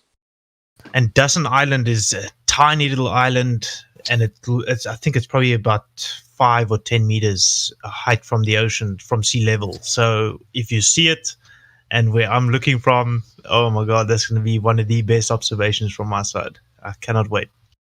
Yeah. How far is it from where you're hoping to observe 52 kilometers. So it's 30 miles, I think. Okay, that's 36 miles, 36 and a half Yeah. miles. Yeah, 36 and a half, 30 miles roughly. You got a nice 30 camera? point something miles. Yeah, P900. Nice. 900. Nice. The weapon of Good job, choice. brother. Come on, man. The weapon. Oh, I think I'll pour another 2 cups of milk. I might go through a whole gallon. I reckon when that P900 came out, I don't know how you're doing that, bro. That's crazy to me. It's the actual superpowers. You ever drink oat milk? Yeah, Donald Rumsfeld was dead. I could never drink that You hear much that, guy? milk. I don't drink milk. I haven't had milk in years. You ever tried years? Go on, You ever let's tried oat? 30, 35 Never mind. Donald Rumsfeld. Go for it, Ryan. The bucket. Yeah, guys, you hear that? Donald Rumsfeld just kicked the bucket. I will. I drink some nasty stuff. Well, I've also got this. It's Golden Creek pepperoncini peppers. They're pickled peppers. They're really hot. They're nice, and I will chug the juice. Bruh. Oh yeah, and then I will refill it with hot vinegar, and I will chug it again. And I'll chug hot sauce too. I was gonna say, you're one of those people that like a drink a bottle of hot sauce and like just be like, that was good. Hey, Mimas, take that same juice and take some hard-boiled eggs. Drop them in there for a couple days. Oh no, that's good, man. Yeah, I do. That's good stuff. Just drown your hard-boiled eggs in Texas Pete. Oh, they're just a vessel for the Texas Pete. Yeah, can you imagine? Yeah, I like chili, Tabasco, and. Did somebody say Donald Rumsfeld died? Did somebody say that? Well, you're supposed to say, Efron? You're supposed to answer that as you say it, right? I heard somebody say Donald Rumsfeld died. Did I hear it wrong? I know, but you're supposed to say that like Donald Rumsfeld would say it. You're supposed to have the answer already in hand. Well, we have our known knowns and our unknown You're supposed to say. Somebody said that Donald Rumsfeld died, but do we have the answer to that? The answer is yes, we do.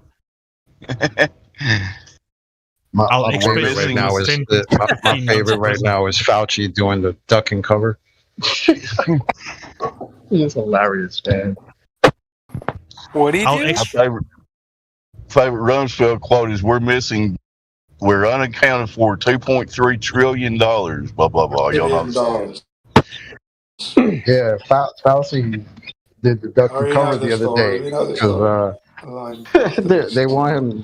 They're trying to subpoena him to get him to talk about his freaking emails, right? I mean, we're going into the whole soap opera bullshit, right? But it's fucking hilarious to me. So Here we Jim go. Jordan's got all his emails, and he's just reading the emails out about how Fauci just knew everything about this quote unquote virus, right? And they asked him to be in court to answer questions, and he didn't. He didn't even show up. No shit. Yeah. Him and like 2 other people that they wanted to show up because they're like the heads of the whole shit. And they just like, nah, we're not showing up for that. That's great. Our ex-president was sentenced to 15 months in prison today or yesterday. Oh wow. Oh yeah. Where are you from? South Africa. I should, I've spoken to enough of you guys. I should have known that. Oh man, it's funny. Sounds like this Kofi bloke has been exposed. Yeah, now we just got to see if it's actually going to happen because everyone gets away with murder in this country, so it's going to be very, very interesting to actually see him go to prison. I doubt it's going to happen though. But he was sentenced yesterday, I think it was. What were the charges? Oh, dude, it's like over 500 charges of corruption, rape, and random shit, racketeering. And, yeah, dude. Very corrupt. Yeah, that's not even the real person. The real person is wearing a mask. You know, if you look closely at the photographs, you can see that he's wearing a mask, like a rubber mask. Mm-hmm. It's already been done. Probably. So this is the ex-president of South Africa. That's what you said. Yeah, Jacob Zuma. Yeah. Jacob Zuma. Thank you.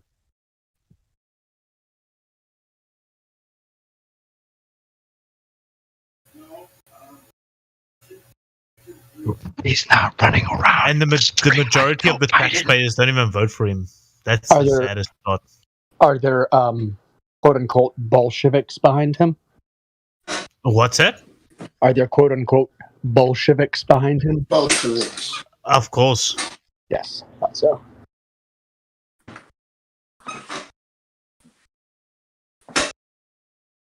Maybe he should just start whispering to the media like Joe Biden.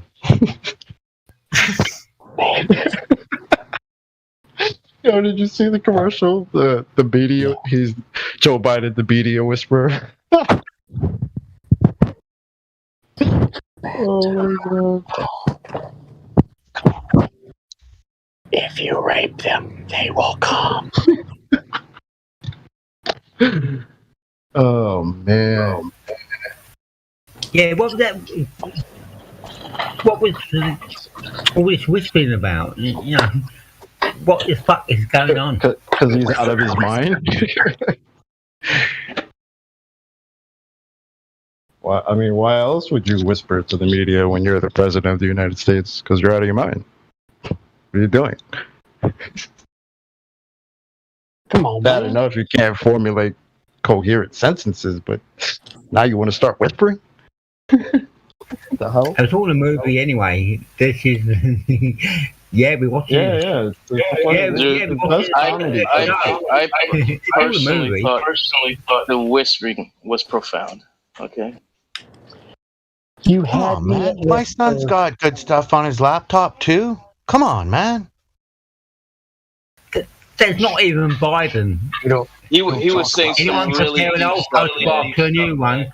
That's not Biden. Some really deep stuff, dude. He was saying some really deep stuff. Sorry. He's just an actor. That's not Biden. Everybody knows it anyway. Look, let me tell you something. If that's an actor, that's a really good actor. Because you know how hard it is to pull off dementia? Not really. It's probably quite easy. Just sort of like, just be stupid. How hard it is to be stupid. Listen here, fat. Dog-faced pony soldier. I have not laughed as much in my lifetime, though. That's for sure. Yeah. Like I had the inkling when the voting or the election was going on. Like, if he became the president, this would be the funniest presidency I've ever experienced. Yeah, and that has come to fruition. The boomers are ruining it because they're taking out like the bait, like the obvious funny bait. That's not really that funny, but there's like a lot of subtle stuff that's hilarious. You think Biden's bad at numbers? Check this out. Here's a funny thing. Listen, in the White House, in the Oval Office, Biden's desk got smaller, and then it got smaller, and then it got smaller. If he can't control the size of his desk, what can he control? He can't even. I don't even think he can control his bladder. What do you mean? You think Biden's in control of anything? He said it last show on television. They'll let me answer some questions. They'll let me speak to you. Oh, and then click.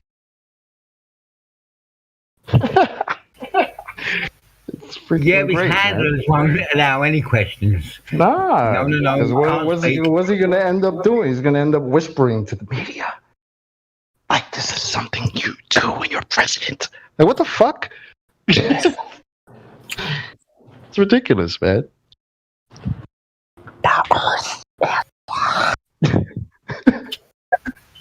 Even Trump said it's not Biden. Trump said it's not Biden. Everybody knows it's not Biden anyway. My balls are massive.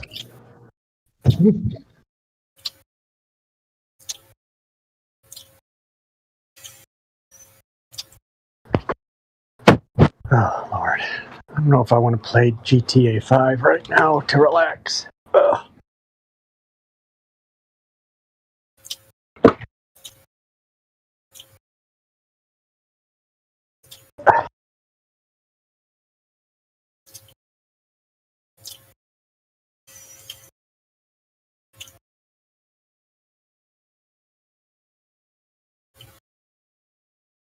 Oh, another news. I have been growing a beard for 14 days now. Yeah. Yeah. That's what I'm talking about. I'm not 100% sure if I've decided to keep it or not. If I am going to keep the mustache separate, though. I was just gonna say you still got the stash. Yeah, I'm not going to grow them together. I don't believe in that. I believe these should be two separate groomed entities. So, I grew mine, but it itched like shit. Fuck that. I was like, no, this itches too much. So I don't shave it like with a blade. I use the hair trimmer. So it's like a number 1 basically, or number 0. No, I always got a stubble. My mustache is very well trained where it curls at the end, so I have a really nice, like, Spaniard-looking handlebar.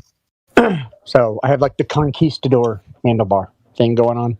Meme is very proud of his mustache. I'm very proud of his mustache. I've been hearing about it for years. Yes. And, but I think I'm going to go with the Tsar beard. The Russian Tsar beard. The Nicholas type. Where you trim it just to where it separates from the mustache. So you have two. You have the beard and a mustache. Not just a mountain man. So. Has your itchiness stage passed yet? Yes, it just passed 2 days ago. How long did it last? It lasted about 3 days, and I thought I was going to shoot somebody. Yeah, that's what I tell people. It only lasts about 3 days. They try to grow it out, and they're like, I can't handle it. I'm like, it only lasts like 3 to 5 days, man. It was bad, though. Yeah. It was bad. It was like... It sucks. It was the worst. It was the worst. Yeah. I got a pretty big beard. Mine's past my nipples. Holy fuck. I haven't had the itchiness stage in long time. Years, yeah. Well, I'm only going to grow mine out about 3 inches or so. I'm just going to keep it nice and trimmed and classy. Mm-hmm. Mine's definitely Until I have a beautiful lady to make breakfast for in the morning, every morning. I go with that 5 o'clock shadow and the goatee look for now, the long hair. The Florida sodomite look. Yeah, maybe if you grow your beard out, you'll get the female, bro. I've been with my wife for 17 years already, so I'm good. I can do what I want, I guess. Grow the beard, man. Grow the beard. Yeah, I did. I'll do it again. I actually quite enjoyed it. I used to do the same thing you were talking about, just trim it with I do no guard like since I was like 13 or whatever, but now I'm growing it out. Just grow the beard, man. Just grow the beard. Nowadays, yeah, I'll do it. It's a big distinguishing factor. We have a bunch of gammas running around. Yeah, that's true. I haven't used a blade since I was fucking 13. I still got the same damn blade from high school in my cupboard. So yeah. Well, since I was 16, whatever. But yeah, dude, I don't dig a blade. But yeah, I'll grow it out. Let's see how long I can last. Those are the famous last words. I've been married 17 years, so I can do what I want. Oh yeah. No, I figure my wife and I got a good relationship. That beard does not mean alpha. I've seen plenty of these hair bun dipshits with rubber bands with beards around their head, high water jeans. You know, man. Most of them are shaved, tight jeans, capri pants. Yeah, dude, that's so freaking gay, bro. Yeah, don't talk about Aryan like that. I shave every other day. I wish nigga would. I'll tell you that. But That ain't got nothing to do with none. Did you say tight jeans is skinny? Is skinny jeans still a thing? Yeah, bro. Are you serious? I have not seen that in a while. Oh my god. Yeah, you would be very taken back by the people that come and try to interact with me in these big cities, dude. It's disgusting. When the man buns first started coming out, I thought to myself, are they doing samurai training around the city? What's going on? It's called a twat nut. Yeah, sodomy runs rampant in the Babylonian cities, bro.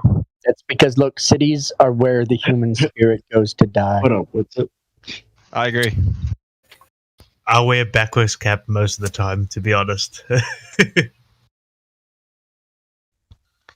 I just like to, be myself. If she chats me up, she might get to know me better and see me clean shaven wearing a suit. Other than that, I don't need no gold diggers and bullshitters.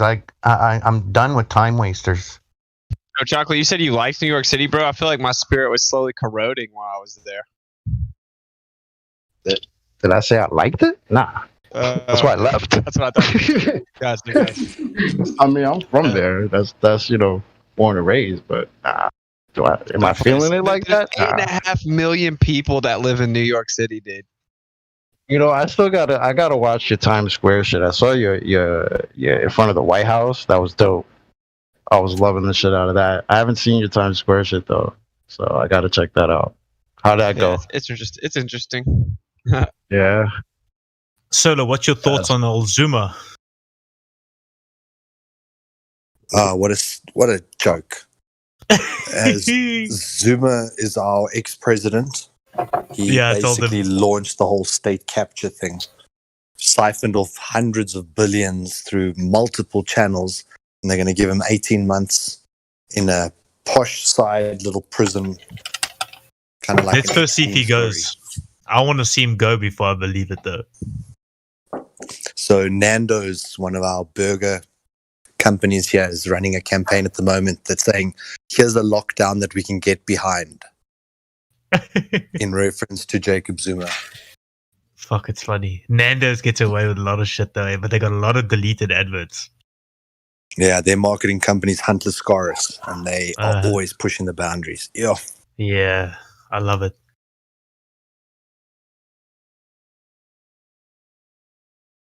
But it was evident with the Guptas, the Indians who came in and robbed billions, hundreds of billions from the country. They were escorted to an airport and basically waved off as they left the country, while the news media was saying we're on a manhunt for these people. They went to Dubai, and a civilian went to Dubai and saw them walking in the street. So he took out his cell phone and started recording AJ Gupta and was saying, come back to South Africa, pay back the money. That night, the guy who had the cell phone was arrested and put in jail and extradited back to South Africa. So that video that you've seen of AJ, the guy who captured the video was extradited for invasion of privacy. So once again, Dubai is harboring an individual who's a known criminal for stealing hundreds of billions from South Africa. It's all over the news. He was basically red flagged, etc. And when they go to the next country, if someone finds them, the person who finds them is actually punished for it. And that, to me, was also just like a...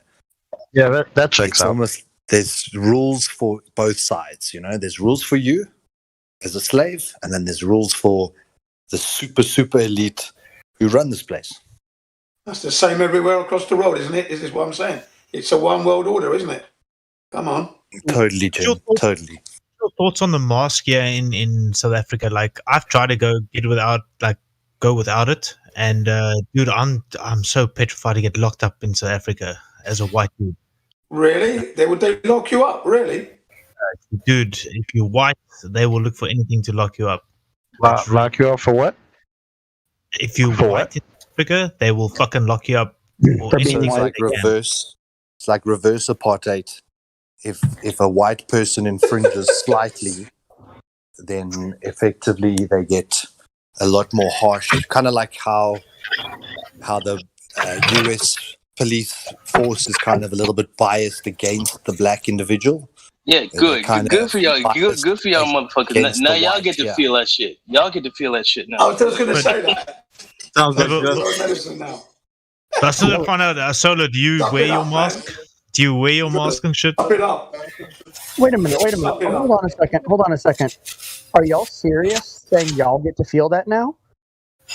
Yeah. Come on, man. Are y'all demon You gotta sup it up, man. You gotta sup it up. God, are y'all demon infested? I could ban both of you permanently. Suck that shit up. I'm serious. I should ban both of you. I've never. Suck that shit. You know what's even more fucked up? I can't really fuck with that. Everyone is going to be quiet right now unless I get moral justification from both of those guys.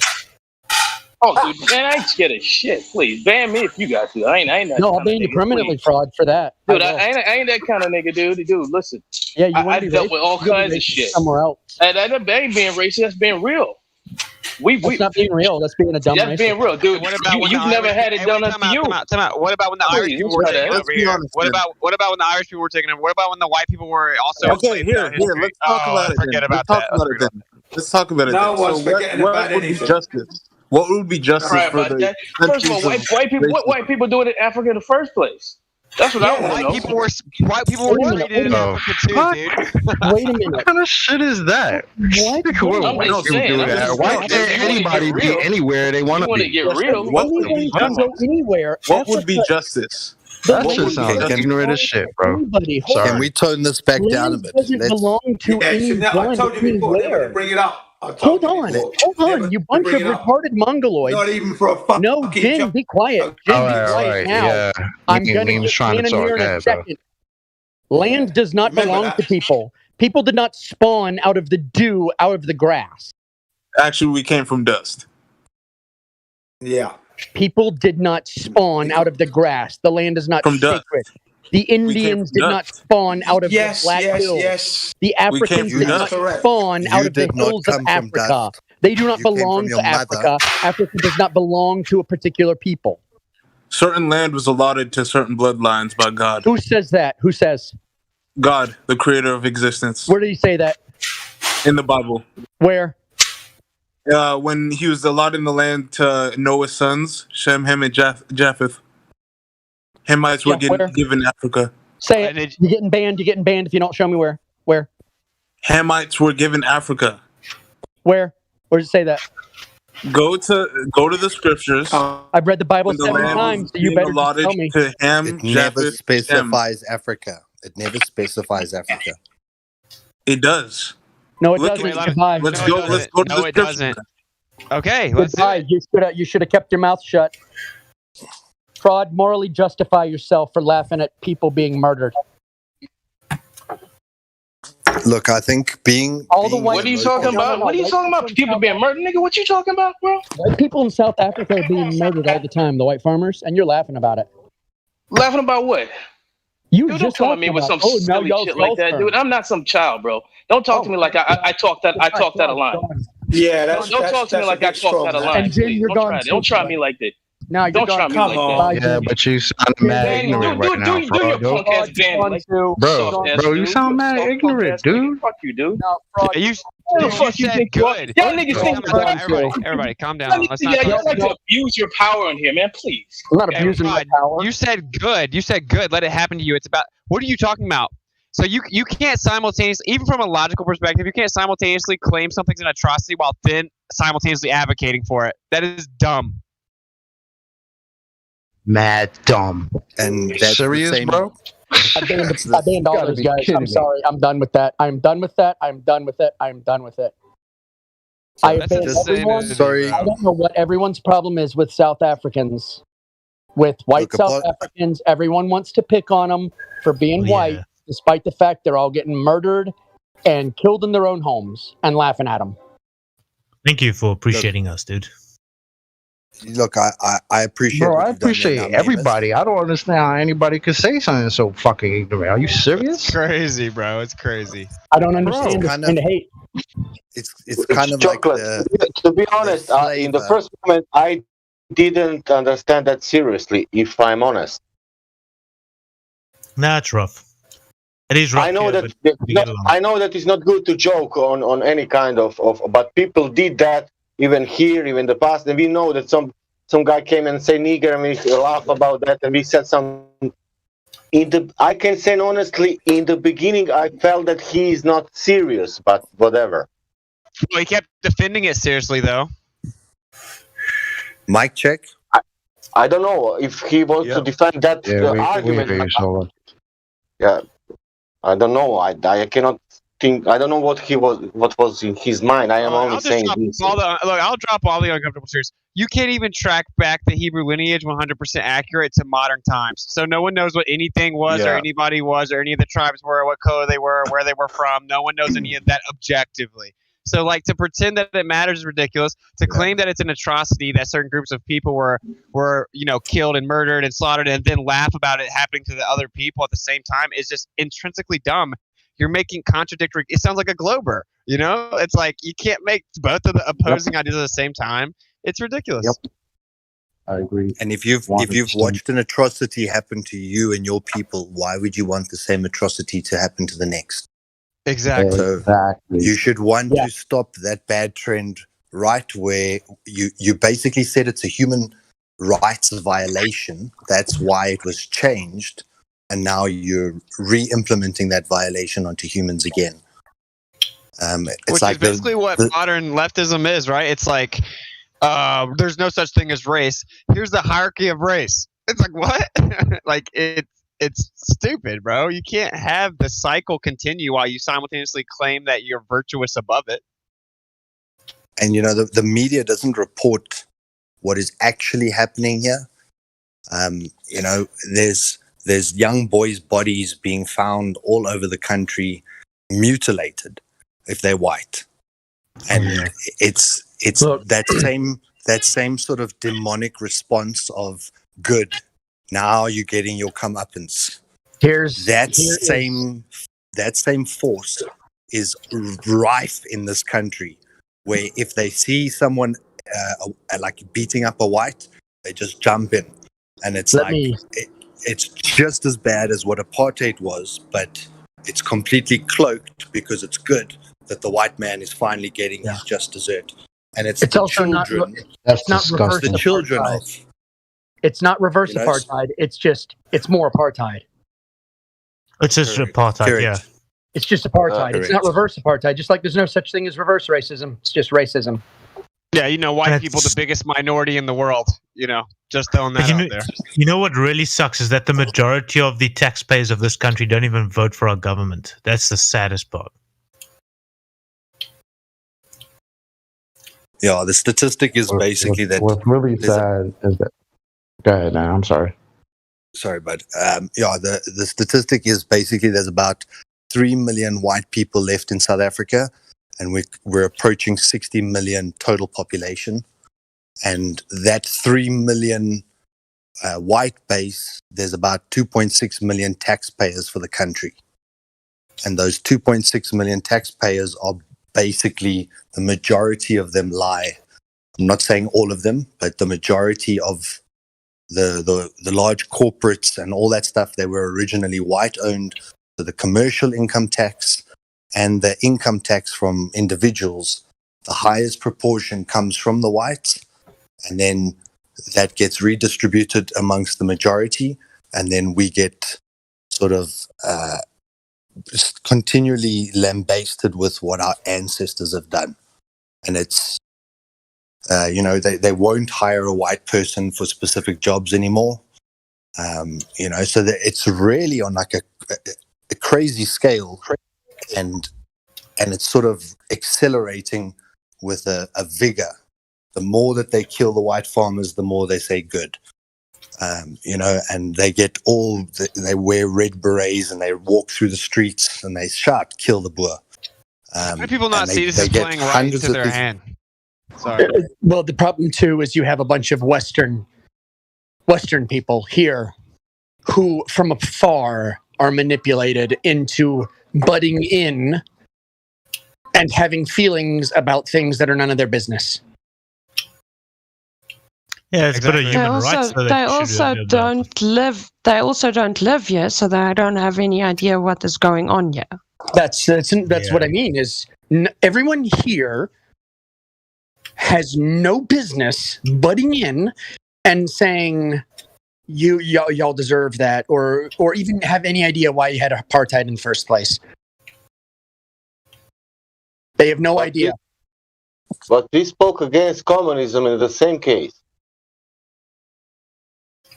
Especially the people from the West who don't know anything about socialism. They spoke about socialism that they don't know that it's evil, for example. No, they think look, people here. I will tell you, like, this was example of South Africa. That was example. Now this is example of socialism. Yeah. For example, you have one country. It's not in Cold War. It's not in the East Bloc, but it's socialistic. And you have one person growing up in that country. What do you think? What that person will think about socialism? And he was not in the Eastern Bloc. Don't forget that. The bleeding hearts here in the West think the most evil thing that you could ever do is be racist. They think that's more evil than murder and rape. They think that's more evil than pedophilia. They think it's literally the most evil thing that you could ever do to another human is dislike them over their color. It's bad, but it's not like the worst thing ever. But dum-dums here in the West think it is the worst thing that you could actually do to another human. Murder? Not so bad, right? That's crazy. And but then when you mix that with, look at that group of people over there getting slaughtered or killed, and you're like, oh yeah, hold that.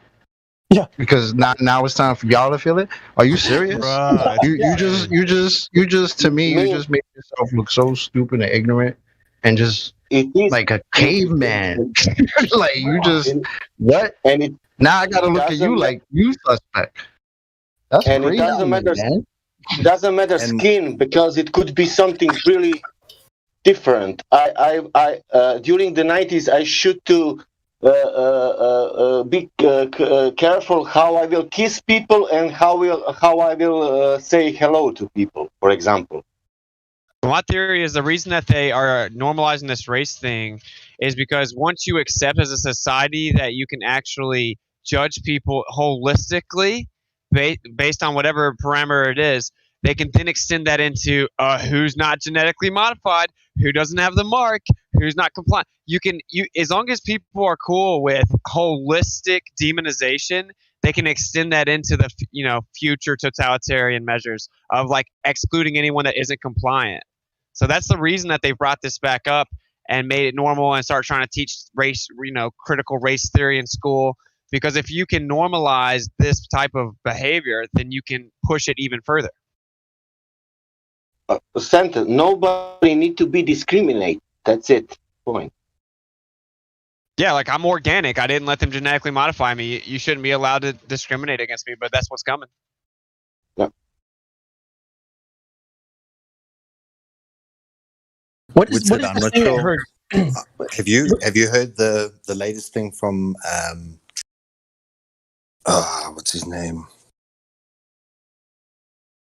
Dave Murphy, where he describes that the original Hebrews were African, and that the lineage dates back to that Shem was African. You cannot track back the Hebrew people. It spans the entire spectrum of pigment. It says that David came out with red hair and pale. Yeah.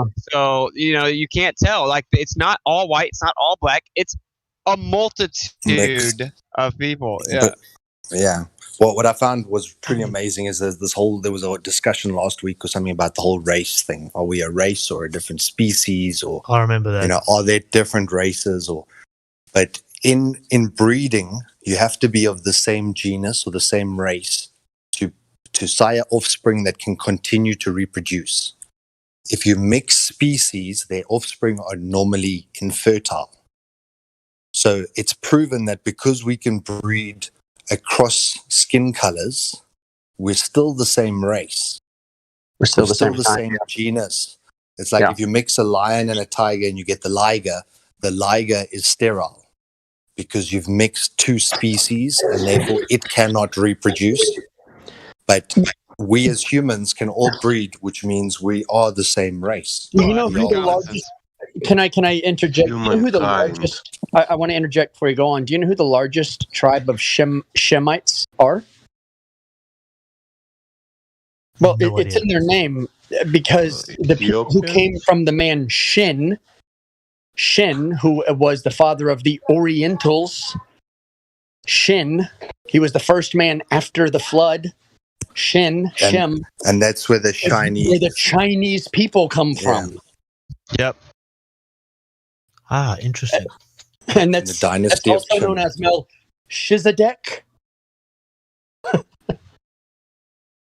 That's hilarious, dude. I came across some black Hebrew Israelites, and dude, it's just so dumb, bro. It's like, well, the Hebrews were a mixed company. They were a mixed. The Hebrews themselves were a mixed company. Exactly, a mixed multitude. It's still in the Bible. It says it point blank. And you were allowed 3 generations. You had to go through 3 generations, basically, of quarantine, right? And then you were allowed to mix into the rest of the nation. Yep. Which, coincidentally, that's how long it takes for genetic problems to correct themselves. Correct. Yeah, 3 days. 3 generations. 3 generations. So. Yep. So. Scriptures are always right. They're always right.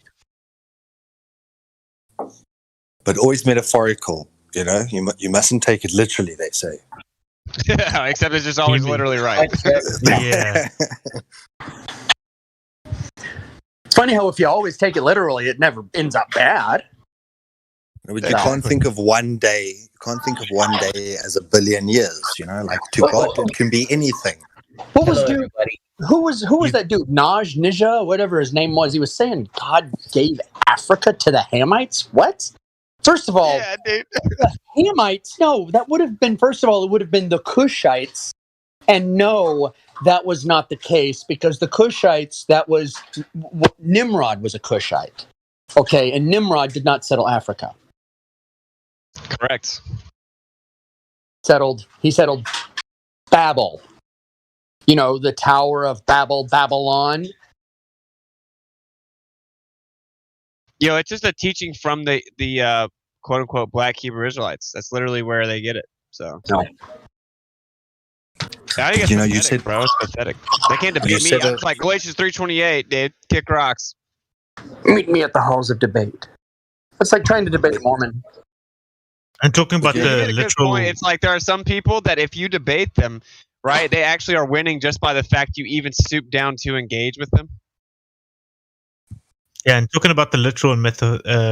What's a damn word now? I've had too many beers. Anyways. Methodology. Anyways, to make a word something alive with that Sodom and Gomorrah, where Ron White actually found it, but the people that are against it will say no, but it was a metaphor that it was raining fire. But Ron White found those balls. Fuck, damn it! I've had too many beers, guys. But he found those balls. I don't know, you guys should know what yeah, that's it. That's what I'm looking for. Sorry, I've had a little bit too many. Yeah, and actually, what's so cool about it is one of the main arguments is like, why? Oh yeah, your creator's so ruthless that he destroyed the city. Well, yeah, they were sunk into depravity and war numerous times, and if there were even just a couple people that weren't bad there, he wasn't going to destroy it. But even more than that, it's like as you were digging through that and they were finding the evidence of it, it's so strong that it would actually knock you out.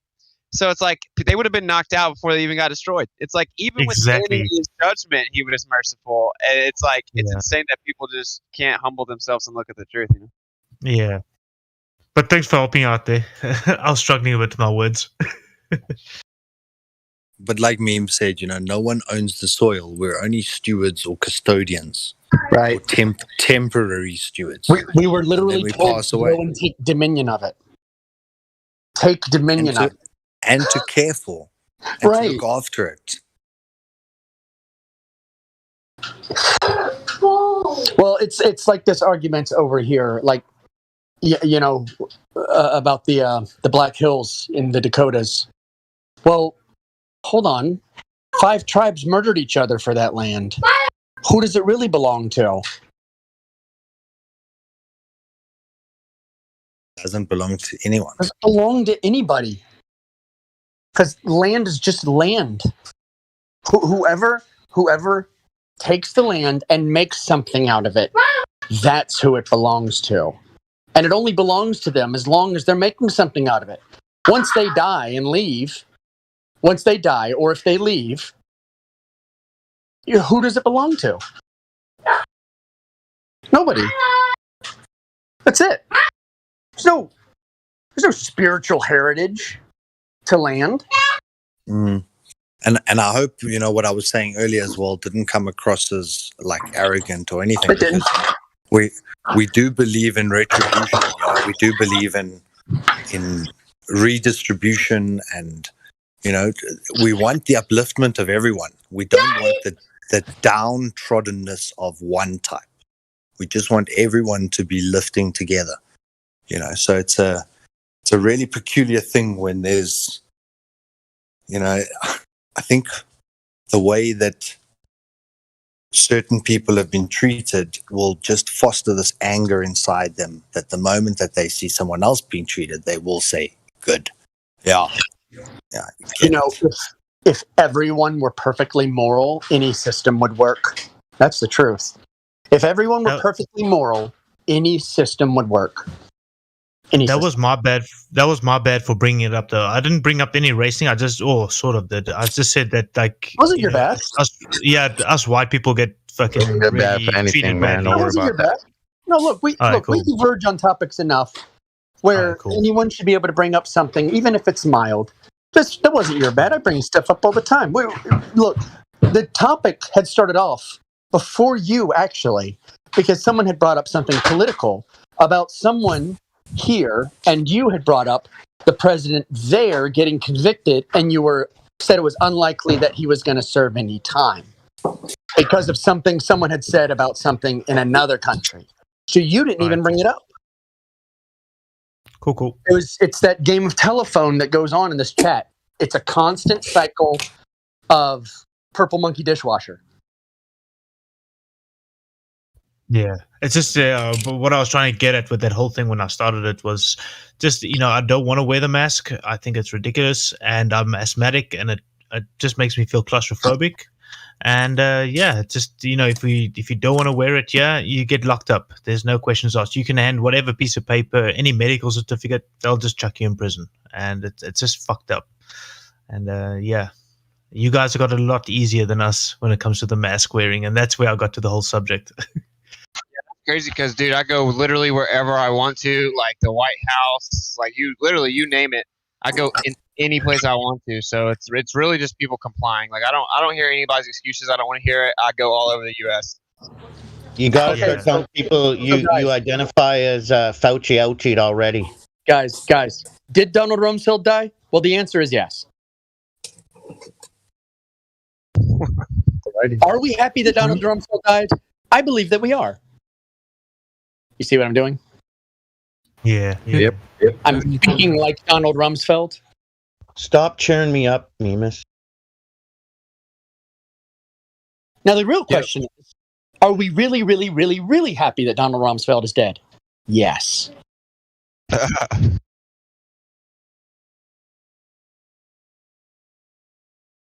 Stand tall to the masks, man. Stand tall no matter what, man. Ripping pepperoni, you son of a whore. Are we really sure that he died? Yes, because I don't care. I will celebrate. CNN said. I'm going to celebrate him dying because it feels good. I don't care. I want to get myself a massive panda head or some random fucking head thing that I can wear. I was like a mask. I was like that when I found out Olsen died finally behind prison bars. I was like, right on, he's finally fucking dead. So I don't wear my mask here in Joburg, Bierman. Is it? I know the coastal regions are zero tolerance. So if you have any alcohol in your system and you're driving, you're in prison. If they've got all these rules that are just absolutely no questions asked in the back of the vehicle, you're going to jail. 100%, yeah. Here in Joburg, I walk around with my mask in my hand. And then if someone like really gets in my way, then I'll start to put it on all clumsily and under my nose and, and then walk past them and then take it off again. Over your eyes like Ramaphosa. So they're actually forcing you to wear them outside? Everywhere. But it's due to it's just order takers. And Africa is known for having many, how do I put this delicately, sub IQ level individuals. So it's sub-Saharan IQ. Well, don't worry, bro. You're not alone. America's the same way. Same way in America right now. Wait a minute. Are you talking, how many except for the outside part? How many standard deviations are we talking about when you say sub IQ? So the lowest thing on the IQ scale is sub-Saharan Africa. Yeah, okay. And it's borderline retard. 75. It's 75 points, and Down syndrome is 85. Yeah, that's brutal.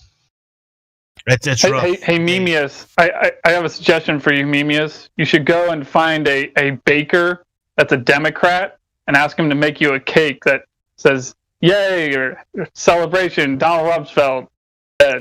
Oh yeah, good idea. Oh, but we have to be a neocon. A neoliberal. Rumsfeld died. Yeah, Rumsfeld died. We're all cheering. Yay. I hope the end was painful. I hope he shot himself right at the end. Yeah, and I hope right now he just realized that he made a mistake. Maybe we can get the end was painful. Again. To give an example how bad the crime is here in South Africa is, for instance, today I went to go do an observation from Bloberg Strand to Dustin Island, but it's too windy and rainy, so you could hardly even see anything. Anyways, long story short, when I went back to my vehicle, I didn't even want to spend the time to pack the camera away in the bag. I literally just put it on my seat and then drove, because I felt that if you sit in the vehicle for too long, busy packing things away, you'll either have a gun point at you and you'll get hijacked or robbed or some shit. So rather just climb into the vehicle and fuck off and then pack the shit out when you get back home.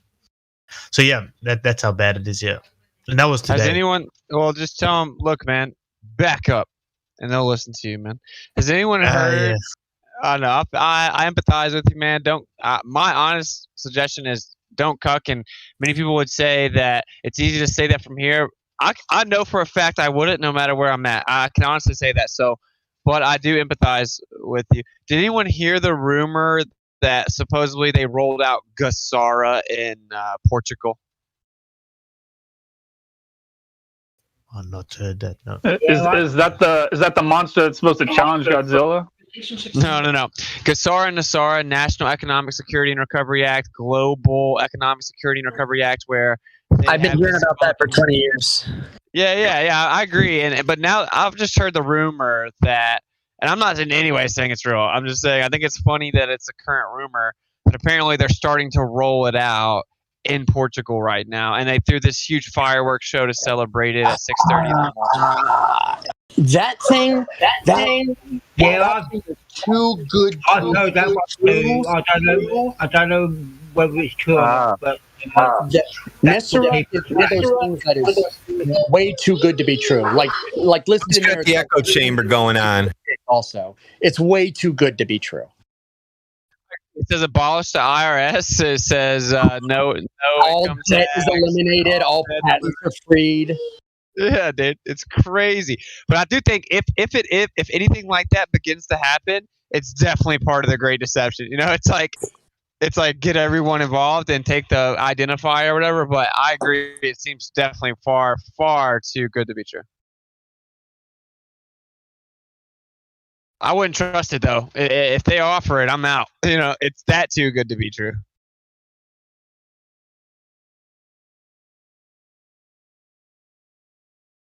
Well, I've been hearing about Nassara for over 20 years. Mexico and South America as well. Yeah, I think it was first drafted in like 96. What's your thoughts on the Elon Musk statue? I thought that was quite funny. You guys know about the Elon Musk statue in Manhattan? No. Oh, No. dude, Google it. In Manhattan. Well, it seems like an idol, you know. Dude, I was at Niagara Falls for a week, and I didn't even walk over to see the Tesla statue. Like, nah. And I like Nikola Tesla in lots of ways. At least like from a scientific perspective. Yeah. But I was like, I'm not going. No, we don't build statues of people, man. No. What's going on? What's the fucking point as well?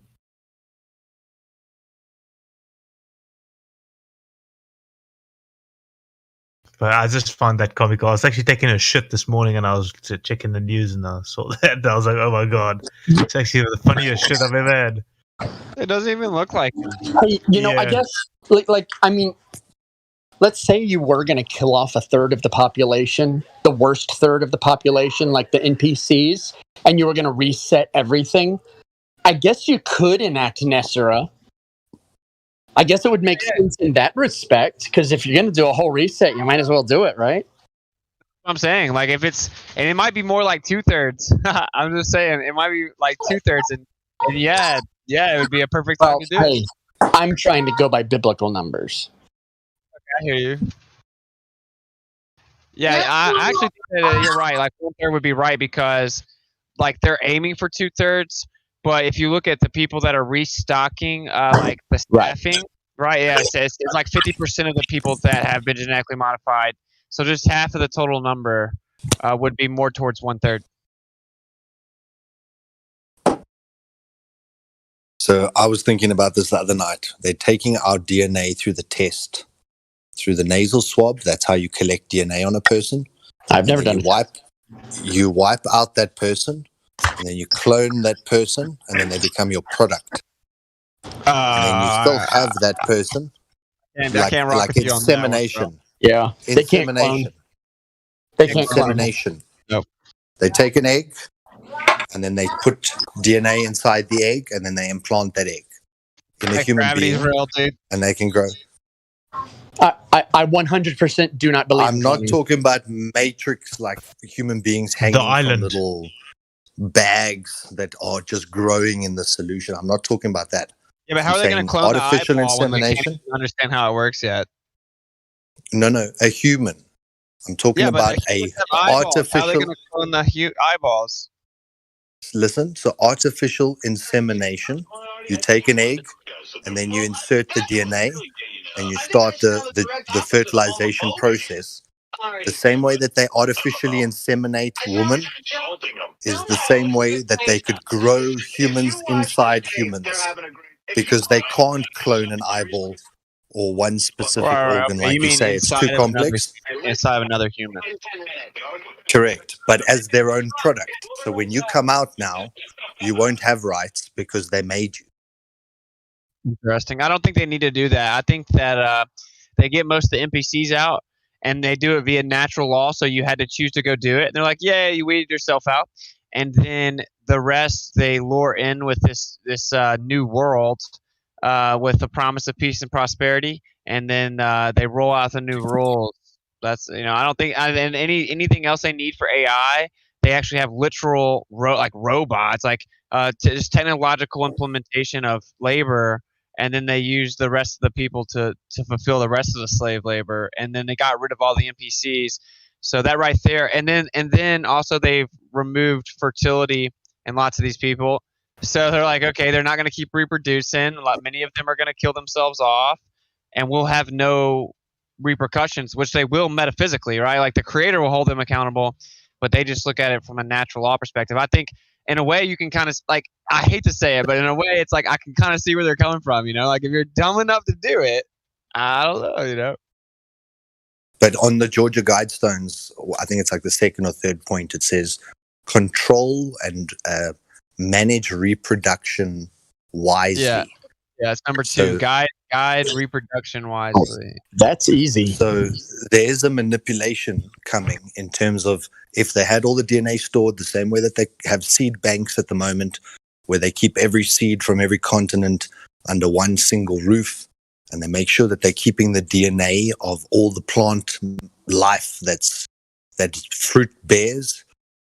They could be building a database or an ark worth of DNA, and then effectively at will searching through that to find potentially the most athletic, the most intelligent, whatever they think that they've got on these DNA sequence markers that could control or guide reproduction more wisely. So I think there's something far more sinister coming. If you haven't realized that you're redundant to the government, what do they need you for now? They're printing their own money. They're reclaiming the land. They tell us in 10 years we're going to own nothing and we're going to be happy. They really they need us, bro. It's that they have to implement their stuff with natural law, right? So which is why it's easier to get rid of original versions of human and to bring out like a product version. In my opinion, they're running around like a bunch of degenerate, depraved psychopaths. They don't really know what's going on. They eat their own.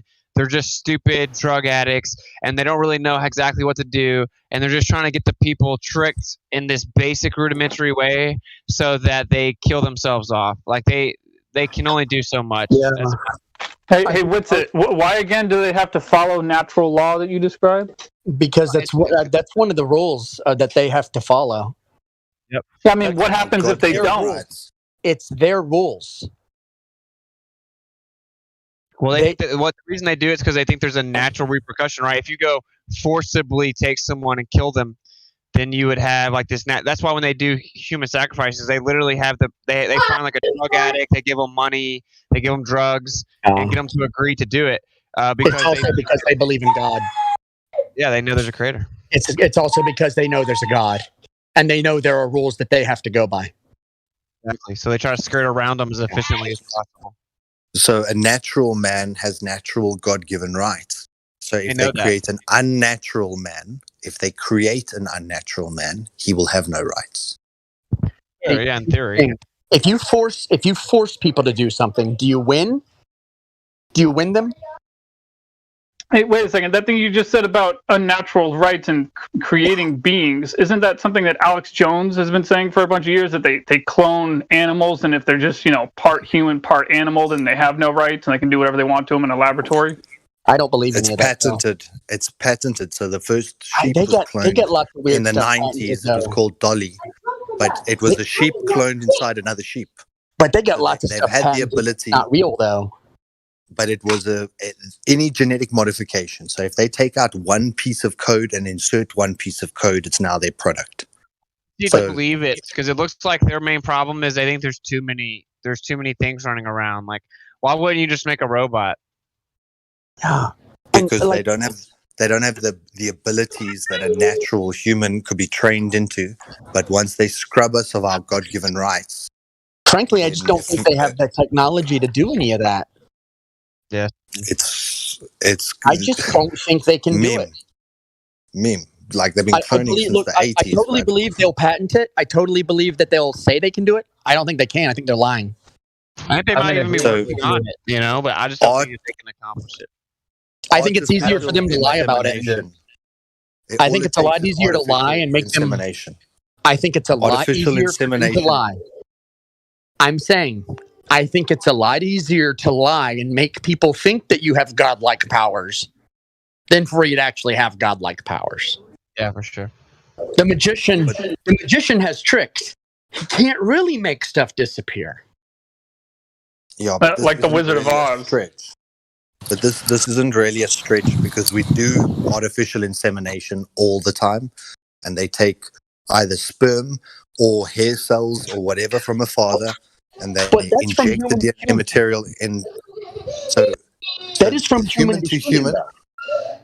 Precisely. So they've got surrogacy clinics all around the world, that if you want a baby to be made for you, you go and you pick your surrogate mother, and then you have your DNA inserted in her, and then you can choose whether your kid's going to have blonde hair or blue eyes. Yeah, but you have to already understand how doing they those- operate, bro. You have to understand they don't. That isn't like for the way they look at it is the biggest accomplishment is to get someone to give over their God-given rights.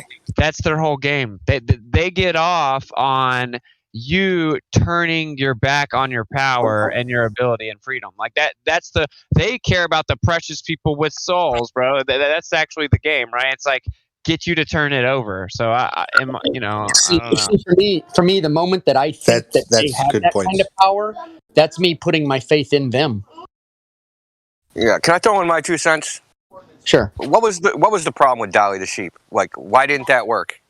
Because she was retarded and defective. There's a reason for No, that, she right? did. Because this, She listen, did work.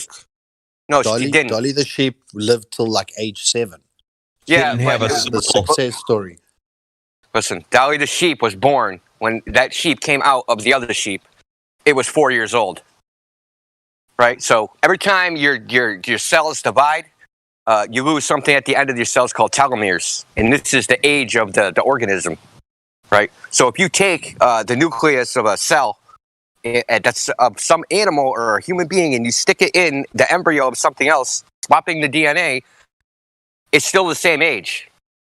You didn't buy any time. Wow. It's not born at 0 years. So it's actually whatever age of the host, whatever the original cell came out of, that's the age of whatever's born. This is why it doesn't work. That sheep had like fucked up teeth. The animal was all messed up.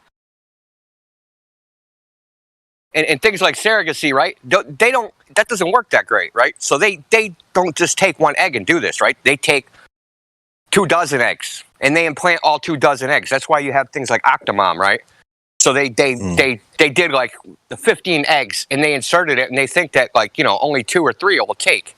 Well, in her case, 8 took and she ended up having 8 children. So these are not like straightforward processes, right? It's kind of like you throw a bunch of shit against the wall and hope something sticks, and occasionally they're successful and they declare victory.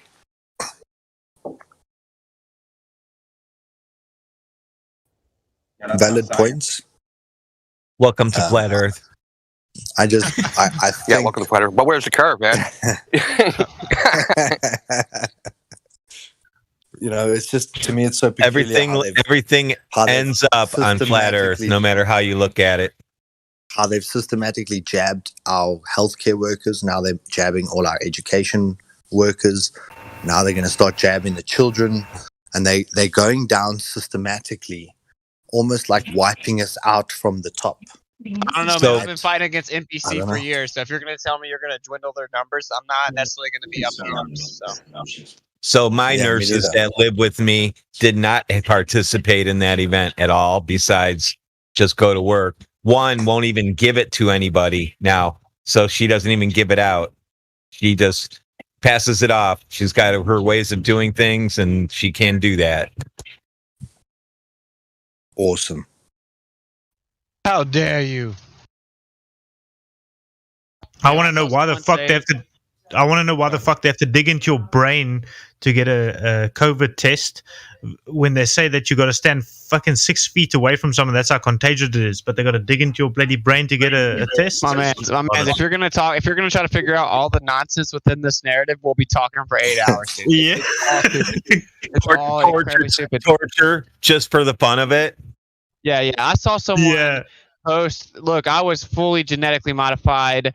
I wear my mask everywhere. Bring hand sanitizer with me everywhere. Thought I had a cold. Turns out I'm positive for the air is gonna kill me syndrome. And so I'm just upset that that means that someone else wasn't doing their part. That's an actual tweet. Yeah. That's an actual tweet. Hey, do you know who Brett Weinstein is, right? Yeah. Okay. He's the big. He's kind of the face of the anti-vaccine right now, right? What? I didn't. What's know. the guy's name? Brett Weinstein. Wiener. No, Weinstein. Ignore the name because I don't buy into the whole name thing anyway. Brett Weinstein. He is like the face of the anti-COVID vaccine right now. Yeah, I've vaguely seen something from him the other day.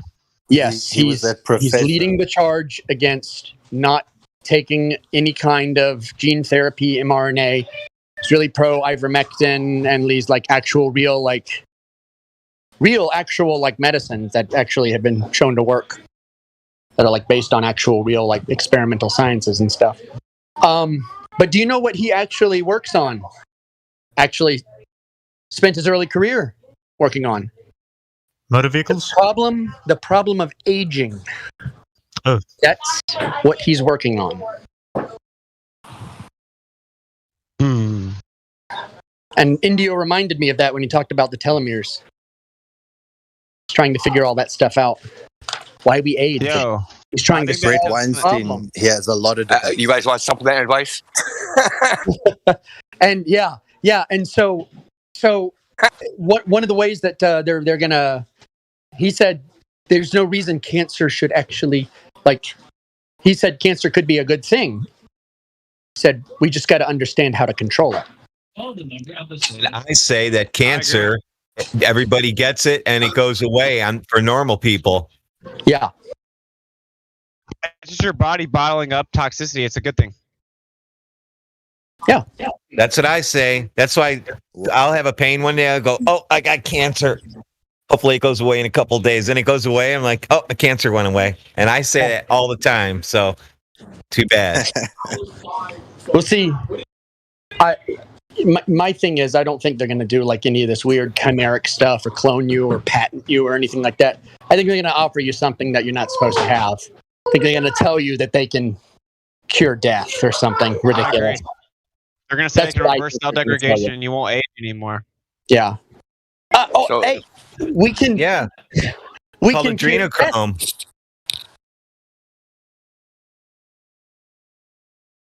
How many people, be honest, how many people in this depraved world will turn down not aging anymore? I'll turn it down.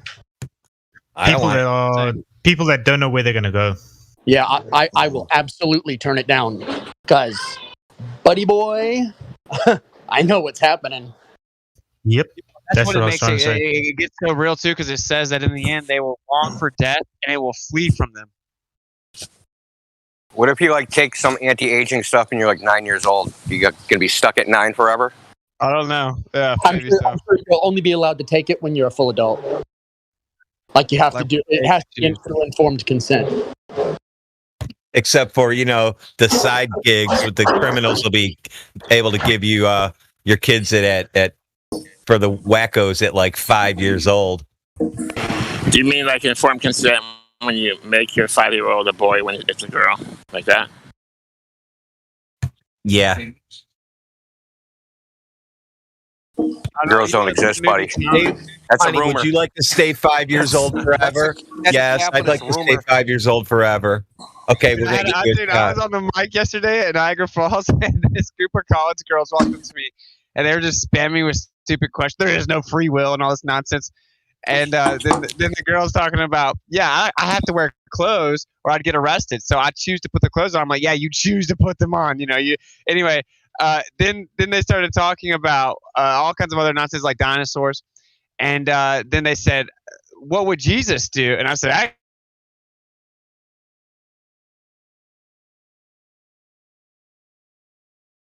stop interrupting the guy so much.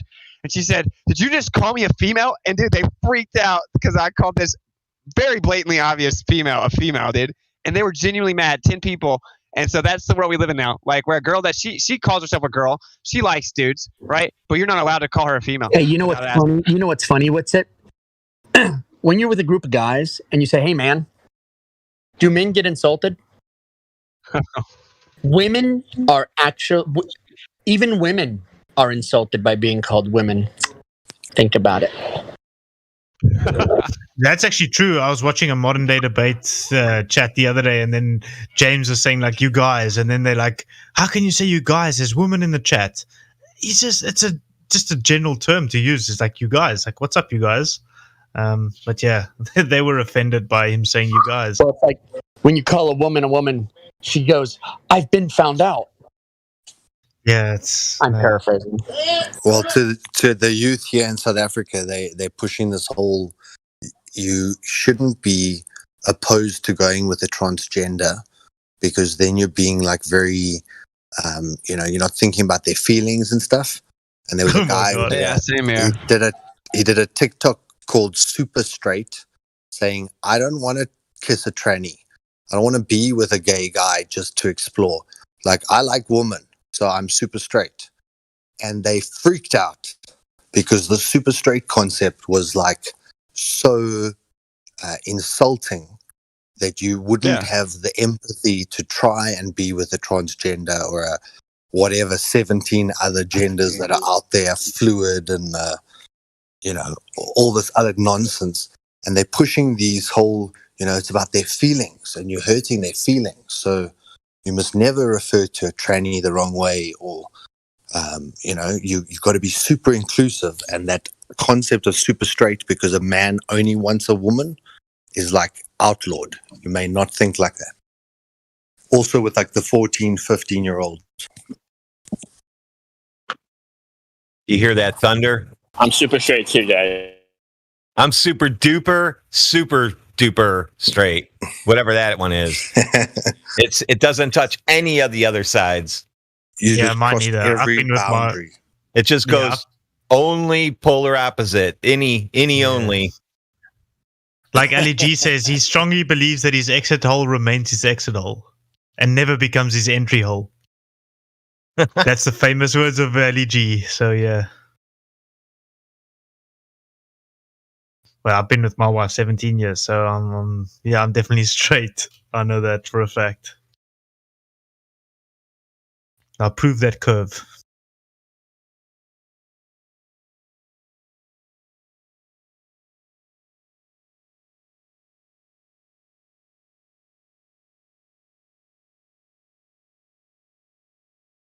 I gotta make sure I use that male-female thing more often in public if it's that offensive.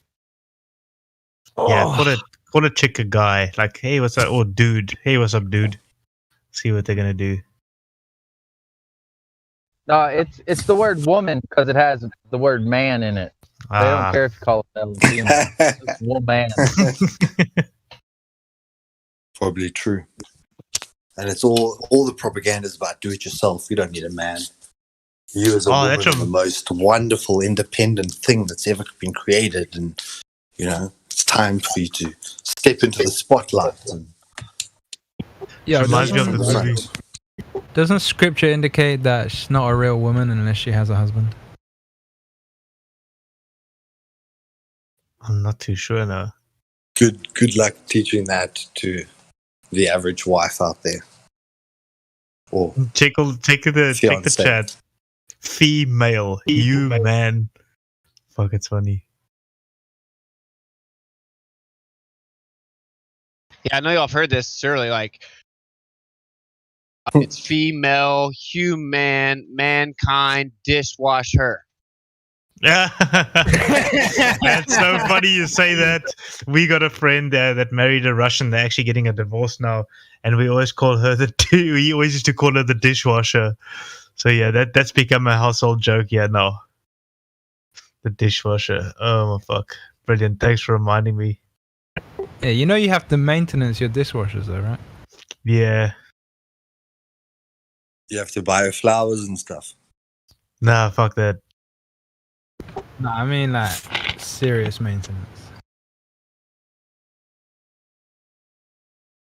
Wink, wink.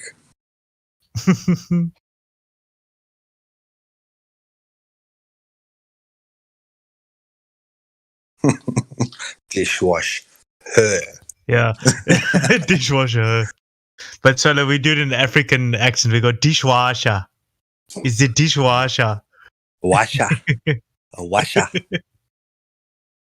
Oh man, it's funny.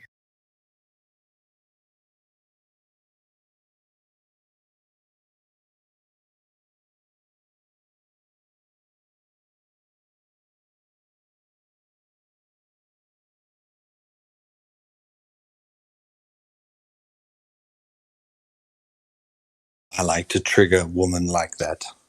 If you can see that they're one of those feminist types, then you go and you ask her, like, is there anything that you need a man to help you with in your life? You know, just prod the bear a little bit.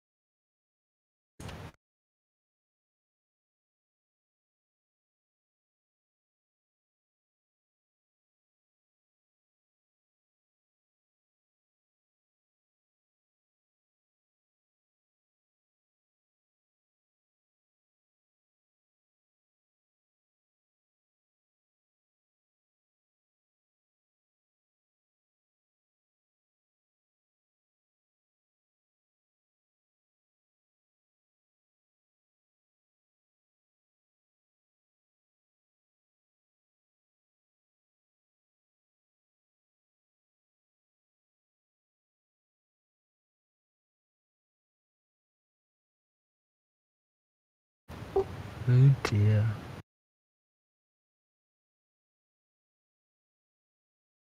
Meme with that Brett Weinstein. I've watched some of his debates with Jordan Peterson and with various of those sort of debaters, and he seemed to be quite left-leaning, quite liberal. I think he lectures as well, so he's got students and stuff. And it's just never surprises me how God uses the tool that he needs. So for Brett now to be pushing ivermectin and this whole gene modification and actually standing against it, with his atheistic beliefs, people shouldn't have value, but now he's fighting for human value. So it's quite beautiful.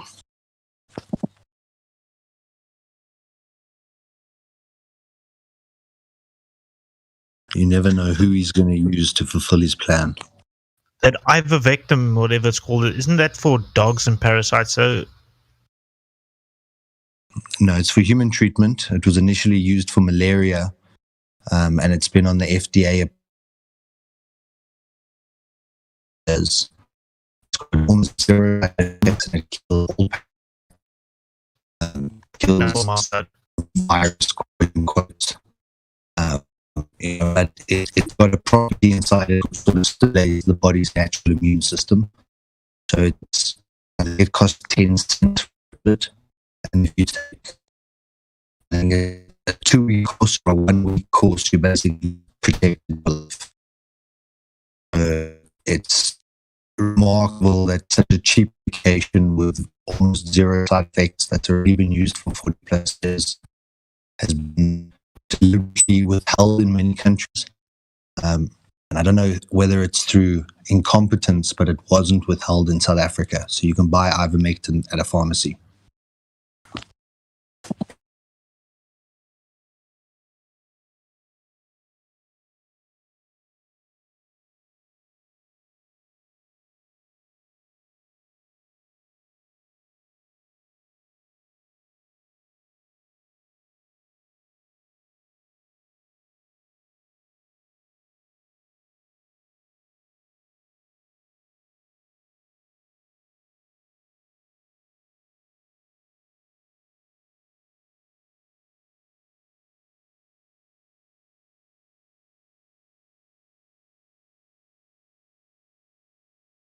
But it's a combination. It's ivermectin and zinc.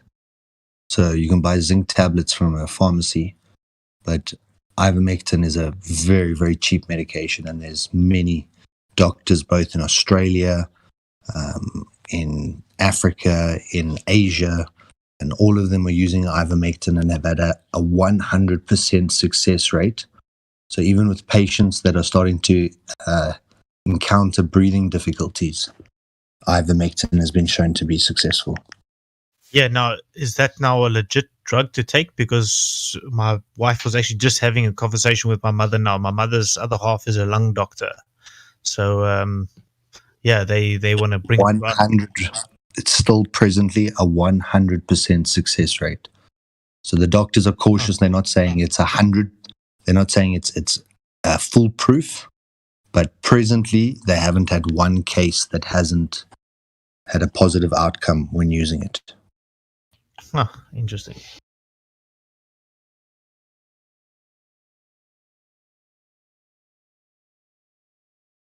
Oh, guys, there's thunder and lightning here. Now my husky wants to sit on my fucking lap. She gets scared of the thunder.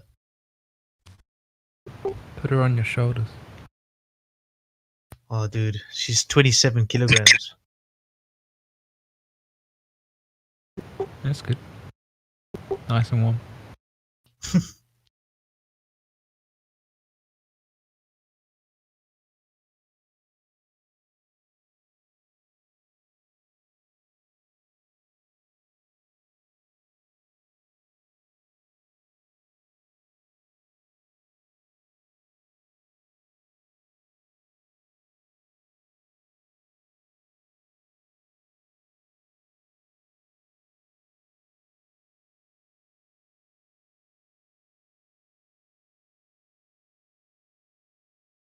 Yeah, I've got a husky on my lap now. Can you believe it?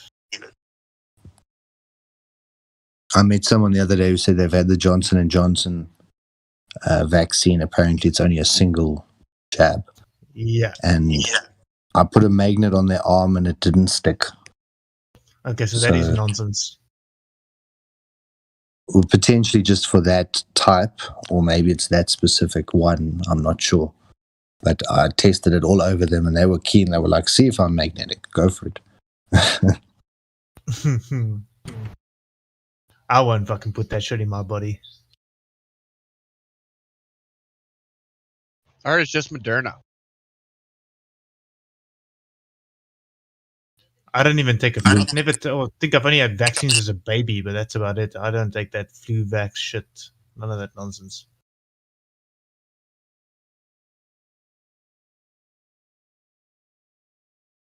So have you taken any recent footage with your P900? Or did you get the P1000? It's a P900, but it's been pissing with rain and I cannot get out. I went today, but it was too windy. Windy and rainy and shit. So, yeah, it's just all mist. Have you ever watched Jay Tolan Media, who IR modified his P900 so that it's infrared?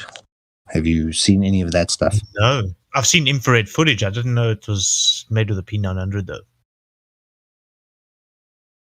Yeah, the stuff that he takes with the P900, and even Jeranism modified his P900, Bob modified his P1000, and he was taking photos across a lake, and just normally you see the shoreline, and then when he put the IR filter, you could see the mountain range 30 miles away.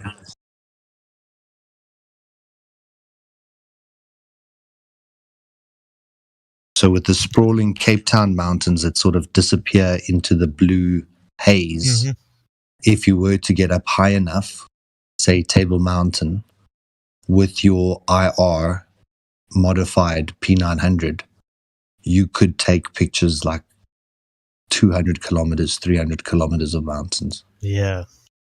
So I am going to get I'm looking into obviously getting the long distance photography and all observations, but I want to focus more on the sun and second sun and things like that. So I've been messing around with experiments with bowls of water and the way light could, or the way the sun could become a second sun and the way it could light up. And I want to get polarized filters because that I find extremely interesting. The way it actually, I don't know if you're into the second sun or if you heard of the second sun. Do you know about it? Yeah, Crow 777 does a lot of that. Yeah, that one. Yeah, so I want to look more into that thing or that side of stuff. That's what I'm busy investigating, and the way stars can form and things like that. Have you captured the second sun? No, so that's what I want to do now. That's what I want to focus on. Because I think there's enough evidence and enough photography of long distance. Enough observations of that, but there's not many people focusing on the rest of the way the world or the Earth is actually functioning, if that makes sense.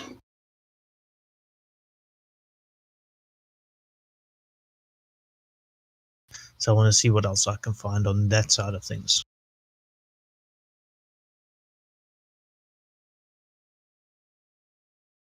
Yeah, well, if you think that people thought you were crazy, if people thought that you were crazy when you bring up flat Earth, good luck telling them about the second sun. Yeah, so I don't mind being that crazy guy, because I've been called all sorts of names to the flat Earth. You mean the reflection, right? The reflection. Yeah, I was going to say, what do you think the second sun is? I think we're seeing a projection of the sun, which is either within or just outside the firmament. And one of my experiments I did, which I posted on the YouTube channel, works quite well, but it's obviously not perfect, and it's not necessarily what it is. There's various ways it can happen, but that's one way. And David Weiss actually featured it on his app yesterday, which is pretty cool. Yeah. I think the sun is actually generated from the earth. You know, if you're going to create an earth and everything on it, why would you have everything external? Why not have it all sort of like built in? You know? Wait, say that again? I think the sun is generated from the earth. So if you're going to create an earth and you've got everything built into the earth, why would you have something external to the earth? Why not have it all built in? And the sun is generated from the earth. Yeah. Yeah, I was born Christian, and I pretty much follow the Bible and take it literally. And when God said He placed the sun and the moon and the stars within the firmament, I do believe that the sun is there. I just don't think we see the physical sun. I think we see the projection of the sun. Yeah, but why can't it all come from the earth? Yeah. Didn't say what layer of the firmament of 7 layers. I don't think it's coming from the. That's my thing. I don't think it's coming from the. When he said he put the sun, what exactly does that mean? Put the sun there. It could also mean that the earth is generating the sun, because the earth is the center of creation. So why can't it all come from the earth? Because He separated the waters from the waters, and the earth is between or underneath the firmament, and He placed the sun and the moon within the firmament. I think that makes sense. Well, it also says that He created 2 light sources, one to rule the day and one to rule the night. Yeah. So yeah, He created the light sources. Where are the light sources? Can they not be on the earth? Created? He placed them within the firmament. Yeah, but that is just an idea. It might just be translation. He put the sun there, but how did the sun get there?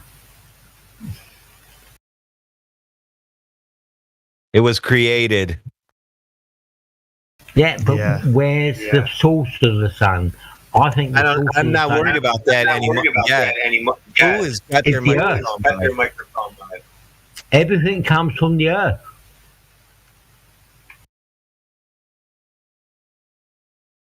Do you have any proof of that?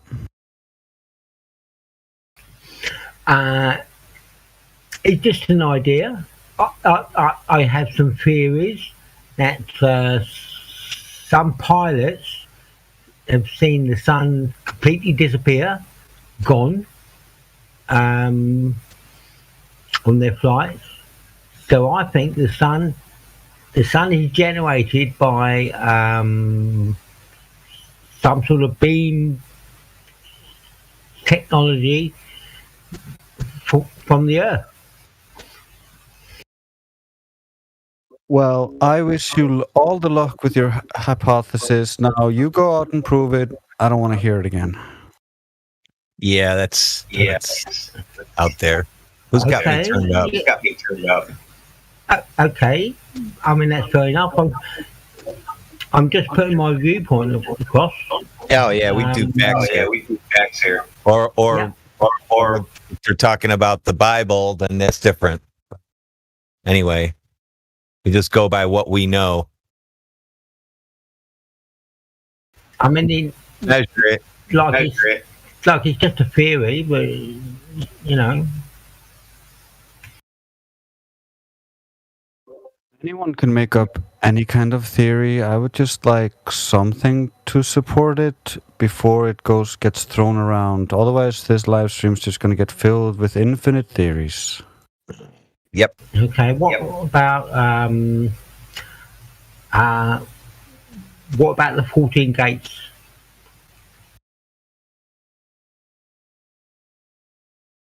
He needs to fix his microphone so that it's not picking up background noise. Are these 14 plantations? Do they have a yearly pass that I can get? Because I got to go out to the island.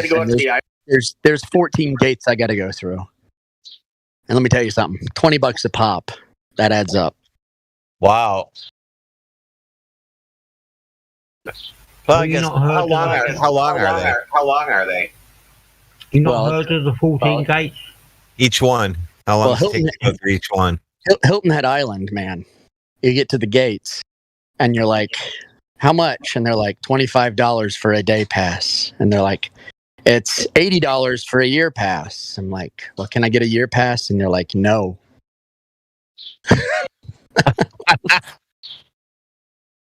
You have to be invited to get a year pass. I'm like, great. So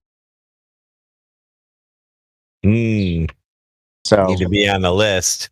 I gotta get on the list. So I gotta find a client who will invite me to get on the list, or another contractor who will invite me. So I've got about 3 yearly passes in 3 different plantations.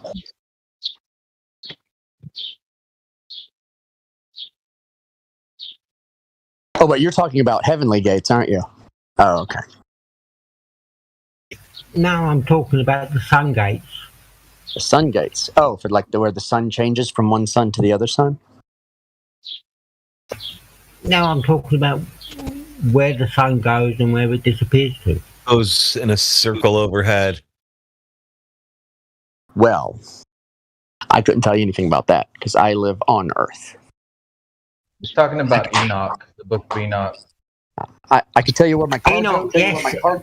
Exactly, I'm talking about Enoch. Thank you very much. How he described the sun works.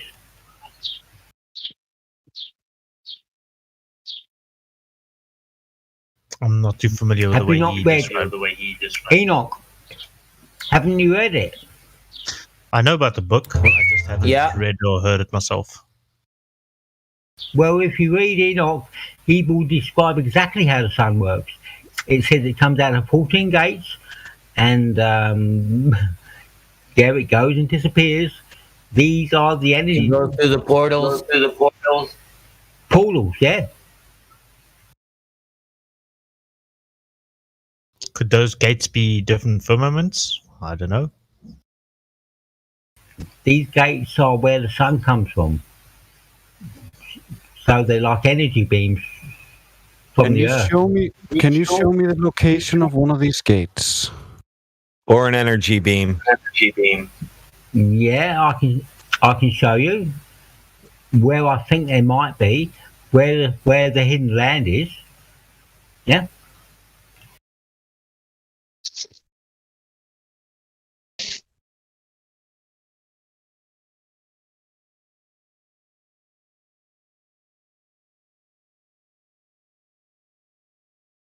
This is interesting. It sounds almost like the Ballers. Could you post some links? So I've just posted the image, and you can see between Russia and Alaska, there's 4,000 miles of hidden land. That's maybe where the gates are. I don't know where the gates are, but if you're going to hide 4,000 miles, then it could be a reason. Ooh, this sounds like that other theory I watched the other day where with a black sun, which is below the earth, and in the center of the earth there's a ring and the sun shines through, and that's what causes the northern lights. Is it something maybe like that? Maybe. I'm not on into that one. But yeah, if they're going to hide 4,000 miles, as you can see on that map between Alaska and Russia, where the date line is. Actually, the missing part is Alaska. You're just not reading this right. Sorry? There's a part missing on this map, and that part is Alaska. So you can't do between Alaska and Russia because that is Alaska that is missing. Yeah, okay, yeah. Where do you think so? Don't know, not familiar with that map. But it's an interesting map, don't you think? Nothing special about it I can see. Okay, fair enough. It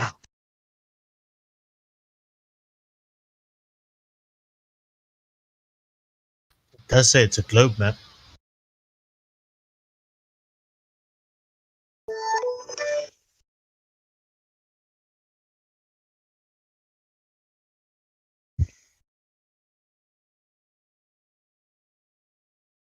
Isn't that one of Mercator's projections?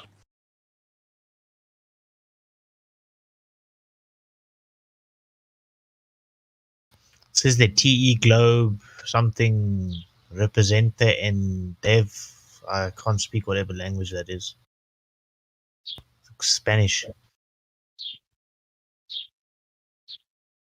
I still think if you're going to have the Earth as a self-contained unit, that everything comes from the Earth.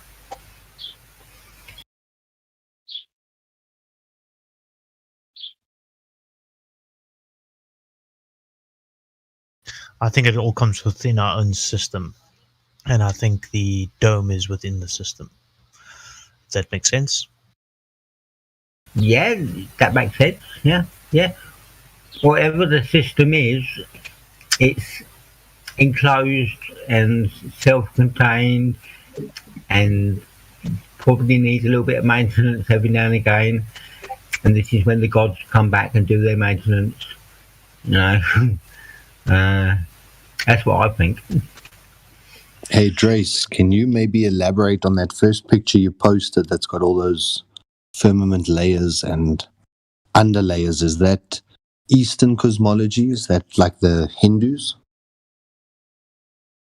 Yeah, I think that's from that one. Isn't that with the Bible that talks about the different heavens as well? Yeah, it's similar. Yeah. That's why there are similarities between all of them. Yeah. Everyone's got the same cosmology. NASA is the only one oddball. So I was watching a movie with my children last night, one of those Disney movies, and that starts off with that like giant castle in the middle of a circular piece of water, and then the camera pans down one of the rivers, and I think that picture that you've posted now looks like that same Disney castle. And the stories of the North is that there is this thing at the center with those different land masses, with those rivers that flow either in or out from the world navel, the belly button of the earth. And it's so peculiar that Disney has been showing us that castle at the center, or that spire at the center, and then it makes that like dome over the top as the fairy flies. Oh yeah, suggesting that you're in this flat dome, and then this thing is at the center, and it pans out down one of the tributaries, and we think of it as like, wow, very creative artistry, you know. Mm-hmm.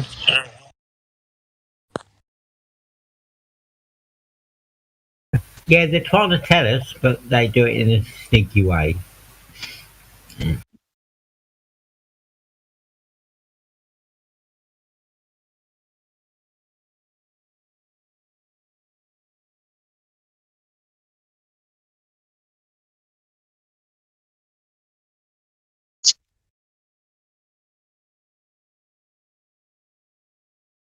I've also been wondering about, the Bible speaks a lot about the bottomless pit, that if he's going to cast you in there, then, you know, effectively you're going to be discarded with the rest of the demons. And what could be the bottomless pit if we're on something that's set in a foundation? Then it would have to have a bottom. Hold on, guys. Cypher, can you unmute yourself? Well, the way I see things, if you got a plane and you got a plane and you got a world on top, then you can have a world underneath. Hold up, Pastor K. That's the underworld.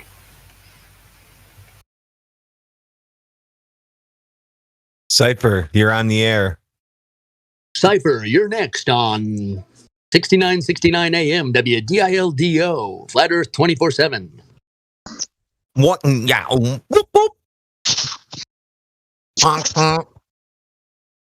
Cypher believes that there is a 2 foot by 2 foot reflector traveling the speed of a bullet perpendicular to his position that he can shoot a beam of light at and get a reflection at on a curved surface. I heard. Yeah. That is 238,000 miles away from his position. Now he can't talk. Oh, okay. So Cypher, you believe you're standing on a curved surface. Hello, welcome. Astro K, please mute yourself because I am echoing real bad in your mic.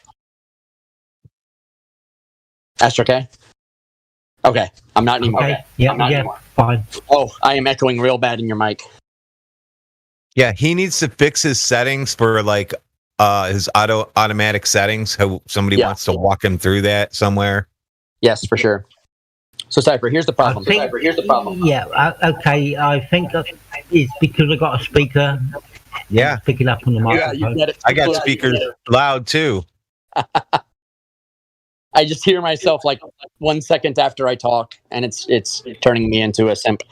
Yeah, it makes me stutter. So Astro K. Just go on mute in between, Astro K. Astro K, go ahead and just mute yourself for now. Just click your mute. Click your mute button. Click your mute button. How do I fix that then? Someone will have to walk you through it. So I can go ahead and mute you for now. Press your mute button for now. Yeah, just press your own mute button for now. Because if I mute you, I might forget to unmute you. Because I'm scatterbrained. I'll have to press a key so that I talk. I don't just talk.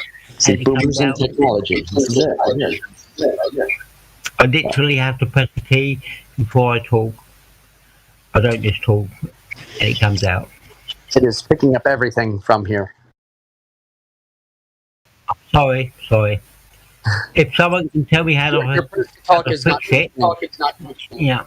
Yeah, your press to talk isn't functioning correctly, so you'll have to mute every time you're not talking. I'm going to go ahead and mute you for now. Sorry, I'll unmute you in a minute.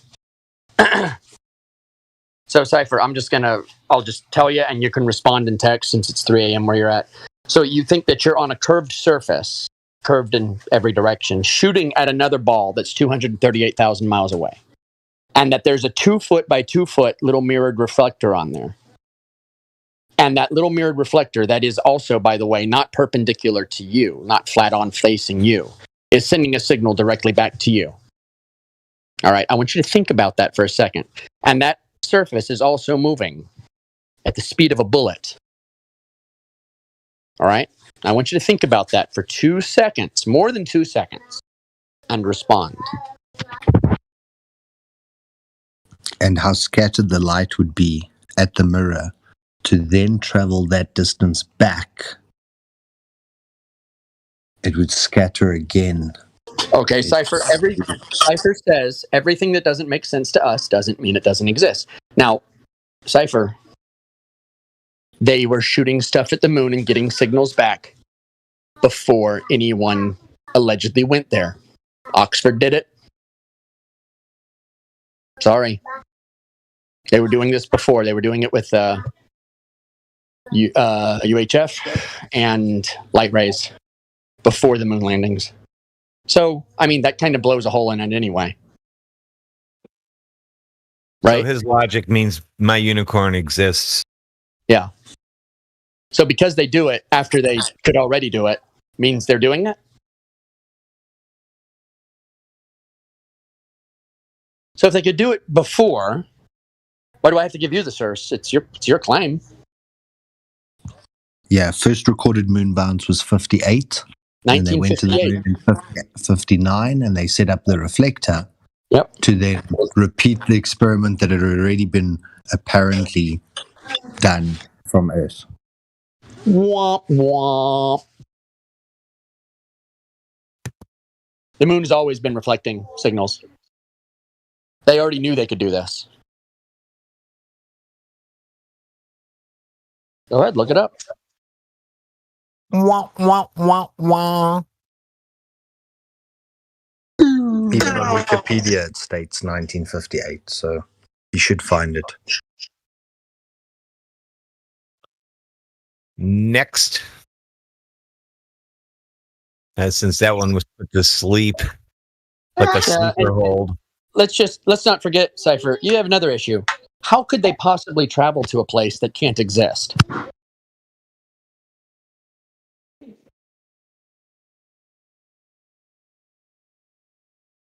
See, that's the real question, Cypher. How could they travel to a place that cannot exist? No, it can't exist because it exists in a realm that violates the second law of thermodynamics. When you look up at the night sky, you think you're looking at a vacuum. How do you have a vacuum next to what you're breathing as gas pressure? That's not possible.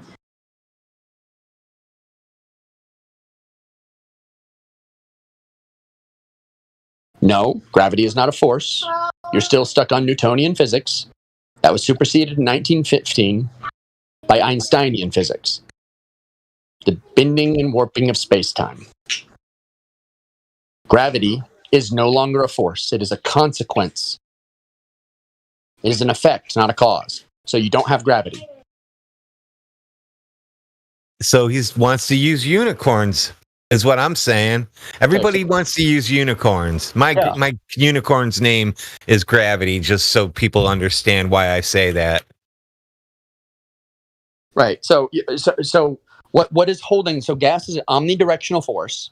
It expands in every single direction. Gravity is a unidirectional center of mass. Newtonian, by the way. That's not space-time gravity. How exactly are you holding gas down? Space-time lines for atmosphere is also curved around the Earth. Wow. A space-time bubble now. So when you go through that, so when you go through that, is that like a wormhole then? Because it's a space-time bubble? There's whales too. Don't forget whales. This guy has wormholes in his brain. See, the way that the air stays from leaving the Earth is that the space-time is bending around the Earth, and it creates a warp around the Earth that curves the atmosphere with the space-time around the Earth. It's a space-time bubble of air. You can't measure it though. Can't measure it. Can't prove it. But it's there. Put it in a bucket and paint it red. They love to describe it these days as a gravity well. You're saying a lot, and you got no proof. Where's the proof? No, Cypher, this is not a debate. You have not offered any evidence for anything. You're just making a bunch of claims that you got no proof of. Where's your proof? So we're going to cut the moon landing out for you right away, since we know you can't fly curtain rods and tinfoil to the moon.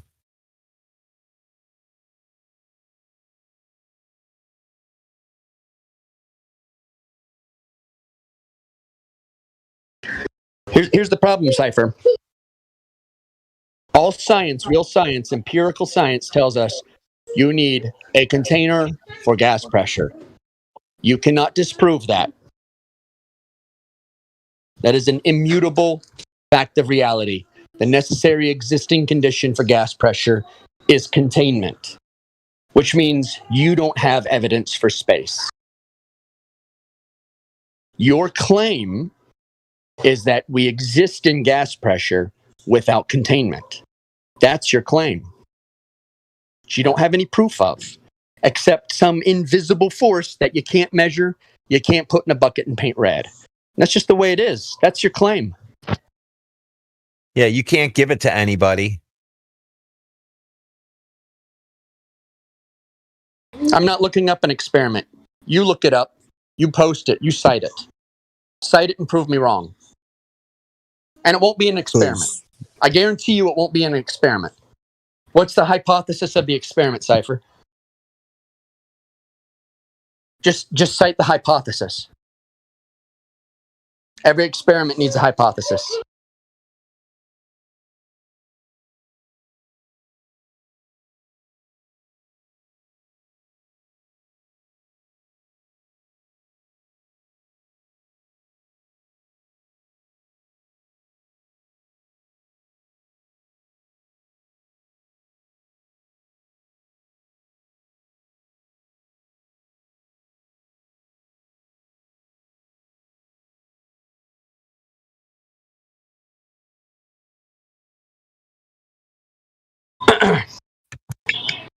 Okay, Cypher, so what's the hypothesis?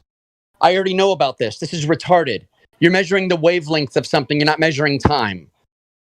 This is so stupid. You're not measuring time in that. What are you doing? Do clocks hold time?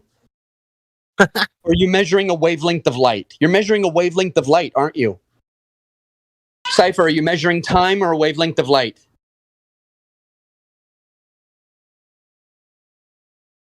Cypher, are you measuring time or a wavelength of light? You don't know about space-time. No, you don't know about space-time. You think that because the wavelength of light is different in different spots, that suddenly space-time is different. But you don't even have proof that space-time is a real thing.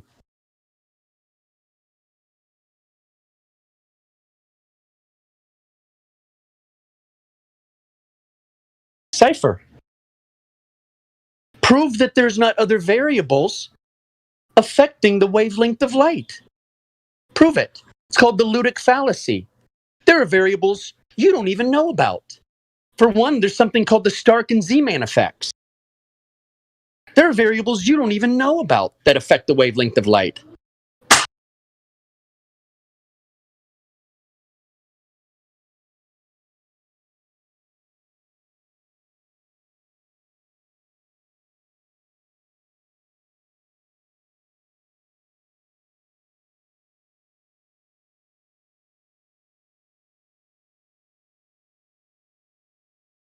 Whoa.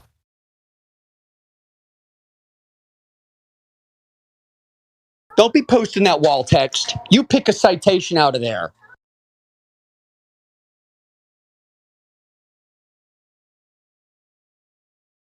He just went, copied something, said, "Here you go. Try to read." Don't you be copy pasting a mountain of data. You pick the thing out of there that you want to cite. You little coward. He doesn't even know what he's looking at. I don't know what all this means. I'm just going to post all of it. First of all, I already know about all that. That's why I know about the Stark and Z-Man effect, because I know more about it than you do. You don't know about the Stark and Z-Man effect.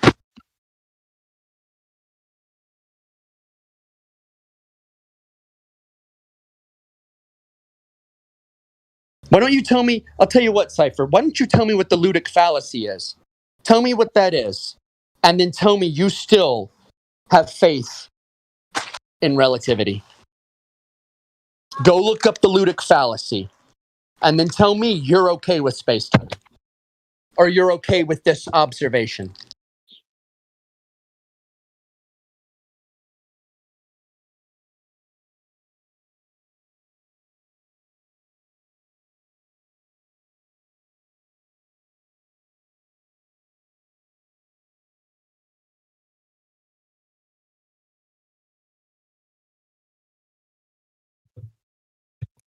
We're on voice chat so we can read an encyclopedia.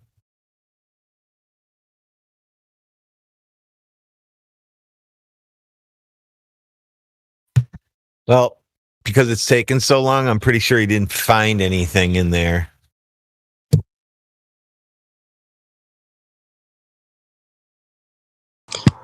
This is tantamount. Don't post a journal.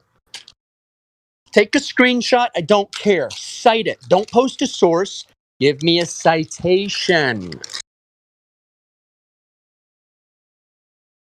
This is the same thing as like saying, The basketball player dribbled so many times in one direction, but he dribbled more times in the other direction, which means that time was moving faster in one direction than the other. That's what saying wavelengths difference. That's their argument, basically. Is that because the wavelengths were different, time was moving at a different speed. That's how stupid these people are. That's how absolutely space ape retarded these morons are. Like, this is subhuman low IQ trash.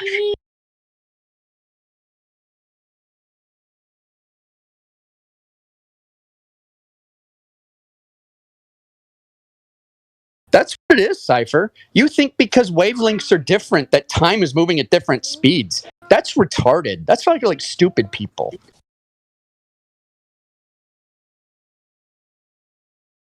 I would debate if you'd bring a real claim, but you can't even posit like a real hypothesis, and you can't even give a real citation. I mean, if you're going to come back when you can unmute, that's fine. But I mean, you're just like wall texting us. If I wanted to get texted like that, I'd get into a text argument with my wife.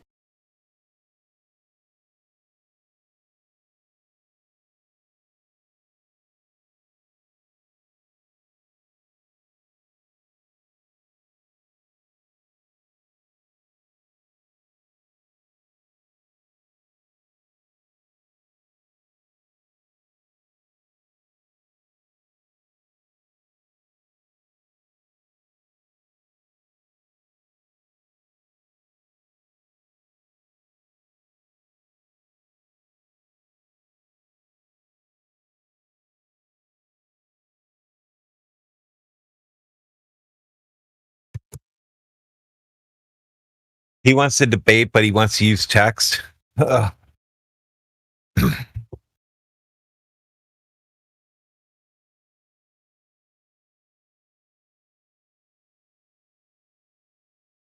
in text, you can copy and paste text walls, right?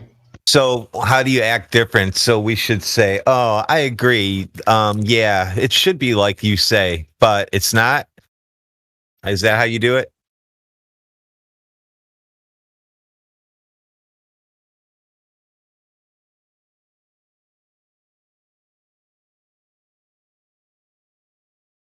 I bet you he's free to talk right now. He just doesn't want to. Because look, keyboard warrior, that's easy. It don't take nothing. And you can just copy and paste and make up stuff. You don't have to stutter on the microphone because we know you're talking bullshit. And there's no accountability. And you got no accountability, buddy.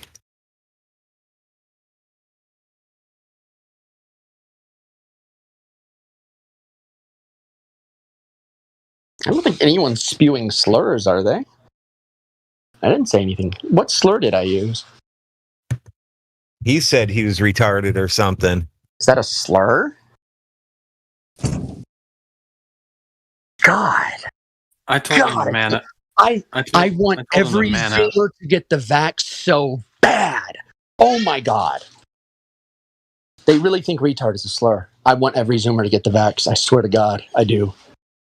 Well, if you laughed in our machine shop when you're timing a machine and you laughed when we say retard that machine, people look at you like, what the fuck's wrong with you?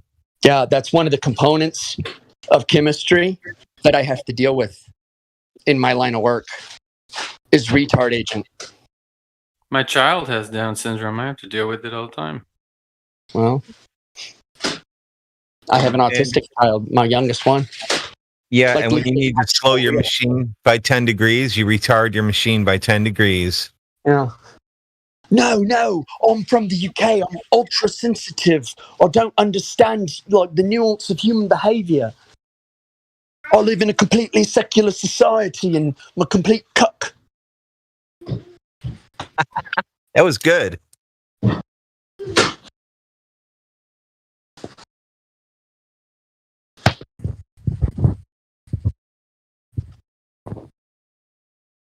Like Ryan, man up, Cypher.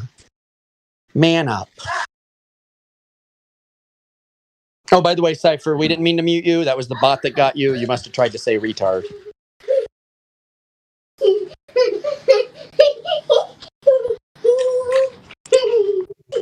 You see, my autistic daughter is laughing too. Tried to curse you. Curse these flat earthers. Curse them to hell.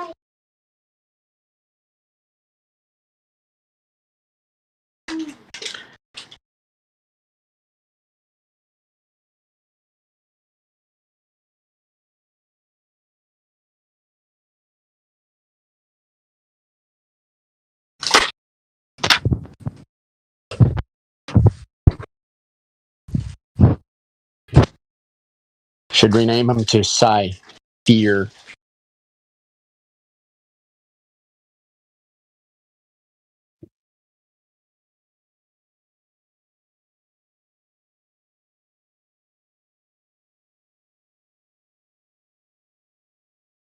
I think we shouldn't pander to his comments in chat. It's disconcerting for the audience. So if he wants to come in and chat on a chat group, he's then a chicken he should shit. come in and chat.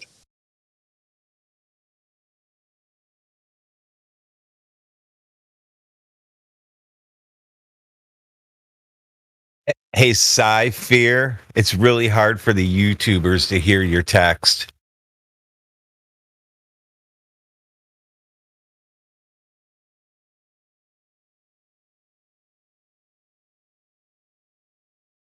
Yeah, no one's reading them out, so it's really. It's most likely like a little kid. Ah, right.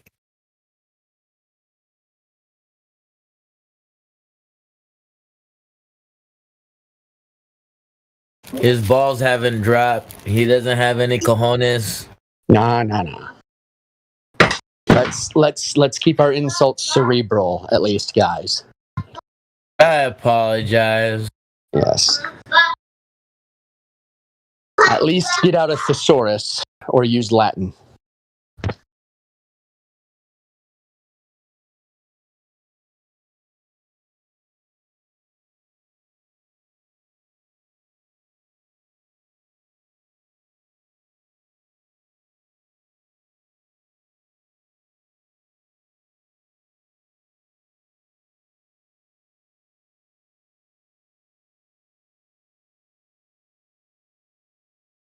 I mean, unless he's a mute, I don't know.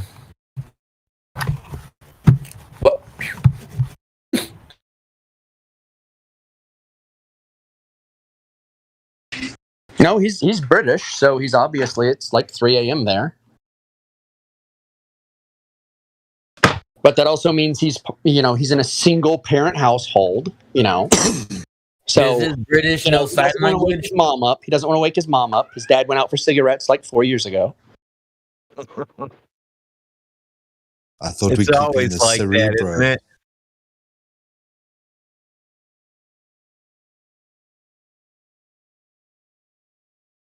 Look, he'll be back. All right, he'll be back. It's a long trip to the store.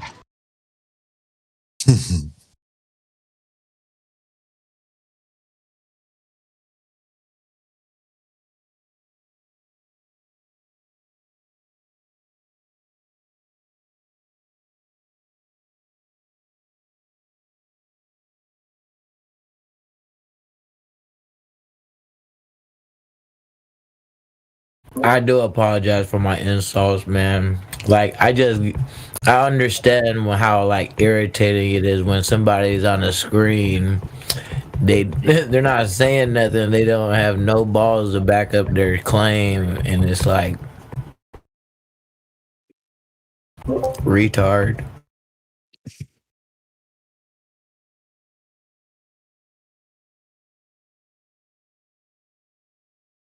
I'm just saying it's retarded. The situation is retarded.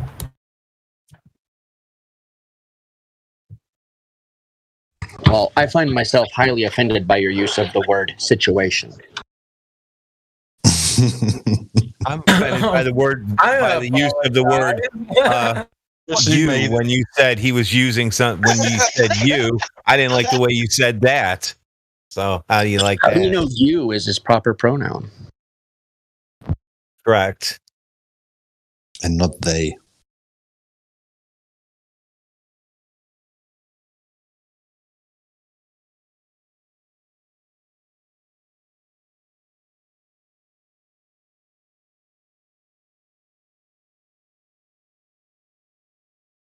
I heard that song, I Am Woman, you know that one? And that was on satellite radio, and I was thinking, can we just remake that and just have it be like I Am Man and see how many people just go fucking crazy?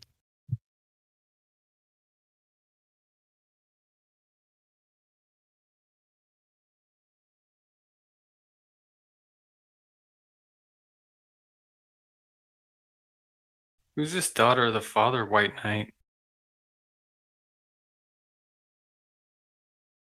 Hey, can someone check my mic now? Is my microphone any better for you? Well, I'm talking. I'm echoing a tiny bit. I think it went away. Is it any better or worse? Sounds good now. Yeah, you sound fine Okay, to me. thank you.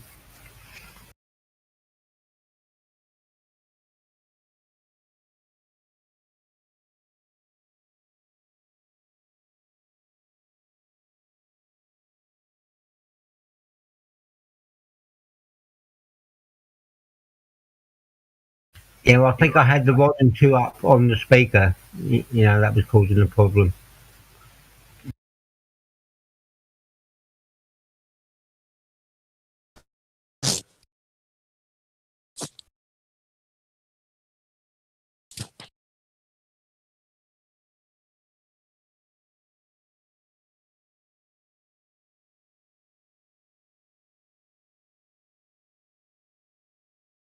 You got anything to say, daughter of the father?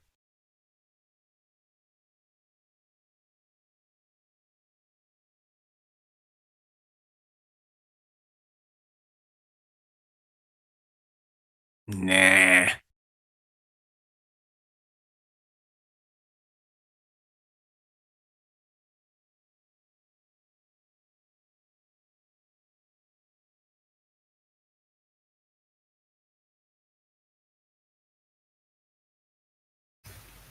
So Cypher couldn't handle the situation then, I gather.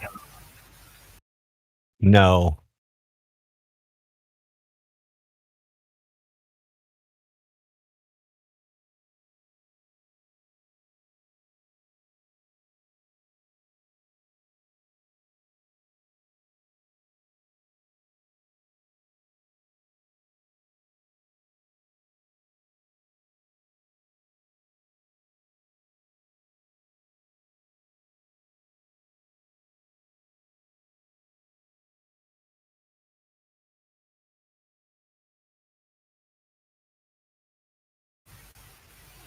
How many new people do we get sort of like every day or every week sort of like coming here? Well, the lobby is like a bus of crazy people gets unloaded about every 3 hours. So that's probably 20 at that time, if not more than that. I don't know. We probably see 100 to more than that just in the lobby. And then they get weeded out. Yeah, but they don't seem to come here though, do they? I mean, they don't seem to want to chat or do anything. You know, if there's that people coming in. They're all trolls, so we have to weed them out. And then after they make it past that to VC verified, then they make it into here. So it's a process to even get in here as a new person. Oh yeah, I forgot that because I, had to be VC verified and all that sort of stuff. Yeah, we don't just say, "Hey, welcome aboard," give you a tag, and yeah, your speakers are loud.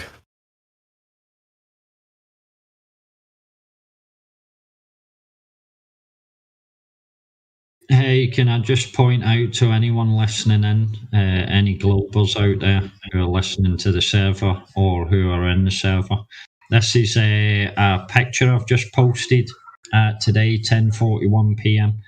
It shows like meant to be star trails above the Earth, okay, from the ISS. and then you have a couple of shooting stars that are coming in from the background, a completely different horizon. How is that possible when these things are meant to be micro meteorites that are tiny? We should not be able to see them, and they're out with the actual star field that's meant to be light years away. So either NASA's full of shit and what we're looking at is total CGI, or else the stars are actually not light years away. They're just above us, like what a lot of people have presumed. They're only maybe 30 miles up. So the star field that we're seeing is not infinite in the universe and not gigantic. It's actually just above our heads. Because it's impossible for meteorites to appear behind a star field. They should be in front of it or beneath it, not behind it, coming from a different horizon. Yeah, I believe the stars were close, not what they say. That looks like a completely made in Unity or some kind of program, gaming engine.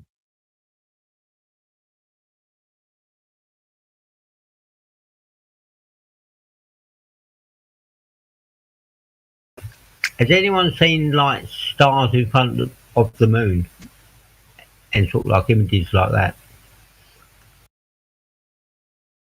No, I've seen videos where it's like the half of the moon that's missing, transparent, as if you can see through it. And recently was meant to be the solar eclipse of the moon passing directly in front of the sun.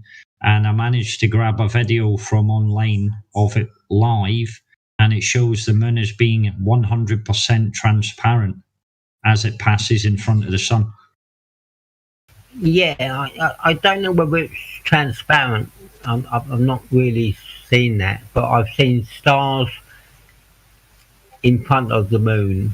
I mean, some people say, well, the moon's transparent and we're seeing stars through the moon, but Like I would through say, the darkness? yeah, through the darkness.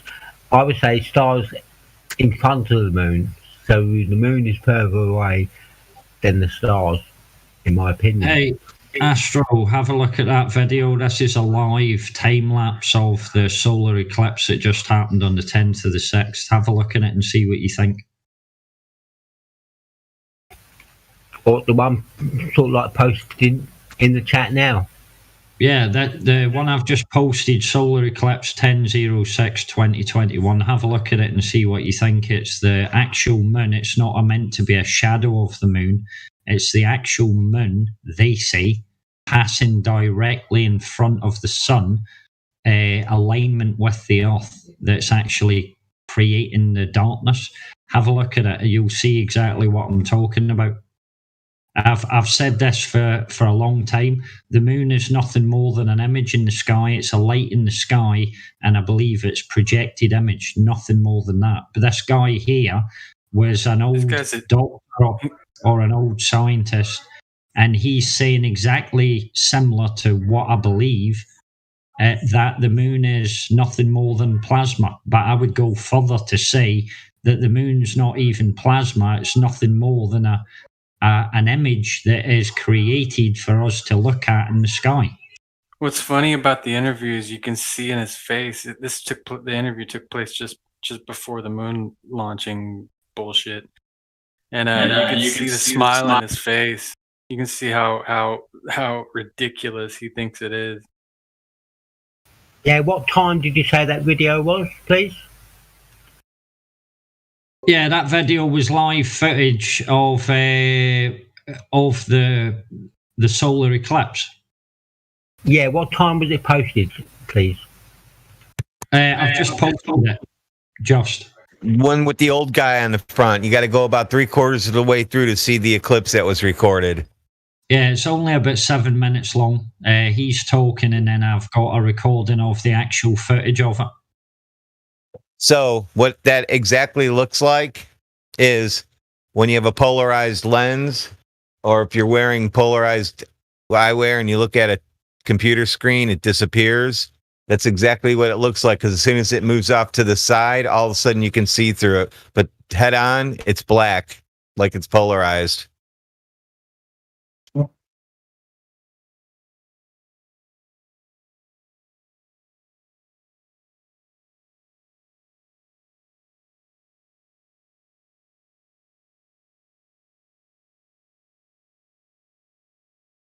Do you know the funny thing about it as well is that you can actually see the whole image of the moon in the center just as it's leaving the darkness.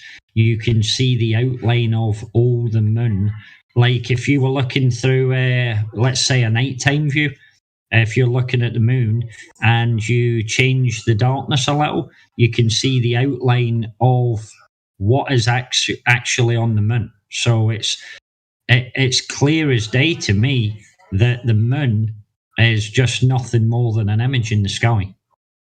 That's all it is. And I know a lot of people think that the planets are exactly what the you're same. saying. Yeah, I would agree. I can see I can see the face of the man on the moon there. Yeah, that's what I'm talking about, Rad, when you can actually see it. Yeah. Okay, so yeah, as soon as I get it off, it looks like a polarized image because now you can see right through it like sunglasses. But when you get it dead on, it's black. Just like if you had sunglasses on looking at your computer monitor, like good sunglasses. Yeah, that's it. So where do you think the image is sort of like it's generated from? Where? It's got to be from above to me. Yeah, it's the same as I believe that the sun is nothing more than an image that's generated. Obviously, it's like a laser beam. The sun is. I think that what we are surrounded by is like what someone has put forward as an idea or a concept before, that we're surrounded in a giant glass dome, and that these images that we see are projected through the dome. They're projected from outside the dome. Well, I think the sun, I think, is, but the moon, I don't think is. I think the sun is projected from behind, and the moon is just there. That's why we're seeing through it. Yeah, like or it could be. Yeah, it could be. Radwin could be right with that. The sun could be projected from outside, whereas the moon could be projected from inside. That's why we have the crossover. Yeah, we could. That could be the case.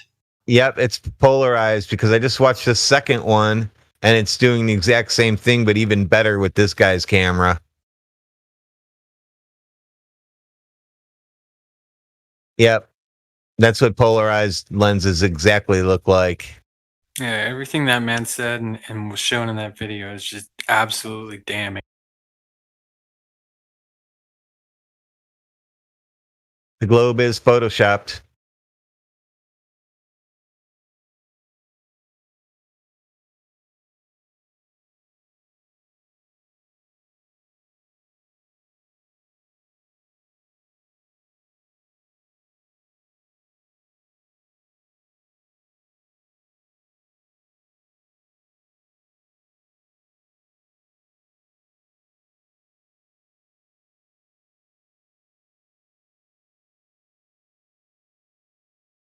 Yeah, because if the sun came from on the outside of that round, it would definitely stay focused as a ball to whatever that inside shape is. You know, circle to it. Like a focal point. Yeah, the same as when we're looking at the sundogs. There's somebody with a Tupperware glass bowl, and he's shone a light through it. Look, exactly, it's exact same as the sundogs. Yeah, those are cool. Yeah, you can do it with a pot too, upside down salad bowl. If you look inside, you get the same reflection too. And it's anything that's got a curved surface that you can reflect off of, you're going to get that effect like that. It's not similar to what we see in the sky. It is literally the exact same thing we see in the sky. Oh, yeah. That's so we have air pressure at 14.7 psi, and now we're seeing a reflection. But people think we just fly up and down to the moon and in outer space all the time. We throw beach balls around in gorilla suits in space, and that's okay.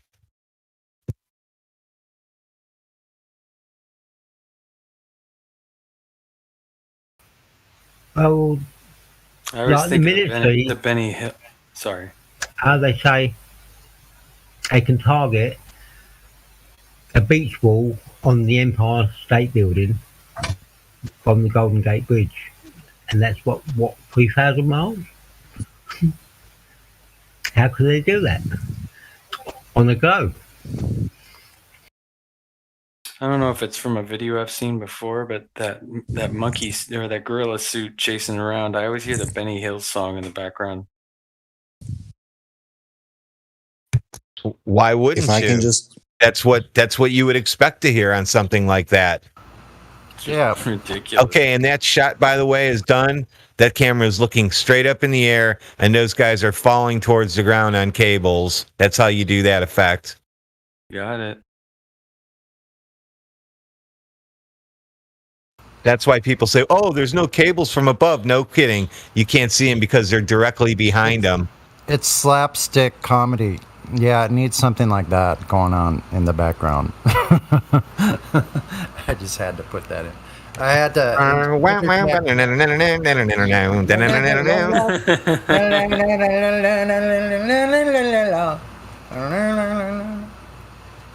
Yeah. Were you guys talking about a reflection of the Earth as the moon I've been earlier, hearing or about what that were you talking about? so much. Because something that I've just been thinking about a lot is like the Masons always talk about reflections in water. You They've have always got to this- watch. You have to watch a Lost History of Flat Earth. There's like a whole hour section on that moon stuff you're talking about right now. It's pretty mind-opening stuff. Yeah, I've watched it, and that's probably what triggered this whole thinking that the more that we look at the reflections of things in water, especially when you've got that dividing line horizon, and then there's like a mirror image in the water below and the object above.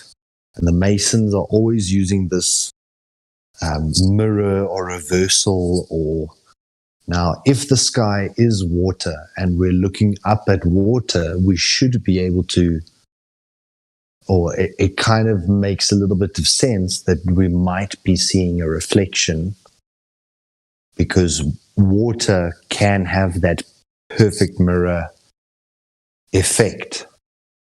So when I first heard that the moon could be like a topographical map showing the continents or the placement of hidden lands, I thought, no, it's ludicrous. But sort of the more that I've been thinking about this, why is there such this importance with this reflection on water? And maybe there is something more to this. Well, here's the thing. I think Radwin mentioned it before, and we've heard it time and time again within the server. It never struck home to me initially. I heard it 100 times before. I was like contemplating, how can you have gas pressure without a container? I think the container answers all the questions. We've got to be contained. I know it sounds mental because for us, the size that we are, and how long it takes us to build stuff, we think, how could you make a giant container over this area that we call Earth? But I have to say, further than that, if you look through a microscope and you see all these microbes and these amoebas and these little things that are going about with like flagellum and stuff, it's like they're a world within a world. So would it be any surprise that someone that is gigantic has put us here or has contained us in an area and is watching over us? That's similar to the God aspect, you know? What if it just kept going? Yeah, so what is the container? What you're saying, that's the globe? No, I'll be honest with you, right? I've never said this before, but I was watching a documentary, right, and it had Like, you know how they tell us that we're on a globe? I think that there's the possibility that we are inside a globe. And flat Earth is exactly as people have observed. So we're like a flat Earth area inside a globular bowl. That's why we get the images that we get of the sun, the moon, and the planets, because they're only images, and this bowl can rotate like clockwork round about a flat Earth.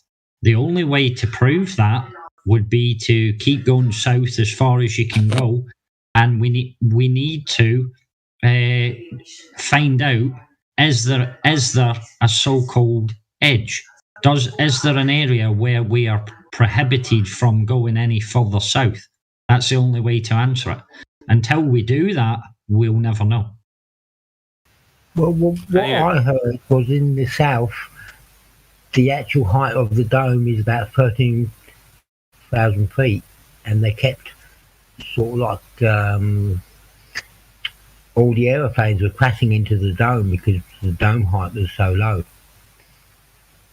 Yeah, there are reports of that. I've looked into some of that, but it leads to a dead end again. It's just people either in journals of old-time explorers and what it's hearsay, basically, because unless we can verify that with our own eyes and go there, you know, and isn't it funny that is a massive protected area anywhere south of any place, landmass that is in our area, we're not allowed to go. We just can't go. So we need to. Just on that Guinness Book of Records, or that 13,000 feet striking the dome, it's been challenged that all the mountain ranges in the south are called domes. When you go and look, they have called about 50 or 60 different peaks the dome, this dome, that dome. Well, they're named after families. It could have been named after to try and hide the fact that they did encounter the dome. Seems peculiar to call a mountain a dome unless it was truly round, looking like a dome. But it's just peculiar that when you start, like he said, you know, it goes to a bit of a dead end, that the more you look, the more ambiguous it becomes and the less you can actually hang your hat on that, you know. I mean, here's the thing, right? We can, I mean, I've said this before a long time ago, we can sit here and we can tell people that the earth is flat, right? But why can't we get a community together? You've got Wetsit that's out there doing legwork. You've got Nathan Thompson out doing the legwork. If Nathan and Wetsit and some other chief members from Globebusters and Jaren put the minds together, they could easily put together a team of guys, 100 guys, get a boat or a ship and sail out as far as they can. The government can't prevent them, surely. Even ask for permission, go through the right channels, ask to explore that area freely. And, you know, what else are we doing in the sense of, like, physically? Surely we can put something together, donate to this, and make sure they've got enough money, enough funds, enough resources to go and explore that area. It can be done. I think. Surely. I think I heard a whisper about some people getting something like that together not too long ago, like a few days ago on the live stream. I just wanted to add to that. My thought on that was, if you're going to go to all those lengths to try that, might want to try to not have one vessel and maybe, you know, like some guarding vessels, or I don't know. It's a hard topic. Somebody mentioned flying a drone. Sure you kiss everyone you love goodbye forever. My thought was, as far as the drone idea, the government drones would shoot down anything we could build, and that'd be the end of that idea. Exactly what Mimas just said there. It would have to take a dedicated team of guys that were willing to go the full length, because there may be the chance that you might never return for that. Yeah, absolutely. Well, yeah, I'm just going to say, singular issue is that I will say militaries go down there and don't return with big icebreaker ships. They don't return. Oh yeah, fuck, that's right. Yeah. It's they say space is the most inhospitable place, but that's a lie, even if it were real. The most inhospitable place in human existence is the natural barrier that was created literally to keep us out. Yeah. The creator made it to keep us out. We ain't getting there. Imagine we had unlimited funds and we could get really expensive ships and stuff and head down there, even with permission. We'd probably hit a certain point where we don't have the icebreaker. So how much further are we going? Yeah, but that's assuming that the governments have ever even made it all the way out. I don't think they have. There's someone that went out there with permission when he was imprisoned. I'm not trying to pump up your ego too much, Mimas, but you are brilliant. You are a critical thinker for sure, man. Well, think about it like this: like Jarl Anderhoy, right? That's somebody just mentioned him. Jarl Anderhoy. He got out. He got on the ice. He like parked next to the ice and climbed out and got on there. And he got arrested. And his ship sunk. They say his ship sunk. Maybe it did. Maybe it did. I mean, it is inhospitable. It is likely his ship could have gotten sunk naturally. You never know. I don't think that everyone who patrols the water is a murderer, right? It might have gotten sunk by ice, but I mean, it's a dangerous place. It's a dangerous place. I think what you've got to do, if you're serious about going out there, is get yourself on a crew that's already going out there, and you can have your cameras and stuff, and you can take some photographs, but get yourself on a crew that's already going there. That is probably the safest way to do it. Man, you cannot go there like that. You cannot go there like that, you need to come to some kind of base or something, and then from that base to start to explore. But you cannot go and let's go. That's yeah. You need fuel. Oh, there's cruise ships. Already going there. There was just make yourself part of the crew. There was a temperature recorded down there at negative 128. Mm-hmm. You're not striking out on your own. You're not taking fuel with you. You're not reaching an edge. Like Admiral Byrd. I don't even think the governments have made it to the proposed edge or the alleged edge. I don't think you can actually make it. Richard Byrd, Admiral Richard Byrd went down there with the entire might of the military, and he had to turn around eventually saying that they were losing people and their equipment was freezing. They couldn't keep the fuel thawed. They couldn't get the batteries to start in those temperatures. You know what it takes for fuel natural barrier. You know how cold it has to be for fuel to freeze? But one Mars rover can go there. Here in Ottawa, we get like minus 30, minus 40 in the winter sometimes, and people bitch and complain about that. Could you imagine minus 100? 128 degrees Celsius. Yeah, no, I'm bitching about minus 128. Yeah, but if you have Mars rover, yeah, that I'm saying. Why we don't send the Mars rover there only to send us pictures, nothing else? It's because I'm going to tell you why. It's because it's cold. The creator who made this place put that there so you can't reach it.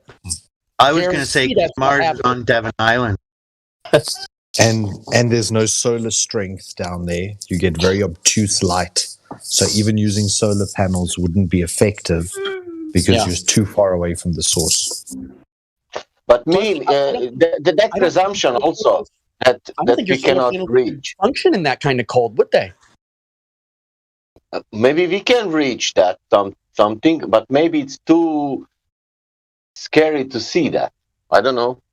What's going to happen to your super lithium battery in negative 100? It would work. They have a tolerance of about minus 10. And then below that, it starts to affect the chemical mix in the lithium ion. Yeah. Sounds like there's an issue there too, huh? Supercapacitor batteries are now like the next breakthrough, and they can go to minus 30. I don't know, guys. It's starting to sound like there's no way out. But if we find astronaut uniforms, suits, and we go with that. You guys heard the Iron Republic? Those things are. Oh, we'll find the Iron Republic. Yeah. Maybe so. Hey, can you find Summer's Gate? Maybe that's one of the gates towards that sun that the other dude is talking about. If Summer's Gate is a real thing, I will kiss you. I will find you and kiss you. I promise. I'm not into dudes, but thanks for the offer. Antarctica, you can apply a job down there. If you're a chef, then you probably wanted. If you're a maintenance man, yeah, they probably want you down there. But what are you going to do? Are you going to just get a job down there? A snowmobile and ride to the edge? What are you going to do? All right, see you guys. What are you going to do? I'll see y'all. Okay, see ya. You need... Dead 3 hours later. We need like a hot air balloon that's got the heat can keep you warm on the interior, and you just float outward. Don't forget, it is also the driest desert on Earth. We need a little bit of water. Compasses don't work there either. Compasses apparently don't work in the south either. Too far south. Oh yeah. We need a little bit of truth, and then we can start to realize something. In this life, we can only presume. Maybe the mystery is part of life, guys. If you go there on your own, then you're just going to be killed off. That's what Mike says to me. That's what someone says to me a lot, Mimas. We're not meant to know everything, eh? When can you know enough about the topic? What if figuring it out ruins it? Yeah, just apply for a job. That's what you got to do. And then you take your cameras and melting your meaning. I'm one of those guys. I love magic. I love going to magic shows.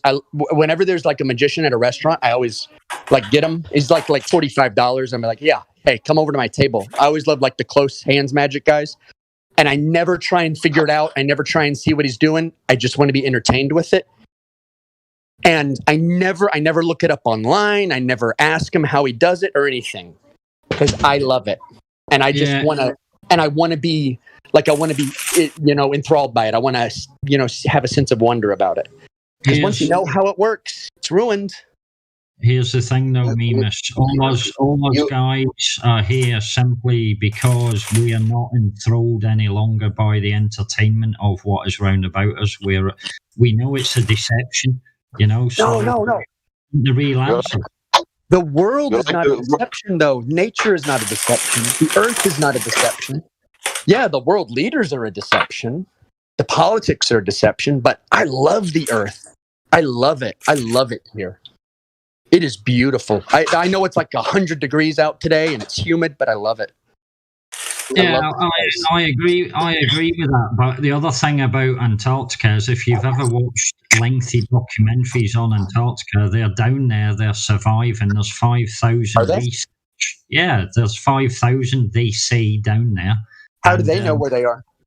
Hey, wait a second. Mimius, I think in order for that, illusion, and that metaphor with the trick that you were talking about, in order for that to apply to reality, I think you'd have to physically be outside of the container that gives us gas pressure, which is something I don't think can ever happen or will ever happen. So that thing that you just illustrated, I don't think that can ever happen or will ever happen.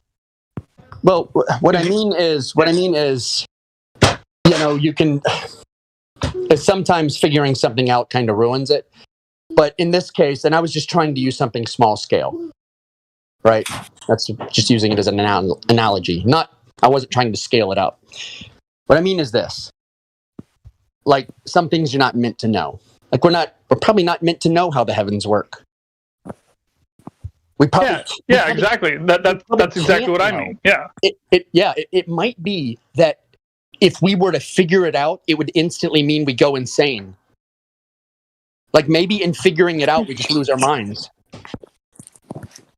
Oh, okay. Well, I agree with you on that, but it's just the way that you said it. It made it sound like I mean, I'm not saying you're necessarily wrong, but it falls into the category of unverified at the moment, because of the Antarctic Treaty. But it's like it sounded like you were saying you can't go and observe the actual end where the ceiling meets the ground.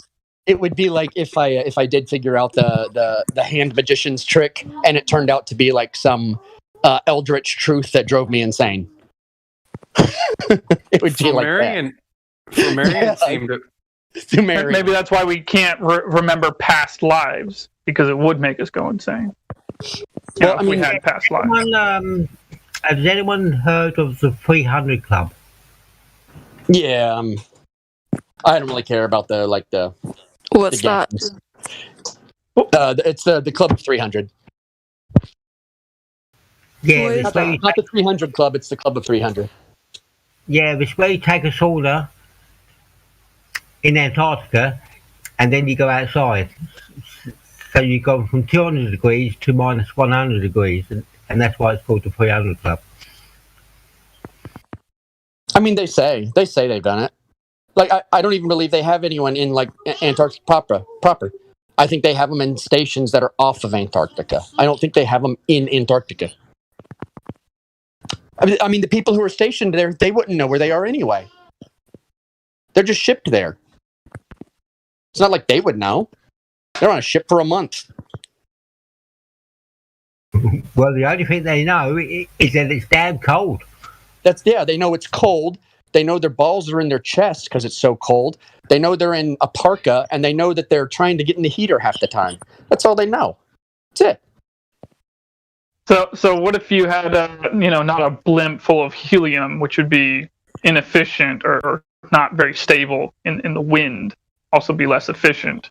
But what if you had, hydrogen gas bags, which would technically be a Zeppelin or, just some other form of lighter than air aircraft? And what if, you use capacitors instead of batteries, use electricity instead of fuel, and just try to make it as stable and hardened as you can, and then try to, see how far you can go south? Yeah. I mean, you could try. What about, now I have to, like, what happens when you hit those mountains, those big, giant black mountains that they say the winds are coming over? Only one way to find out. Yeah, I guess one way to find out. What's funny is, isn't it the Book of Enoch says the winds are surrounding the earth too? Like there's the gates at the ends of the earth, that the winds are surrounding the earth, right?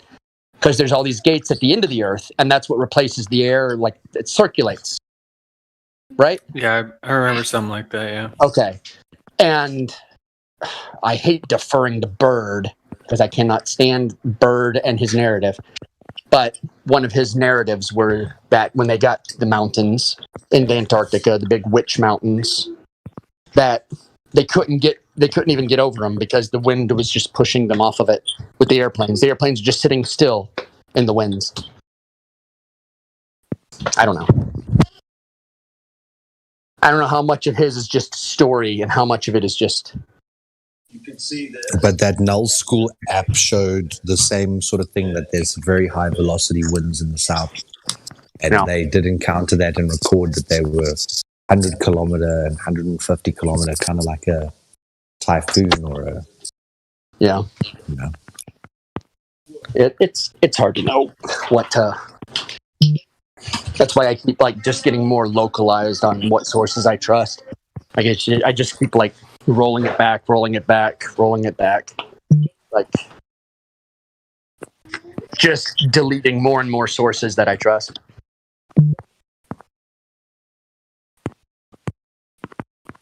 What about an extremely armed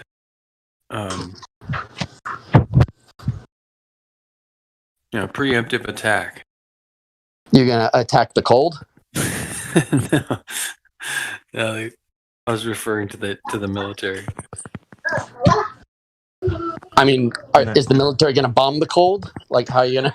They're gonna shoot the wind. Let's bomb the weather. That's a very George Bush. We've located the weather and we've bombed it. No, I was referring to us. They will vaccinate the weather. Yeah, you're right, Reem. The winds hold up the vault of the firmament, and it also says that God used the winds to create everything. So, yeah, I think it's the pillars of heaven. That's what it's called, or winds. Hey, wait, meme. How about this? What if you, started with a dock on the shoreline of Antarctica, and had a base just near the shoreline, and then you just start going south, and as it gets more difficult, you just dig a trench or whatever, and just make a base camp, dig another trench, build a base camp, build another trench, build a base camp. I mean, how can it go wrong from there if you have a supply train? That's more. Yeah. See, that's more in my line of reasoning. How about a train, a rail? Yeah, even better. Well, I think aliens are a good time to hey, why don't we just consult these guys? I think they're trying to tell us the answers. Let's just consult the aliens. A Lamau. Yeah. Start going crazy, but whoever can handle the knowledge, right? They did put us here after all.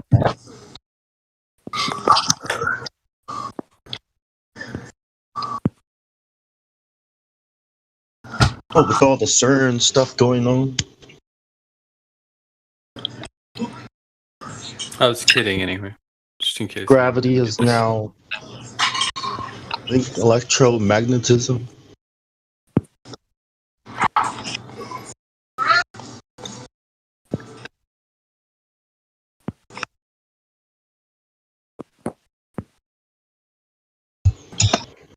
John D. I think people that did try to consult, if you look at like JPL, NASA, all the way, it all seems like they're consulting aliens, right? I mean, they all go crazy in the end, but They are, in my opinion. But I don't think they call them aliens.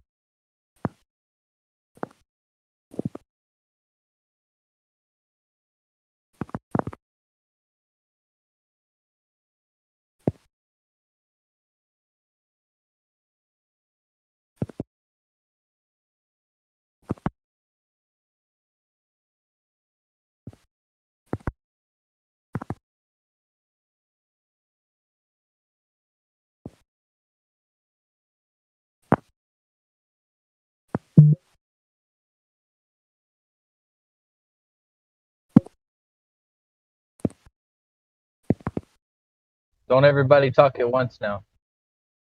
I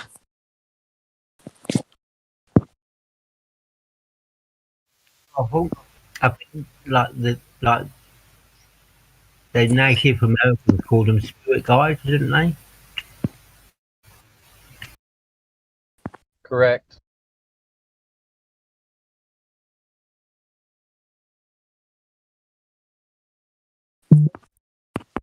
Why do they call lard borax?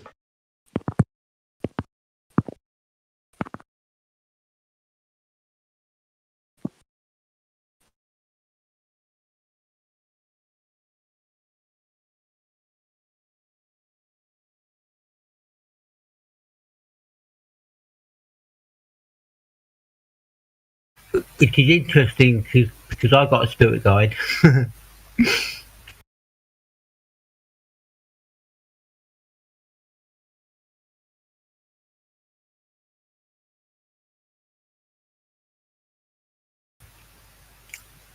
Every now and again, my spirit guide pokes his nose in and sort of like tells you what to do, which is really cool.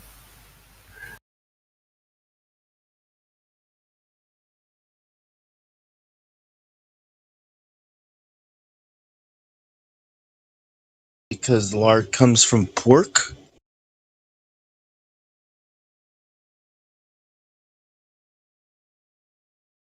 Yeah, why do we call it borax?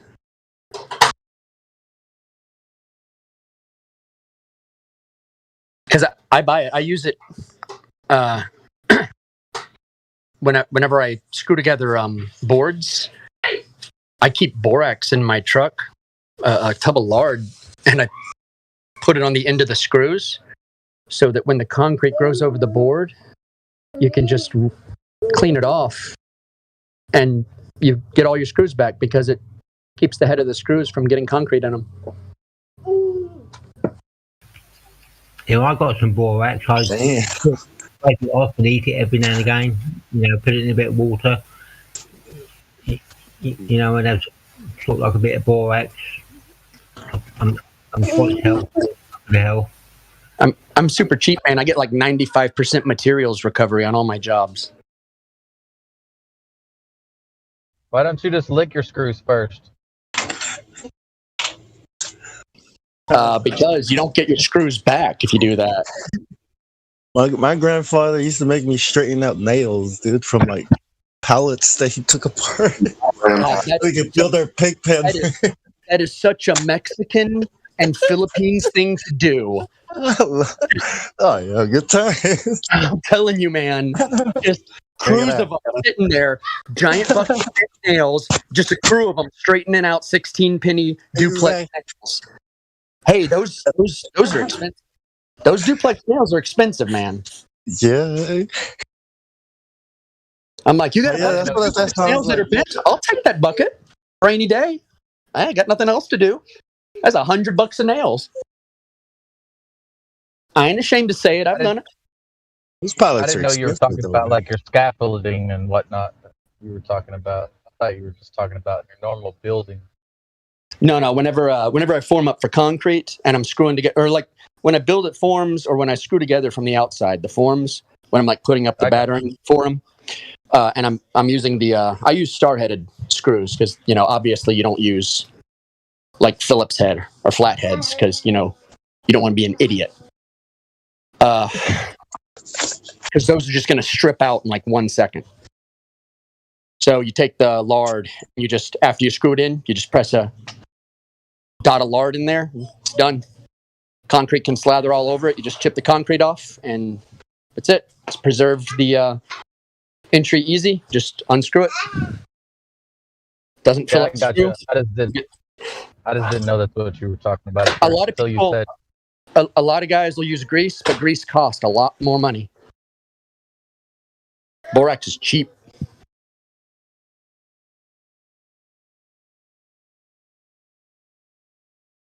I noticed you don't see concrete guys wiping their forms with diesel anymore like you used to when I was younger. I actually have a formula I use. I use 1 gallon of vegetable oil and 1 gallon of diesel mixed together. That's my form release, because it also is a good wood treatment too. So even after my forms are done, after I clean them and wash them, I soak them down in it.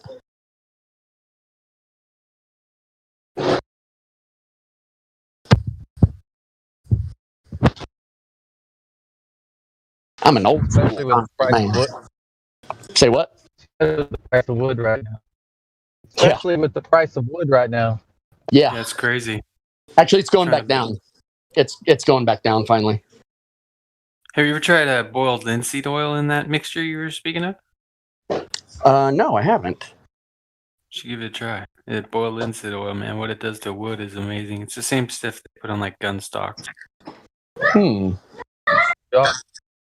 also can treat your leather and canvas with it.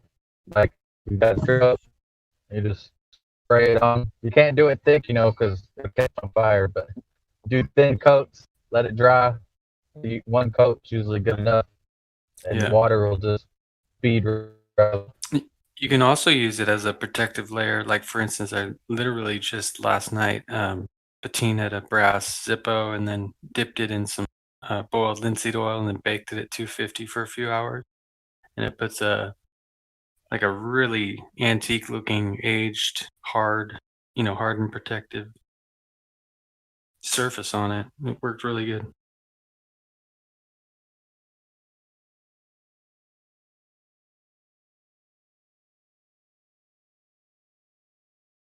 Yeah, but boiled linseed oil, man, I love it.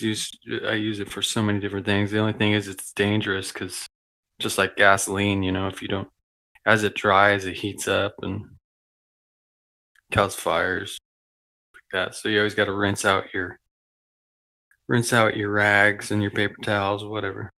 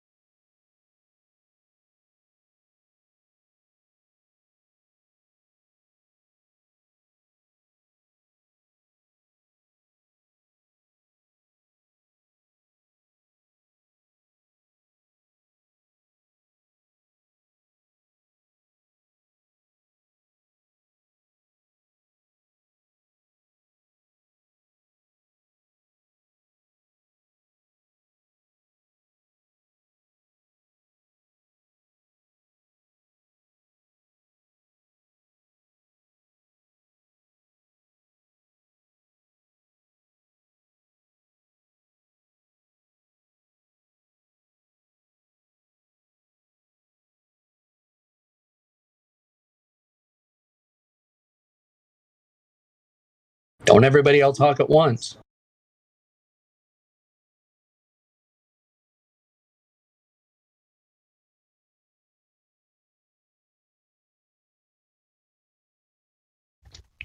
I got an idea. I found this old photo from a astronomy magazine I had in 1995. And there's a picture. I was going to throw it out. I'm going through some stuff. I found it the other night. I was going to throw it out. Mom handed it back to me because she looked in the manila envelope first. It's like, I was just going to throw that out, but I guess I'll do what I was thinking at first. I'm going to take a photo of what it's showing. It's supposed to be Hubble Supervision. This is in 95, so we're what, 26 years later? You tell me if they've improved since 95, but this was their supervision in 95. I'm not sure what planet this is. I think it's Jupiter or Mercury. You guys can tell me maybe. Just give me 2 seconds. Trying to get a good shot here. I could just imagine what they spent to upgrade it too. This is what we got.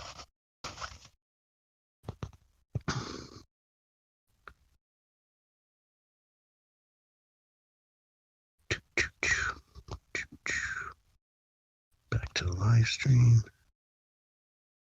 Here we go. Check that out.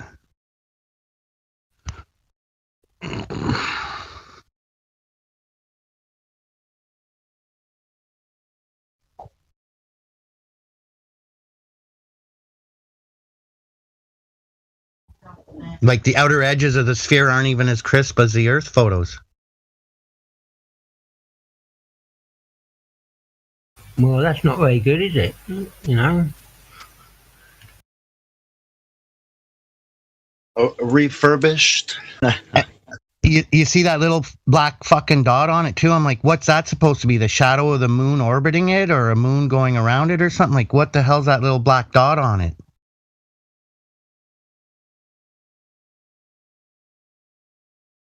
That's the antique effect from the the wood after you put on the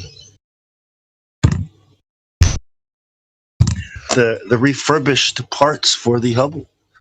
Yeah, like it's a circular end table. They just use that linseed oil buddy was talking about. That's how it finished out. And how did they get the calculations wrong for the Hubble anyway? I mean, let's face it, it's spending all millions and millions to put the Hubble up, and you get the calculations wrong? Crazy. Yeah, what does decommissioning look like anyways, right? Because they're supposed to decommission. It was supposed to be out of whatever. What do you do when you decommission a ship? Do you just refurbish it, keep it out there, just in case you can still use it, or what? Do you bring it home, strip it, sell it? What do you do when you decommission a ship or a plane? Oh, we're not going to bring the Hubble back down, right? When did the Hubble go up, and when did they refurbish it? And what kind of upgrades did it get? Why Sophia, the Sophia telescope, if refurbished?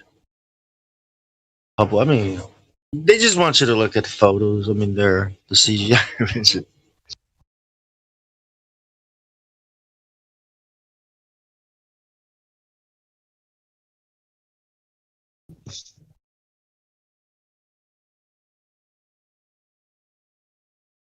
Get it up there. If it was to fall back into the gravitational force and fall to Earth, it'd burn up in the outer atmosphere or whatever, as they say. Yet somehow they got it through the burning atmosphere to get it floating in space. It didn't burn up while it was in space, but on the way back it burns up. Like, it just, I don't know, so stupid.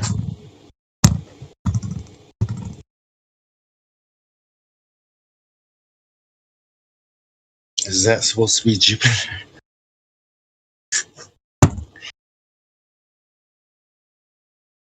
Yeah. too much contrast and too much of the structure effect, right? I mean, yeah, I bet the artist got well paid. it's a bit overdone, in my opinion. The black circle is almost like fucking, like it's perfect.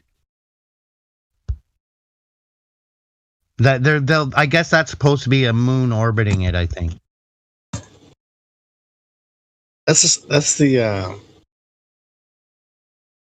Oh, that's not the red dot. That's not the big red storm. Is it? Probably Europa.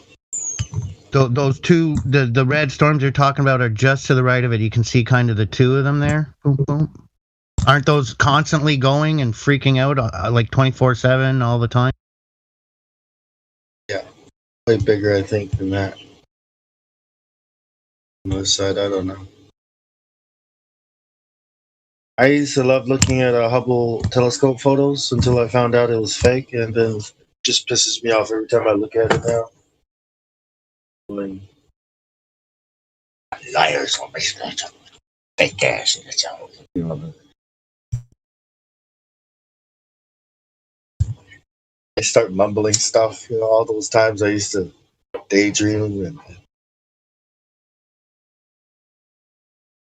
The Hubble telescope is like the all-seeing eye of God that looks out into the heavens and brings out all that crap. Is that Glober tears falling right off the lens of their eye? Get seeking their level?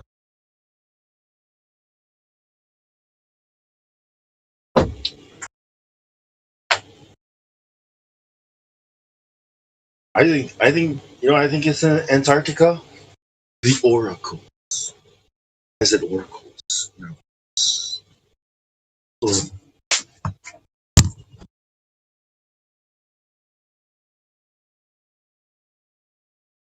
I mean, why else do all the religious leaders and all the leaders of the world go down there to meet, right?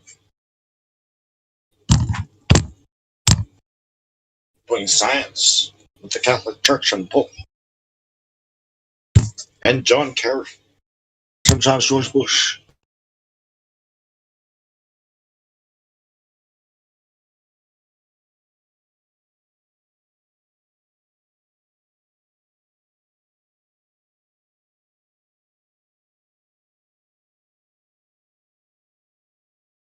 You know, the places where humans cannot go, where people do not inhabit. That's where they live, you know? They live.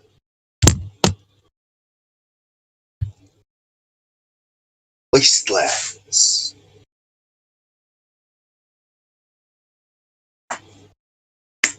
They can't stand the sound of living things.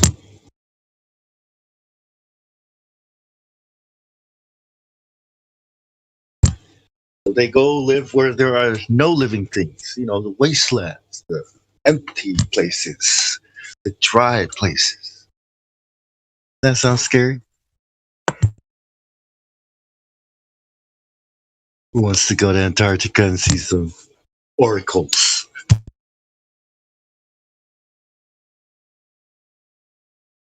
If you're going somewhere you're gonna have a whole lot of solitude for a long time, you better bring some decent books to read. And I don't know, chessboard. You could play chess by yourself. I was a chess champion, and one way to get good is playing against yourself. But it's always fun to have somebody else to play with. It's like, fuck, man, how many times do you play your own?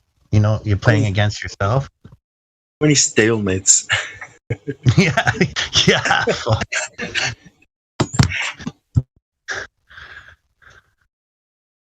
I enjoy people who go, I play chess. Want to play a game? And you start out the 5-move checkmate, and they don't even see it. Like, oh yeah, you like chess? Okay. Yep. Yeah.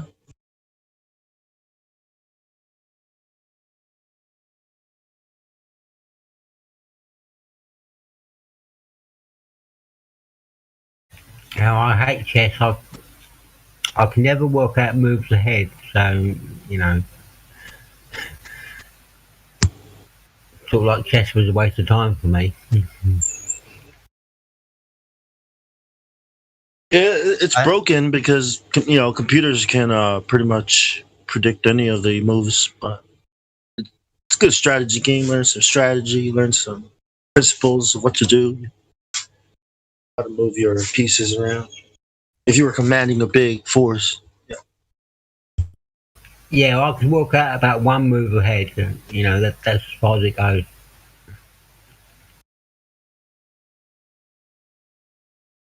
Did you ever win a game? I guess at school, the last time I played chess was sort of like when I was at school. Yeah, we had like a chess club, and I suppose I won a few games, lost a few games, but I never really knew how to do chess. I couldn't look ahead. Yeah.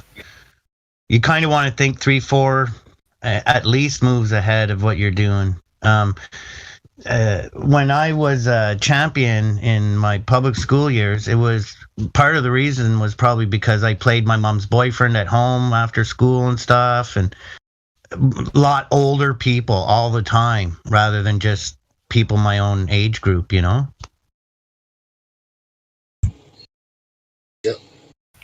I mean, I couldn't look ahead. I couldn't see what the moves were going to be. Probably about one move ahead, or maybe two moves ahead at the most. That's as far as it went with me. Yeah, it's not about really. Yeah, that's just something they say. It's not about looking ahead and seeing the moves ahead. It's about recognizing the patterns, right? That's happening, and the timing. So it's almost like trying to keep up with white if you're black, or trying to get ahead, like an extra step ahead of black if you're white. So it's a race. It's pretty much like a race, and your job is just to not fall back a move or give your opponent time. That's the white side of the chessboard for you. Always trying to stop the black side from getting ahead.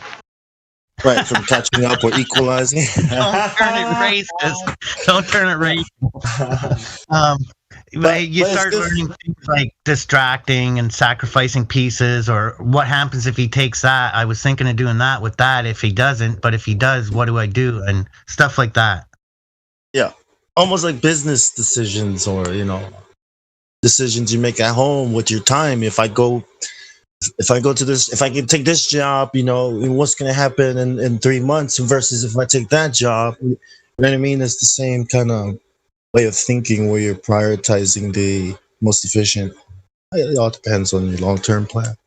But I think chess is useful in that aspect.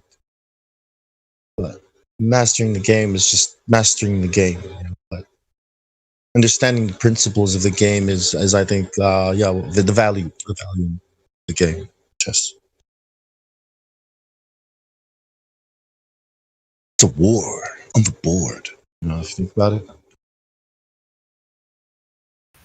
Yeah, well, I think sort of like with games like chess, I would want to cheat, and I'm a psychic, so I would want to use that to, sort of like to cheat.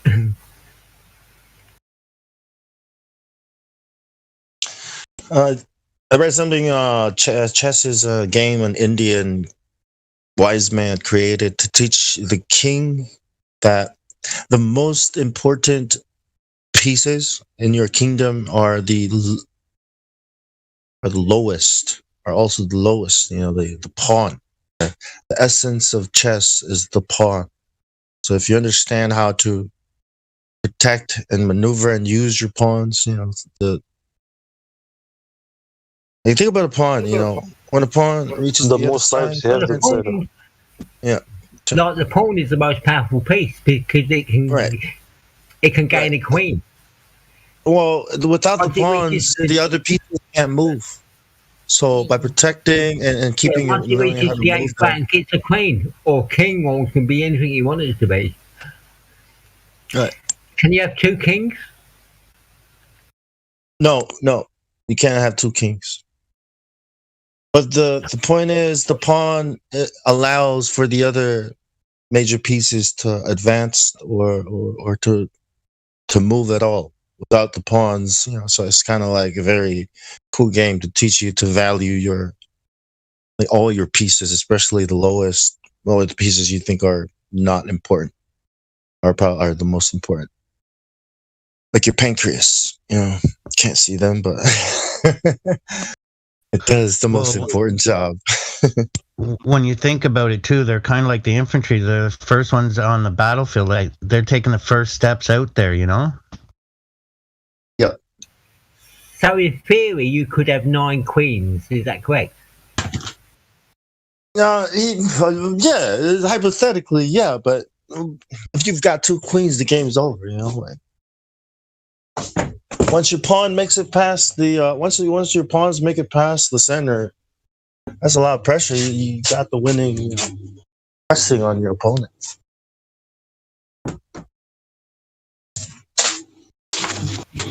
Yeah, but you could have a few queens, and your opponent could have a few queens. So it's like it's balanced up. It depends how it goes. The thing is, as soon as you start multiplying pieces and stuff, other than what's already there, you're creating a whole new game. Like, give me 3 knights instead of 2. It's a whole new game.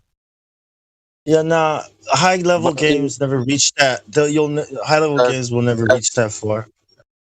Yeah, that never happened. Yeah, you've lost. You've lost. You're just prolonging it. Somebody has 2 queen, you are surrendering. You are done playing anymore. Yeah, pretty much. Yeah.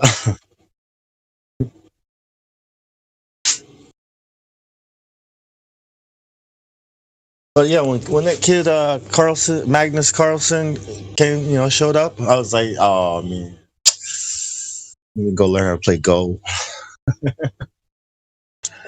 Right. Chaos is teaching me about chess in the live stream. Yeah. I read Bobby Fischer's book. Bobby Fischer. I saw his games, studied his games, and some of the old guys, but chess is broken, man. But still a useful game. Learn. I knew the guy who was playing without watching the table. Yeah, Magnus Carlsen, that guy. 21 games in his head, blindfolded. You know what I think it helped me cultivate is a humbleness either in victory or defeat. Yeah. In defeat, it's always, oh man, where did I make these mistakes? But when I win, it's like, oh, where did he make his mistakes? And yeah, it's never really, it's because you did well. It's because either you made more mistakes or he did. It's just never like totally confused him and made him, it's. And it's rough if you're always losing or always winning. It can get boring. Like I had this young lad I played against a lot, and he won against me so much. He'd ask once in a while, I'd be like, no, man, I never fucking win. He goes, you won that one time. I go, I did? Okay, let's rack him up again. So sometimes you get young people that are really good at it too, Because they remember what you did. They remember the game, probably. They remember the positions, the last positions, and then the last moves, and they probably keeps them up at night, Well, I think what with him, the thing is as patient as I am and thinking things through or as quick as I can be, as an opponent, he was someone that was always like, making it seem like, okay, when are you gonna move? So I kind of felt hurried, like in a quick, anyways, it's hard to explain. I probably won more than once, but I felt like he won more often than I did. Yeah. I started realizing people cheat. They use the programs when they play. I used to play online, and then I would try to play the blitz games to try to minimize the cheating, and then like, yep, this is the end for me. And just I'm not going that far. I'm not memorizing all that.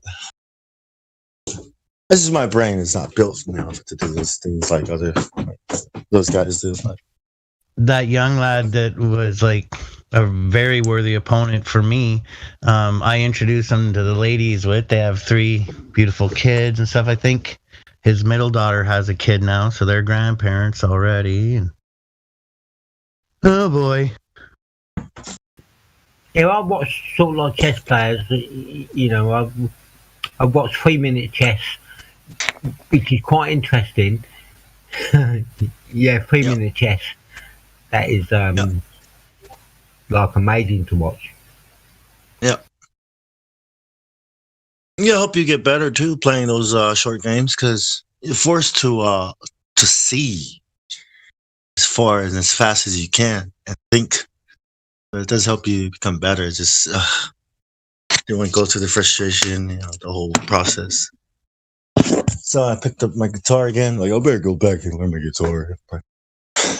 You get sort of like in 3-minute chess, even if the person is better, if he's taking longer time, then he's going to lose.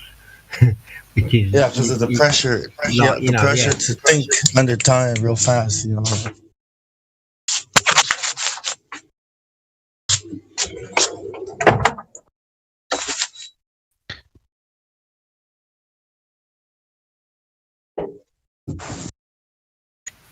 And of course, there's 1-minute chess. Yep.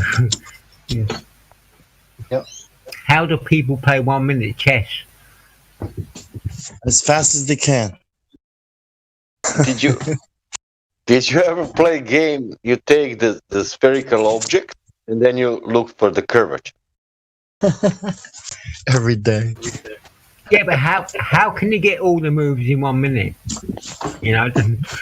You just make the best moves you can in 1 minute. Man, problem in that game is because you need to think at least 10 moves in advance. Yeah, most people end up memorizing the openings and the responses, and then they just wing it from there and hope the other guy makes a mistake. Yeah, type of thing. Yeah, then you move something else and he thinks like a half an hour after that. And then he spends the next 40 seconds that's left on it like, dude, just resign, man. Oh my gosh. Just spend the whole time. So in 1-minute chess, how is the winner decided? Is it just look like best moves or what? Because I can't understand how you can finish a game. Well, it's going to be a tie, right? It's going to be a tie all the way up to that place where you're going to stop. Then you shake hands and you move on to the next game, stalemate. Or you blunder and hope he blunders and see who gets the most pieces. It's a race. Yeah. So in 1-minute chess, there's no real winner. It's just like a game. Oh, there's a winner. It's more like a fast game, and whoever makes the mistake first loses. That's all. No. In a time we had a show humoristic, and they made a commenting like a chess match, but like a football match. It was like he made the GF. I love how he knocked his knight off right there. Can we get a replay on that one? Right? No. What I'm trying to say is, like in 1-minute chess, do you count all your pieces up and sort of like score all pieces up and see who's got the most pieces, sort of like the most points? Yeah. The computer usually does it, or you usually keep track of the score in your head. You're a high level player, right? It's about time and peace. I think I understand what you get in if you have the most sort of like the most good pieces. You know, everyone's got a point. I guess some sort of score. I don't know what the score of each piece might be, but yeah, you add up the score and say I got the best pieces on the board, so I won. And then the best position, because it's usually your position that determines the end. Position of your pieces. So yes, it's just. I think it's just. How do you say that? How can that be scored? Or is it just something both sides agree on? Because it can be predicted, all the moves can be predicted. So wherever the pieces are and what positions, you can know the end of the game if you simulate it or play it through. But once the time is over. The time is over. Hopefully, you've made least amount of mistakes, and you get draw, Remy. Yeah. When they play 1 minute chess, like when the timer clock is going down, do they have like a couple of seconds each, sort of like 3 seconds each or something like that? Is that what they do? It depends, because you have something on time and you have something not on time. They are playing on time that who faster you need to play, and if they have some kind of flag. If that flag fell, that you lose points or something like that. But some real players, they are playing like you can take whatever time you want. Yeah, well, I've seen games where, like, when the timer clock goes down, when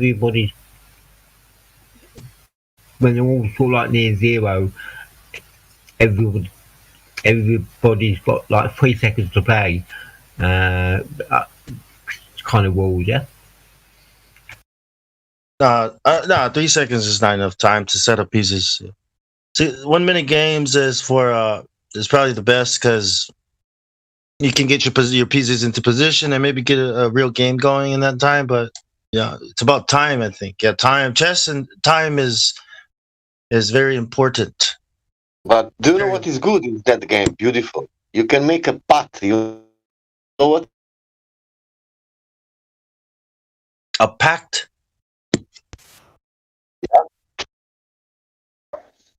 Oh, what do you mean?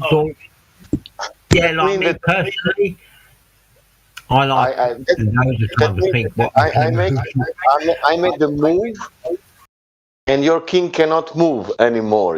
And I made you in position that you cannot move anymore. Your king, and that means somehow that I lost. Yeah, well, I couldn't cope with doing it like against the clock. Sort of like from a starter person who's sort of like newish to chess. I couldn't cope with playing against the clock. If I need sort of like 2 minutes to think of the move, then I need 2 minutes to think of the move. Here's an example. Boom, boom, boom, boom. You're being attacked by China. What do you do? Hurry! What do we do? What do we do? What do we do? You're sending more fighters, sir. What do we do? What do we do? No, you got no time to think, right? So that's the idea of the game. I've seen the 3 minute chess. I enjoy watching it. It's just boom, boom, boom, boom. Exactly. Right. Man. You got to boom, boom back. You can't just sit there and think, right? You got to instinctively react. Then G3. Then cannon on G3. Yeah. I can't play 3 minute chess when I don't even know the rules of chess. Let's face it. Man, on the end, it's a math. Who is good mathematician who knows the combinations? He is the fucking master, because it's the letters and the numbers, and then it's combinations of the figures, how they can move. But if anybody has that in head, you are fucked up. I probably know most of the rules, but there's probably a few that I don't know. So, yeah, kind of. I played in school against the guy who was turning around the back, and he didn't even watch the table. He's only said G7, F2. He said which figure where to move, and he fucking won,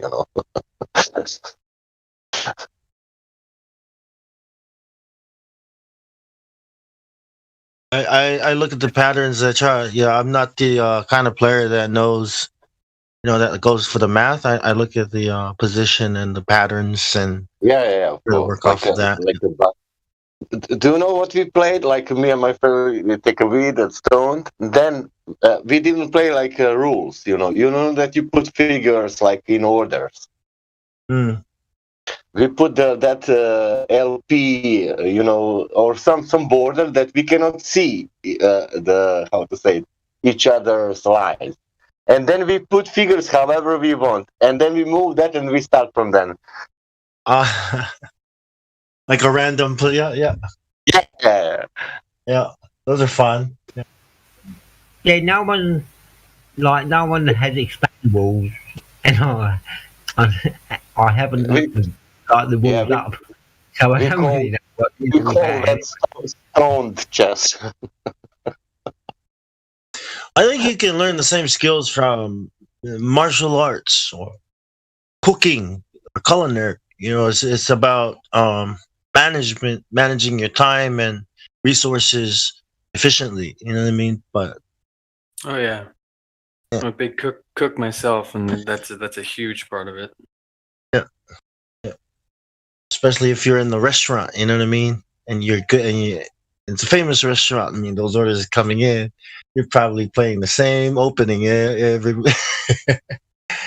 Yeah, you're ready to attack, and you don't see because you are so hungry to win, and you are somehow attacking all the time, and and then in one moment you see that you made so many mistakes and you lose. Yeah. Put too much salt on that one, and yeah. Because guy was prepared like a defense and trap.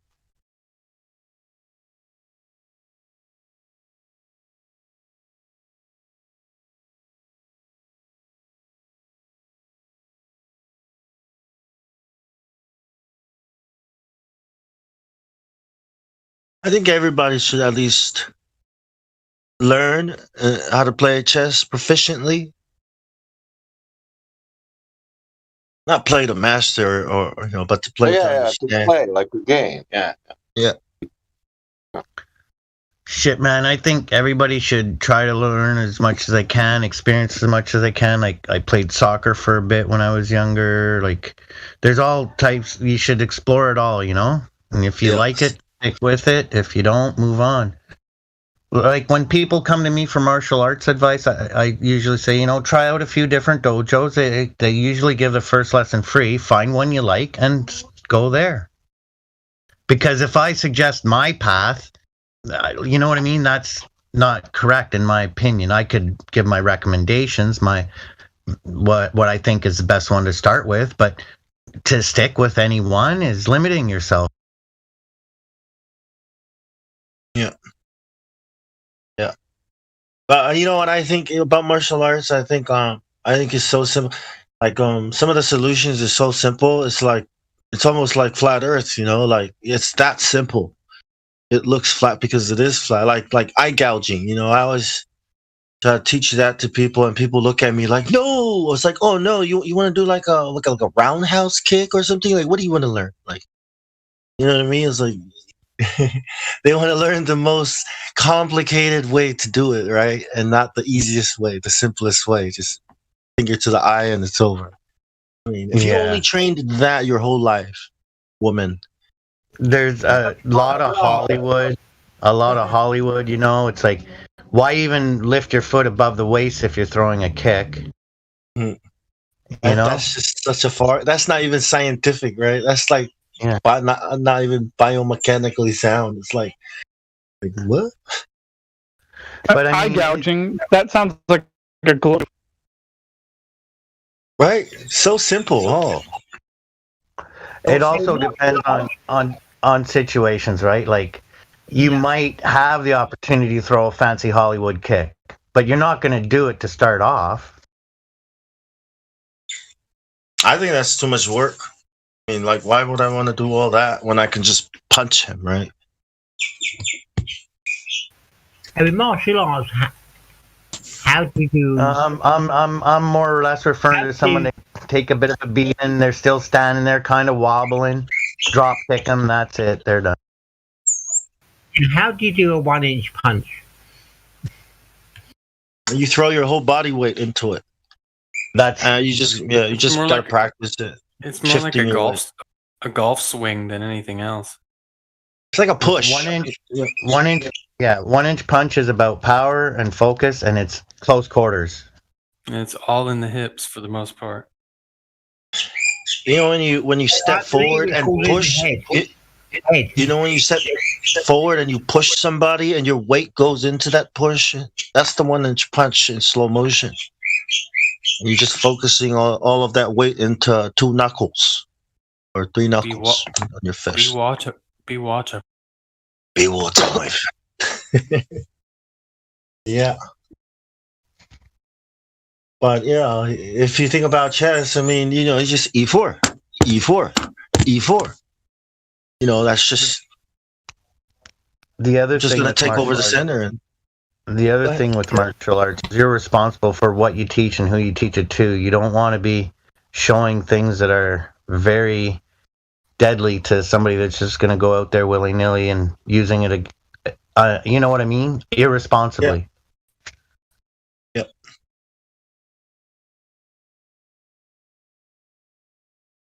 Yeah. What about the two sort of like styles of martial arts? There's like the long sort of like punch, and there's also the short punch. Sort of like, what's the feeling of? You know, what's the feeling about that? What's what? I missed the question too. Well, there used to be an old style of martial arts where everything was a sort of like a long, punch, or a sort of like a huge long punch, and then there's also the short punch. So, like, what's the differences? Hollywood. Hollywood. The difference between you and your opponent. Yeah. Listen, what I can give you from real life experience is in the dojo, it's nothing like it is in real life. In real life, it's anywhere at any time, at any moment. They could be friends, they could be strangers. You don't know. You just have to be ready. With martial arts, you learn discipline. So even when you do go to defend yourself, you won't take it too far. You know, you don't just needlessly take lives. You do enough to subdue them and stop them. And then if you want to involve authorities or whatever from that point on, that's up to you. No, thanks. Yeah, so it's like a friendly match. Yeah, you don't have to kill the person. Is that no, in real life, it's not a friendly fucking match. In real life, it is not a friendly match. In real life, it is not a friendly match. You need to assume as soon as you're coming under attack, they're going to take your life. That's nice, Solar. It's after you gouge the eyes out, though, right? You do it in a peaceful way, but after you've gouged their eyes out. No, what I'm saying is, once you've caused enough harm and pain to stop what they're trying to do, there's no need to further inflict more pain, you know? Right. Then discipline comes in because emotion takes over, and you might, kill a person. You know, you don't want to. It's not. Yeah. But I think if you're fearing for your life, infinite dragon punch, the punch that stops the heart. It's the kiss of the dragon. Discipline, like you're talking about, man. It really is. So really, like you're going for the kill. Time to learn. Like you're going for the kill, and then at the end you sort of like realise that you didn't have to kill the person, and you sort of like just back off. Or just bury him. Then you just tell him sorry. If I was a woman and somebody was And put his attacking me and I eyes back. feared for my life, man. Yeah, where do you stop, right? That's the thing. I carry open carry, and it's just a constant thought in your head. You don't touch the fucking thing unless you plan on using it. Yeah. Takes a lot of discipline. Because it's right there. Yep.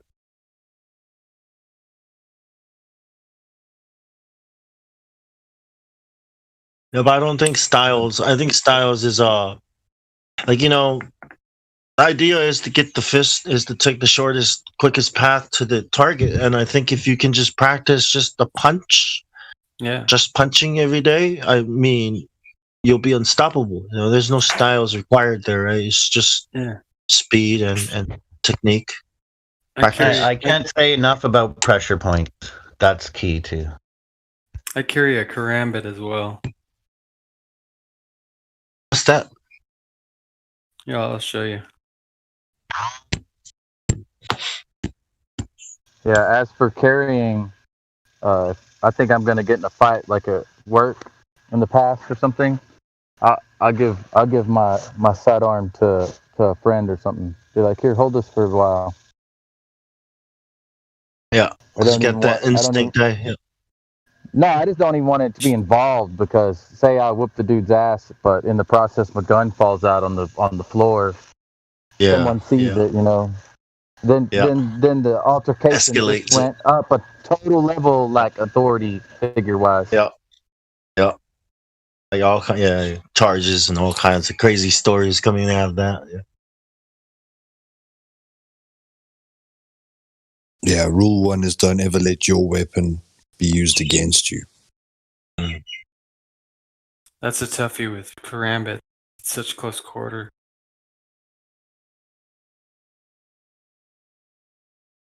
So I train at home too. I don't go out and train at the schools because then you'd be registered as a deadly weapon. You know, so now you can't use your skills. I don't. You quit before that point. You just quit right before they want to register you. Man, the school is bullshit anyways, man. These schools. I go down there and I'm like, you guys are gonna get people hurt. You're making people pay and come here and you're not even teaching. I got upset with the school and I left. That's so bullshit what they're doing. Sydney Wing Chun Academy. It's like, the hell is this crap? Oh, you must bow to the master before you come in. I was like, well, nah, I'm gonna go back downstairs. I'm gonna go do I was doing I'm a photographer. Dipped in to see and you must bow to the master. I posted in there, Bong. Yeah, check it out. Ooh, that's nice. That's nice. Is that also a plier? Oh no. It's a strange way of folding, and they call it a morphing karambit. And it doesn't fold like a traditional knife. But it's when you're holding it in the palm, like you see in the first picture, it just takes the flip of your thumb and the thing shoots out like something that shoots out fast. Yeah. I don't know. Yeah, they're fun. That's strange. That's crazy, man. They're a lot of fun to train with too. You know, you can do a lot of mirror training and there's a lot of. It's just trying to imagine defending myself. I mean, I'm trying to imagine like deflecting that. Like if I was to fight somebody with that, like you couldn't. The stabbing motion. So it's like the curve of the blade and the sharpness of it. I mean, it would slice you open. Gut a human being. Imagine what it'll do to your hands. I mean, to your forearms. Try to defend. I'm aware. Freaking open you up. Yeah, you do a lot. There's a lot of twirling and different moves you can do. You can flip it out and use it like at the right in the armpit. Ooh. Yeah, that's armpit, elbow, neck. Oh my gosh! Like, could you imagine? The floor is already wet. Oh man, that's a nasty tool, bro. Like, be careful. Yeah, they're dangerous for sure. Carve a V right down the chest. Chest, yeah. Autopsy time. I'll show you my the one I'll show you the one I carry on a regular basis. It's a little bit more. Hey, that's a nasty weapon, bro.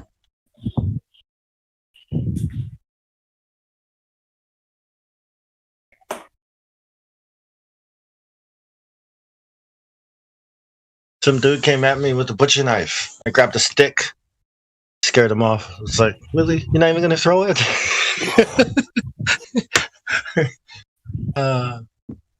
Here in Australia, those fucking grunks and crazy people on drugs. Nothing. Big Bang. Pear. Any questions?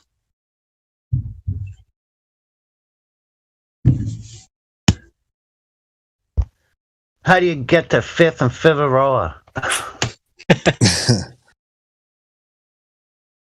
And Figueroa?